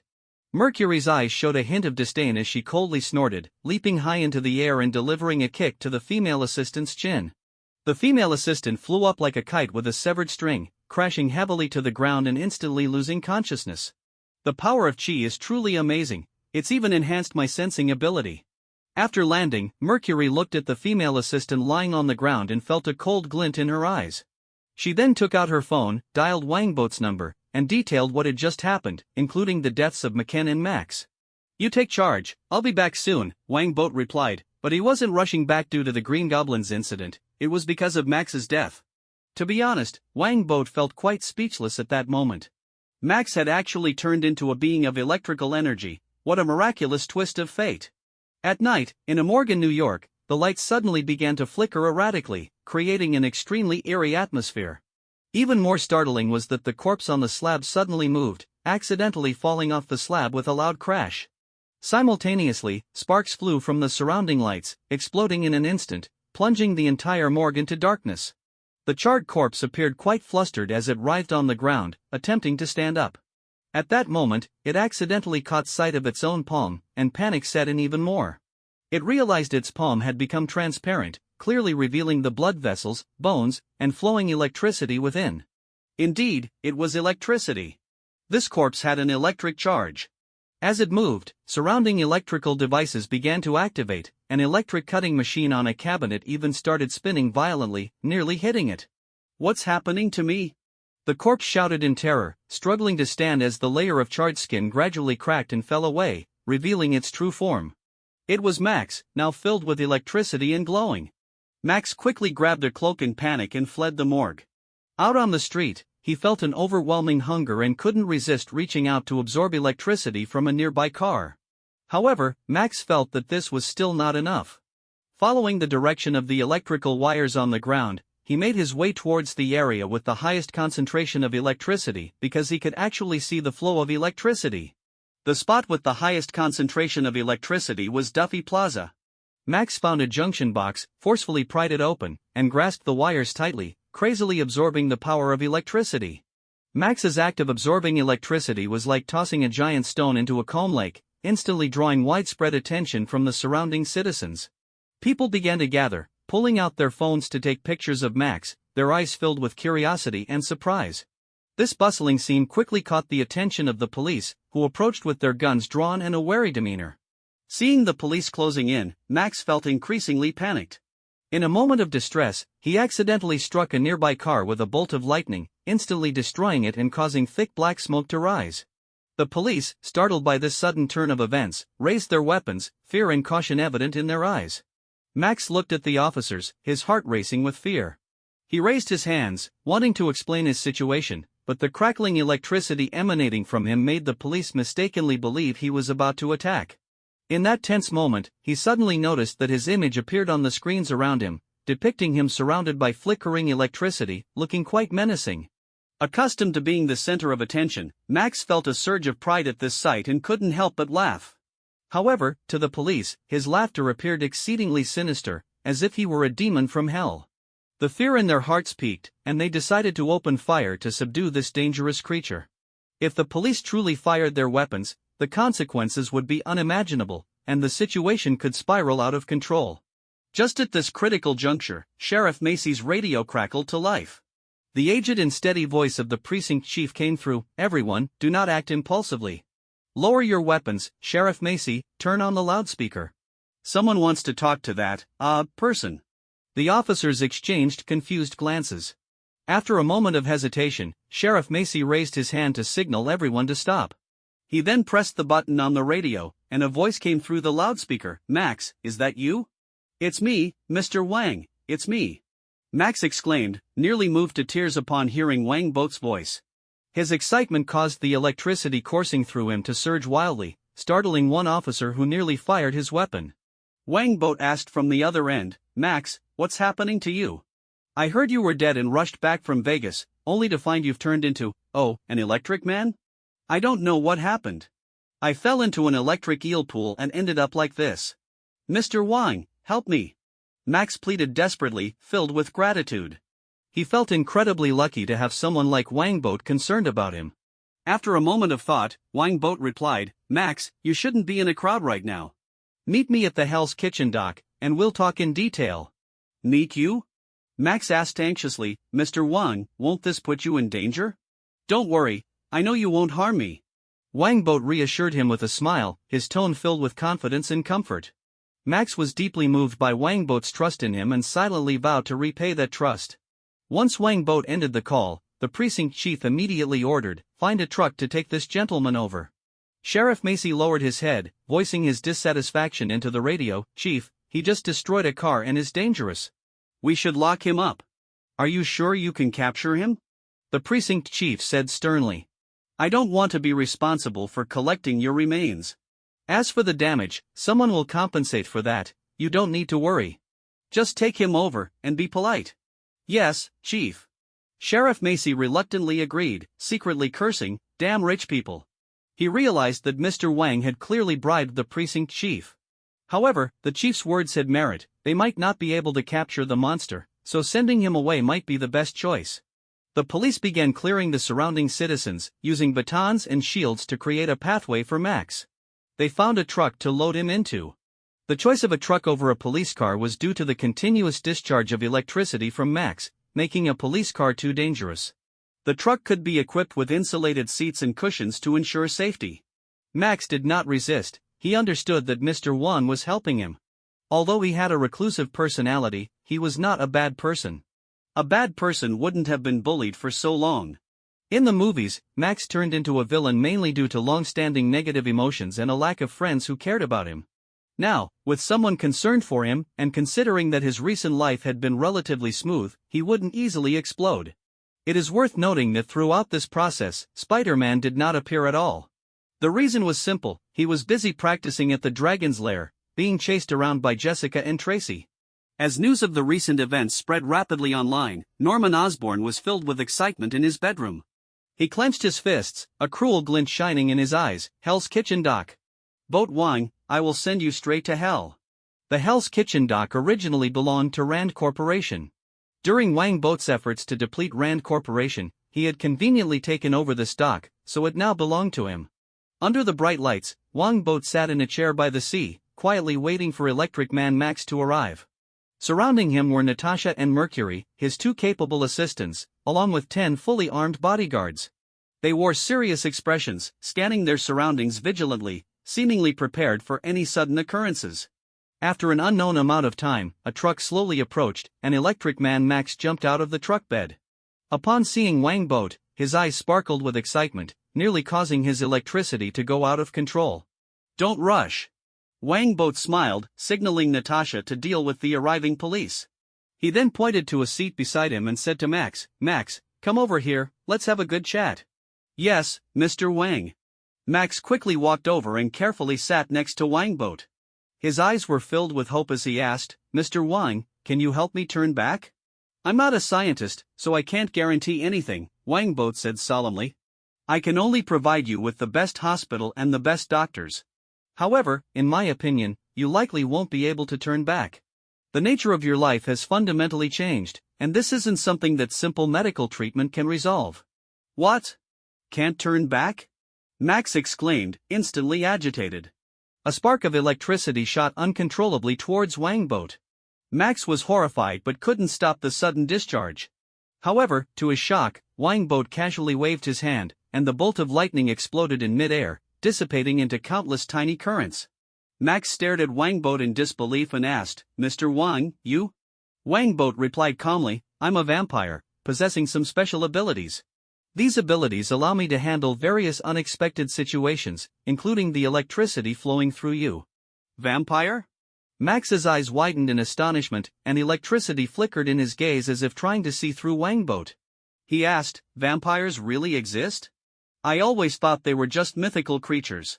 "Of course they exist," Wang Boat chuckled. "Here, aside from Natalie, everyone else is a vampire." "What? Are you going to distance yourself from this monster because of that?" "Of course not," Max exclaimed, shaking his head repeatedly. The fear in his eyes disappeared, replaced with determination. He declared, "Mr. Wang, you are my friend, I won't leave you." Wang Boat looked at Max, feeling a warm current rise within him. He said, "You don't need to be so desperate. Even if it can't be cured, you have 3 paths to choose from." "3 paths? What are they?" Max asked excitedly, his eyes shining with hope. At that moment, Natasha, who had sent the police away, also leaned in to listen, curious about what Wang Boat would say next. "The first path is to walk the road of a supervillain," Wang Boat said slowly. "Just like the Green Goblin, you now possess this special ability, and in the future, you could become a fearsome villain. Your name would echo throughout the city, becoming someone everyone fears." "A villain? No, I don't want to be a bad person." Max shook his head repeatedly. Although he was tempted by the thought of fame, deep down, he didn't want to become a villain. "The second path is to join S.H.I.E.L.D. as an agent," Wang Boat continued, briefly introducing S.H.I.E.L.D. Natasha couldn't help but glance at him with a hint of suspicion.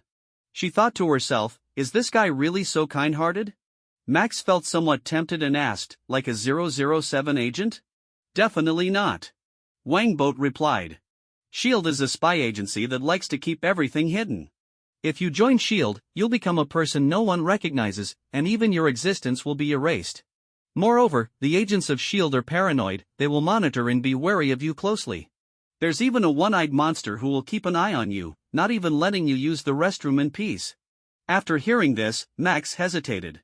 He didn't want to be a bad person, but he also didn't want to be an anonymous good person.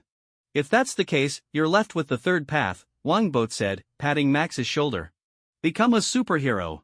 Max stared at Wangbot in shock, asking, a superhero? Like Spider-Man? Exactly, a superhero like Spider-Man, fighting crime, saving the weak, and being worshipped by the citizens. Wangbot stood up, his eyes sparkling with anticipation. In fact, I've always had an idea, to cultivate a superhero star. I think you might fit that role. Max was increasingly astonished and asked, a superhero star? Yes, managing a superhero like a star and making money through merchandise, Wangbot explained. If your fame is great enough, you might even sell the rights to make a movie in the future. But this is just an idea of mine, I haven't started implementing it yet.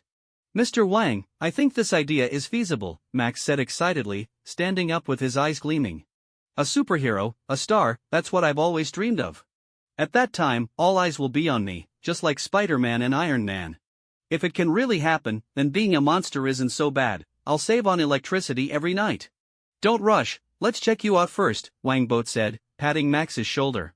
You should also think carefully about which path to take next. I will support you in everything except the supervillain option. Max looked at Wangbot with gratitude, feeling deeply moved. He felt incredibly fortunate to have met someone like Wangbot. Natasha looked at Max, feeling somewhat speechless. This guy was way too easy to sway. It seemed S.H.I.E.L.D. wouldn't be able to pry him away from Wangbot. Wangbot declared, alright, we can talk about the rest later. First, let me help you get some revenge. Max asked in confusion, revenge? Revenge on whom? You're going to die not by accident, but because someone made it happen, Wangbot said. That person is the Green Goblin, who killed you and McKen. He should be coming soon. The Green Goblin? He's the one who did this to me? Max was furious, the electricity coursing through him flaring up uncontrollably with crackling sounds. Wangbot used his chi to suppress the arcs, saying, don't get excited, I'll help you take revenge. Just watch from the side. Mr. Wang, I can help. Max insisted. You can't control your power right now, let's wait until later. Wangbot waved his hand, a hint of concern flickering in his eyes. Just then, a green object suddenly appeared in the sky, rapidly approaching with a billowing black smoke. Wangbot signaled for Natasha to take Max behind and watch the show while he, along with Mercury and the 10 bodyguards, stood firm, quietly waiting for the enemy's arrival. The incoming figure was none other than the old Green Goblin riding his glider, shouting in anger from above, Blood God, your time to die has come. Green Goblin, it's you who will die, Wangbot replied coldly. By the way, your glider is really not environmentally friendly, you should learn from Iron Man and use a more eco-friendly energy source. Go to hell. The old Green Goblin roared in fury, controlling the glider to launch a mini-missile aimed at Wangbot at high speed. Simultaneously, 8 figures suddenly emerged from behind the shipping containers on the dock, all throwing a grenade into the sky. The grenade exploded in mid-air, but instead of flames, it released blinding ultraviolet light that felt like being scorched by fire. The ultraviolet grenade was something Wangbot hadn't successfully developed, and he was surprised that the old Green Goblin had figured it out, using it specifically against vampires in an attempt to disrupt Wangbot and prevent him from dodging the missile. Now that's a bit creative. Wangbot immediately closed his eyes and waved his hands, a faint red light enveloped the missile, redirecting it back toward the old Green Goblin. The old Green Goblin's expression changed drastically as he hurriedly activated the machine guns to fire at the missile. The missile roared under his gunfire, ultimately exploding into a dazzling display of fireworks. At that moment, the ultraviolet light disappeared, and the old Green Goblin was shocked to see that neither Mercury nor the others had died, they only had red, swollen eyes and felt particularly uncomfortable. He was filled with confusion. What's going on? Don't normal vampires fear ultraviolet light? The old Green Goblin waved his hand, and the previous 8 figures raised their assault rifles, sweeping fire towards everyone. He himself aimed his machine gun at Wangbot, ready to launch a final attack. For the Blood God, kill them! The old Green Goblin roared. Mercury drew her katana, her form flickering like a ghost as she charged at the 8 figures. Her speed was so fast that the bullets could hardly hit her. In fact, if she wished, she could even slice the bullets in half with her sword. 5 of the 10 bodyguards rushed forward alongside Mercury, while the other 5 drew their submachine guns and shot at the opposing figures, forcing them to take cover. The guards were filled with excitement, they finally had a chance to showcase their skills. Wang Boat faced the old green goblin, creating a red light shield with his iron fist to block the machine gun fire while quickly closing the distance to the old green goblin. The old green goblin stepped back while throwing 3 pumpkin bombs at Wang Boat. Wang Boat casually waved his hand. The faint red light sent the pumpkin bombs back to the old green goblin, who had to detonate them prematurely. Boom boom boom. The shockwave from the exploding pumpkin bombs made the old green goblin unsteady in the air. By the time he regained his balance, he noticed that Wang Boat had vanished from sight. Just as the old green goblin searched for Wang Boat, he suddenly heard a violent rush of air from behind him. Before he could dodge, he was struck in the back by Wang Boat's glowing red iron fist, letting out a pained scream as he fell from his glider. Before the old green goblin hit the ground, Wang Boat appeared beside him and kicked him. The old green goblin flew out like a kite with its string cut, crashing through a shipping container and landing inside. Wang Boat's figure flickered and disappeared, only to reappear inside the container. He was greeted by 3 rapidly spinning flying daggers. Wang Boat smiled disdainfully. With a flick of his finger, 3 blood arrows shot out, instantly piercing through the 3 daggers. Taking advantage of this moment, the old green goblin climbed to his feet, enduring the pain as he threw a punch at Wang Boat. Wang Boat caught the old green goblin's wrist and executed a shoulder throw, slamming him hard onto the ground. The old green goblin felt dizzy from the impact, and before he could regain his senses, Wang Boat's glowing red foot stomped down heavily on his chest. Even with the protection of the green goblin armor, and despite his enhancements, the ribs in his chest broke instantly, piercing into his internal organs. The old green goblin let out a scream, spitting out a mouthful of blood mixed with pieces of his internal organs. Wang Boat raised his hand, lifting the old green goblin into the air and pressing him against the iron wall of the shipping container, sneering, "Norman, you're so weak. I haven't even used 1/10 of my power." The old green goblin, who had initially looked at Wang Boat with deep resentment, was startled when Wang Boat called his name. He exclaimed, "You know who I am? Any clear-eyed person can see it, can't they?" Wang Boat removed the old green goblin's helmet and said, "Only those ordinary people would think the green goblin is Dr. Storm. Blood God, Norman has been sent home, and he is currently in a coma," Mercury respectfully replied. "As you instructed, I have brought those 8 enhancers back to the Osborne building. They are all detained in the basement, waiting for your further arrangements." Wang Boat nodded slightly, a flicker of satisfaction crossing his eyes. "Well done. Moving forward, keep a close eye on their movements. Don't let them have a chance to escape or cause any trouble." "Yes, Blood God, I will personally oversee this," Mercury said firmly. Wang Boat sat at his desk, lightly tapping his fingers on the surface as he fell into deep thought. After a moment, he spoke, "When Norman wakes up, he certainly won't submit quietly. He will find a way to take revenge on me. We need to prepare in advance and not allow him to succeed." A glint of alertness crossed Mercury's eyes. "Blood God, we need to enhance security measures at the Osborne building and keep a close watch on Norman's every move." You handle that," Wang Boat replied. "Also, what's the progress with Felicia?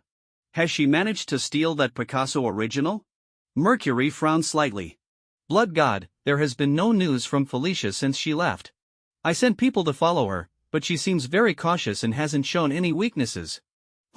Gold has some impressive tactics," Wang Boat said, a hint of coldness in his gaze. "However, she won't escape my grasp. Tell the team to continue monitoring her, and report immediately if there's any movement." "Yes, Blood God, I'll have them increase their efforts," Mercury responded. At that moment, the office door suddenly swung open, and Natasha walked in. "Blood God, a man named Fury just called, saying he's the director of S.H.I.E.L.D. Wang Boat's eyes flickered with curiosity. "S.H.I.E.L.D.? What could they want with me?" He took the phone from Natasha and pressed the answer button. "Hello, who is this?" On the other end, Fury's voice came through. "Hello, I'm Nick Fury, director of S.H.I.E.L.D. I'd like to discuss the matters regarding the Green Goblin and Electric Man." Wang Boat chuckled coldly. "Director Fury, I assume you're not calling just to catch up? The Green Goblin has been dealt with, and Electric Man is under my control. What else do you need?" Fury was silent for a moment before saying, "I know the Green Goblin situation has been resolved, but I still want to understand the details. Additionally, I've heard about your grievances with Gold, and I hope you can remain calm and not cause unnecessary trouble." Wang Boat scoffed, "Director Fury, you don't need to worry about me. I know how to conduct myself and won't cause trouble for S.H.I.E.L.D. As for Gold, he dared to provoke me, so he must face the consequences." Fury sighed, Wang, I hope you understand that we live in a complex world, and some things aren't as simple as you imagine. I certainly understand, Wangbot replied. Director Fury, you don't need to lecture me. I know what I'm doing. If S.H.I.E.L.D. can cooperate with our Blood Clan to maintain world peace, that would be ideal. Fury hesitated a moment before saying, Wang, I'll consider your proposal. However, S.H.I.E.L.D. has its own duties and missions, we cannot easily change our stance. I understand, Wangbot said. Director Fury, I hope we can have more opportunities to cooperate in the future. After hanging up the phone, a deep meaning flickered in his eyes. Mercury asked from the side, Blood God, do you really think S.H.I.E.L.D. will cooperate with us? Wangbot slightly narrowed his eyes. S.H.I.E.L.D. is always mysterious and unpredictable, no one knows what they're thinking. However, we've taken the first step, and it's now up to them to show their attitude. He stood up and walked to the window, gazing out at the city of New York, quietly plotting his next moves. Snowman is currently supervising Norman closely at the Osborne Manor. He is behaving relatively well for now, Mercury reported honestly. However, Norman has no plans to notify his son Harry to come back. He only wrote a letter addressing some matters, which we have thoroughly checked and found no issues. It's clear he's worried that we might do something to Harry. Wangbot frowned, a hint of coldness flashing in his eyes. Norman is not the type to give up easily. You must keep a tight watch on everyone who has contact with him, there can't be any oversights. By the way, have you located that Indian guy named Nels? It was known that Harry Osborn had been studying abroad in this world, aligning with the setting from The Amazing Spider-Man. Mercury replied, we searched the places Norman specified, but Nels has already left. It's likely that Norman has secretly misled us.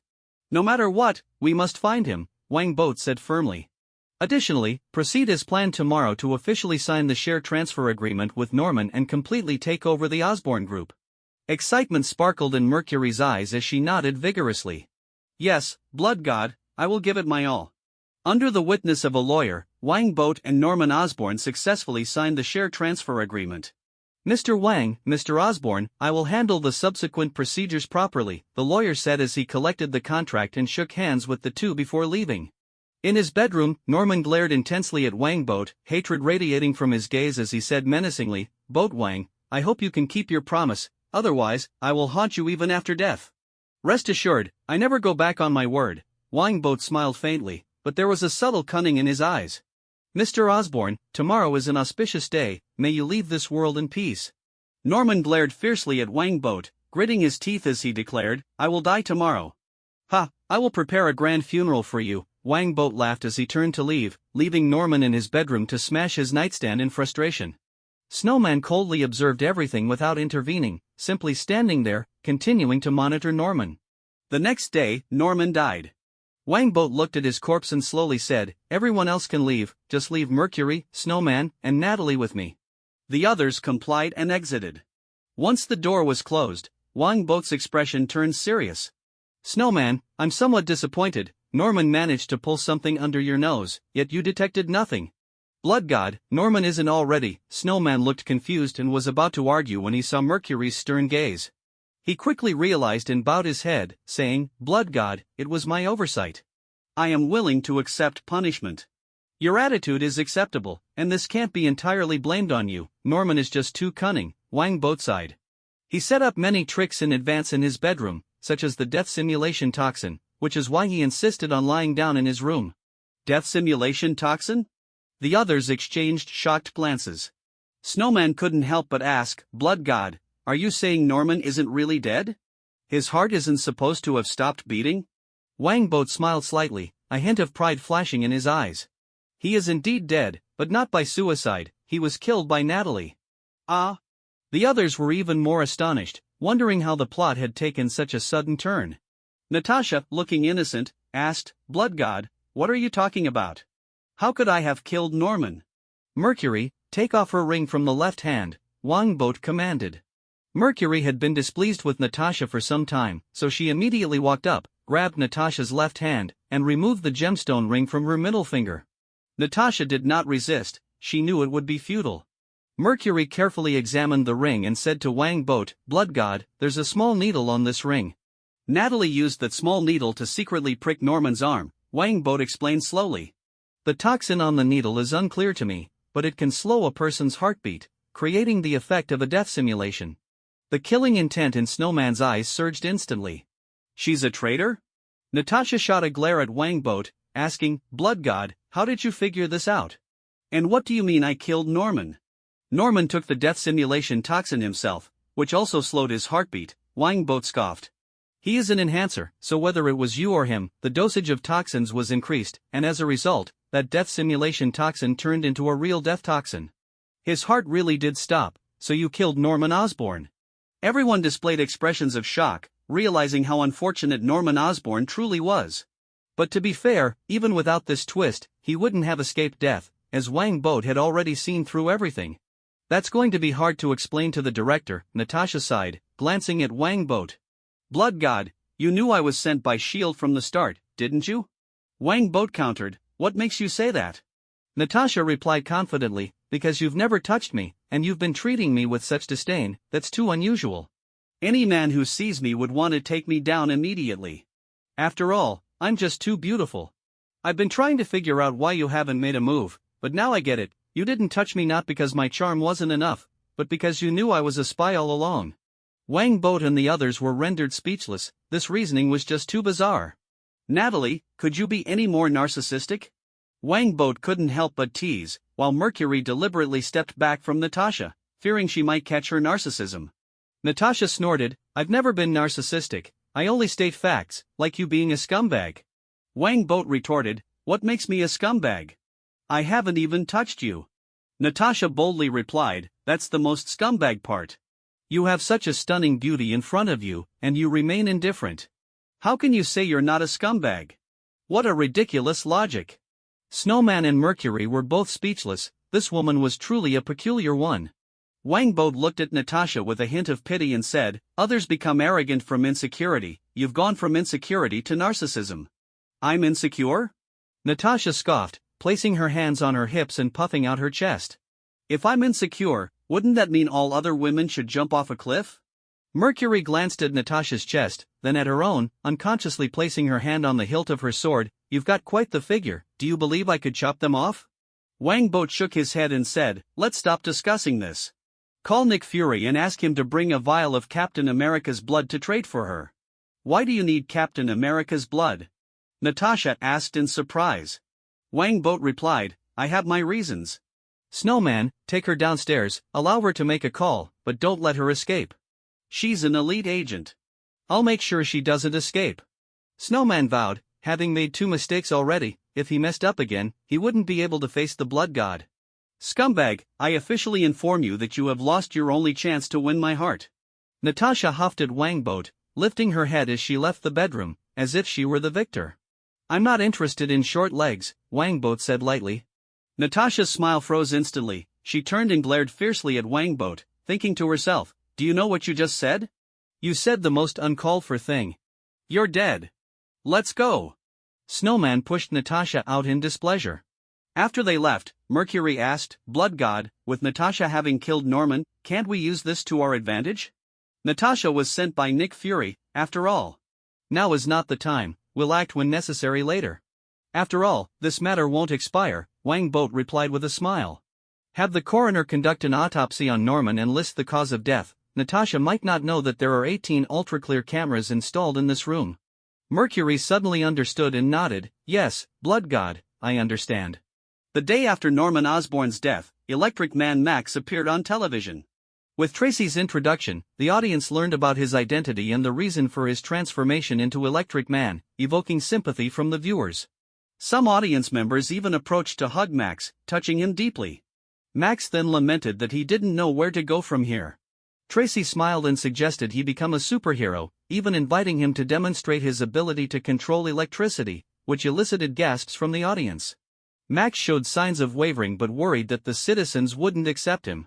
Seizing the opportunity, Tracy initiated a television poll, and the final results showed that 90% of people supported Max becoming a superhero. Thus, Max decided to sign with Wangbot's newly established superhero star company, The Watchers, and officially debut as a superhero. On the same day, New York Police Chief George Stacy announced with the Green Goblin's helmet that the Green Goblin had been dealt with. The police had also rescued 8 homeless individuals who were subjected to illegal experiments by the Green Goblin. These 8 individuals had been enhanced and decided to join the police to help maintain order in New York. The entire city erupted in excitement, with reporters swarming the police department. Public support for the police began to recover, and the stock price of the Osborne Group stabilized somewhat.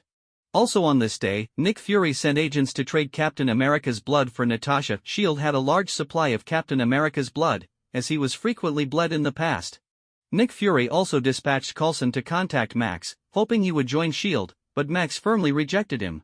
On one side was the shadowy organization that might betray him, and on the other was the glamorous, admired superhero star. Anyone would know which path to choose.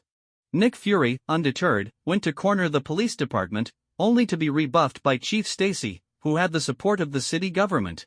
The public safety situation in New York had been dire lately, and both the police and the city government faced immense pressure. On the same day, the Picasso original owned by the underground emperor of New York, Kingpin, was stolen. Enraged, Kingpin used his cane to kill several bodyguards on the spot. After Kingpin vented his anger, his right-hand man Wesley casually remarked, "According to my investigation, it was Felicia who stole it." Black Cat? The corpulent Kingpin was taken aback. He had always thought of Felicia as one of his own. Wesley continued, "She has now become Blood God's secretary." So this was Blood God's warning? "This guy truly is domineering." Kingpin understood the reasoning, snorting coldly. He then sighed, "Wesley, we're in an era of enhancers. Without enhancers in our ranks, we'll be eliminated sooner or later." Wesley chuckled. "Yesterday, a guy named Nels contacted me, saying he has the Green Goblin's technology. If we help him escape North America and evade the Blood Clan's pursuit, he'll hand that technology over to us." Green Goblin's technology? Kingpin's eyes lit up. "Agree to him. If we get the chance, we'll keep him alive." "I know what to do." Wesley nodded in agreement. Kingpin paced back and forth, saying, "This must be done discreetly. We cannot let the Blood Clan find out. Also, when the Osborne Group changes hands, send a bottle of red wine to Blood God under my name." "Understood," Wesley replied. Amidst the bustling activities, July arrived. On this day, Wang finally completed all the procedures and officially became the major shareholder and chairman of the Osborne Group. In the chairman's office, Wang proudly said to Ivan Vanko, "This is the military-industrial group I promised you. Are you satisfied?" Ivan, puffing on a cigar, replied nonchalantly, "It'll do, it's sufficient for making battlesuits." "You certainly have high standards," Wang scoffed, then gestured for Mercury to place the contract in front of Ivan, saying, "I'll give you 1% of the shares and a board seat for now. In 5 years, I'll give you another 4%. Upon hearing this, Frank and James were shocked.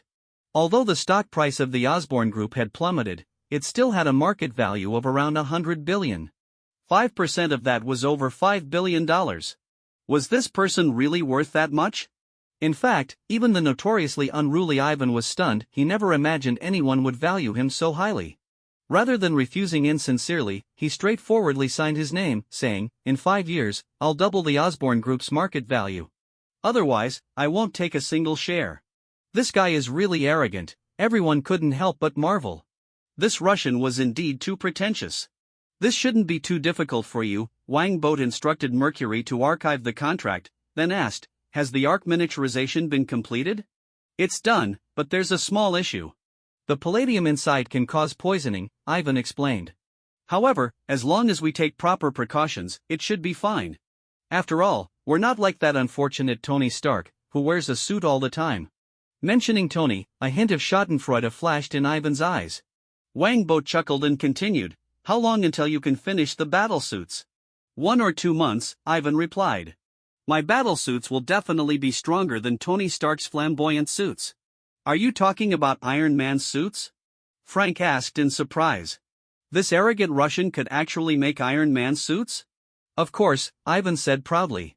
Without this capability, how could he dare to take such a large stake? Now Frank and the others finally understood why Wang valued Ivan so highly. Wang said, "Ivan, make a few more suits. 1 for you, 1 for Frank, 1 for Mercury, and 1 for Blade. If you have time, make 1 for me too. I don't need weapons, just focus on flight and style." Flight and style? Ivan was speechless. He almost felt like kicking Wang out. Making so many suits requires a lot of time and funds. Just the material costs for each suit will exceed $100 million. "Don't worry about the money," I have plenty, Wang Boat smiled. First, concentrate on making yours, Frank's, and Mercury's suits. They might come in handy soon. Will it really come into play so soon? Ivan's eyes sparkled with excitement upon hearing this, and he exclaimed, I am looking forward to that day. Everyone will know that Tony Stark is just a softie. Wang Boat chuckled at Ivan's enthusiasm. Ha, I'll be waiting to see your spectacular performance. By the way, Frank, bring over that box I brought with me. Upon hearing this, Frank stood up, walked to the side, and picked up a box, placing it on the table. Wang Boat pushed the box in front of Ivan and said, This is the hardest metal in the world, vibranium. It's worth $10,000 a gram. See how you can utilize it. Vibranium? You really have a lot of treasures. Ivan gazed at the box, excitement gleaming in his eyes. As he opened the box, he said, I can use it to forge a powerful axe. Use it sparingly, I only have a total of 10 kilograms, Wang Boat reminded him, noting that vibranium was currently very hard to obtain, as the portion Ulysses had was all stolen. Got it. I'll go check out the weapons department at the Osborne Group, that will be my territory from now on. Ivan closed the box, filled with anticipation. Wang Boat nodded, instructing Mercury to take Ivan to the weapons department and introduce him to the others. After Ivan and Mercury left, Frank asked with some confusion, Boat, you're not really planning to have me wear that suit worth over $100 million, are you? Over $100 million? If that suit were put up for sale, it would easily fetch $500 million, and no one would even haggle. Wang Boat laughed. You don't need to worry about anything. If it gets damaged, you won't have to pay for it. I can't afford that, Frank sighed. Well, if you don't care, what can I say? After all, I'm working for you, but I hope to have some input of my own.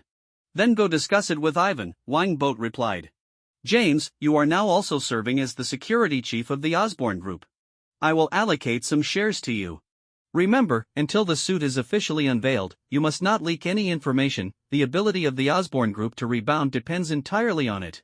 Okay, Blood God, I will definitely keep it confidential. James said excitedly, realizing that working with the Blood God promised a bright future. After their discussion, Wang Boat sent Frank and James to tour the Osborne Group. Just then, Felicia knocked on the door and entered, saying, Blood God, Tony Stark wants to invite you to his home. Wang Boat casually replied, Tell him I'll come by tomorrow night. By the way, what about the model we arranged for tonight? Felicia replied with exasperation, It's all set, she'll be waiting for you at the Grand Theater. Good, Wang Boat nodded in satisfaction. That Picasso original will be a gift for you. Work well, and I won't shortchange you. Thank you, Blood God. Felicia expressed her gratitude, though internally she thought to herself, that original was something I worked hard to steal. However, she was still quite shocked by how things had developed. Stealing Kingpin's painting and receiving a bottle of wine as a celebration from the Blood God was far beyond her expectations. Wang Boat asked, What's the schedule for the rest of the day? Felicia replied, Blood God, you need to tour various departments this afternoon and have a meeting with the heads. All right, Wang Boat nodded, thinking about meeting Dr. Connors, who had developed the lizard serum. By the way, there was also Dr. Octopus. He wondered if he was still at Osborne. It seemed that the Osborne Group truly was a gathering place for villains. At this moment, there was a knock at the door. Wang Boat looked up to see a young woman with blonde hair dressed in white standing at the entrance. Upon noticing Wang Boat looking at her, she introduced herself, Hello, I'm Gwen Stacy, and I would like to have a chat with you, Chairman. Felicia, unamused, said, Miss Stacy, which department are you from? To see the chairman, you must first schedule an appointment with me. Just as Gwen was about to speak, Wang Boat waved his hand and said, It's all right, Miss Stacy, come in. Felicia, you can step outside. Scumbag. Felicia thought Wang Boat was interested in Gwen. She silently cursed and then left, closing the door to the chairman's office. Hello, Mr. Wang. Gwen approached Wang Boat, looking him up and down with curiosity. May I ask, are you really a vampire? Oh no, a Blood Clan member? My dad told me last night, but I didn't really believe it. Wang Boat smiled and said, Yes, I am a Blood Clan member. Miss Mercury, who will soon take office, is also from the Blood Clan. Really? What's the difference between the Blood Clan and humans? How does the Blood Clan infect humans? Is it a virus? Does the Blood Clan need to breathe? Does the Blood Clan? Gwen was incredibly excited, firing questions like a machine gun. Wang Boat could almost see two words written on her forehead, Top Student. By the way, is she here to study Spider-Man? Wang Bo thought to himself, chuckling, and then asked, Miss Stacy, are you here to study me? Sorry, Mr. Wang. Gwen realized she had been rude and quickly apologized, then explained, Mr. Wang, I'm here because I hope you can give Dr. Connors a chance. He wants to present his interspecies gene transplant project to you in person. Wang Bo leaned back in his chair and asked, Dr. Connors? Is he the one who's about to be kicked out of the group by Mr. Osborne? Yes, Mr. Wang. Dr. Connors' project is truly remarkable. If successful, it will lead to a world without defects. Gwen said. Wang Bo remained non-committal and asked, Did your father not tell you to resign? He did hope I would resign, but I don't want to. Dr. Connors' project is genuinely fascinating. Gwen glanced at Wang Bo, a bit bashful, and added, Also, I want to study the Blood Clan. I appreciate your spirit of inquiry. Wang Bo smiled, picked up the phone, and said to Felicia, Felicia, please have Dr. Connors and Mercury come to my office. After hanging up, Wang Bo said to Gwen, Have a seat, we'll wait for them together. Thank you, Mr. Wang. Gwen said happily. She sat down but couldn't stay quiet for long, blinking her big eyes as she asked, Mr. Wang, how does the Blood Clan come into existence? I'm not entirely sure about that. The North American Blood Clan is considered a side branch, and we don't know as much as the main branch in Europe, Wang Bo explained. However, there's a long-standing rumor that the Blood Clan came from another world, which is why there are pure-blood vampires. Pure-blood vampires? So, the Blood Clan isn't just a mutation from humans being bitten by bats? Certainly not. Additionally, there's another theory that the Blood Clan was created by a book, but not many people believe that, Wang Bo said casually as he chatted with Gwen until Mercury and Dr. Connors arrived. Chairman. Dr. Connors, missing his right arm, appeared visibly nervous. He knew this was his last chance. If he couldn't persuade the new chairman, he would be swept out the door. Wang Bo stood up and shook Dr. Connors' hand, saying, Dr. Connors, even if Gwen hadn't come, I intended to visit you this afternoon. I place great importance on your project. Thank you, Chairman. Dr. Connors exclaimed with joy. His excitement was palpable as he said, Chairman, the purpose of the interspecies gene project is to create a world without defects. It may sound unrealistic, but if the project succeeds, this goal can definitely be achieved. For instance, with the lizard serum, I could regenerate my right arm. Dr. Connors enthusiastically explained his project. After listening attentively, Wang Bo asked, Dr. Connors, as I understand, this project has been stuck at the last step and hasn't been completed, correct? Exactly, Chairman, but I have a lead. Just give me a few more months, and I will surely complete it. Dr. Connors declared eagerly. You've probably said that to Mr. Osborne multiple times, Wang Bo chuckled, causing Dr. Connors to feel a bit embarrassed. Wang Bo waved his hand to stop him from explaining and continued, Dr. Connors, animals have their instincts. After interspecies gene transplantation, can the animalistic instincts be eliminated? Dr. Connors looked bewildered, as he had never considered this issue before. After all, they couldn't even perform the transplantation yet, who had the time to think about side effects? Dr. Connors replied, Chairman, I don't know if there will be animalistic instincts, but even if there are, I'm sure there will be a way to eliminate them. Then make a note of this in your records, and make sure to observe it closely. Also, no human experimentation is allowed without my approval, and no private injections either. Dr. Connors, far from feeling disheartened, exclaimed, Chairman, you can rest assured that I will never conduct human experimentation without your approval. As for private injections? Who would be so foolish as to inject themselves with the lizard serum before it was tested? That would be like getting kicked by a donkey. Very well, Wang Bo nodded, then suddenly introduced, Dr. Connors, do you know? I'm actually a Blood Clan member, a vampire. Ah? Dr. Connors was taken aback. Was the chairman joking? This can be verified by Miss Stacy. Her father is the chief of the New York Police Department, Wang Bo said with a smile. You don't need to worry, I will not harm anyone, and the police can guarantee that. Seeing Dr. Connors looking at her, Gwen nodded and said, Doctor, he really is a Blood Clan member. Oh. Dr. Connors still found it hard to process how a vampire had come into the picture. Vampires possess abilities such as self-healing, immortality, and the ability to produce offspring, but they need to consume human blood to survive.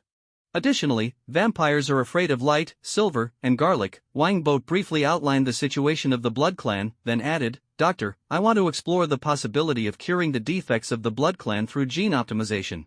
Do you think it's possible? Dr. Connors was momentarily stunned before responding, Chairman, I need to study the Blood Clan's genetics first to give you an answer. Then start researching immediately. Wangboat commanded. I'll allocate significant funds and personnel for you to continue researching the lizard serum, but you must also study the Blood Clan genetics and gradually optimize them. Wangboat paused for a moment and then added, the Blood Clan can develop humans into offspring. If their defects can be remedied, that means humanity will become a brand new race, a new race with self-healing and immortality. Immortality? Both Dr. Connors and Gwen exclaimed in unison. This was humanity's ultimate dream. Gwen suddenly thought of something and asked in shock, Mr. Wang, are you trying to turn all of humanity into Blood Clan members? No, Miss Stacy, you're mistaken. It's humanity that wants to become Blood Clan members. Wangboat shook his finger and explained, without any defects, yet able to heal and live forever, such a Blood Clan, Miss Stacy, wouldn't you want to become one? Gwen replied wistfully, who wouldn't want to? Eventually, humanity and the Blood Clan will merge into a new, immortal human race, Wangboat declared. Mercury looked at Wangboat in astonishment. She had never imagined the Blood God would have such grand plans and ideas. This plan is extraordinary. If it succeeds, humanity will enter a brand new era. Dr. Connors swallowed hard, saying, But Chairman, I can't guarantee anything right now. I haven't even seen the Blood Clan genetics. Don't worry, take your time to research. I'm not short on money or time, Wangboat assured him. The Blood Clan optimization plan will be the most important and core plan of the Osborne Group. Both funding and manpower will be prioritized for this plan. Dr. Connors, I hope you can become the lead on this project. The Blood Clan optimization plan? Connors bit his lip and said, Chairman, thank you for your trust. I can take charge of this project, but I won't give up on the lizard serum, it's nearly complete. That's fine, research both simultaneously. The Osborne Group doesn't lack manpower, Wangboat nodded. He then turned to Gwen and said, Miss Stacy, I hope you can also join this plan. Gwen excitedly nodded, I'd be happy to. Great. Dr. Connors, whatever you need, just ask Mercury, she will fully support you, Wangboat said. Thank you, Chairman. I will certainly put in my utmost effort in this research. Dr. Connors repeatedly nodded with joy as he left with Gwen. After they left, the previously silent Mercury couldn't help but ask, Blood God, is it really possible to cure the defects of the Blood Clan? Why not? This world is full of miracles.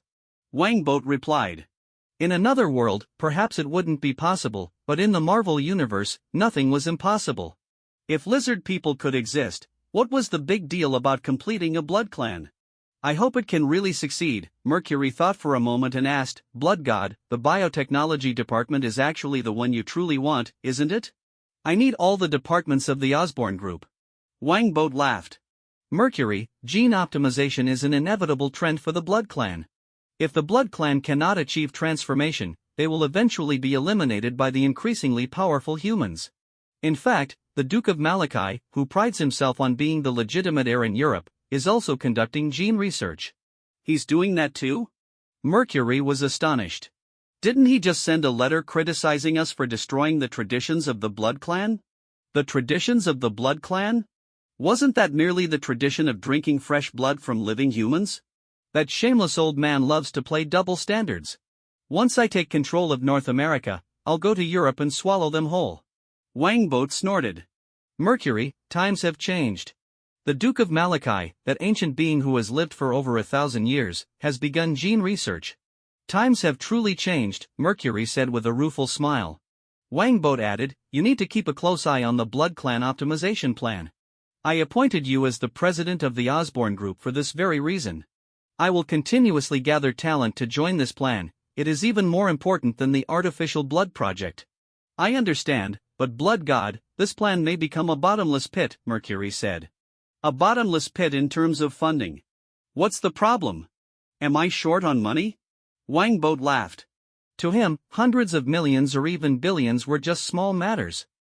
Is it really going to come into play that soon? Ivan's eyes lit up with excitement at the thought, and he exclaimed, I can't wait for that day. Everyone will know that Tony Stark is just a softie. Wang Bo chuckled at Ivan's enthusiasm. Ha, I'll be looking forward to your spectacular performance. By the way, Frank, bring over that box I brought with me. Frank stood up at Wang Boat's request, walked over, and placed a box on the table. Wang Boat pushed it in front of Ivan and said, "This is the hardest metal in the world, vibranium. It's worth $10,000 a gram. See how you can utilize it." "Vibranium? You really have a lot of treasures," Ivan exclaimed, excitement glinting in his eyes as he opened the box.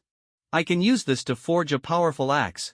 "Use it sparingly, I only have a total of 10 kilograms, Wang Boat reminded him, knowing that vibranium was currently very hard to come by, especially since the portion Ulysses had was stolen. "Got it. I'll go check out the weapons department at the Osborne Group, that will be my territory from now on." Ivan closed the box, his eyes full of anticipation. Wang Boat nodded and instructed Mercury to take Ivan to the weapons department and introduce him to the others. After Ivan and Mercury left, Frank asked with some confusion, "Boat, you're not really planning to have me wear that suit worth over $100 million, are you?" "Over $100 million? If that suit were sold, it would fetch at least $500 million, and no one would haggle over it." Wang Boat laughed. "Don't worry, if it gets damaged, you won't have to pay for it." "I can't afford that," Frank sighed. "Well, if you don't care, what can I say? After all, I'm working for you, but I hope I can have some input." "Then you can discuss it with Ivan," Wang Boat replied. "James, you are now also the security chief of the Osborne Group. I will allocate some shares to you. Remember, until the suit is officially revealed, you must not leak any information. The ability of the Osborne Group to rebound depends entirely on it." "Okay, Blood God, I will keep it confidential," James said excitedly, realizing that working with the Blood God promised a bright future. After their discussion, Wang Boat sent Frank and James to tour the Osborne Group. Just then, Felicia knocked on the door and entered, saying, "Blood God, Tony Stark wants to invite you to his home." Wang Boat casually replied, "Tell him I'll come by tomorrow night." "By the way, what about the model we arranged for tonight?" Felicia replied with a hint of discontent, "It's all set, she'll be waiting for you at the Grand Theater." "Good," Wang Boat nodded in satisfaction. "That Picasso original will be a gift for you. Work well, and I won't shortchange you." "Thank you, Blood God." Felicia expressed her gratitude, though internally she thought to herself that the original was something she had worked hard to steal. However, she was still quite shocked by how things had developed. Stealing Kingpin's painting and receiving a bottle of wine as a celebration from the Blood God was far beyond her expectations. Wang Boat asked, "What's the schedule for the rest of the day?" Felicia replied, "Blood God, you need to tour various departments this afternoon and have a meeting with the heads." "All right," Wang Boat nodded, thinking about meeting Dr. Connors, who had developed the lizard serum. By the way, there was also Dr. Octopus. He wondered if he was still at Osborne.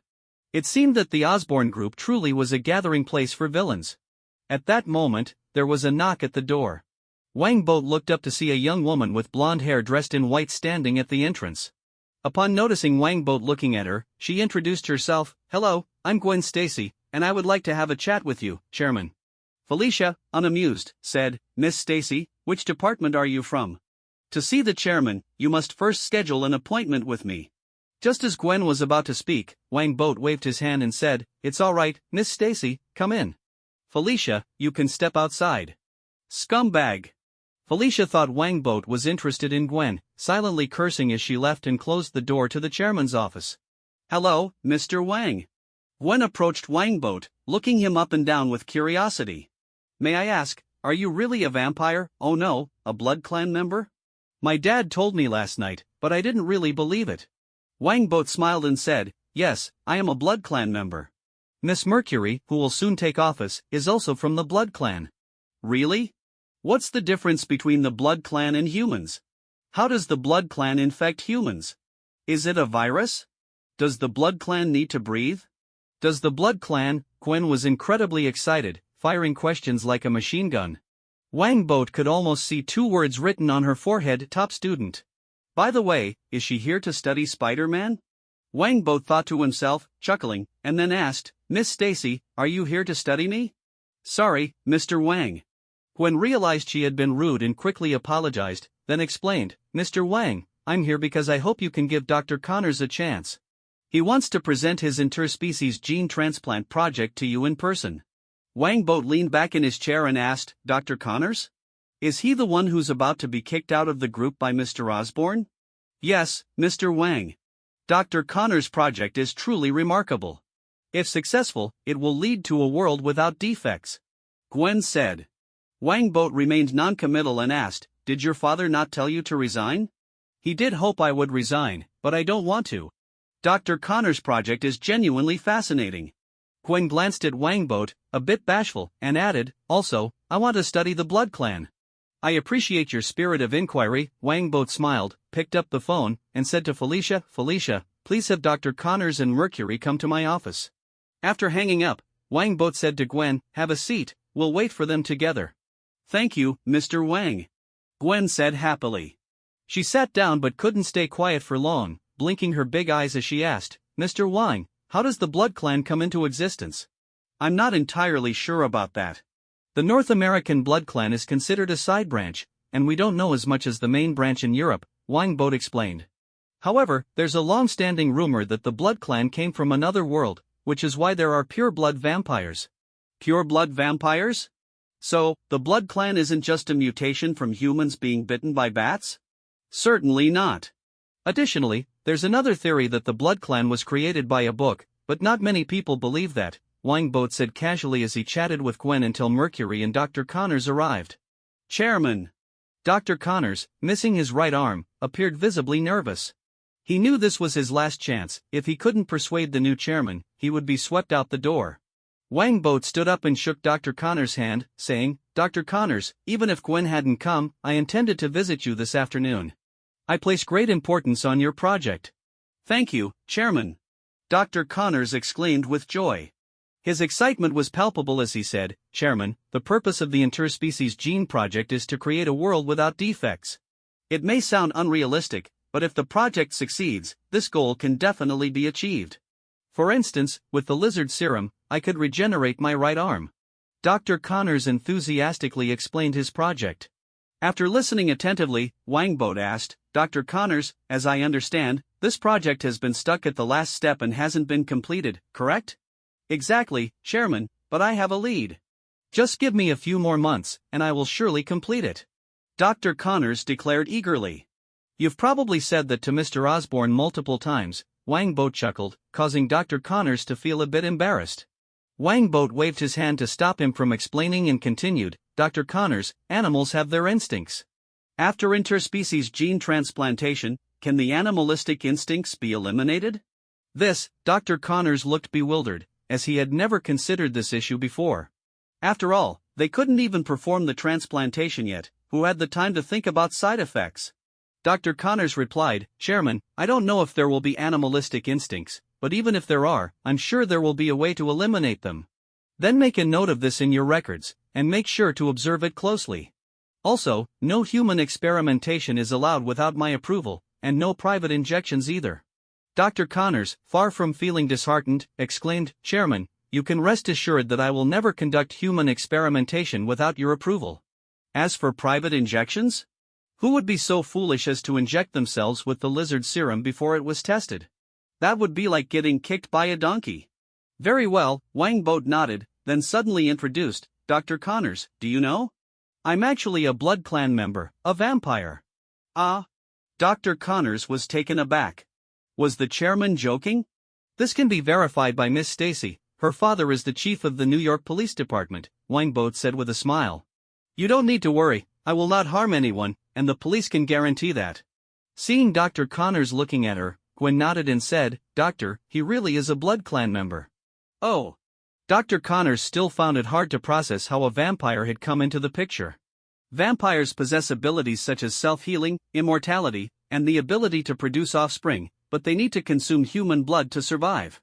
Additionally, vampires are afraid of light, silver, and garlic. Wangbot briefly outlined the situation of the Blood Clan, then added, Doctor, I want to explore the possibility of curing the defects of the Blood Clan through gene optimization. Do you think it's possible? Dr. Connors was momentarily stunned before responding, Chairman, I need to study the Blood Clan's genetics first to give you an answer. Then start researching immediately. Wangbot commanded. I'll allocate significant funds and personnel for you to continue researching the lizard serum, but you must also study the blood clan genetics and gradually optimize them. Wang Bo paused for a moment and then added, the blood clan can develop humans into offspring. If their defects can be remedied, that means humanity will become a brand new race, a new race with self-healing and immortality. Immortality? Both Dr. Connors and Gwen exclaimed in unison. This was humanity's ultimate dream. Gwen suddenly thought of something and asked in shock, Mr. Wang, are you trying to turn all of humanity into blood clan members? No, Miss Stacy, you're mistaken. It's humanity that wants to become blood clan members. Wang Bo shook his finger and explained, without any defects, yet able to heal and live forever, such a blood clan, Miss Stacy, wouldn't you want to become one? Gwen replied wistfully, who wouldn't want to? Eventually, humanity and the blood clan will merge into a new, immortal human race, Wang Bo declared. Mercury looked at Wang Bo in astonishment. She had never imagined the blood god would have such grand plans and ideas. This plan is extraordinary. If it succeeds, humanity will enter a brand new era. Dr. Connors swallowed hard, saying, but Chairman, I can't guarantee anything right now. I haven't even seen the blood clan genetics. Don't worry, take your time to research. I'm not short on money or time, Wang Bo assured him. The blood clan optimization plan will be the most important and core plan of the Osborne Group. Both funding and manpower will be prioritized for this plan. Dr. Connors, I hope you can become the lead on this project. The blood clan optimization plan? Connors bit his lip and said, Chairman, thank you for your trust. I can take charge of this project, but I won't give up on the lizard serum, it's nearly complete. That's fine, research both simultaneously. The Osborne Group doesn't lack manpower, Wang Bo nodded. He then turned to Gwen and said, Miss Stacy, I hope you can also join this plan. Gwen excitedly nodded, I'd be happy to. Great. Dr. Connors, whatever you need, just ask Mercury, she will fully support you, Wang Bo said. Thank you, Chairman. I will certainly put in my utmost effort in this research. Dr. Connors repeatedly nodded with joy as he left with Gwen. After they left, the previously silent Mercury couldn't help but ask, Blood God, is it really possible to cure the defects of the blood clan? Why not? This world is full of miracles. Wang Bo replied. In another world, perhaps it wouldn't be possible, but in the Marvel universe, nothing was impossible. If lizard people could exist, what was the big deal about completing a blood clan? I hope it can really succeed, Mercury thought for a moment and asked, Blood God, the biotechnology department is actually the one you truly want, isn't it? I need all the departments of the Osborne Group. Wang Bo laughed. Mercury, gene optimization is an inevitable trend for the blood clan. If the blood clan cannot achieve transformation, they will eventually be eliminated by the increasingly powerful humans. In fact, the Duke of Malachi, who prides himself on being the legitimate heir in Europe, is also conducting gene research. He's doing that too? Mercury was astonished. Didn't he just send a letter criticizing us for destroying the traditions of the blood clan? The traditions of the blood clan? Wasn't that merely the tradition of drinking fresh blood from living humans? That shameless old man loves to play double standards. Once I take control of North America, I'll go to Europe and swallow them whole. Wang Bo snorted. Mercury, times have changed. The Duke of Malachi, that ancient being who has lived for over 1,000 years, has begun gene research. Times have truly changed, Mercury said with a rueful smile. Wang Bo added, you need to keep a close eye on the blood clan optimization plan. I appointed you as the president of the Osborne Group for this very reason. I will continuously gather talent to join this plan, it is even more important than the artificial blood project. I understand, but Blood God, this plan may become a bottomless pit, Mercury said. A bottomless pit in terms of funding. What's the problem? Am I short on money? Wang Bo laughed.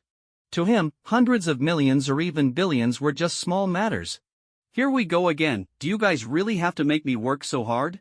Compared to Hellcat on the left, who was lively and full of energy, Jessica Jones, the superhero known as Jewel, wearing black attire and a dog mask on the right, appeared utterly dejected, as if she had just been woken from a deep sleep. She jumped off her glider with a loud thud, blocking the two enhanced individuals in front of her, and shouted, "Get out of my way!" The two enhanced individuals swung their fists at Jessica simultaneously. She deftly sidestepped the attack from the one on the left, then grabbed his arm and with a powerful throw, sent him flying like a cannonball, crashing through the glass and landing in a nearby shop. Looks like you're getting docked pay again, sis. Hellcat, Tracy Walker, shook her head helplessly as she maneuvered the glider to deal with the struggling enhanced individual. Is this my fault? Jessica retorted, grabbing the other enhanced individual by the shoulders and head-butting him hard, knocking him unconscious. Now I don't have to pay. The last enhanced individual was taken down by the arriving Electro, who greeted the two women and remarked, "It seems there are more enhanced individuals than ever. I've encountered them 3 times already this month, and it's only the 8th. Jessica lazily replied, "Maybe the manufacturers are having a low-price clearance sale?" Electro looked at her speechlessly. If it were anyone else, he would have scolded them already, but since Mr. Wang spoiled his apprentice, he let it slide. Otherwise, with Jessica's personality, she would never have become a superhero. At that moment, Tracy flew in, carrying an enhanced individual, and said, "For these worthless guys, rather than die poor, they might as well buy some potions and take a gamble. After all, the side effects just make them more evil and brutal. They were never good people to begin with." Electro said seriously, "We need to find the gang selling those human enhancement drugs quickly, otherwise, the security in New York will get worse." Electro is great. The Hellcat sisters are impressive too. Seeing the superheroes successfully resolve the battle, the citizens cheered, with some even approaching for autographs. Electro and Tracy smiled as they fulfilled their fans' requests, while Jessica ignored them completely. Fortunately, everyone was already used to her demeanor and had no complaints. Spider-Man also had many fans, but compared to Electro and the Hellcat sisters, it was fewer, and no one approached him for signatures, making him a little downcast. "I can't get on the show, of course, I don't have as many fans as they do." Spider-Man sighed, jumping onto a rooftop to leave. However, the late-arriving police chased after him, looking like they wanted to arrest him. As Spider-Man swung between the skyscrapers, he called back, "Hey, I'm here to help. Can you stop chasing me every time?" One of the officers shouted through a megaphone, "You're suspected of damaging public property and injuring people. We must arrest you." "That was me taking down criminals. As for the public property, that was just an accident." Spider-Man shouted back, "Jewel broke more things than I did. She has the watchdogs to compensate, while you never pay for anything, leaving taxpayers to cover the repairs." The officer yelled. "And they are authorized vigilantes with some law enforcement powers, you don't have any." Spider-Man felt quite aggrieved. "I'm only doing good. But you occasionally do bad things too." "Last week, we finally sent an undercover into the Hell's Kitchen gang, and just when he found a lead, you ruined it." "Poor guy, you even kicked him into the ocean." The officers shouted. "Do you know that talented young man quit the same day?" Feeling a bit wronged, Spider-Man replied, "I didn't know, I just wanted to do good." The officer shouted, "Spider-Man, if you want to do good, join the watchdogs. That way, you can be a legitimate superhero like Electro and the others, and we won't have to chase you anymore." "Chasing you is really exhausting, you know? How much ad money have you taken from the watchdogs?" Spider-Man couldn't help but retort. "I have no interest in being a star, I just want to be everyone's friendly neighborhood superhero. See you later, officer." With that, Spider-Man swung hard and disappeared onto another street, leaving the police car helplessly stopped in traffic ahead. "This guy really doesn't make it easy for us." The officer rubbed his chin and sighed. "Being a superstar superhero would be great, someone would help handle all kinds of things, and there's money to be made. If I had that ability, I'd definitely sign up." After Spider-Man left, Electro and the others flew away. Electro expressed worry while in midair, saying, "The human enhancement drugs originally came from Oscorp. With all this commotion from the enhanced individuals, Oscorp's stock price will surely be affected." "What are you worried about? That guy has plenty of money." Jessica snorted. "Besides, he's incredibly shady. I only drank a few bottles of his wine, and he forced me to be a superhero to pay him back." "You've got some nerve. The master invited you over, and you went into his wine cellar to steal his red wine," Tracy said with annoyance. "If it weren't for the master's generosity, you would have been sold off to pay debts long ago." Tracy was utterly satisfied with her current life. On the surface, she was a famous host, but secretly, she was a superhero. Was there a better life than this? So, she was very grateful to the master who brought her all of this. Jessica said sulkily, "What's the difference now?" "He even gave me the title Jewel, which sounds terrible. I wonder who came up with that." "Is being a superhero such a grievance for you?" Max scoffed.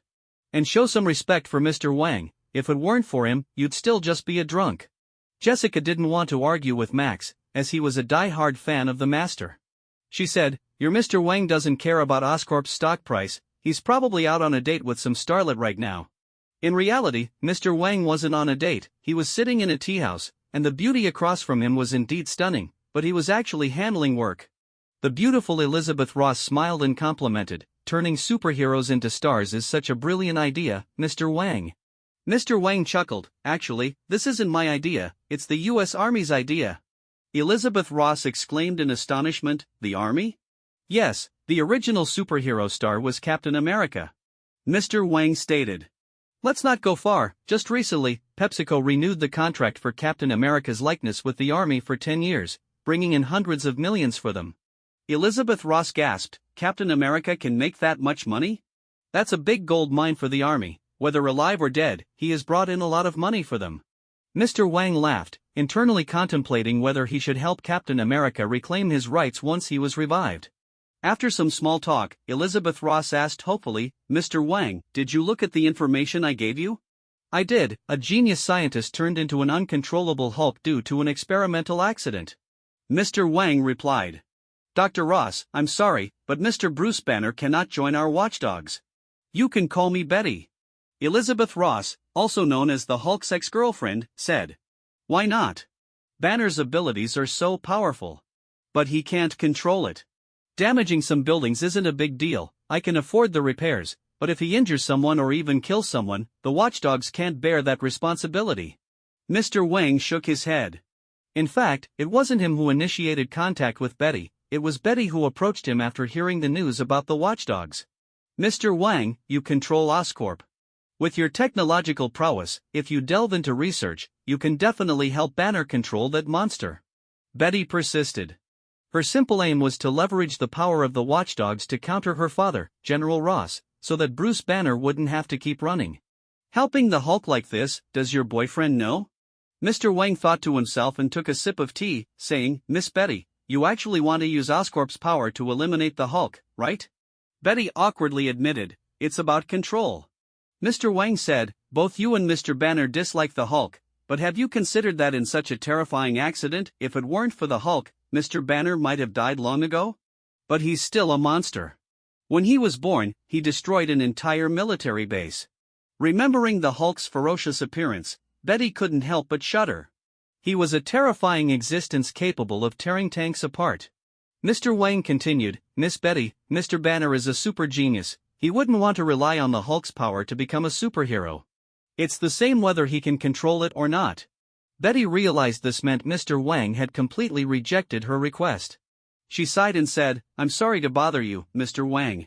"It's no trouble." Mr. Wang was about to say something when suddenly, a loud commotion came from outside, followed by a booming voice shouting, "How dare you attack American soldiers?" Betty's expression changed slightly. She apologized, saying, "Mr. Wang, that's my father's voice, this might implicate you." "General Ross?" "Don't worry, it's a small issue." Mr. Wang smiled faintly and shouted outside, "Madam Gao, let General Ross in." "Yes, boss." Madam Gao, who was blocking General Ross, stepped aside. General Ross shot her a glare. The seemingly frail old lady had knocked out 2 of his elite soldiers in just 3 seconds.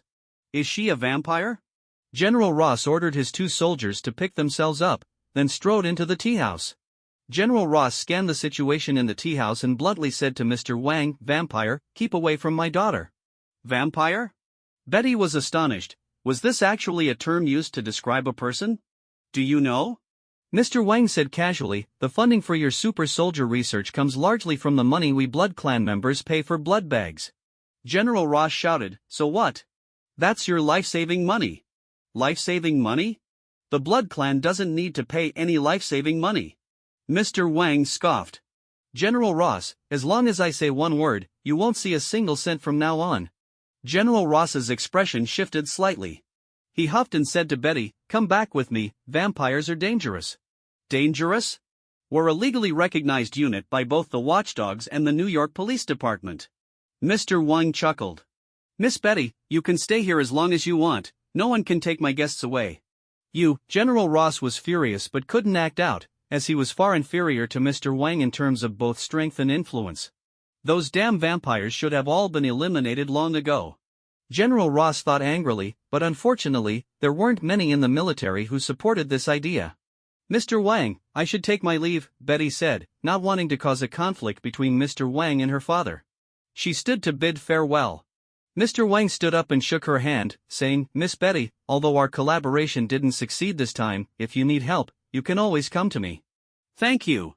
Betty nodded gratefully and turned to leave, completely ignoring General Ross. General Ross's expression darkened as he said to Mr. Wang, Vampire, don't come near my daughter again, and that monster is a wanted criminal, don't even think about making a play for him. Mr. Wang sneered, Are you trying to teach me how to do things? General Ross glared at Mr. Wang fiercely, leaving the Dragon Tea House in a rage. One day, I will eliminate all those damn vampires. In the New York base, General Ross seethed, recalling previous events. Just then, a soldier entered and reported, General, someone drank guarana and fainted from gamma poisoning. General Ross was ecstatic and quickly asked, Where was that drink produced? The soldier replied, In Porto Velho, Brazil. Send someone to that beverage factory immediately to find a white male. General Ross said excitedly. As long as he found Bruce Banner, he could create a super soldier, and at that time, his standing in the military would significantly rise. Even that damn blood god would have to bow to him. In Harlem, in northern Manhattan, at Reborn Academy, Mr. Wang was strolling down the street outside the academy, observing the bustling shops on either side and shaking his head internally. If he didn't take some measures, this place would soon become a wasteland. Monsters are definitely going to appear, but if we can save some lives, let's save as many as we can. I need to think of a way to get the police to evacuate a few streets nearby. Mr. Wang was deep in thought as he transformed into Ant-Man in an uninhabited area and stealthily infiltrated the cell life department of Greyburn Academy. At that moment, Dr. Samuel Stern, the head of the cell life department, was studying the blood sent by the Green Man. The more he researched, the more excited he became. If he could thoroughly study this blood containing gamma energy, humanity would become immune to diseases, and he would win a Nobel Prize. This blood is a bit too little, I need to find a way to replicate some, perhaps I can use a concentration method. Dr. Stern, also known as the Blue Man, thought to himself. Additionally, I must quickly write to the Green Man and ask him to come here. Only then can I obtain complete data. After a while, Dr. Stern went out to find experimental materials. Mr. Wang returned to his normal state from Ant-Man and looked at the red blood in the test tube, suddenly feeling an urge to devour it, but he quickly suppressed it. From start to finish, Mr. Wang had no intention of absorbing the Hulk's blood to enhance his powers. The reason was simple, he didn't want to be influenced by anger, and unless it was an enemy, he generally wouldn't absorb the blood of living people. Conducting an experiment is still acceptable, it might become a trump card, Mr. Wang thought, gently raising his finger. A drop of blood flew out from the test tube ahead, then he shot out another drop of blood to absorb that drop of Hulk's blood. The Hulk's blood, originally red, turned green rapidly under the influence of Mr. Wang's blood, and then the two bloods engaged in a fierce battle of absorption and counter-absorption in mid-air. The battle between the blood samples was, in fact, an intense conflict at the cellular level. Wang Boat's blood cells were like a pack of greedy predators, intent on devouring the Hulk's blood cells, which fought back fiercely like warriors unwilling to be consumed. The blood god's power was fully displayed. Wang Boat's blood, possessing a magical quality, quickly engulfed the Hulk's blood. However, it inevitably turned green in the process. An uncontrollable wave of anger surged through Wang Boat, emanating from the green blood. He sensed this emotion keenly and nodded to himself, affirming his previous hypothesis. He could indeed consume the Hulk's blood, but in doing so, he would become irritable and volatile. This was because the source of the Hulk's power was that unending rage. I don't want to become like the Hulk. Wang Boat extended his hand toward the mass of green blood, the remnants left after his consumption. The green blood seemed to lose its vitality, slowly falling into his palm, eventually solidifying into a hard green stone. Wang Boat carefully stored the green stone and took out a test tube, cautiously filling it with a few drops of the Hulk's blood, intending to take it back for further study. He then flicked his hand, sending a drop of blood flying out, stealthily hiding beneath the lab table like a lurking assassin. Next, I'll just wait for the Hulk to enter New York. Wang Boat transformed back into Ant-Man form and silently slipped out of the laboratory, just as quietly as he had entered. The subsequent events unfolded just as depicted in the movies. General Ross led a team to capture Banner, which provoked Banner's fury, causing him to transform into the Hulk. His immense power was staggering, easily tossing aside all the soldiers and smashing the factory to pieces in a chaotic scene. After this upheaval, Banner decided to sneak back into New York to find Dr. Samuel Stearns. He was determined to rid himself of the Hulk, the source of his suffering. To obtain the data related to his mutation, Banner infiltrated Caltech, where he unexpectedly reunited with Betty. Without hesitation, Betty cast aside her current boyfriend and returned to Banner's arms. Betty's current boyfriend, a decent guy, worried about Betty's safety and reported the situation to General Ross. Upon learning this, General Ross meticulously laid a trap at Caltech, preparing for an intimate encounter with the Hulk. In the Blood God's estate, Frank watched the scene unfold on the holographic projection screen, shocked to see the Hulk, impervious to machine gun fire, flipping over an off-road vehicle. He couldn't help but ask, where did this monster come from? How is it so terrifying? Ivan nodded in agreement, saying, it really is frightening. Even tanks can't stop him. At this moment, besides Ivan and Frank, Mercury and Electric Man were also present, having been specifically summoned by Wangbo to watch this live broadcast. This guy is called the Hulk. Wangbo handed out a dossier on the Hulk, slowly explaining, Banner was originally a genius doctor, but due to an experimental accident, he became this monster. His girlfriend came to see me once, hoping he could become a superhero, but I turned her down. He can't control his power at all, he must never be allowed to become a superhero. Electric Man shook his head repeatedly, feeling that he had it bad, but realizing someone else was even worse off. Frank expressed his dissatisfaction, saying, General Ross is too much, he actually brought ordinary soldiers to take down such a monster. That's just sending them to their deaths. And he didn't even evacuate the students, what is he thinking? Wangbo scoffed, saying, he doesn't care about that, he only cares about catching Banner to advance his career and make a profit. He'll probably say it's all for national security. In the short time they were talking, the Hulk had already flipped over 5 off-road vehicles, with one even crushed to a pancake. Although the soldiers were brave, facing such a monster, fear began to creep into their hearts. At that moment, a soldier rushed out with a grenade launcher, firing at the Hulk repeatedly. The grenades exploded against the Hulk, but despairingly, the Hulk seemed undamaged. Instead, he became enraged, picking up a car door and hurling it at the soldier. The soldier jumped several meters high, pulled out a pistol in mid-air, and fired frantically at the Hulk. But it was futile, all it did was further infuriate the Hulk. Is that soldier enhanced? Electric Man asked in surprise. Wangbo replied, he should be an enhanced soldier developed by General Ross himself. He's been trying to replicate Captain America's super serum. From the looks of it, he seems to have made some progress, but it's definitely not complete, otherwise, he would have flaunted it already. This soldier was actually Emil Blonsky, the future abomination, a super soldier who was 39 years old but still unwilling to leave the front lines. On the screen, Emil received orders to lure the Hulk, who was holding 2 car doors, away to where 2 sonic cannons were waiting. As soon as the Hulk entered the attack range, both cannons fired at full power, sending visible sound waves toward the Hulk. Even the Hulk, faced with such powerful sound waves, fell into a predicament, kneeling on the ground in pain. Ivan exclaimed, that's pretty impressive. Wangbo glanced at Ivan and smiled, look at the markings, it should be a Stark Group product. Ivan immediately changed his attitude, scoffing, anything produced by that softie is definitely useless. Everyone couldn't help but laugh at that. At the same time, the Hulk used the car door to shield himself from the sound waves and then threw the other car door like a blade, splitting one of the sonic cannons in half with a loud explosion. Following that, the Hulk roared in anger, leaping onto the other sonic cannon and crushing it flat. I told you, it's useless. Ivan laughed, while everyone shook their heads helplessly. Meanwhile, the screen showed the enraged Hulk kicking Emil, sending him crashing into a tree and deforming him. Frank shook his head and said, it seems General Ross has completely failed this time. Unwilling to admit his failure, General Ross deployed armed helicopters for an attack. However, this move nearly cost his daughter her life, as the Hulk used his body to protect her. In the end, the Hulk destroyed the armed helicopters and escaped Caltech with Betty amidst the flames. Alright, that's enough. Wangbo said. Ivan, can your suit deal with that monster? Upon hearing the word suit, everyone present was not surprised, including Electric Man, as Wangbo had informed them of this beforehand.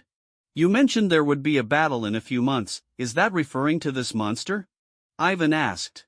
How did you know he would show up? Wangbo replied, I'm not sure if it's him, but I can sense that a disaster will strike New York soon. Given the current situation, the likelihood of him appearing is very high. He can't control his power. If he goes berserk in a crowded area, it will lead to massive casualties. We cannot let that happen. Electric Man urgently insisted. We have to capture him before he goes berserk, or drive him out of New York. Wang Boat said, that depends on Ivan's suit. Everyone's attention turned to Ivan, who confidently said, this monster may be powerful, but with the four of us working together, we can definitely capture him. Great! Electric Man cheered. Frank pondered for a moment and said, we can't confront him in a crowded area, that would lead to a massive disaster. Wang Boat replied, let's prepare first. Once we locate him, we can devise a detailed strategy. Okay, I'll go adjust the suit. Frank, Mercury, you both come along too. We need some tricks up our sleeves to deal with that big monster. Ivan said excitedly, finally getting the chance to showcase his abilities. Days later, Banner and Betty arrived at Reborn Academy, where they met Dr. Samuel Stearns. Just as they were about to meet, the police station received an alarm that a bomb had been found in a street trash can, accompanied by a letter claiming there were 9 more bombs nearby. The police were alarmed and immediately called for backup while evacuating residents near the academy. Banner and Stearns were unaware of the commotion outside as they had tightly shut the doors and windows, and no one knew about their secret meeting in the laboratory. I've made up my mind, I'm going to inject the antidote. After hearing Dr. Stearns' introduction, Banner, ignoring the risks of the experiment, resolutely decided to forcefully inject the antidote. He was fed up with the Hulk's existence and didn't want to become that uncontrollable monster again. He yearned to return to being a normal person. Betty couldn't stop Banner and could only silently pray for him. It must be said that Dr. Stearns was indeed capable. Despite some minor errors during the experiment, the antidote he created ultimately succeeded. Under the influence of the drug, Banner, who was about to transform, was restored to his normal state. The Hulk was temporarily suppressed, but this was only a suppression, not a complete cure. As everyone cheered and celebrated, a portion of the blood hidden beneath the lab table quietly crept up onto the lab table, then stealthily seeped into Banner's body from his back. These blood samples found their target, gathering at Banner's heart and merging with it. If Banner had been in his normal state, this situation would have never occurred. Once the blood invaded his body, his own blood would turn green and retaliate. But now, due to the influence of the antidote, Banner was in a suppressed state, allowing the blood to invade his body smoothly. Even if Banner were to return to his normal self in the future, these blood samples would not be easily expelled, as they had already integrated with his heart. The only way to remove them would be to extract Banner's heart entirely. Setting aside these details, Banner, who thought he had returned to normal, didn't have time to rejoice before he was captured by Emile, who arrived with his men. Emile injected himself with a second dose of the enhancement serum, successfully restoring his own normal state. Then, Emile began to relentlessly beat Banner, trying to provoke the Hulk to re-emerge. Unfortunately, the Hulk did not appear, and Banner remained the frail scholar. Emile was extremely unwilling to give up, so he seized Dr. Stearns and demanded that he inject Hulk's blood into his body. Dr. Stearns didn't want to do this but, after being beaten by Emile, had no choice but to comply reluctantly. Wang Boat sensed the situation in the laboratory and pondered, the super soldier serum has miraculous effects. It can make good people even better and make evil people even worse. This half-finished serum Emile injected seems to have similar effects. Once the Hulk's blood entered Emile's body, his physique began to swell rapidly, tearing his clothes apart. In no time, Emile transformed into a hulking creature, nearly 3 meters tall, covered in green muscles. Abomination was officially born. He differed from the Hulk in some ways, such as lacking hair and having protruding spines and bones, resembling a grotesque monster. In comparison, the Hulk looked relatively handsome. This is power. Abomination clenched his powerful fists, not feeling ugly at all, but rather ecstatic. Dr. Stearns thought he was angry and began to explain incessantly, only to be swatted away by Abomination. Dr. Stearns crashed into a cabinet and fainted. Above the cabinet was a vial of the Hulk's blood, which began to shake and fell to the floor. If nothing unexpected happened, this drop of blood would land in Dr. Stearns' head wound, causing his head to enlarge and transform him into a mutant. However, there would be no next because the box office performance of The Incredible Hulk was poor, and the third major villain, Big Head, lost his opportunity to appear entirely. In reality, Big Head also had no chance to appear. Just as the blood was about to drip into Dr. Stearns' head, a large hand composed of blood stealthily dragged him away. The Hulk's blood dropped to the floor with a plop. The owner of that hand was none other than Wangbot, who was controlling it remotely while in the vicinity. He pulled Dr. Stearns away because he didn't want a completely unfamiliar and highly intelligent villain to emerge. Abomination failed to notice the situation unfolding nearby. His powerful body was only focused on venting his rage. He let out a roar and crashed through the glass to the outside, causing the building to shake with a loud rumble. Immediately, gunfire erupted from below as the soldiers stationed there discovered Abomination, but they were no match for him and quickly fell victim to his rampage. Wangbot paid no attention to the chaos below. He controlled the large hand to take all the blood samples from the laboratory. These samples were precious research materials, and more importantly, they must not fall into the hands of the military or shield. With the PIM particles, moving these blood samples was a breeze for him. Before Wangbot could finish collecting everything, Abomination had already taken down all the soldiers at Caltech. Unsatisfied, he smashed through the surrounding walls and charged into the street outside. To his surprise, the street was completely deserted. Although there were some police officers in the distance, the moment they caught sight of Abomination, they turned and fled, completely devoid of any sense of duty. In fact, this was an order given by George Stacy. He was currently remotely commanding the police in this area from the precinct headquarters. Electric Man had notified him that a B-level incident was occurring. A B-level incident was a warning level set by the owner of the Watchers, indicating a situation that could potentially destroy an entire district of New York. Looking at the screen showing the ugly and fierce Abomination, Chief Stacy muttered, "Is this the monster capable of destroying a district? Chief, while this monster is terrifying, isn't labeling it a B-level incident a bit exaggerated? Can it really be more powerful than Iron Man?" A female officer couldn't help but ask. Just as Chief Stacy was about to respond, Abomination on the screen suddenly roared and charged after the fleeing police officers, sending cars flying in his wake, crashing them against nearby buildings with powerful impacts. The sight on the screen made all the officers gasp in horror. No one doubted that this was indeed a B-level incident. Chief Stacy couldn't help but feel relieved that they had evacuated the people in advance, otherwise, the casualties would have been severe. But then again, who had planted the bomb? Chief Stacy picked up the radio and loudly commanded, "All officers, withdraw immediately." "Electric Man, Hell's Kitchen Sisters, are you there?" Electric Man's voice came through, "We're almost there." "Hurry up. The police can't stop this monster," Chief Stacy urged, while the female officer beside him asked, "Chief, should we deploy the Thunderbolts?" "There's no need, I've invited New York's strongest superheroes to come help." Upon mentioning the Thunderbolts composed of enhanced individuals, Chief Stacy let out a long sigh. Their physiques were indeed strong, but their wills were extremely weak, a typical case of being as useless as mud. No wonder the Blood God had so easily sent them away before. There's no such thing as a free lunch, especially when it's given away for free. At that moment, a fully armed convoy sped towards the scene. It was the soldiers rushing to aid after receiving the distress signal. Upon spotting Abomination, they were immediately taken aback, quickly reporting to their superiors while grabbing their vehicle-mounted machine guns to fire at him. Despite the impressive firepower of the vehicle-mounted machine guns, they were ineffective against Abomination's defenses. Enraged by the attack, Abomination picked up a car with one hand and flung it violently at the armed vehicle, sending it crashing away and instantly turning the soldiers inside into a pulp. "Use RPGs." An officer yelled from another vehicle. Soon, two rockets, trailing long tails of fire, shot towards Abomination. He deftly dodged one rocket and then caught the other, smashing it against his chest with a powerful thud. Boom!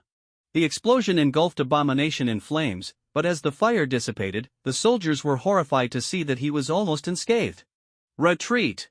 All soldiers retreat immediately!" General Ross, who had hurried back by helicopter, shouted loudly. Banner and Betty couldn't help but curse, "Is this the monster you've been hoping for?" The soldiers, receiving the order, hurriedly began to retreat. However, Abomination relentlessly pursued them, and in a matter of moments, he flipped over two more military vehicles. Just as the remaining soldiers were about to fall into despair, a powerful bolt of electricity shot towards Abomination. Abomination roared as the bolt struck him, blackening a portion of his body, but that was all. More astonishingly, in less than 2 seconds, the blackened area healed back to normal. "How are we supposed to fight this?" Electric Man exclaimed in shock. Just then, Abomination picked up a car nearby and hurled it at Electric Man in the sky. Electric Man quickly dodged and shouted to the approaching Hell's Kitchen Sisters, "You can't handle this monster. quickly go assist the injured and those who haven't been evacuated. With that, Electric Man unleashed another electric attack on Abomination. Abomination blocked with his arm and then kicked a car toward Electric Man. Electric Man, moving at incredible speed, easily avoided the car and quickly darted around, using electricity to attack Abomination. Abomination was furious, throwing objects into the air, but he could not touch Electric Man. Tracy and Jessica, witnessing Abomination's strength, dared not approach recklessly and turned to assist the soldiers who were still alive. Just then, accompanied by an exhilarating rock background music, a golden-red figure descended from the sky like a deity, shouting, "Boat superhero kid, let me take care of this monster." Iron Man had finally made his official appearance, invited by Chief Stacy. Electric Man called out to Iron Man, "Be careful. This monster not only has immense strength but also possesses healing abilities. Kid, he may seem strong to you, but he's nothing to me." Tony arrogantly replied, launching mini-missiles from his shoulder, which exploded against Abomination, engulfing him in flames. Tony was about to boast about the power of his missiles when he saw Abomination charging at him, seemingly unharmed. For Abomination, a height of several dozen meters was nothing. Tony's expression changed drastically, and he activated his boots thrusters, skillfully dodging Abomination's charge. He then raised his hands, firing 2 arc pulse cannons directly at Abomination, who crashed to the street with a loud thud, creating a deep crater in the pavement. "It seems I need to use some more advanced tactics." Tony raised his right hand, launching a missile at Abomination. Abomination picked up a broken piece of concrete from the ground and hurled it at the missile. Boom! The missile exploded, and the shockwave knocked Iron Man back several meters. Before Iron Man could launch another attack, Abomination got back up, continuously throwing items around him into the air, each one striking like a cannonball. Even Iron Man began to look somewhat overwhelmed in the face of such an assault. Seeing this, Electric Man quickly used electricity to attack Abomination, trying to shift his focus onto himself. "This monster is truly difficult to deal with. JARVIS, concentrate all energy to the chest." Tony issued the command as the chest of his suit lit up. Then, a beam as thick as a bowl shot down towards Abomination. Abomination, unlike the Hulk, had intelligence. Although he was being restrained by Electric Man, he remained vigilant toward Tony. As soon as he saw the light build up in Tony's chest, he quickly lifted a nearby car to defend himself. Boom! The car was pierced through by the beam, yet the beam's momentum continued, striking Abomination, who roared in anger, throwing the car back at Tony. Tony was releasing a powerful attack and had no time to dodge, getting smashed by the car and crashing to the ground, creating a massive crater in the cement.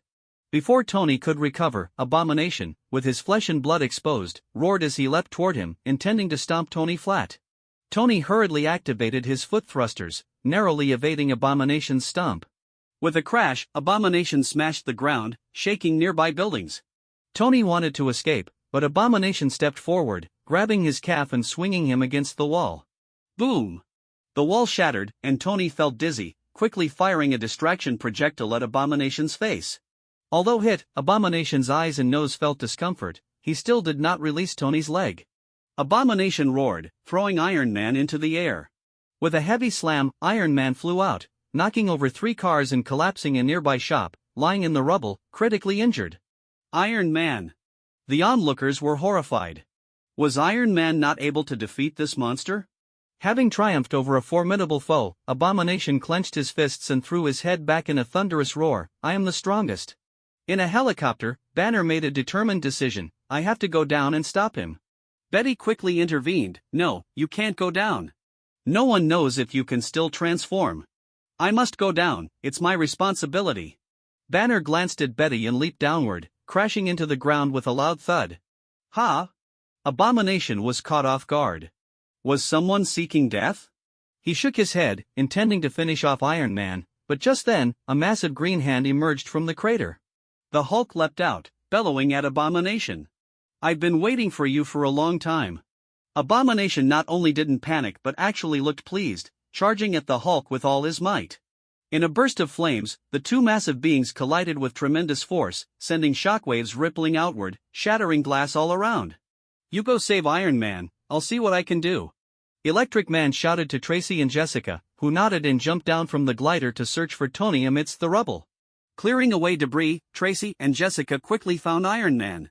His suit was severely deformed, But he seemed to be fine, even joking with the two women. "Are you here for my autograph?"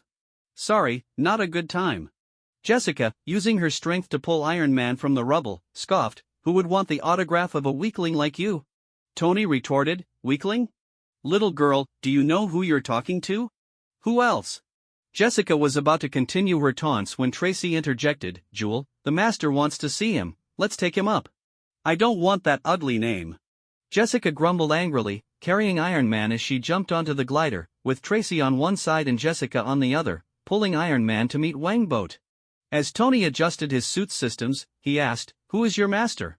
If you want to see me, you need to make an appointment." The two women ignored Tony, and soon they flew to the rooftop of a tall building, where two figures were quietly observing the battle below. One was Wangboat, and the other was his new assistant, Lilith, a stunning woman with an alluring figure, looking cold as ice. Notably, Lilith held a dark steel spear in her hand. The two women placed Iron Man in front of Wangboat, who turned and smiled, asking, "Tony, are you afraid to meet me?" Tony lifted his mask, blood visible on his forehead, and coldly scoffed, "Who's afraid to meet you?" "Humph, didn't you say you were impressive? Why are you just standing here instead of going down to deal with that monster?" "That monster? I could take care of it in a second." Wangboat laughed. "Self-absorbed girl, stop hiding, come out and check Iron Man's injuries so he doesn't end up dead. It seems you remember my scent quite well." Natasha's figure slowly emerged from the shadows. With such a significant incident happening, Nick Fury naturally sent someone to investigate, and upon seeing Wangboat here, Natasha came to keep an eye on him. "You two seem to have quite a story?" Tony remarked. "And by the way, I'm fine, I'm doing great, just a little banged up, cough cough cough." Just as he said that, Tony began to cough violently, clearly indicating he was injured. Natasha stepped forward, placing her hand on his neck to check his pulse. Tony glanced at her and didn't refuse. The reason was simple: she was a beautiful woman, and if it were a rough guy, he would have pushed them away long ago. Natasha lowered her hand and said, "You should be all right." Tony chuckled, "I think we should do a detailed check." Natasha smiled and said, "Okay, let's go to your place." "Good, let's talk about that later." Tony was about to agree when he suddenly remembered Pepper at home and instantly backed off. He turned to Wangboat and asked, "Where did you get so much vibranium?" "I had someone purchase it. It costs $10,000 a gram." Wangboat replied. "This spear alone cost me $50 million in vibranium." Tony snorted, "What's that? My suit's material costs over $100 million. That's just a weapon for me, and I only calculated the price of the vibranium." Wangboat said nonchalantly, though in reality, the spear contained a total of 20 kilograms of vibranium. He just didn't mention it as he preferred to keep a low profile. "You two are such big spenders." Looking at the two showing off their wealth, Natasha, Tracy, and Jessica rolled their eyes simultaneously. Natasha pointed down and asked, "That big guy who just appeared doesn't seem to be a match for the monster. Aren't you planning to take action?" Wangboat and Tony looked down to see the Hulk being beaten back by Abomination. If it weren't for Electric Man's assistance, the Hulk would have likely been defeated already. This situation was quite normal. The Hulk had not completely regained his strength, and the antidote was still at work in his body. Additionally, his combat skills were far inferior to Abomination, a special forces soldier. "I want to help, but I currently don't have combat capabilities," Tony said with a bitter smile, secretly resolving, "I need to prepare more suits in the future, and they must have an auto-eject function." Wangboat laughed, "Don't worry, I've already made preparations. Just wait and see the show." Natasha squinted and asked, "You've already prepared? You anticipated this would happen? My original target wasn't that monster." Wangboat didn't elaborate further. He had no need to explain anything to anyone. Hulk's defeat plunged many into despair, including General Ross, who frowned deeply. If even the Hulk couldn't win, would he need to resort to missiles for a carpet bombing? But the problem was, this was Manhattan. "I am invincible." Abomination, pressing down on the Hulk, roared with excitement. This was exactly what he had longed for, to become the invincible being. Just then, a voice suddenly called out from the sky, "Invincible? Just you? You're nothing but a frog in a well." Abomination turned angrily to see three armored figures descending from the sky, bringing with them a trail of white smoke, glaring ominously at him. Upon seeing these three figures, everyone was stunned, especially Tony, who shouted, "This can't be!" Tony was shocked because those were three sets of Iron Man armor that should only be under his control. The central suit, silver and black, was massive like a steel behemoth, heavy and wielding a large axe, making it look fearsome. The driver was the mad Russian Ivan Vanko. The left suit, slightly set back, was camouflaged and slightly larger than the Iron Man suit, equipped with various firearms, including a Gatling gun, a large sniper rifle, and a grenade launcher. The driver was the Punisher, Frank Castle. The right suit, blue, was comparable in size to Iron Man's, boasting a unique streamlined beauty that immediately revealed its female driver, featuring only 2 daggers without the complex weapons. The driver was the vampire Mercury. Each of the 3 suits bore a dragon emblem on the chest, the logo designed by Wang Bod after taking over the Osborne Group. Did you really develop the Iron Man suit? Natasha said, her face a mix of disbelief, while Tracy and Jessica looked at Wang Bod with wide eyes. Despite knowing their master was capable, they never expected him to possess such abilities. In fact, everyone witnessing this scene was shocked. No one could imagine that the half-broken Osborne Group could produce a suit. Those who had previously mocked the Osborne Group were now slapped in the face. Wang Bod laughed heartily and declared, "That's right. The Osborne Group successfully developed the Iron Man suit in just 3 months, not the 10 years some people claimed." As he spoke, Wang Bod's gaze remained fixed on Tony, filled with mockery. Tony shouted, "That's impossible. The arc reactor on their suit must be fake. Bod, are you trying to fool us with LED lights? I get it, you want to inflate your stock price." Wang Bod sneered, "You think I'm like you, full of fakes?" Tony angrily retorted, "What are you talking about? I'm not fake. Your Iron Man suit has elevated soles, right? And you've added padding to your back too?" Wang Bod disdainfully remarked. "You ask me where I'm fake? You're filled with fake things." Upon hearing this, the 4 women present all looked at Tony with disdain. Heightening insoles were one thing, but adding padding to his back? What kind of person was he? Tony's face turned red with anger, but he couldn't refute it because he indeed had made some alterations. While Wang Bod was mocking Tony, the battle below had already begun. Abomination was not one to talk much. Upon seeing the 3 approaching him threateningly, he charged at them, leaving deep footprints in the ground with each step. "I quite like your character." Ivan laughed heartily, activating the thrusters on his suit's back and colliding fiercely with Abomination. The ground beneath them sank, and a powerful shockwave erupted, causing several already precarious structures to collapse. However, Ivan was at a disadvantage. His suit was not as powerful as Abomination's and was pushed back, carving deep grooves in the ground as he slid. Abomination laughed out loud, ready to attack again when Frank set up a large sniper rifle from a distance and pulled the trigger. Abomination sensed the danger and raised his arm to block the shot, only to be pierced through by the bullet, which continued its momentum into his chest, getting stopped by his ribs.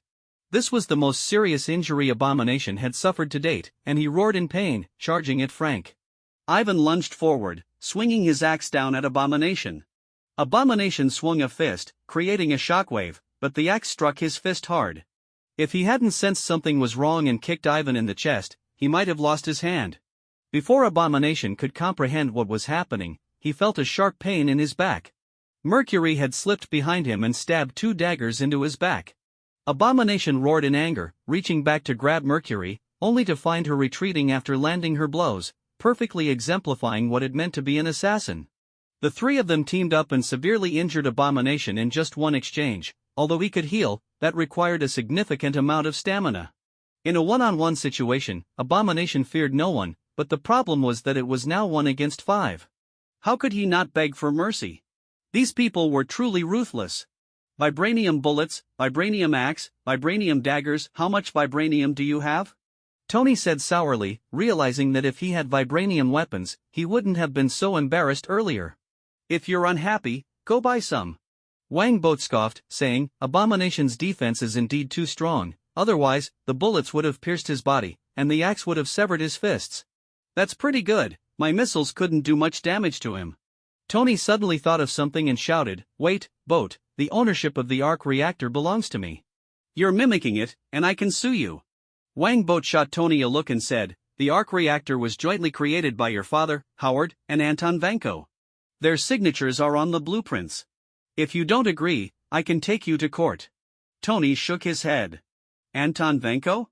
I've never heard of him. Wang Bod took out his personal phone and sent a photo to Tony's phone, saying, I'll explain the details later. The one holding the axe is Ivan Vanko. If your father hadn't driven Anton out of the US back then, he might have become another you. Impossible. There's only one Tony Stark in this world. Tony said dismissively.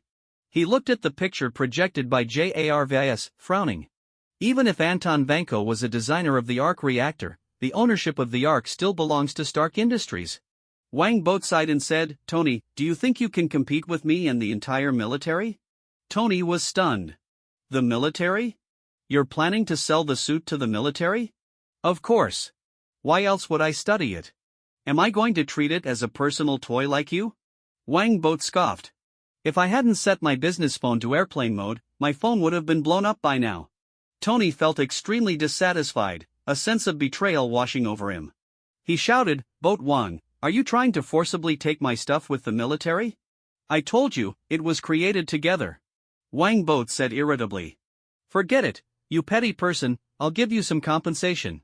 You think I need money? Not short on cash, but are you short on life? Wang Boat said. There are no elements on Earth that can replace palladium, but Ivan has already thought of a way to isolate the toxins. Afterward, I'll have him share that method with you. My situation is different. Besides, I don't need anyone's help. Tony said, but Wang Boat didn't bother to argue further. He reached out toward Tony, and suddenly, the wound on Tony's forehead cracked open, followed by a spray of blood.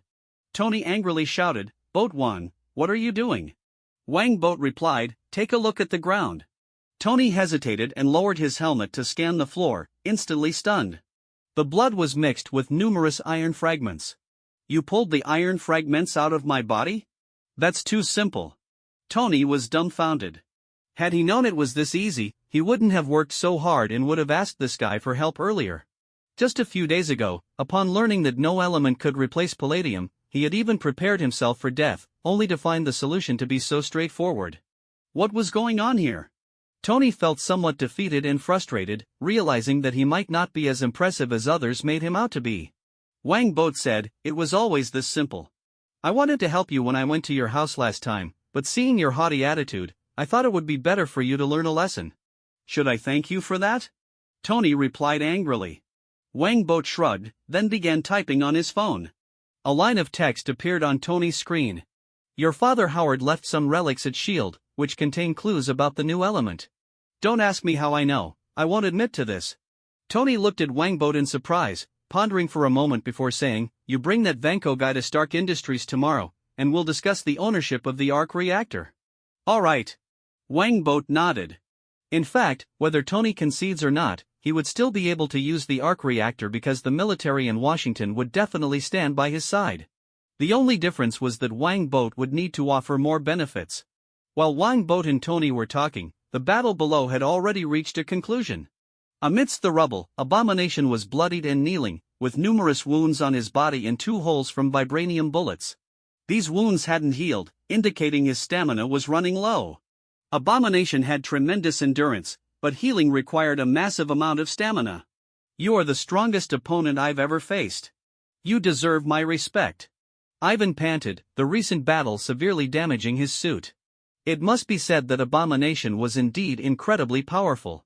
Compared to Ivan, Frank and Mercury were in much better condition, and Electric Man had no injuries at all due to his extreme speed. As for the Hulk, although he had sustained several injuries, he was now fully healed. I won't die here. I will continue fighting. I want to become the strongest. Abomination gritted his teeth and stood up, staggering away. The Hulk wanted to chase after him, but Ivan and the others surrounded him tightly. The Hulk roared in confusion, expressing his anger and bewilderment. Were they not comrades just moments ago? Meanwhile, a blood-red light suddenly descended from the sky, landing right in front of the fleeing Abomination. It was Wang Boat, holding a vibranium spear. Wang Boat pointed the spear at Abomination and shouted, you have 2 choices, surrender or die. Vampire. He's military property, you can't touch him. General Ross shouted from his helicopter. He was unaware that this scene was being recorded by Tracy on her phone, who quietly laughed to herself, just as the master predicted, it's going to be hard to avoid a big news story this time. I will never surrender. Abomination charged at Wang Boat without hesitation. Wang Boat scoffed, his body glowing with bright red light, and dashed forward like a red lightning bolt. In an instant, red light flashed, and Wang Boat's figures appeared in the air, on the ground, to the left, and to the right, leaving Abomination dumbfounded. Was this speed truly possible? At that moment, Wang Boat's true form appeared behind Abomination, and he hurled the glowing spear with all his might, piercing through Abomination's heart and pinning him hard to the street. Abomination roared in pain, struggling to break free, filled with unwillingness. If he weren't injured, he would never have been defeated so easily. Abomination's will was indeed admirable, but his efforts were destined to be in vain. The vibranium spear spilled a large amount of blood, viciously destroying his heart. Abomination coughed up a mouthful of blood, and his massive body collapsed helplessly to the ground. The once indomitable Emil Blonsky was officially declared dead. However, Abomination had not truly died. A drop of Wang Boat's blood merged into his body, transforming him into a vampire. If Abomination had been in perfect condition, a single drop of blood would never have been enough to turn him into a vampire. But now, on the brink of death, his body instinctively seized this last opportunity to survive, making a single drop sufficient. As for the specific use of vampire Abomination, further details would be explained later. Seeing Wang Boat instantly slay Abomination, everyone present was stunned. After all, they had all witnessed Abomination's immense power. Master really is the strongest. Tracy cheered. Even Jessica had to admit that this master of theirs was indeed exceptionally powerful, though he was still a heartless scoundrel. Electric Man and the others also applauded. While they had known Wang Boat was strong, they hadn't expected him to be this formidable. As for Chief Stacy, General Ross, and others, they were all left in shock. Was there no law in this world? Not only was this guy wealthy, but he was also incredibly powerful? Just because he has a good weapon? I should go buy some vibranium too.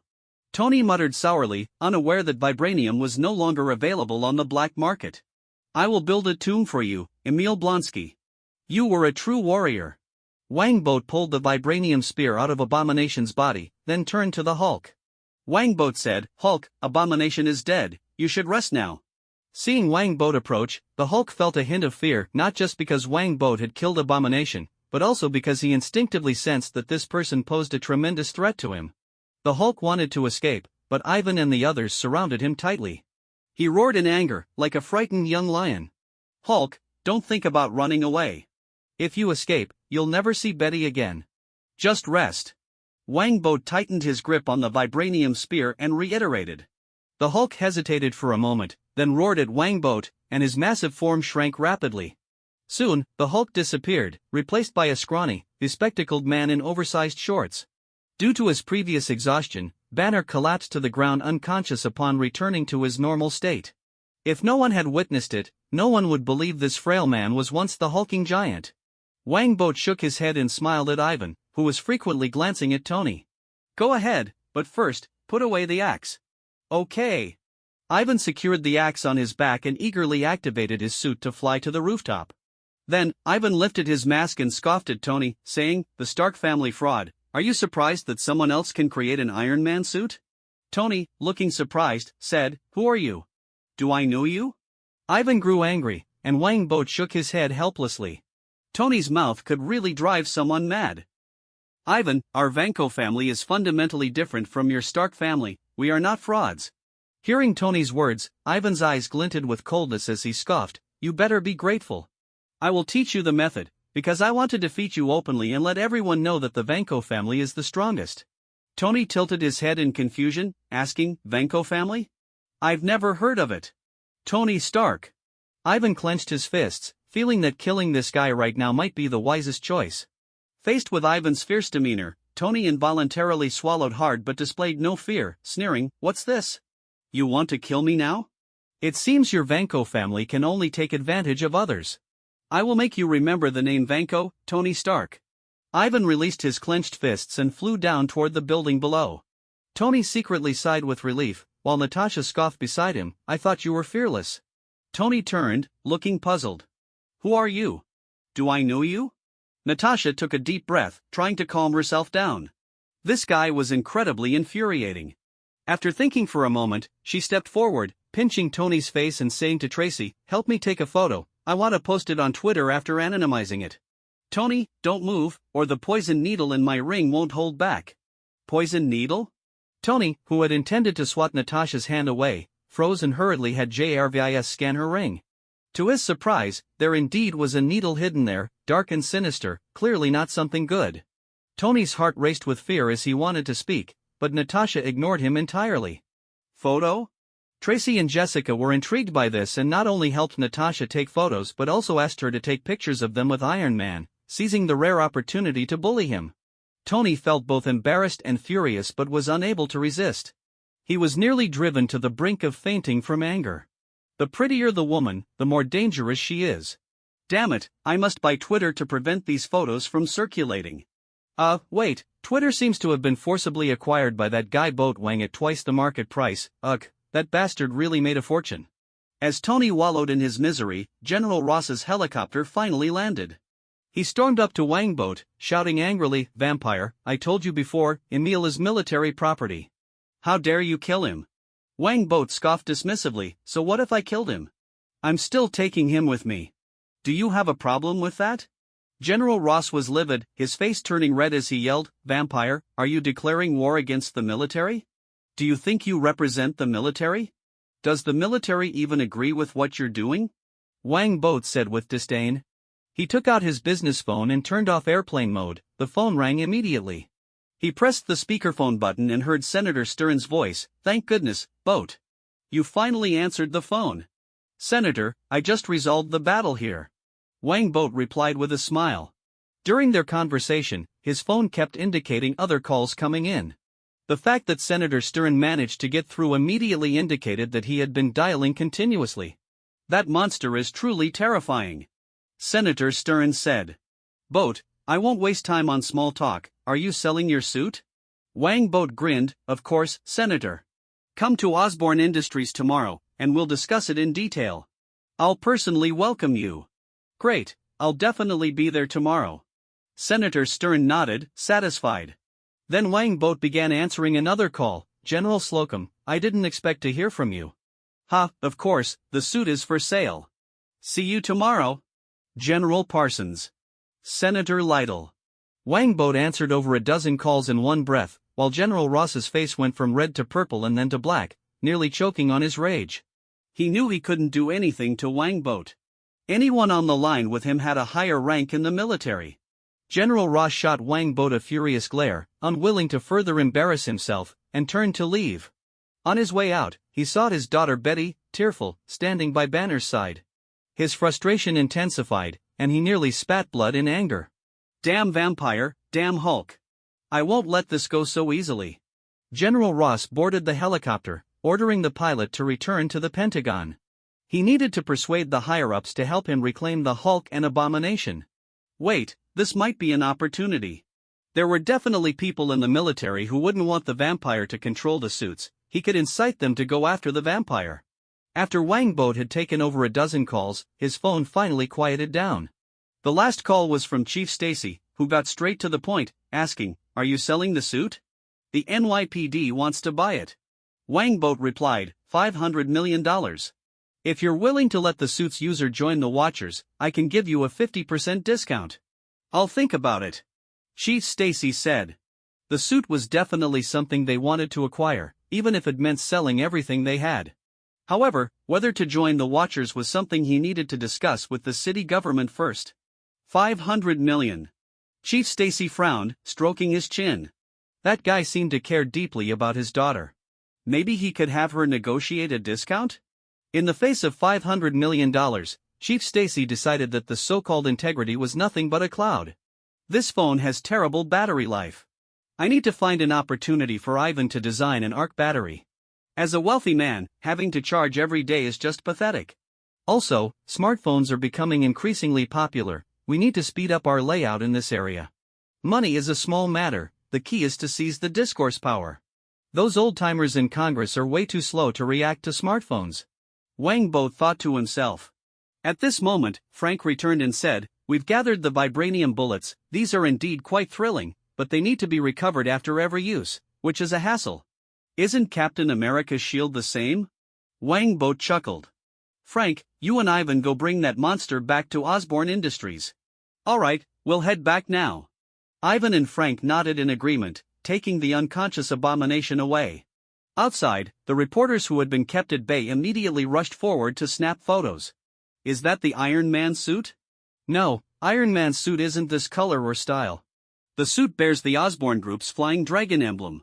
Oh my god, that's the Osborne Group's suit. The Osborne Group actually developed a suit? This is big news, their stock price will definitely surge tomorrow. Another female reporter maliciously asked, Electric Man, the entire commercial street was destroyed. Is the Watchers going to take responsibility for the compensation? No, the Watchers won't bear any responsibility this time. Why not? Because most of the destruction was caused by that monster, and we were only trying to stop him, Electric Man explained. According to company policy, this street should be compensated by that monster or its responsible party. Responsible party of the monster? The reporters' eyes lit up as they caught wind of a big story. Electric Man didn't say anything further, he pulled out his phone and opened a video. A stern-looking general was shouting, he is military property, you cannot touch him. The military? Is that monster a creation of the military? The reporters became excited. It truly was big news, the military created a monster that destroyed an entire street in Manhattan. Just the headline alone would significantly boost ratings, and the newspapers would sell out. The specific details will be introduced in tomorrow's Tracy interview, make sure to tune in. Electric Man smiled slightly before vanishing in a flash of electricity.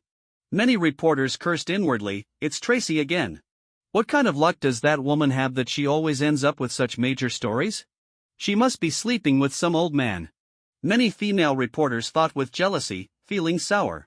After Electric Man left, the reporters hurriedly made calls to their editors or interviewed the surrounding police officers. Everyone understood that tomorrow, New York, America, and even the entire world would be shaken. In the helicopter, Wang Boat received a call from Agent Carter, who complained, Blood God, how could you not inform me about such a significant event? I just received a flood of calls that nearly scared this old lady to death. You're not old at all. Wang Boat chuckled. By the way, Ms. Carter, take Anton Vanko and his son Ivan to Stark Industries tomorrow for negotiations with Tony. Carter was surprised. Anton Vanko? You brought him here? No wonder you could create the suit. There are only a few people capable of making a suit. Wang Boat said. The Vanko father and son despise Stark Industries. Make sure to appease them tomorrow, we can't let them start a fight. If they do, just have security hold them back and let them duel with Tony. How much do you hate Tony? Leave this to me, I believe they'll both give me face. Carter replied. By the way, the search in the Arctic is making progress, I plan to go there myself. Carter's voice brimmed with excitement. After decades, she would finally see Steve again, and even she could hardly contain her excitement and exhilaration. It seems the snowmen are working hard. Your vacation is approved, you can use my private jet and hospital as you wish, Wang Boat said with a smile. The reason he had sought S.H.I.E.L.D. for Captain America's blood was to track him down. Vampires had a method of locating people through blood, which could only pinpoint a vague location, but that was sufficient. Thank you. Carter hung up, and Wang Boat gazed at New York below, narrowing his eyes slightly. In a few months, aliens will invade New York.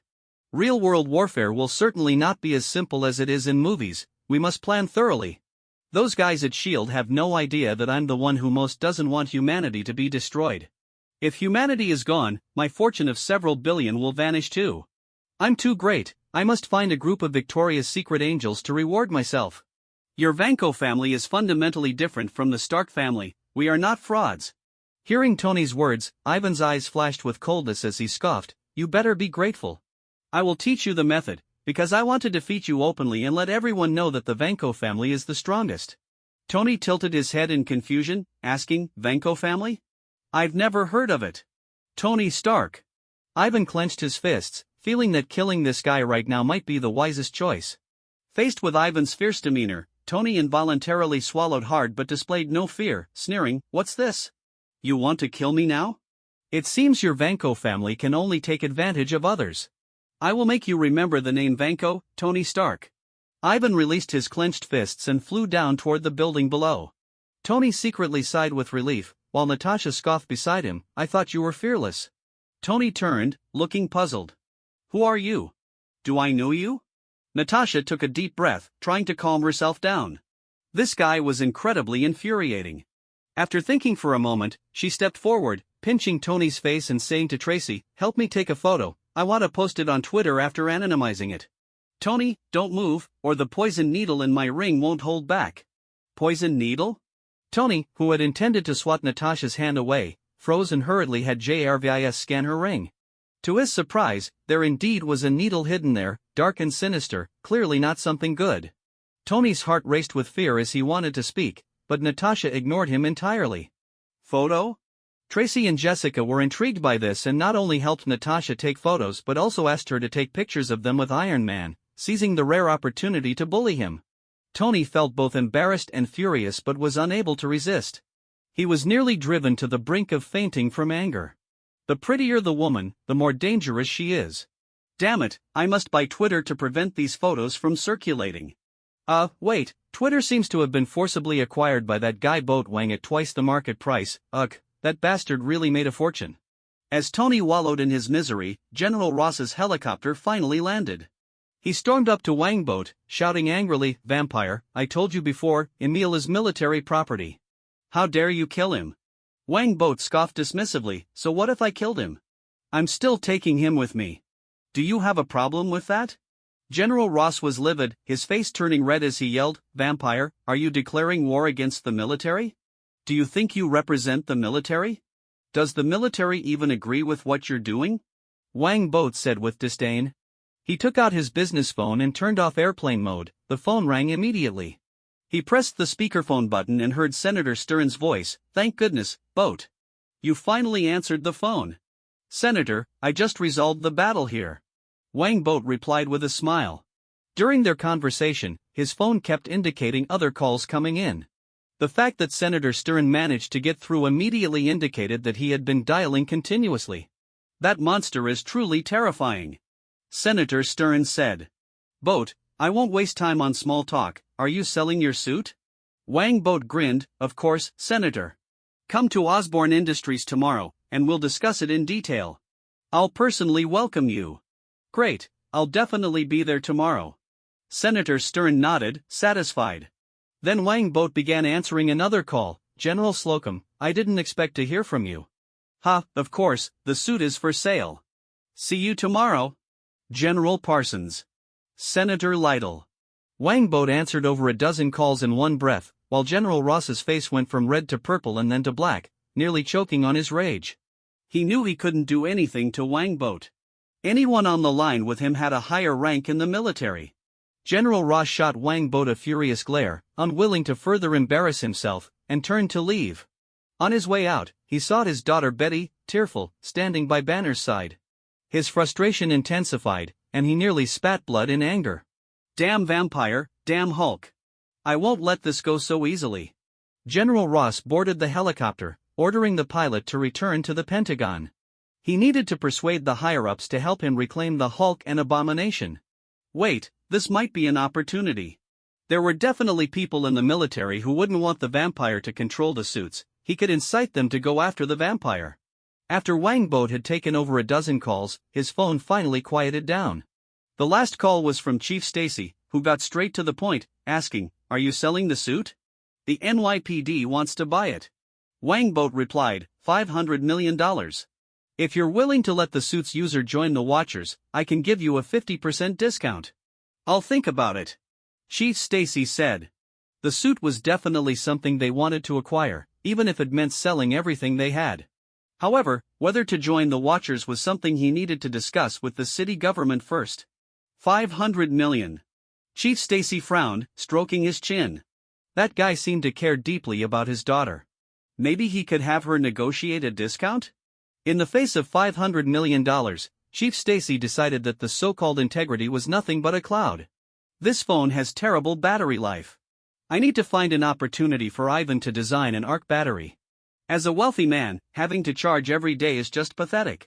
Also, smartphones are becoming increasingly popular. We need to speed up our layout in this area. Money is a small matter, the key is to seize the discourse power. Those old-timers in Congress are way too slow to react to smartphones. Wangboat thought to himself. At this moment, Frank returned and said, "We've gathered the vibranium bullets. These are indeed quite thrilling, but they need to be recovered after every use, which is a hassle. Isn't Captain America's shield the same?" Wang Bo chuckled. Frank, you and Ivan go bring that monster back to Osborne Industries. Alright, we'll head back now. Ivan and Frank nodded in agreement, taking the unconscious abomination away. Outside, the reporters who had been kept at bay immediately rushed forward to snap photos. Is that the Iron Man suit? No, Iron Man's suit isn't this color or style. The suit bears the Osborne Group's flying dragon emblem.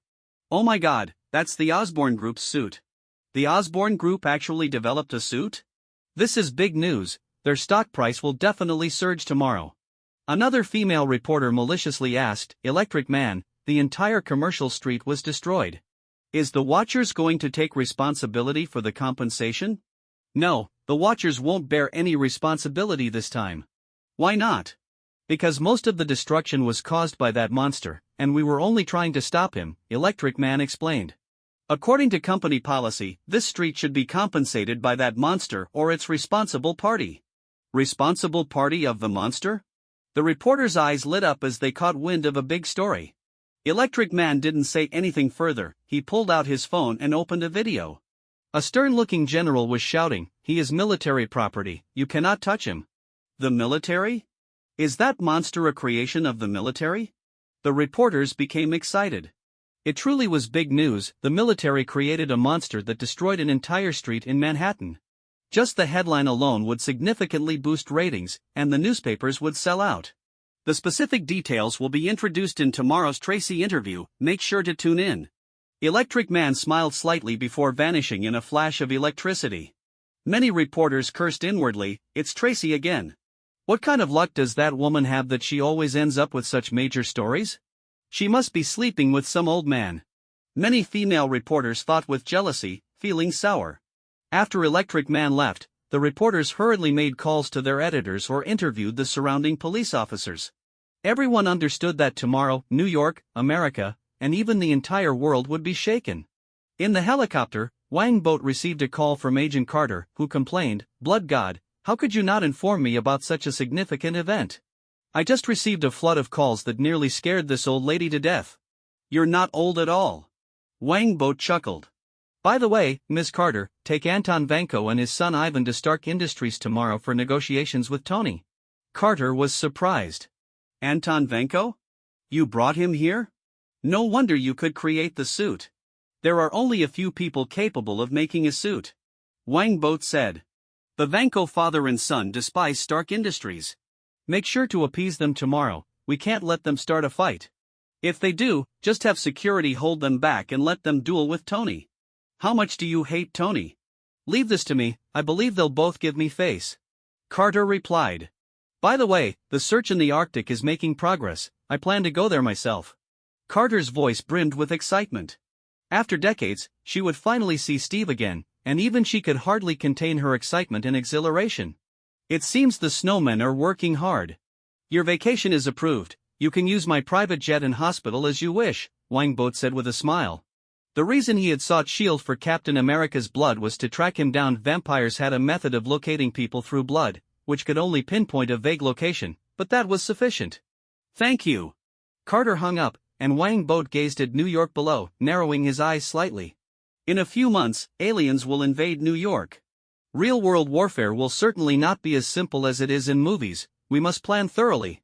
Those guys at S.H.I.E.L.D. have no idea that I'm the one who most doesn't want humanity to be destroyed. If humanity is gone, my fortune of several billion will vanish too. I'm too great, I must find a group of Victoria's Secret angels to reward myself. Supreme Sorcerer Ancient One? Director Fury raised his chin slightly, pretending to understand, but in reality, he hadn't found any useful information on this matter. It wasn't that no one knew about Ancient One, it was just that those who did were unwilling to share it with S.H.I.E.L.D. Yes, it's the Supreme Sorcerer Ancient One. Wang Boat said with a serious expression. Master Ancient One and King Odin are like two towering mountains guarding the earth, which is why we have been able to live in peace until now. But the problem is, they are both aging. Once they fall, we will face not only the threat of aliens but also the demon gods from other realms. Director Fury furrowed his brows tightly, questioning, even if what you say is true, they should have successors, right? As of now, there is no news about the next Supreme Sorcerer. Wang Boat replied slowly. As for King Odin's successor, if you're lucky enough to meet him, a certain phrase will undoubtedly come to your mind. What phrase? Director Fury asked eagerly. Asgard is doomed. Director Fury shook his head helplessly and pressed, have you seen Odin's successor? Not in person, but I have heard of his reputation. Wang Boat said solemnly. Director Fury, perhaps you don't believe my words right now, but everything I am doing is to prevent humanity from facing destruction. I can tell you clearly that in a few years, aliens will definitely invade Earth. Director Fury's eyes widened in shock. He quickly asked, alien invasion? What evidence do you have? I told you, there are some things I won't explain, Wang Boat stated firmly. Director Fury, you and I both know that aliens have already invaded Earth. Director Fury's pupils constricted slightly as he whispered, you blood clans sure know a lot. Wang Boat replied calmly, the longer you live, the more you know. Director Fury stared closely at Wang Boat. This young man seemed to hide many secrets, and after pondering for a moment, he said, I want to buy 2 suits, but for one of them, you cannot mention it to anyone, and also, give me a discount. Wang Boat raised an eyebrow and asked, what do I get in return? I will ensure that Anton Vanko and Ivan Vanko's identities are fully legalized, and I will do my utmost to suppress the hostility from humanity's top brass toward your blood clan. Director Fury said. But this promise has a 2-year limit. Within 2 years, if there is no alien invasion, I will definitely demand an explanation from you. I don't need you to help suppress hostility, the blood clan fears no one. Wang Boat didn't believe Director Fury's assurances at all. He knew the man was shrewd, and he said, a 10% discount is fine, but you'll need to secure approval from Congress on your own. Deal. Director Fury didn't negotiate further. A $1 billion deal meant that a 10% discount would save $100 million, which would allow him to build more bases and safe houses. The world was becoming increasingly dangerous, and with King Odin's appearance, he needed to establish more defensive facilities to feel secure. As for whether to report the discount, well, kid, you're still too young. Not only would he not report it, but he would also add a markup on the original price. After all, urgent work needed additional costs. After discussing the business matters, Director Fury stood up to leave. Wang Boat watched him enter the elevator and couldn't help but scoff. I thought you would vanish silently like in the movies, turns out you also need to take the elevator. After all, I'm an outsider, it's different from us, Wang Boat muttered to himself. Just then, he felt a stir from the dragon soul within him. He stood up suddenly, looking toward the southern dock, where it seemed another dragon soul was present. Danny Rand has returned. A glint of excitement flashed in Wang Boat's eyes as the power of the dragon soul surged from him, condensing into a fiery red dragon behind him. The dragon resonated with the Earth's power in Manhattan, causing the ground in the southern dock area to tremble slightly. New York, I'm back. On the dock, a disheveled young man carrying a backpack looked at the city he hadn't seen in 15 years, feeling both joy and confusion. This young man was Danny Rand, the son of a billionaire. 15 years ago, their private plane had an accident and crashed in the Himalayas, his parents tragically perished, and he was taken in by the people of Kowloon, becoming a disciple there. For the next 15 years, Danny stayed in Kowloon, diligently training. A few months ago, he participated in the Iron Fist trial, successfully defeating his opponent and earning the title of Iron Fist. Logically, after becoming the Iron Fist, Danny should have remained in the mountains to protect Kowloon. However, feeling empty and confused, he chose to flee Kowloon and return to New York. Yes, this Danny fellow had taken the most important thing from Kowloon and left without a word. It was uncertain how those who had supported him in becoming Iron Fist would react to this news. What should I do next? Does Rand Enterprises still exist? Danny Rand fell into deep thought. Just then, he felt the dragon soul within him stir again, and the energy and dragon soul power converged into his right hand, causing it to glow with faint golden light. Fortunately, he was in a relatively secluded area, and no one noticed his anomaly. What is happening? Danny exclaimed in shock. He tried to stop the flow of the dragon's soul power but found it was uncontrollable, continuously converging toward his right hand. At that moment, Danny suddenly sensed a tremendous aura rising from the earth ahead. He quickly raised his head and saw a powerful energy surging from the trembling ground, coalescing into an imposing, fiery red dragon. This dragon was formed of energy and soul, visible only to those who had cultivated a deep sense of energy. Though some might not see it directly, they could sense its presence. At that moment, everyone in the dock area could distinctly feel the surrounding air becoming heavier. A dragon soul? New York actually has such a powerful dragon? Danny was astonished. He thought to himself that if his energy was like a small pond, then the energy from the dragon was like a vast lake. The gap between them was enormous. Just then, the fiery red dragon let out a provocative roar toward Danny, causing the dragon's soul within him to flare up in rage, surging toward his right arm and making his fist glow brighter. Some might wonder why the dragon's soul power only concentrated in Danny's right arm. The reason was simple: Danny could only use the dragon's soul power in his right arm. The energy channels in other parts of his body had not been opened and could not bear the impact of the dragon's soul power. The massive influx of dragon's soul power overwhelmed Danny, who clutched his right arm in pain, kneeling on the ground, feeling as if his right arm might explode. "Don't kneel down, stand up and fight it." The dragon's soul roared, but Danny had no desire to fight. The reason was straightforward: he didn't understand why he needed to battle this dragon, and given how powerful it was, how could he possibly be its opponent? Moreover, if the dragon's soul power continued to gather in his right arm, it really might explode. The dragon's soul, unwilling to yield, roared, but Danny did not obey its command. Instead, he exerted all his effort to control his own energy. Though he couldn't control the dragon's soul power, he could control his own energy. The fiery red dragon laughed mockingly, as if to deride Danny's cowardice. The dragon's soul, frustrated beyond measure, ultimately chose to give in, not because its power was inferior to the dragon's but because its host was simply too far behind compared to the other. The dragon's soul quieted down, and Danny finally managed to control the dragon's soul power.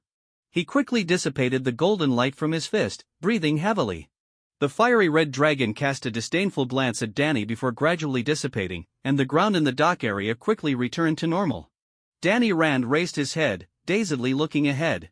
He felt a sense of melancholy. New York seemed less welcoming upon his return than he had imagined. "This feels just as disappointing as the shows." In an office, Wangbo chuckled dismissively. The fiery dragon illusion behind him transformed into a red light and re-entered his body. "Ha!" Wangbo suddenly sensed a change in the dragon's soul power. With a thought, his hand lit up with red light, which quickly swelled and turned into a blazing red flame. "Dragon fire." Wangbo laughed heartily, not expecting that Danny Rand's arrival would awaken the dragon fire within him, further enhancing his power. After all, the dragon within Wangbo was a fire dragon. At that moment, Carter entered with the Vanko father and son. Seeing Wangbo in good spirits, she curiously asked, "Blood God, what good news has you so happy?" "Indeed, there's something worth celebrating." Wangbo retracted the dragon fire and turned around, only to find the Vanko father and son looking furious. He smiled and asked, "Let me guess, you were provoked by Tony. Did you get a chance to punch him?" "Blood God." Carter sighed helplessly, saying, "If I weren't here, those three would have definitely gotten into a fight. That guy is nothing like Howard, rude, sharp-tongued, and disrespectful to his elders. He simply doesn't understand respect." Anton Vanko cursed incessantly, while Ivan nodded in agreement. Wangbo couldn't help but chuckle and turned to Carter, asking, "Did they get the short end of the stick?" Carter replied, "In terms of knowledge, they were indeed outmatched by Tony." The faces of the Vanko father and son turned crimson, but they couldn't argue because they had to admit they had lost in that regard. One had been drinking for decades, and the other had been imprisoned for over 10 years, making it impossible for them to compete with Tony in terms of new knowledge accumulation. Ivan gritted his teeth and said to Wangbo, "Boat, I want to attend university and study some cutting-edge scientific knowledge." "Sure. You can arrange 2 days a week to study at MIT, and you can also maintain contact with them online," Wangbo said with a smile. "I'll help you arrange everything. Several board members at MIT are our people. Speaking of which, shouldn't I also get a diploma? I feel like people look down on me regarding my education level." "Then I'll leave it to you. I'll go back to my research now." After thanking Wangbo, Ivan immediately turned to leave, clearly provoked by Tony's taunts. Anton followed him, secretly vowing that the two of them would not lose to the detestable Tony Stark. "Russians really are hot-tempered," Wangbo chuckled, then asked Carter, "How's the negotiation with Tony going?" Carter replied, "Pepper agreed to let us use the arc reactor in the suits, but not for energy purposes. Stark Industries is primarily focused on the energy sector, and they are unwilling to let go." "I see." Wangbo pondered for a moment and said, "I'll find a time to talk to Pepper. Besides the domestic market, I can let her have other markets, but in the US, we must compete fairly." "Are you trying to use this as a bargaining chip to increase your negotiating power?" "I think Pepper will make some concessions," Carter nodded and continued, "Once I finish my current tasks, I'll take a leave to head to the Arctic. I'll come back after finding Steve. Go ahead, but make sure to arrange everything for the Blood God group before you leave. Wang Boat nodded. This ship can't sail without your steering. With technology developing so rapidly, I can manage the group's affairs from the Arctic, Carter replied with a smile. By the way, the situation with the Blood Clan is quite good now, everything is steadily developing, and order is gradually stabilizing. Yeah, the Blood Clan has basically restored stability. Those who are unwilling to abide by the new order are either dead or have chosen to leave, Wang Boat said. However, we still need to continue working on population registration. Most of those willing to register are doing so because of the incentive subsidies. That's unavoidable. To put it nicely, it's about valuing freedom. To put it bluntly, they've been too undisciplined, Carter said. To encourage them to register voluntarily, apart from offering massive subsidies, we need to think of other ways. This is a long-term process and cannot be rushed. Perhaps we can try to encourage registration through a referral system. For every Blood Clan member that registers, we provide a certain reward. Regardless, the population registration work must be completed. Only by achieving full registration can we better safeguard the common interests of both humans and the Blood Clan. Additionally, the registration data must be comprehensively encrypted. Only you, I, Mercury, and Blade are qualified to view it. Also, the distribution of subsidies will be managed by our own bank. After discussing for a while, Carter stood up to leave. She knew that this woman didn't like staying at Osborne Industries for too long. If it weren't for the special relationship between Carter, Anton, and Tony, she wouldn't have been the one to negotiate this time. The future of the Blood Clan really depends on technological progress, Wang Boat sighed inwardly. Meanwhile, at Stark Industries, Tony officially handed over the position of CEO to Pepper Potts. Pepper, feeling a bit flustered, said, "Are you serious? You're just handing over the CEO position to me like this? If this news gets out, Stark Industries stock prices will definitely plummet tomorrow." "With your abilities, that's just a minor issue," Tony said. "Pepper, I don't have time right now, the Vanko father and son are coming in strong. I must focus all my energy on research, otherwise, I'll be defeated by them sooner or later." Pepper asked, puzzled, "Are those two really that powerful? Didn't you beat them before?" "The reason I was able to win is that they have their weaknesses, but those weaknesses can be compensated for," Tony said. "Their intelligence is not much inferior to mine, and besides, they have that bastard supporting them. I don't want to be overshadowed by him for the rest of my life." Pepper sighed, understanding that the proud Tony could never tolerate someone always being above him, even if that person had once helped him greatly. Because he was Tony Stark, and he would never settle for mediocrity. "I'll help you manage Stark Industries," Pepper said firmly. "You focus on your research, I'll earn money for you to spend." Tony blinked, feeling like something was off but couldn't quite put his finger on it. In a room at Osborne Industries, Betty was carefully attending to the newly awakened Banner. Banner asked, "Betty, who was that man who killed Abomination? He was so powerful, I felt like Hulk was a bit afraid of him." Betty replied, "He's a super rich man, even wealthier than Iron Man. But some say he's a vampire." Banner was shocked. "A vampire? That's too unscientific. Isn't your Hulk also quite unscientific?" A voice suddenly came from outside, and Wang Boat entered with Dr. Stern. Betty and Banner quickly stood up to greet him. Wang Boat waved his hand, smiling, "No need to be so formal, Miss Betty, Dr. Banner. Let me introduce myself. I'm the leader of the Blood Clan, Boat Wang. Is there really such a thing as vampires?" Banner couldn't help but ask. "Why do vampires have to drink blood? Is it spread through a virus? And also, doesn't this scene feel somewhat familiar?" Wang Boat blinked, inwardly reflecting that compared to Gwen, Banner was the true academic powerhouse, holding 7 doctoral degrees. Unfortunately, fate had played a cruel joke on him. Such an outstanding scholar had ultimately become a monster that only knew how to use brute force. "Bruce." Betty gently tugged at Banner, bringing him back to reality. He looked apologetic and said, "I'm so sorry, that was rude of me." "It's all right, Dr. Banner. After all, we're about to meet with the senator, so I'll be straightforward," Wang Boat said slowly. "If you're willing to stay at Osborne Industries, I can provide you with protection from external threats. Of course, if you don't want to, I won't force you, you can leave at any time. However, you should know what consequences you might face if you do. Besides being hunted by the military, what other situations could there be?" Banner asked with a wry smile, shaking his head. He hesitated and asked, if I join Osborne Industries, what would I need to do? Wangbot said earnestly, you would need to participate in some research work. Ah? Banner's eyes widened in shock. Seeing his reaction, Wangbot couldn't help but chuckle, just kidding. You, Dr. Banner, have 7 PhDs, why would you worry about finding things to do? Of course, saying you need to be involved in research isn't wrong, but the subject of the research would be yourself. You could use the resources of Osborne Industries to study the Hulk. Mr. Green, I can participate in the research with you. Dr. Stern quickly added. I've already agreed to join Mr. Wang at Osborne Industries.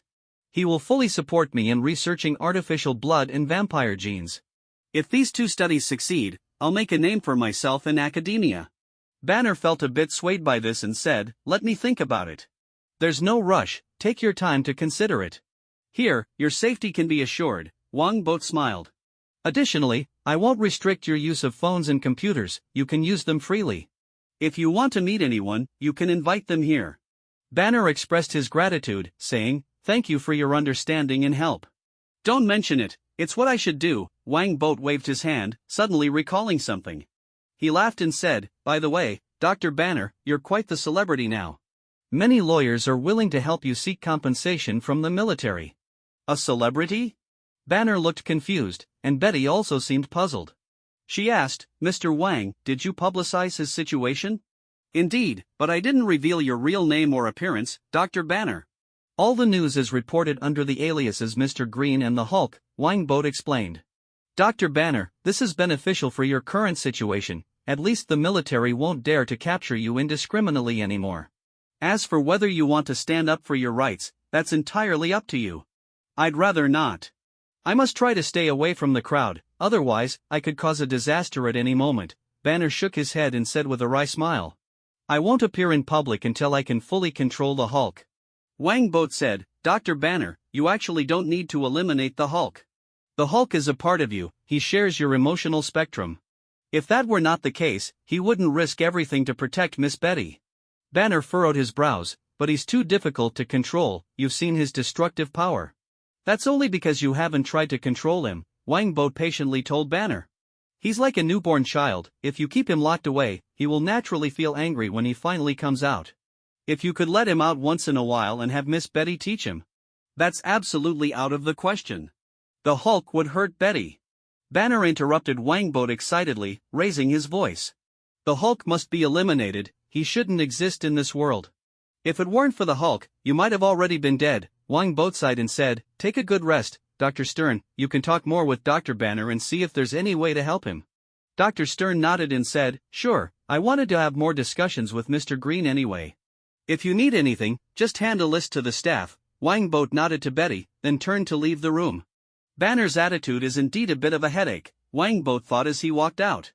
Just then, his phone rang, it was Lilith calling to inform him that Senator Stern had arrived. In the Osborne Industries office, Wangbot shook hands with Senator Stern, smiling, Senator, we meet again. There's no choice, the military and Congress are very anxious about this matter, Senator Stern returned the smile. The military has tentatively agreed to purchase the war abomination, but they request that a few assistants be sent to join your team. Wangbot nodded, saying, that's fine, but the core secrets of the war abomination will absolutely not be open to them. That's only natural, Senator Stern nodded with satisfaction. He continued, Boat, General Ross has been relieved of duty and handed over to a military court. Wangbot knew this was the military expressing sincerity toward him, and he smiled, saying, he had it coming. Of course, Wangbot understood that even though the military took this action, they wouldn't fully lower their guard against the Blood Clan. But that wasn't a significant issue, as in a few months, aliens would invade Earth. It's definitely his fault, there are protesters everywhere outside the White House, Senator Stern said with a laugh. Boat, the military asked me to inquire about what price they would need to pay to obtain Dr. Banner. His blood is incredibly important to them. Wangbot said seriously, Dr. Banner is not a commodity to be traded.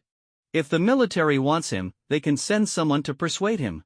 If he's willing, he can leave here at any time. Don't worry, we know how terrifying he is, Senator Stern said with a smile. By the way, Boat, Congressman Malik is hosting a party this weekend. Are you interested in attending? Congressman Malik from the World Security Council? I'll definitely be there on time, Wang Boat said, somewhat surprised. He silently pondered that if he remembered correctly, Gideon Malik was an important figure within Hydra, which meant that Hydra wanted to pull him in? Then I'll see you then, Senator Stern said, shaking hands with Wang Boat before turning to leave the office. He had other matters to attend to, such as test driving a very low-key vintage car. Hydra, huh? Wang Boat stood by the floor-to-ceiling window, a glint of cold light flashing in his eyes. There were many different factions within Hydra. He certainly wouldn't touch the ones affiliated with S.H.I.E.L.D., but Gideon Malik's faction might be useful. After all, they would suffer a crushing blow later, and the god they believed in seemed to have something special about it. The Malik family is a large and historically significant political family in America, existing since the founding of the United States, holding a crucial position and influence in the country. Therefore, the parties hosted by the Malik family are always highly coveted events among high society, with everyone feeling extremely honored to receive an invitation except for Wang Boat. This is so boring. I should have known better than to come, that guy Stern stood me up. Wang Boat stood in the corner of the party, feeling quite dissatisfied. Being young and not having publicly revealed his identity, not many people approached him for conversation. However, a few wealthy women showed interest in his intriguing aura, but unfortunately, Wang Boat had no interest in them. Mr. Wang, hello, I'm Stephanie Malik. Just then, a beautiful woman in a white dress approached Wang Boat, extending her hand. Those nearby expressed surprise. Gideon Malik's daughter was actively approaching this young man? Not everyone had the right to know Wang Boat's true identity. Wang Boat politely shook hands with Stephanie, smiling. Miss Malik, hello. Stephanie smiled slightly and asked, Mr. Wang, are you satisfied with the party so far? I thought it was a bit boring initially, but now that you're here, I'm very satisfied, Wang Boat said humorously. Stephanie covered her mouth, giggling. After chatting for a while, she suddenly asked, Mr. Wang, what do you think about gods? Gods? Wang Boat looked at Stephanie and replied slowly, people often believe in gods because they seek something from them. From this perspective, I could also be considered a god. Stephanie looked surprised and asked, why do you say that? Wang Boat said proudly, power, wealth, immortality, and even superpowers, I can grant these to others. So you tell me, am I not like a god? It does seem that way. No wonder you're called the blood god, Stephanie said, astonished. She then asked, do you really believe that there are true gods in this world? Wang Boat shook his head and said, what we call gods are merely beings more powerful than ordinary people. If I were to return to ancient times, I would certainly be worshipped as a god by countless people. Stephanie frowned, not because Wang Boat's words were overly arrogant, but because he spoke with a certain degree of validity. Of course, this was not enough to sway Stephanie's beliefs. She said, Mr. Wang, you really are very confident. My father wishes to meet you, I wonder if you have time. Wang Boat smiled and said, if Mr. Malik wants to meet me, even if I have no time, I'll make time for him, just like you took the initiative to invite me. Mr. Wang, you sure know how to joke. But if you have time, we could go out and have some fun together, Stephanie said, leading Wang Boat toward the study, where Gideon Malik, with his head full of white hair, was sitting and waiting for him. After some brief pleasantries, Congressman Malik got to the point. Mr. Wang, has Osborne Industries considered developing aerospace technology? Wang Boat affirmed, yes, Osborne Industries plans to manufacture its first spacecraft within 20 years. Congressman Malik didn't expect Wang Boat to actually have such a plan. He asked excitedly, you can complete it within 20 years? Absolutely. Mr. Vanko of Osborne Industries is a true genius, he will definitely create a spacecraft within 20 years, Wang Boat said. Humanity should not limit its vision to Earth, the universe is vast, and the stars and seas are waiting for us to conquer. I completely agree with your perspective, Congressman Malik nodded repeatedly. Mr. Wang, the Malik family looks forward to Osborne Industries' space program. If we don't see a spacecraft in 20 years, I'll give Osborne Industries to you, Wang Boat joked. Congressman Malik laughed heartily, clearly indicating that as long as Osborne Industries focused on developing space technology, the Malik family would fully support the company and even provide some assistance. Given the Malik family's status and influence, this promise carried significant weight. His reason for making such a promise was not that he had any special intentions toward Wang Boat, such as wanting to recruit him as a son-in-law, but because the god they believed in, the Hive, was on another planet and they needed a spacecraft to bring their god back. Gideon Malik's faction of Hydra had the biggest dream of welcoming back their god. Wang Boat shook hands with Congressman Malik but secretly scoffed, God? Just wait until I crush your god in front of you, then you'll understand that gods are nothing special. Days passed unknowingly, and although General Ross had been sent to the military court, protests continued. People hoped the military would agree to see similar experiments in the future and compensate for the damages suffered by the commercial street.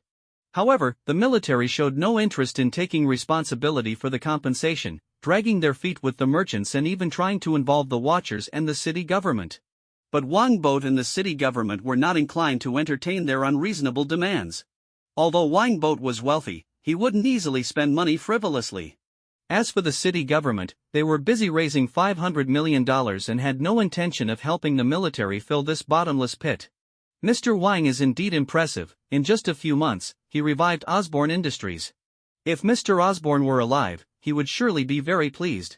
That night, Spider-Man hung upside down under a sign, reading a newspaper when he suddenly flipped to the Daily Bugle. As expected, the paper was once again slandering him.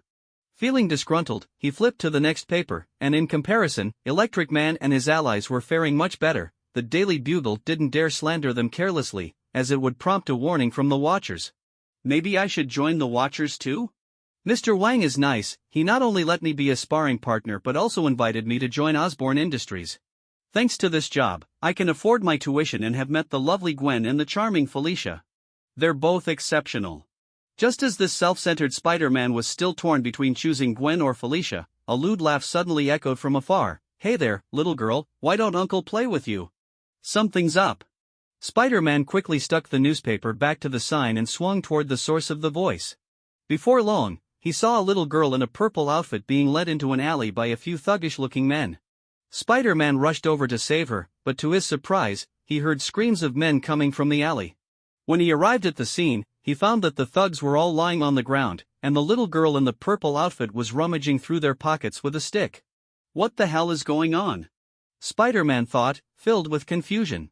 After being a hero for so long, this was the first time he encountered such a situation. A pretty little girl was effortlessly taking down a group of thugs? The purple-clad girl heard the commotion, startled, but when she saw it was Spider-Man, she sighed in relief and shouted, "Spider-Man, these are my spoils." You can't take them. Spider-Man asked in shock, spoils? Spider-Man does not take the spoils of children. Wait, you took these thugs down? Of course. They were too weak, they can only bully kids, the purple-clad girl said matter-of-factly. Besides, they didn't have much money, even their watches were fake. I guess I need to go rob those rich people instead. Are you saying you intentionally lured those thugs into the alley to rob them? Spider-Man felt a bit dizzy upon hearing this. He couldn't help but wonder if kids these days had become so different. The little girl nodded without hesitation, justifying her actions, of course. I was just being merciful, these scumbags should have been killed on the spot. Spider-Man's eyes widened in shock as he exclaimed, that is absolutely wrong. Luring others into committing crimes is not right, and robbery is utterly unforgivable. The little girl looked at Spider-Man with disdain and said, "You're so old-fashioned. No wonder your popularity can't compare to Electric Man. The kids all like Electric Man and not you." Really? The kids don't like me anymore? Spider-Man felt as though he had been hit hard, his heart filled with disappointment. Just then, he suddenly thought of something and shouted, "Wait, that's because Electric Man was on a children's show." That's not the point. The point is, you can't do this anymore. You have to return the stolen things to those thugs. TCH. The little girl scoffed at Spider-Man's words. She casually stuffed the stolen wallet and baton into her backpack and turned to escape. Seeing this, Spider-Man hurriedly tried to chase her, but the girl suddenly shouted, "Help! Spider-Man is bullying a little girl." Spider-Man nearly stumbled and fell. He looked helplessly at the troublesome little girl, preparing to continue his pursuit when suddenly, a chilling scream echoed from a distance, "Help! Someone save me!" Spider-Man hesitated for a moment but ultimately decided to save the person in need first. The girl, noticing Spider-Man was no longer pursuing her, smirked and pulled out the wallet she had just stolen, starting to count the money inside. After counting the money, the little girl sighed in disappointment, "So little. When will I gather enough to find my dad? Maybe I should just rob those rich people. The Osborne group seems to be doing really well lately." Returning to the urgent matter at hand, Spider-Man quickly dashed toward the sound, arriving at the entrance of an abandoned warehouse. Inside, he saw two muscular men covered in tattoos trying to assault a woman. Without hesitation, Spider-Man charged in, using his agility to easily take down the two men. He then extended his hand to the fallen woman, saying, "Ma'am, the nights in Hell's Kitchen can be dangerous, you shouldn't be out alone." "Thank you, Spider-Man." The woman looked gratefully at him as she reached out to shake his hand. Suddenly, Spider-Man sensed a hint of danger and quickly stepped back. Seeing Spider-Man attempt to escape, the woman's eyes flashed with malice. She tightened her fist, and the jewel on her ring shot out a powerful electric current straight at Spider-Man's chest. A dazzling flash of lightning erupted, and Spider-Man cried out in pain, collapsing to the ground, his shirt burned and blackened. "Spider-Man isn't all that great after all." The woman sneered coldly, standing up and preparing to kick Spider-Man unconscious. However, just as she stepped forward, Spider-Man swept her legs out from under her, sending her crashing to the ground, then followed up with a kick that sent her flying away. Spider-Man stood up as if nothing had happened, looking down at his charred clothing and sighing, "Another suit ruined. Making clothes is such a hassle. Maybe I should just buy some Spider-Man merchandise, although they're a bit pricey, they don't give me a cut." Just then, a group of individuals wearing black t-shirts rushed into the warehouse, blocking the entrance, clearly having been lying in wait to deliver a fatal blow to Spider-Man. Spider-Man smirked inwardly, "You really picked the perfect spot."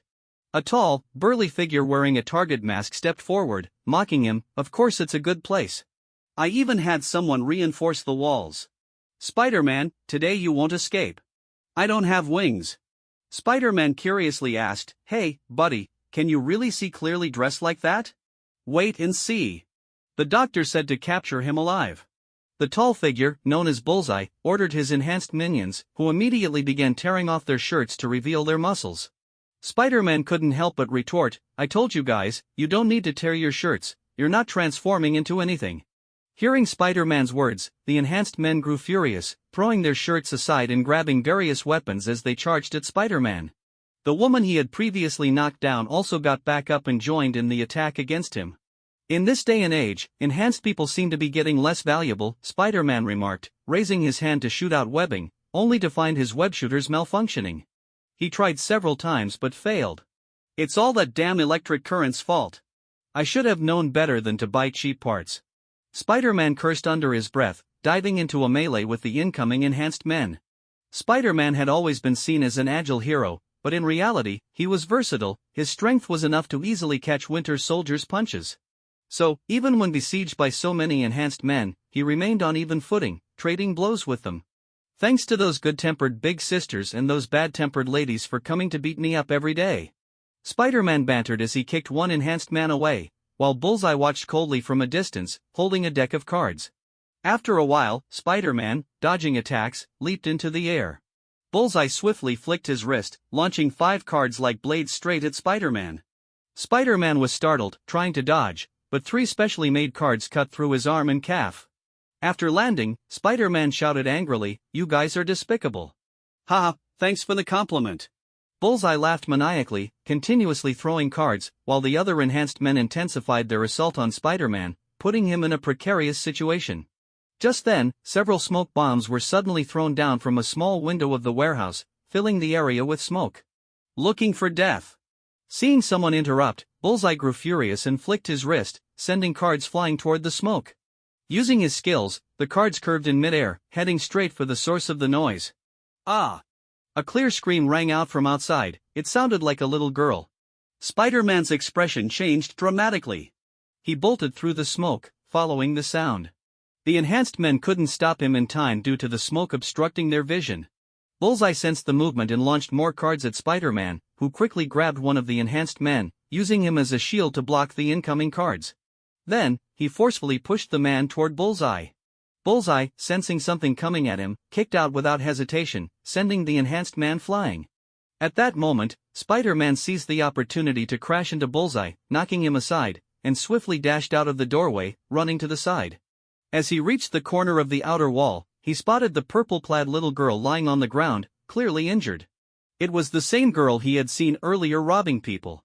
A card had struck her in the abdomen, and blood was flowing profusely.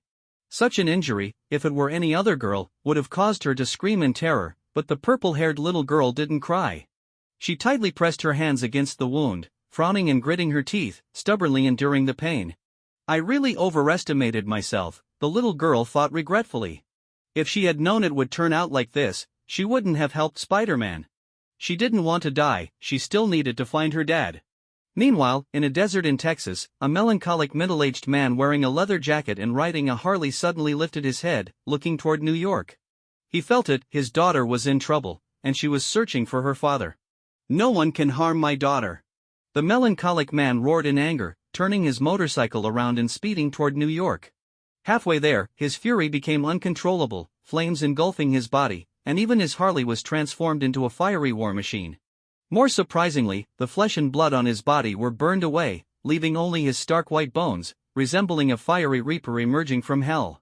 Outside the warehouse, seeing the little girl injured so severely, Spider-Man was filled with heartache and guilt. If it weren't for him, the girl wouldn't have been shot and gravely hurt. That damned guy really had no humanity, even going so far as to attack a little girl. "I'm taking you to the hospital right now."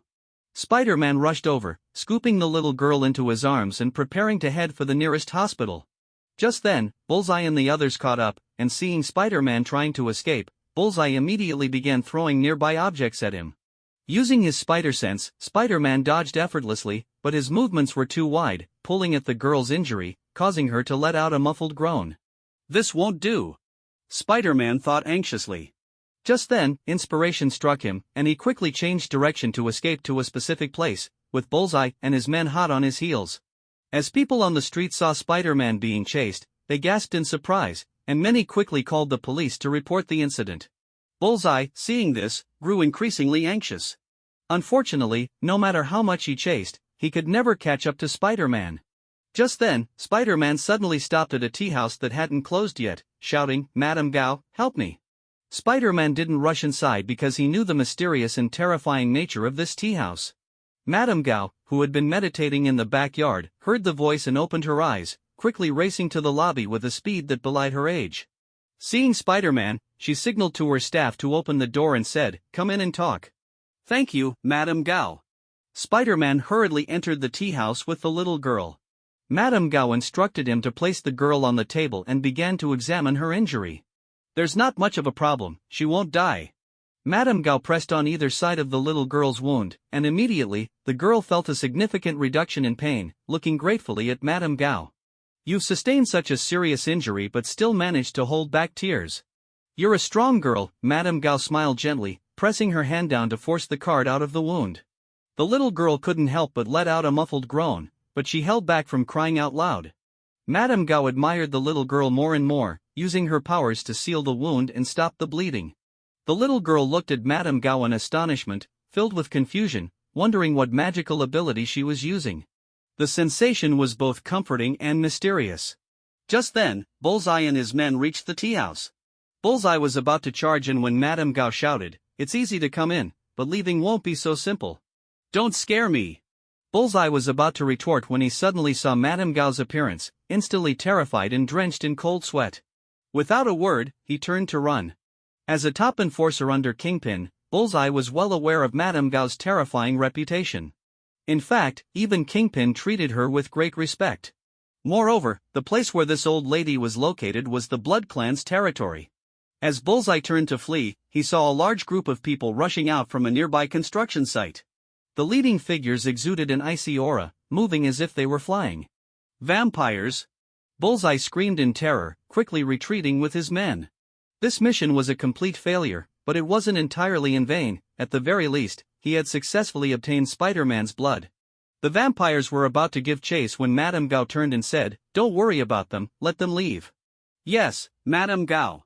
The vampires respectfully replied before turning back to the construction site. They were currently renovating the headquarters of the Blood God Group, which would soon be officially completed. Seeing that Bullseye and his men had left, Spider-Man finally let out a sigh of relief.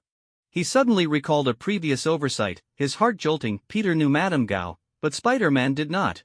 Fortunately, Madame Gao seemed to have noticed nothing unusual. She stopped the bleeding for the little girl, saying, "You should take her to the nearby hospital for treatment, and you should also treat your own injuries." "Okay."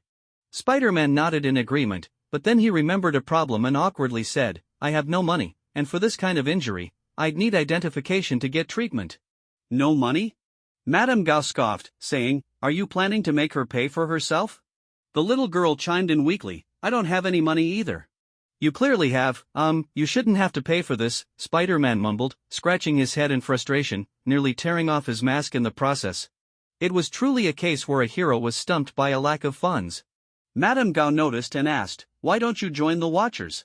If there's a company to help, you wouldn't have to worry about these things at all." Spider-Man replied, "I just want to be everyone's friendly neighbor. I don't want to be a celebrity, and I don't want to profit from these kinds of things." "It's been a while since I've seen such an innocent child," Madame Gao mused inwardly, while the little girl scolded, "You idiot. You don't even know how to earn money." Madame Gao said, "You can authorize the Watchers to produce your merchandise, and all profits from that will go to cover your losses. This way, you won't violate your principles and can solve the problem." "That's possible? I've been unhappy with those merchandise for a long time. They don't give me any cut and sell them at such high prices," Spider-Man said excitedly, while the little girl rolled her eyes, scolding, "You idiot." Madame Gao thought for a moment and said, "Forget it, leave this girl here. I will treat her, and the medical expenses will be deducted from your future earnings." "Thank you, Madame Gao, cough, thank you, old lady," Spider-Man said joyfully, realizing halfway through that he should have phrased it differently. Madame Gao shot him an exasperated look. She certainly knew Spider-Man's true identity. Feeling scrutinized, Spider-Man told the little girl, "I'll be going now. Tomorrow, I'll bring you a gift."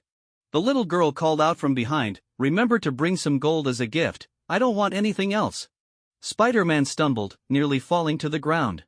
He thought to himself, "Where am I going to get gold?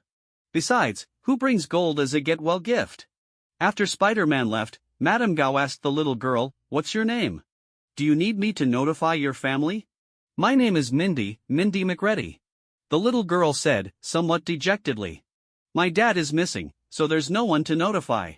As Madame Gao examined the little girl, she asked, "You're a very strong girl, Mindy. Have you ever killed anyone?" Mindy proudly replied, "I'm also a superhero. I'm called the Killer Bee." "The Killer Bee? That's a great name." Madame Gao smiled and said, "Your martial arts talent is quite impressive, but your training methods have some issues.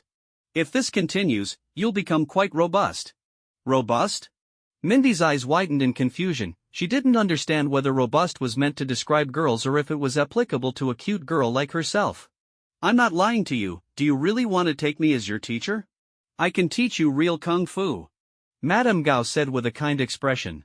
Her greatest joy now was to teach disciples, and Mindy was undoubtedly a genius that every teacher would want to take under their wing. Master?" Mindy blinked her bright eyes, filled with confusion, and asked, "Are you rich? If you are rich, then I'll become your apprentice."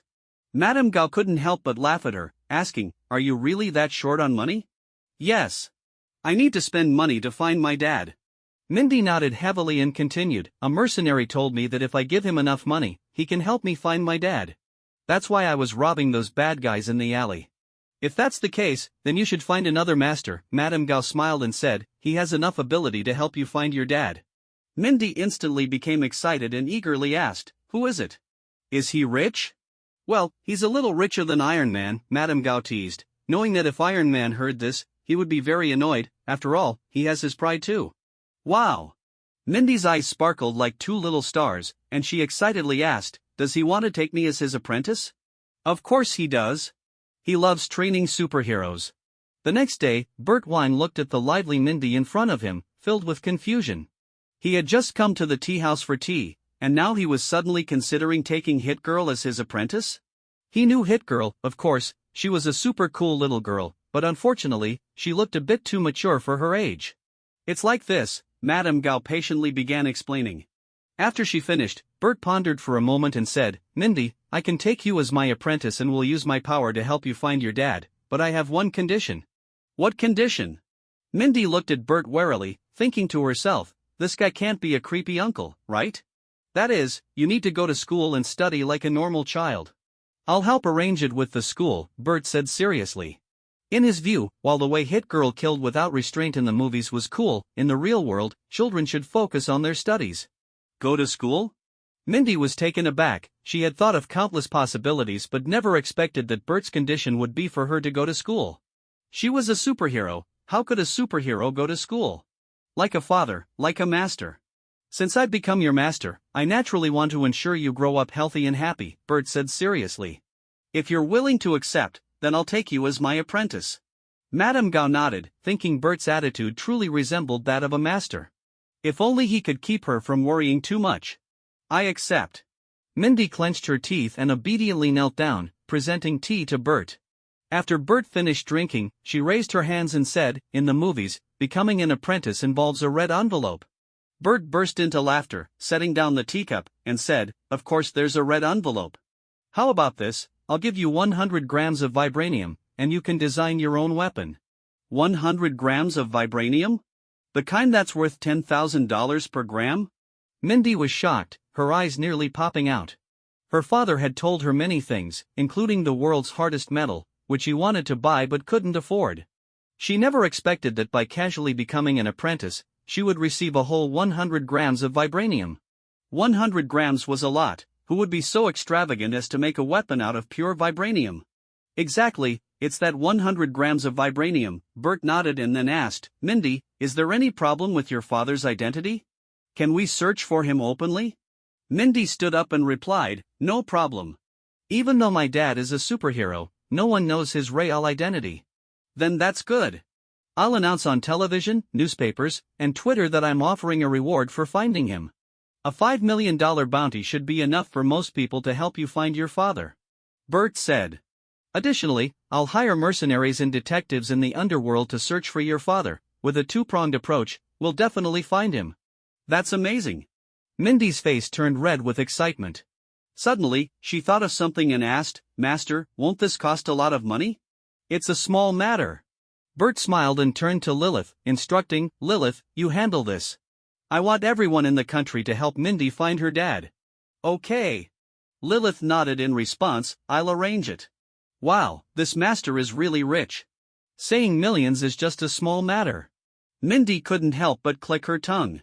She wasn't ungrateful and gratefully said, thank you, master. No need to be polite. Since you don't have other family, you can stay at the tea house from now on. Go to school during the day and let Madame Gao teach you martial arts at night, Bert said. Your talent is good, but to truly succeed, you still need to practice diligently. Mindy blinked her big eyes, confused, and asked, aren't you going to teach me yourself? First, let Madame Gao teach you some basics. Once you learn deeper skills, I'll personally come to teach you, Bert said with an air of mystery. Madame Gao secretly scoffed, deep skills? You haven't fully mastered them yourself, have you? Mindy didn't doubt it and obediently nodded, Master, I understand. After dealing with Mindy's matters, Bert turned to Madame Gao and asked, who is chasing Spider-Man? It's Bullseye, one of Kingpin's top enforcers. He has many enhanced individuals with him. I suspect that the human enhancement drugs being sold on the black market recently are from Kingpin. Madame Gao said. As for why he's trying to kill Spider-Man, it's probably because Spider-Man often ruins their plans. Perhaps it's targeted directly at Spider-Man. Bert's eyes flashed as he said, if the ones selling human enhancement drugs are indeed Kingpins, then he probably has another formula in hand. This fat man is really bold, continuously encroaching on my territory. It seems the last warning I gave him wasn't enough. Lilith glanced at Bert, pondering silently whether that Nels was indeed released by Bert intentionally. She asked, Blood God, are we going to take action against Kingpin? Mindy blinked, a bit surprised. Kingpin was the underground emperor, and her master's assistant didn't seem to take him seriously at all? It looks like she really has a remarkable master. Forget it, I can't be bothered to take action. Notify Electro and have them deal with Kingpin alongside Spider-Man, Bert shook his head. After all, he was a billionaire, how could he just act recklessly? Lilith nodded, okay, I'll notify them. After thinking for a moment, Bert added, let Electro keep an eye on Kingpin's research. If there are any findings, send them directly to the Osborne Group. Lilith understood Bert's intention, he wanted to claim Kingpin's research results for himself. She replied, understood.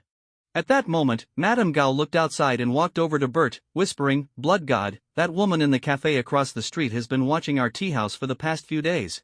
Bert asked casually, could it be a SHIELD agent? Madame Gao shook her head and said, it shouldn't be, her surveillance skills are far inferior to those of SHIELD. You handle it as you see fit, I have matters to attend to. Mindy, I'll see you tomorrow, Bert waved his hand and stood up to leave the tea house. As he reached the door, he casually glanced at the cafe and was suddenly taken aback. He recognized that woman. He had mentioned before that he watched the series Iron Fist in his previous life, and the woman in the cafe was none other than Colleen Wing, the female lead who would later become Iron Fist's girlfriend. Is she here for Iron Fist? Bert's eyes flashed as he walked over with Lilith. When Colleen Wing saw them approaching, she quickly lowered her head and pretended to sip her coffee. Bert sat down in front of Colleen Wing and said, "I'm in a good mood today. State your purpose, and I will tell you the answer. You only have 3 seconds." Colleen Wing was taken aback. She raised her head and looked at Bert, hesitating for a moment before asking, "Is my master, Bakuto, captured by you?" "Bakuto?" Bert recalled and said, "Oh, you mean Bakuto, one of the fingers of the hand?" "Yes, I did capture him and froze him, burying him underground." "You really captured him? Then please release him." Colleen stood up in excitement, tightly gripping her wrapped katana. The other patrons in the cafe quickly moved away at the sight. "Go to that tea house, defeat Madame Gao, and then come talk to me," Bert said, no longer wanting to entangle with her. He stood up to leave, but Colleen tried to stop him only to find Lilith suddenly appeared in front of her, holding down her hand that was about to draw her sword. Colleen was shocked. That speed was too fast. "Do as the boss says, that's your only chance." Lilith left that sentence behind and released Colleen's hand, turning to follow Bert out of the tea house. Colleen watched their departing figures with an uncertain expression. After a moment, she made a decision and turned to head towards the Dragon Tea House. No matter what, she couldn't give up on her master. Little did she know that waiting for her in the Dragon Tea House would be the greatest blow of her life. Her master was not the good person she always thought he was. In a certain underground research facility in Hell's Kitchen, Kingpin turned to Dr. Connors and asked, "Is Spider-Man's blood useful?" "Of course, it's useful. Too bad you didn't bring him back. If you had, it would be even more valuable." Dr. Connors said excitedly, "With Spider-Man's blood, I can quickly complete the final step of the lizard serum. Then, Kingpin, you can become the true underground emperor, and everyone will have to obey your orders." "I'm looking forward to that day," Kingpin said with satisfaction as he turned to leave, where Bullseye and Wesley were waiting outside for him. Kingpin instructed, "Wesley, prepare an escape route. If the Bloods really come after us, we'll leave New York and come back once the lizard serum is developed." "I'll be ready." Wesley nodded. They knew that the original Bloods were a formidable force, especially now that they had grown stronger under the leadership of the Blood God. Kingpin gripped his cane tightly and declared, "One day, even the Bloods will bow before me." What Kingpin didn't know was that Bert actually had no interest in dealing with him. The real ones taking action against him were Electro and the others, who moved after receiving intelligence.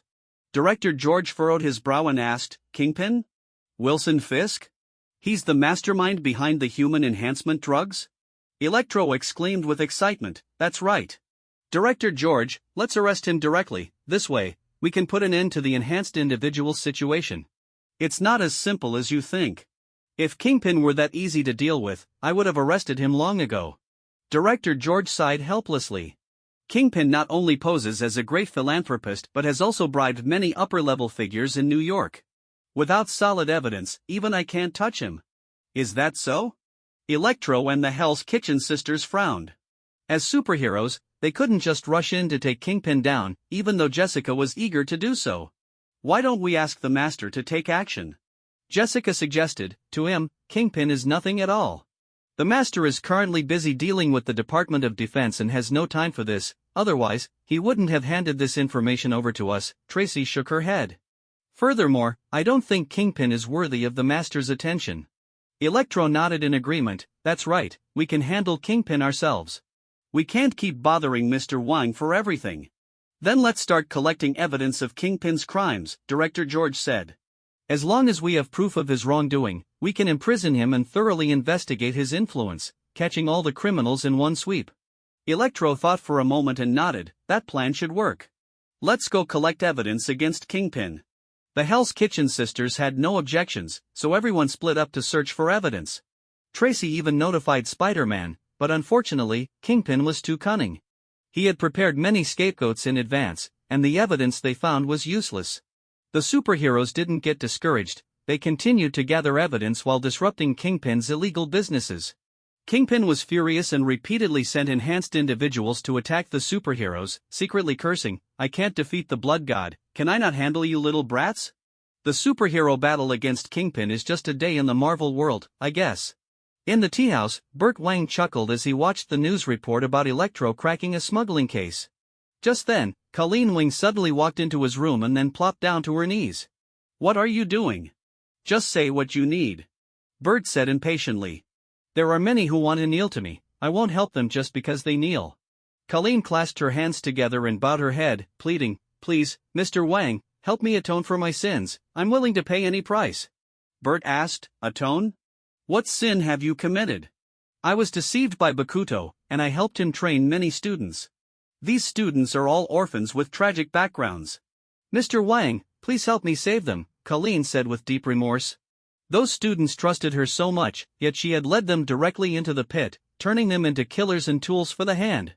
Colleen couldn't forgive herself. If it weren't for the students needing her help, she would have committed suicide long ago to atone. Now, her only hope was this wealthy and powerful man in front of her. This was also Madame Gao's idea. "I can't guarantee I can save them all, but I will try my best," Burt thought for a moment and said, "The condition is that from now on, you must become my maid." "Yes, master." Colleen didn't hesitate at all and bowed again. For her, this was her chance at redemption. As long as she could save those students, she was willing to pay any price. "I don't like that title, just call me Blood God or Boss from now on," Burt said. To him, Iron Fist Danny Rand was just a waste. This beautiful woman didn't deserve such a title. Achoo! Outside a factory in Hell's Kitchen, Iron Fist Danny Rand suddenly sneezed. Daredevil nearby said discontentedly, "Keep it down, don't let Kingpin's people find us."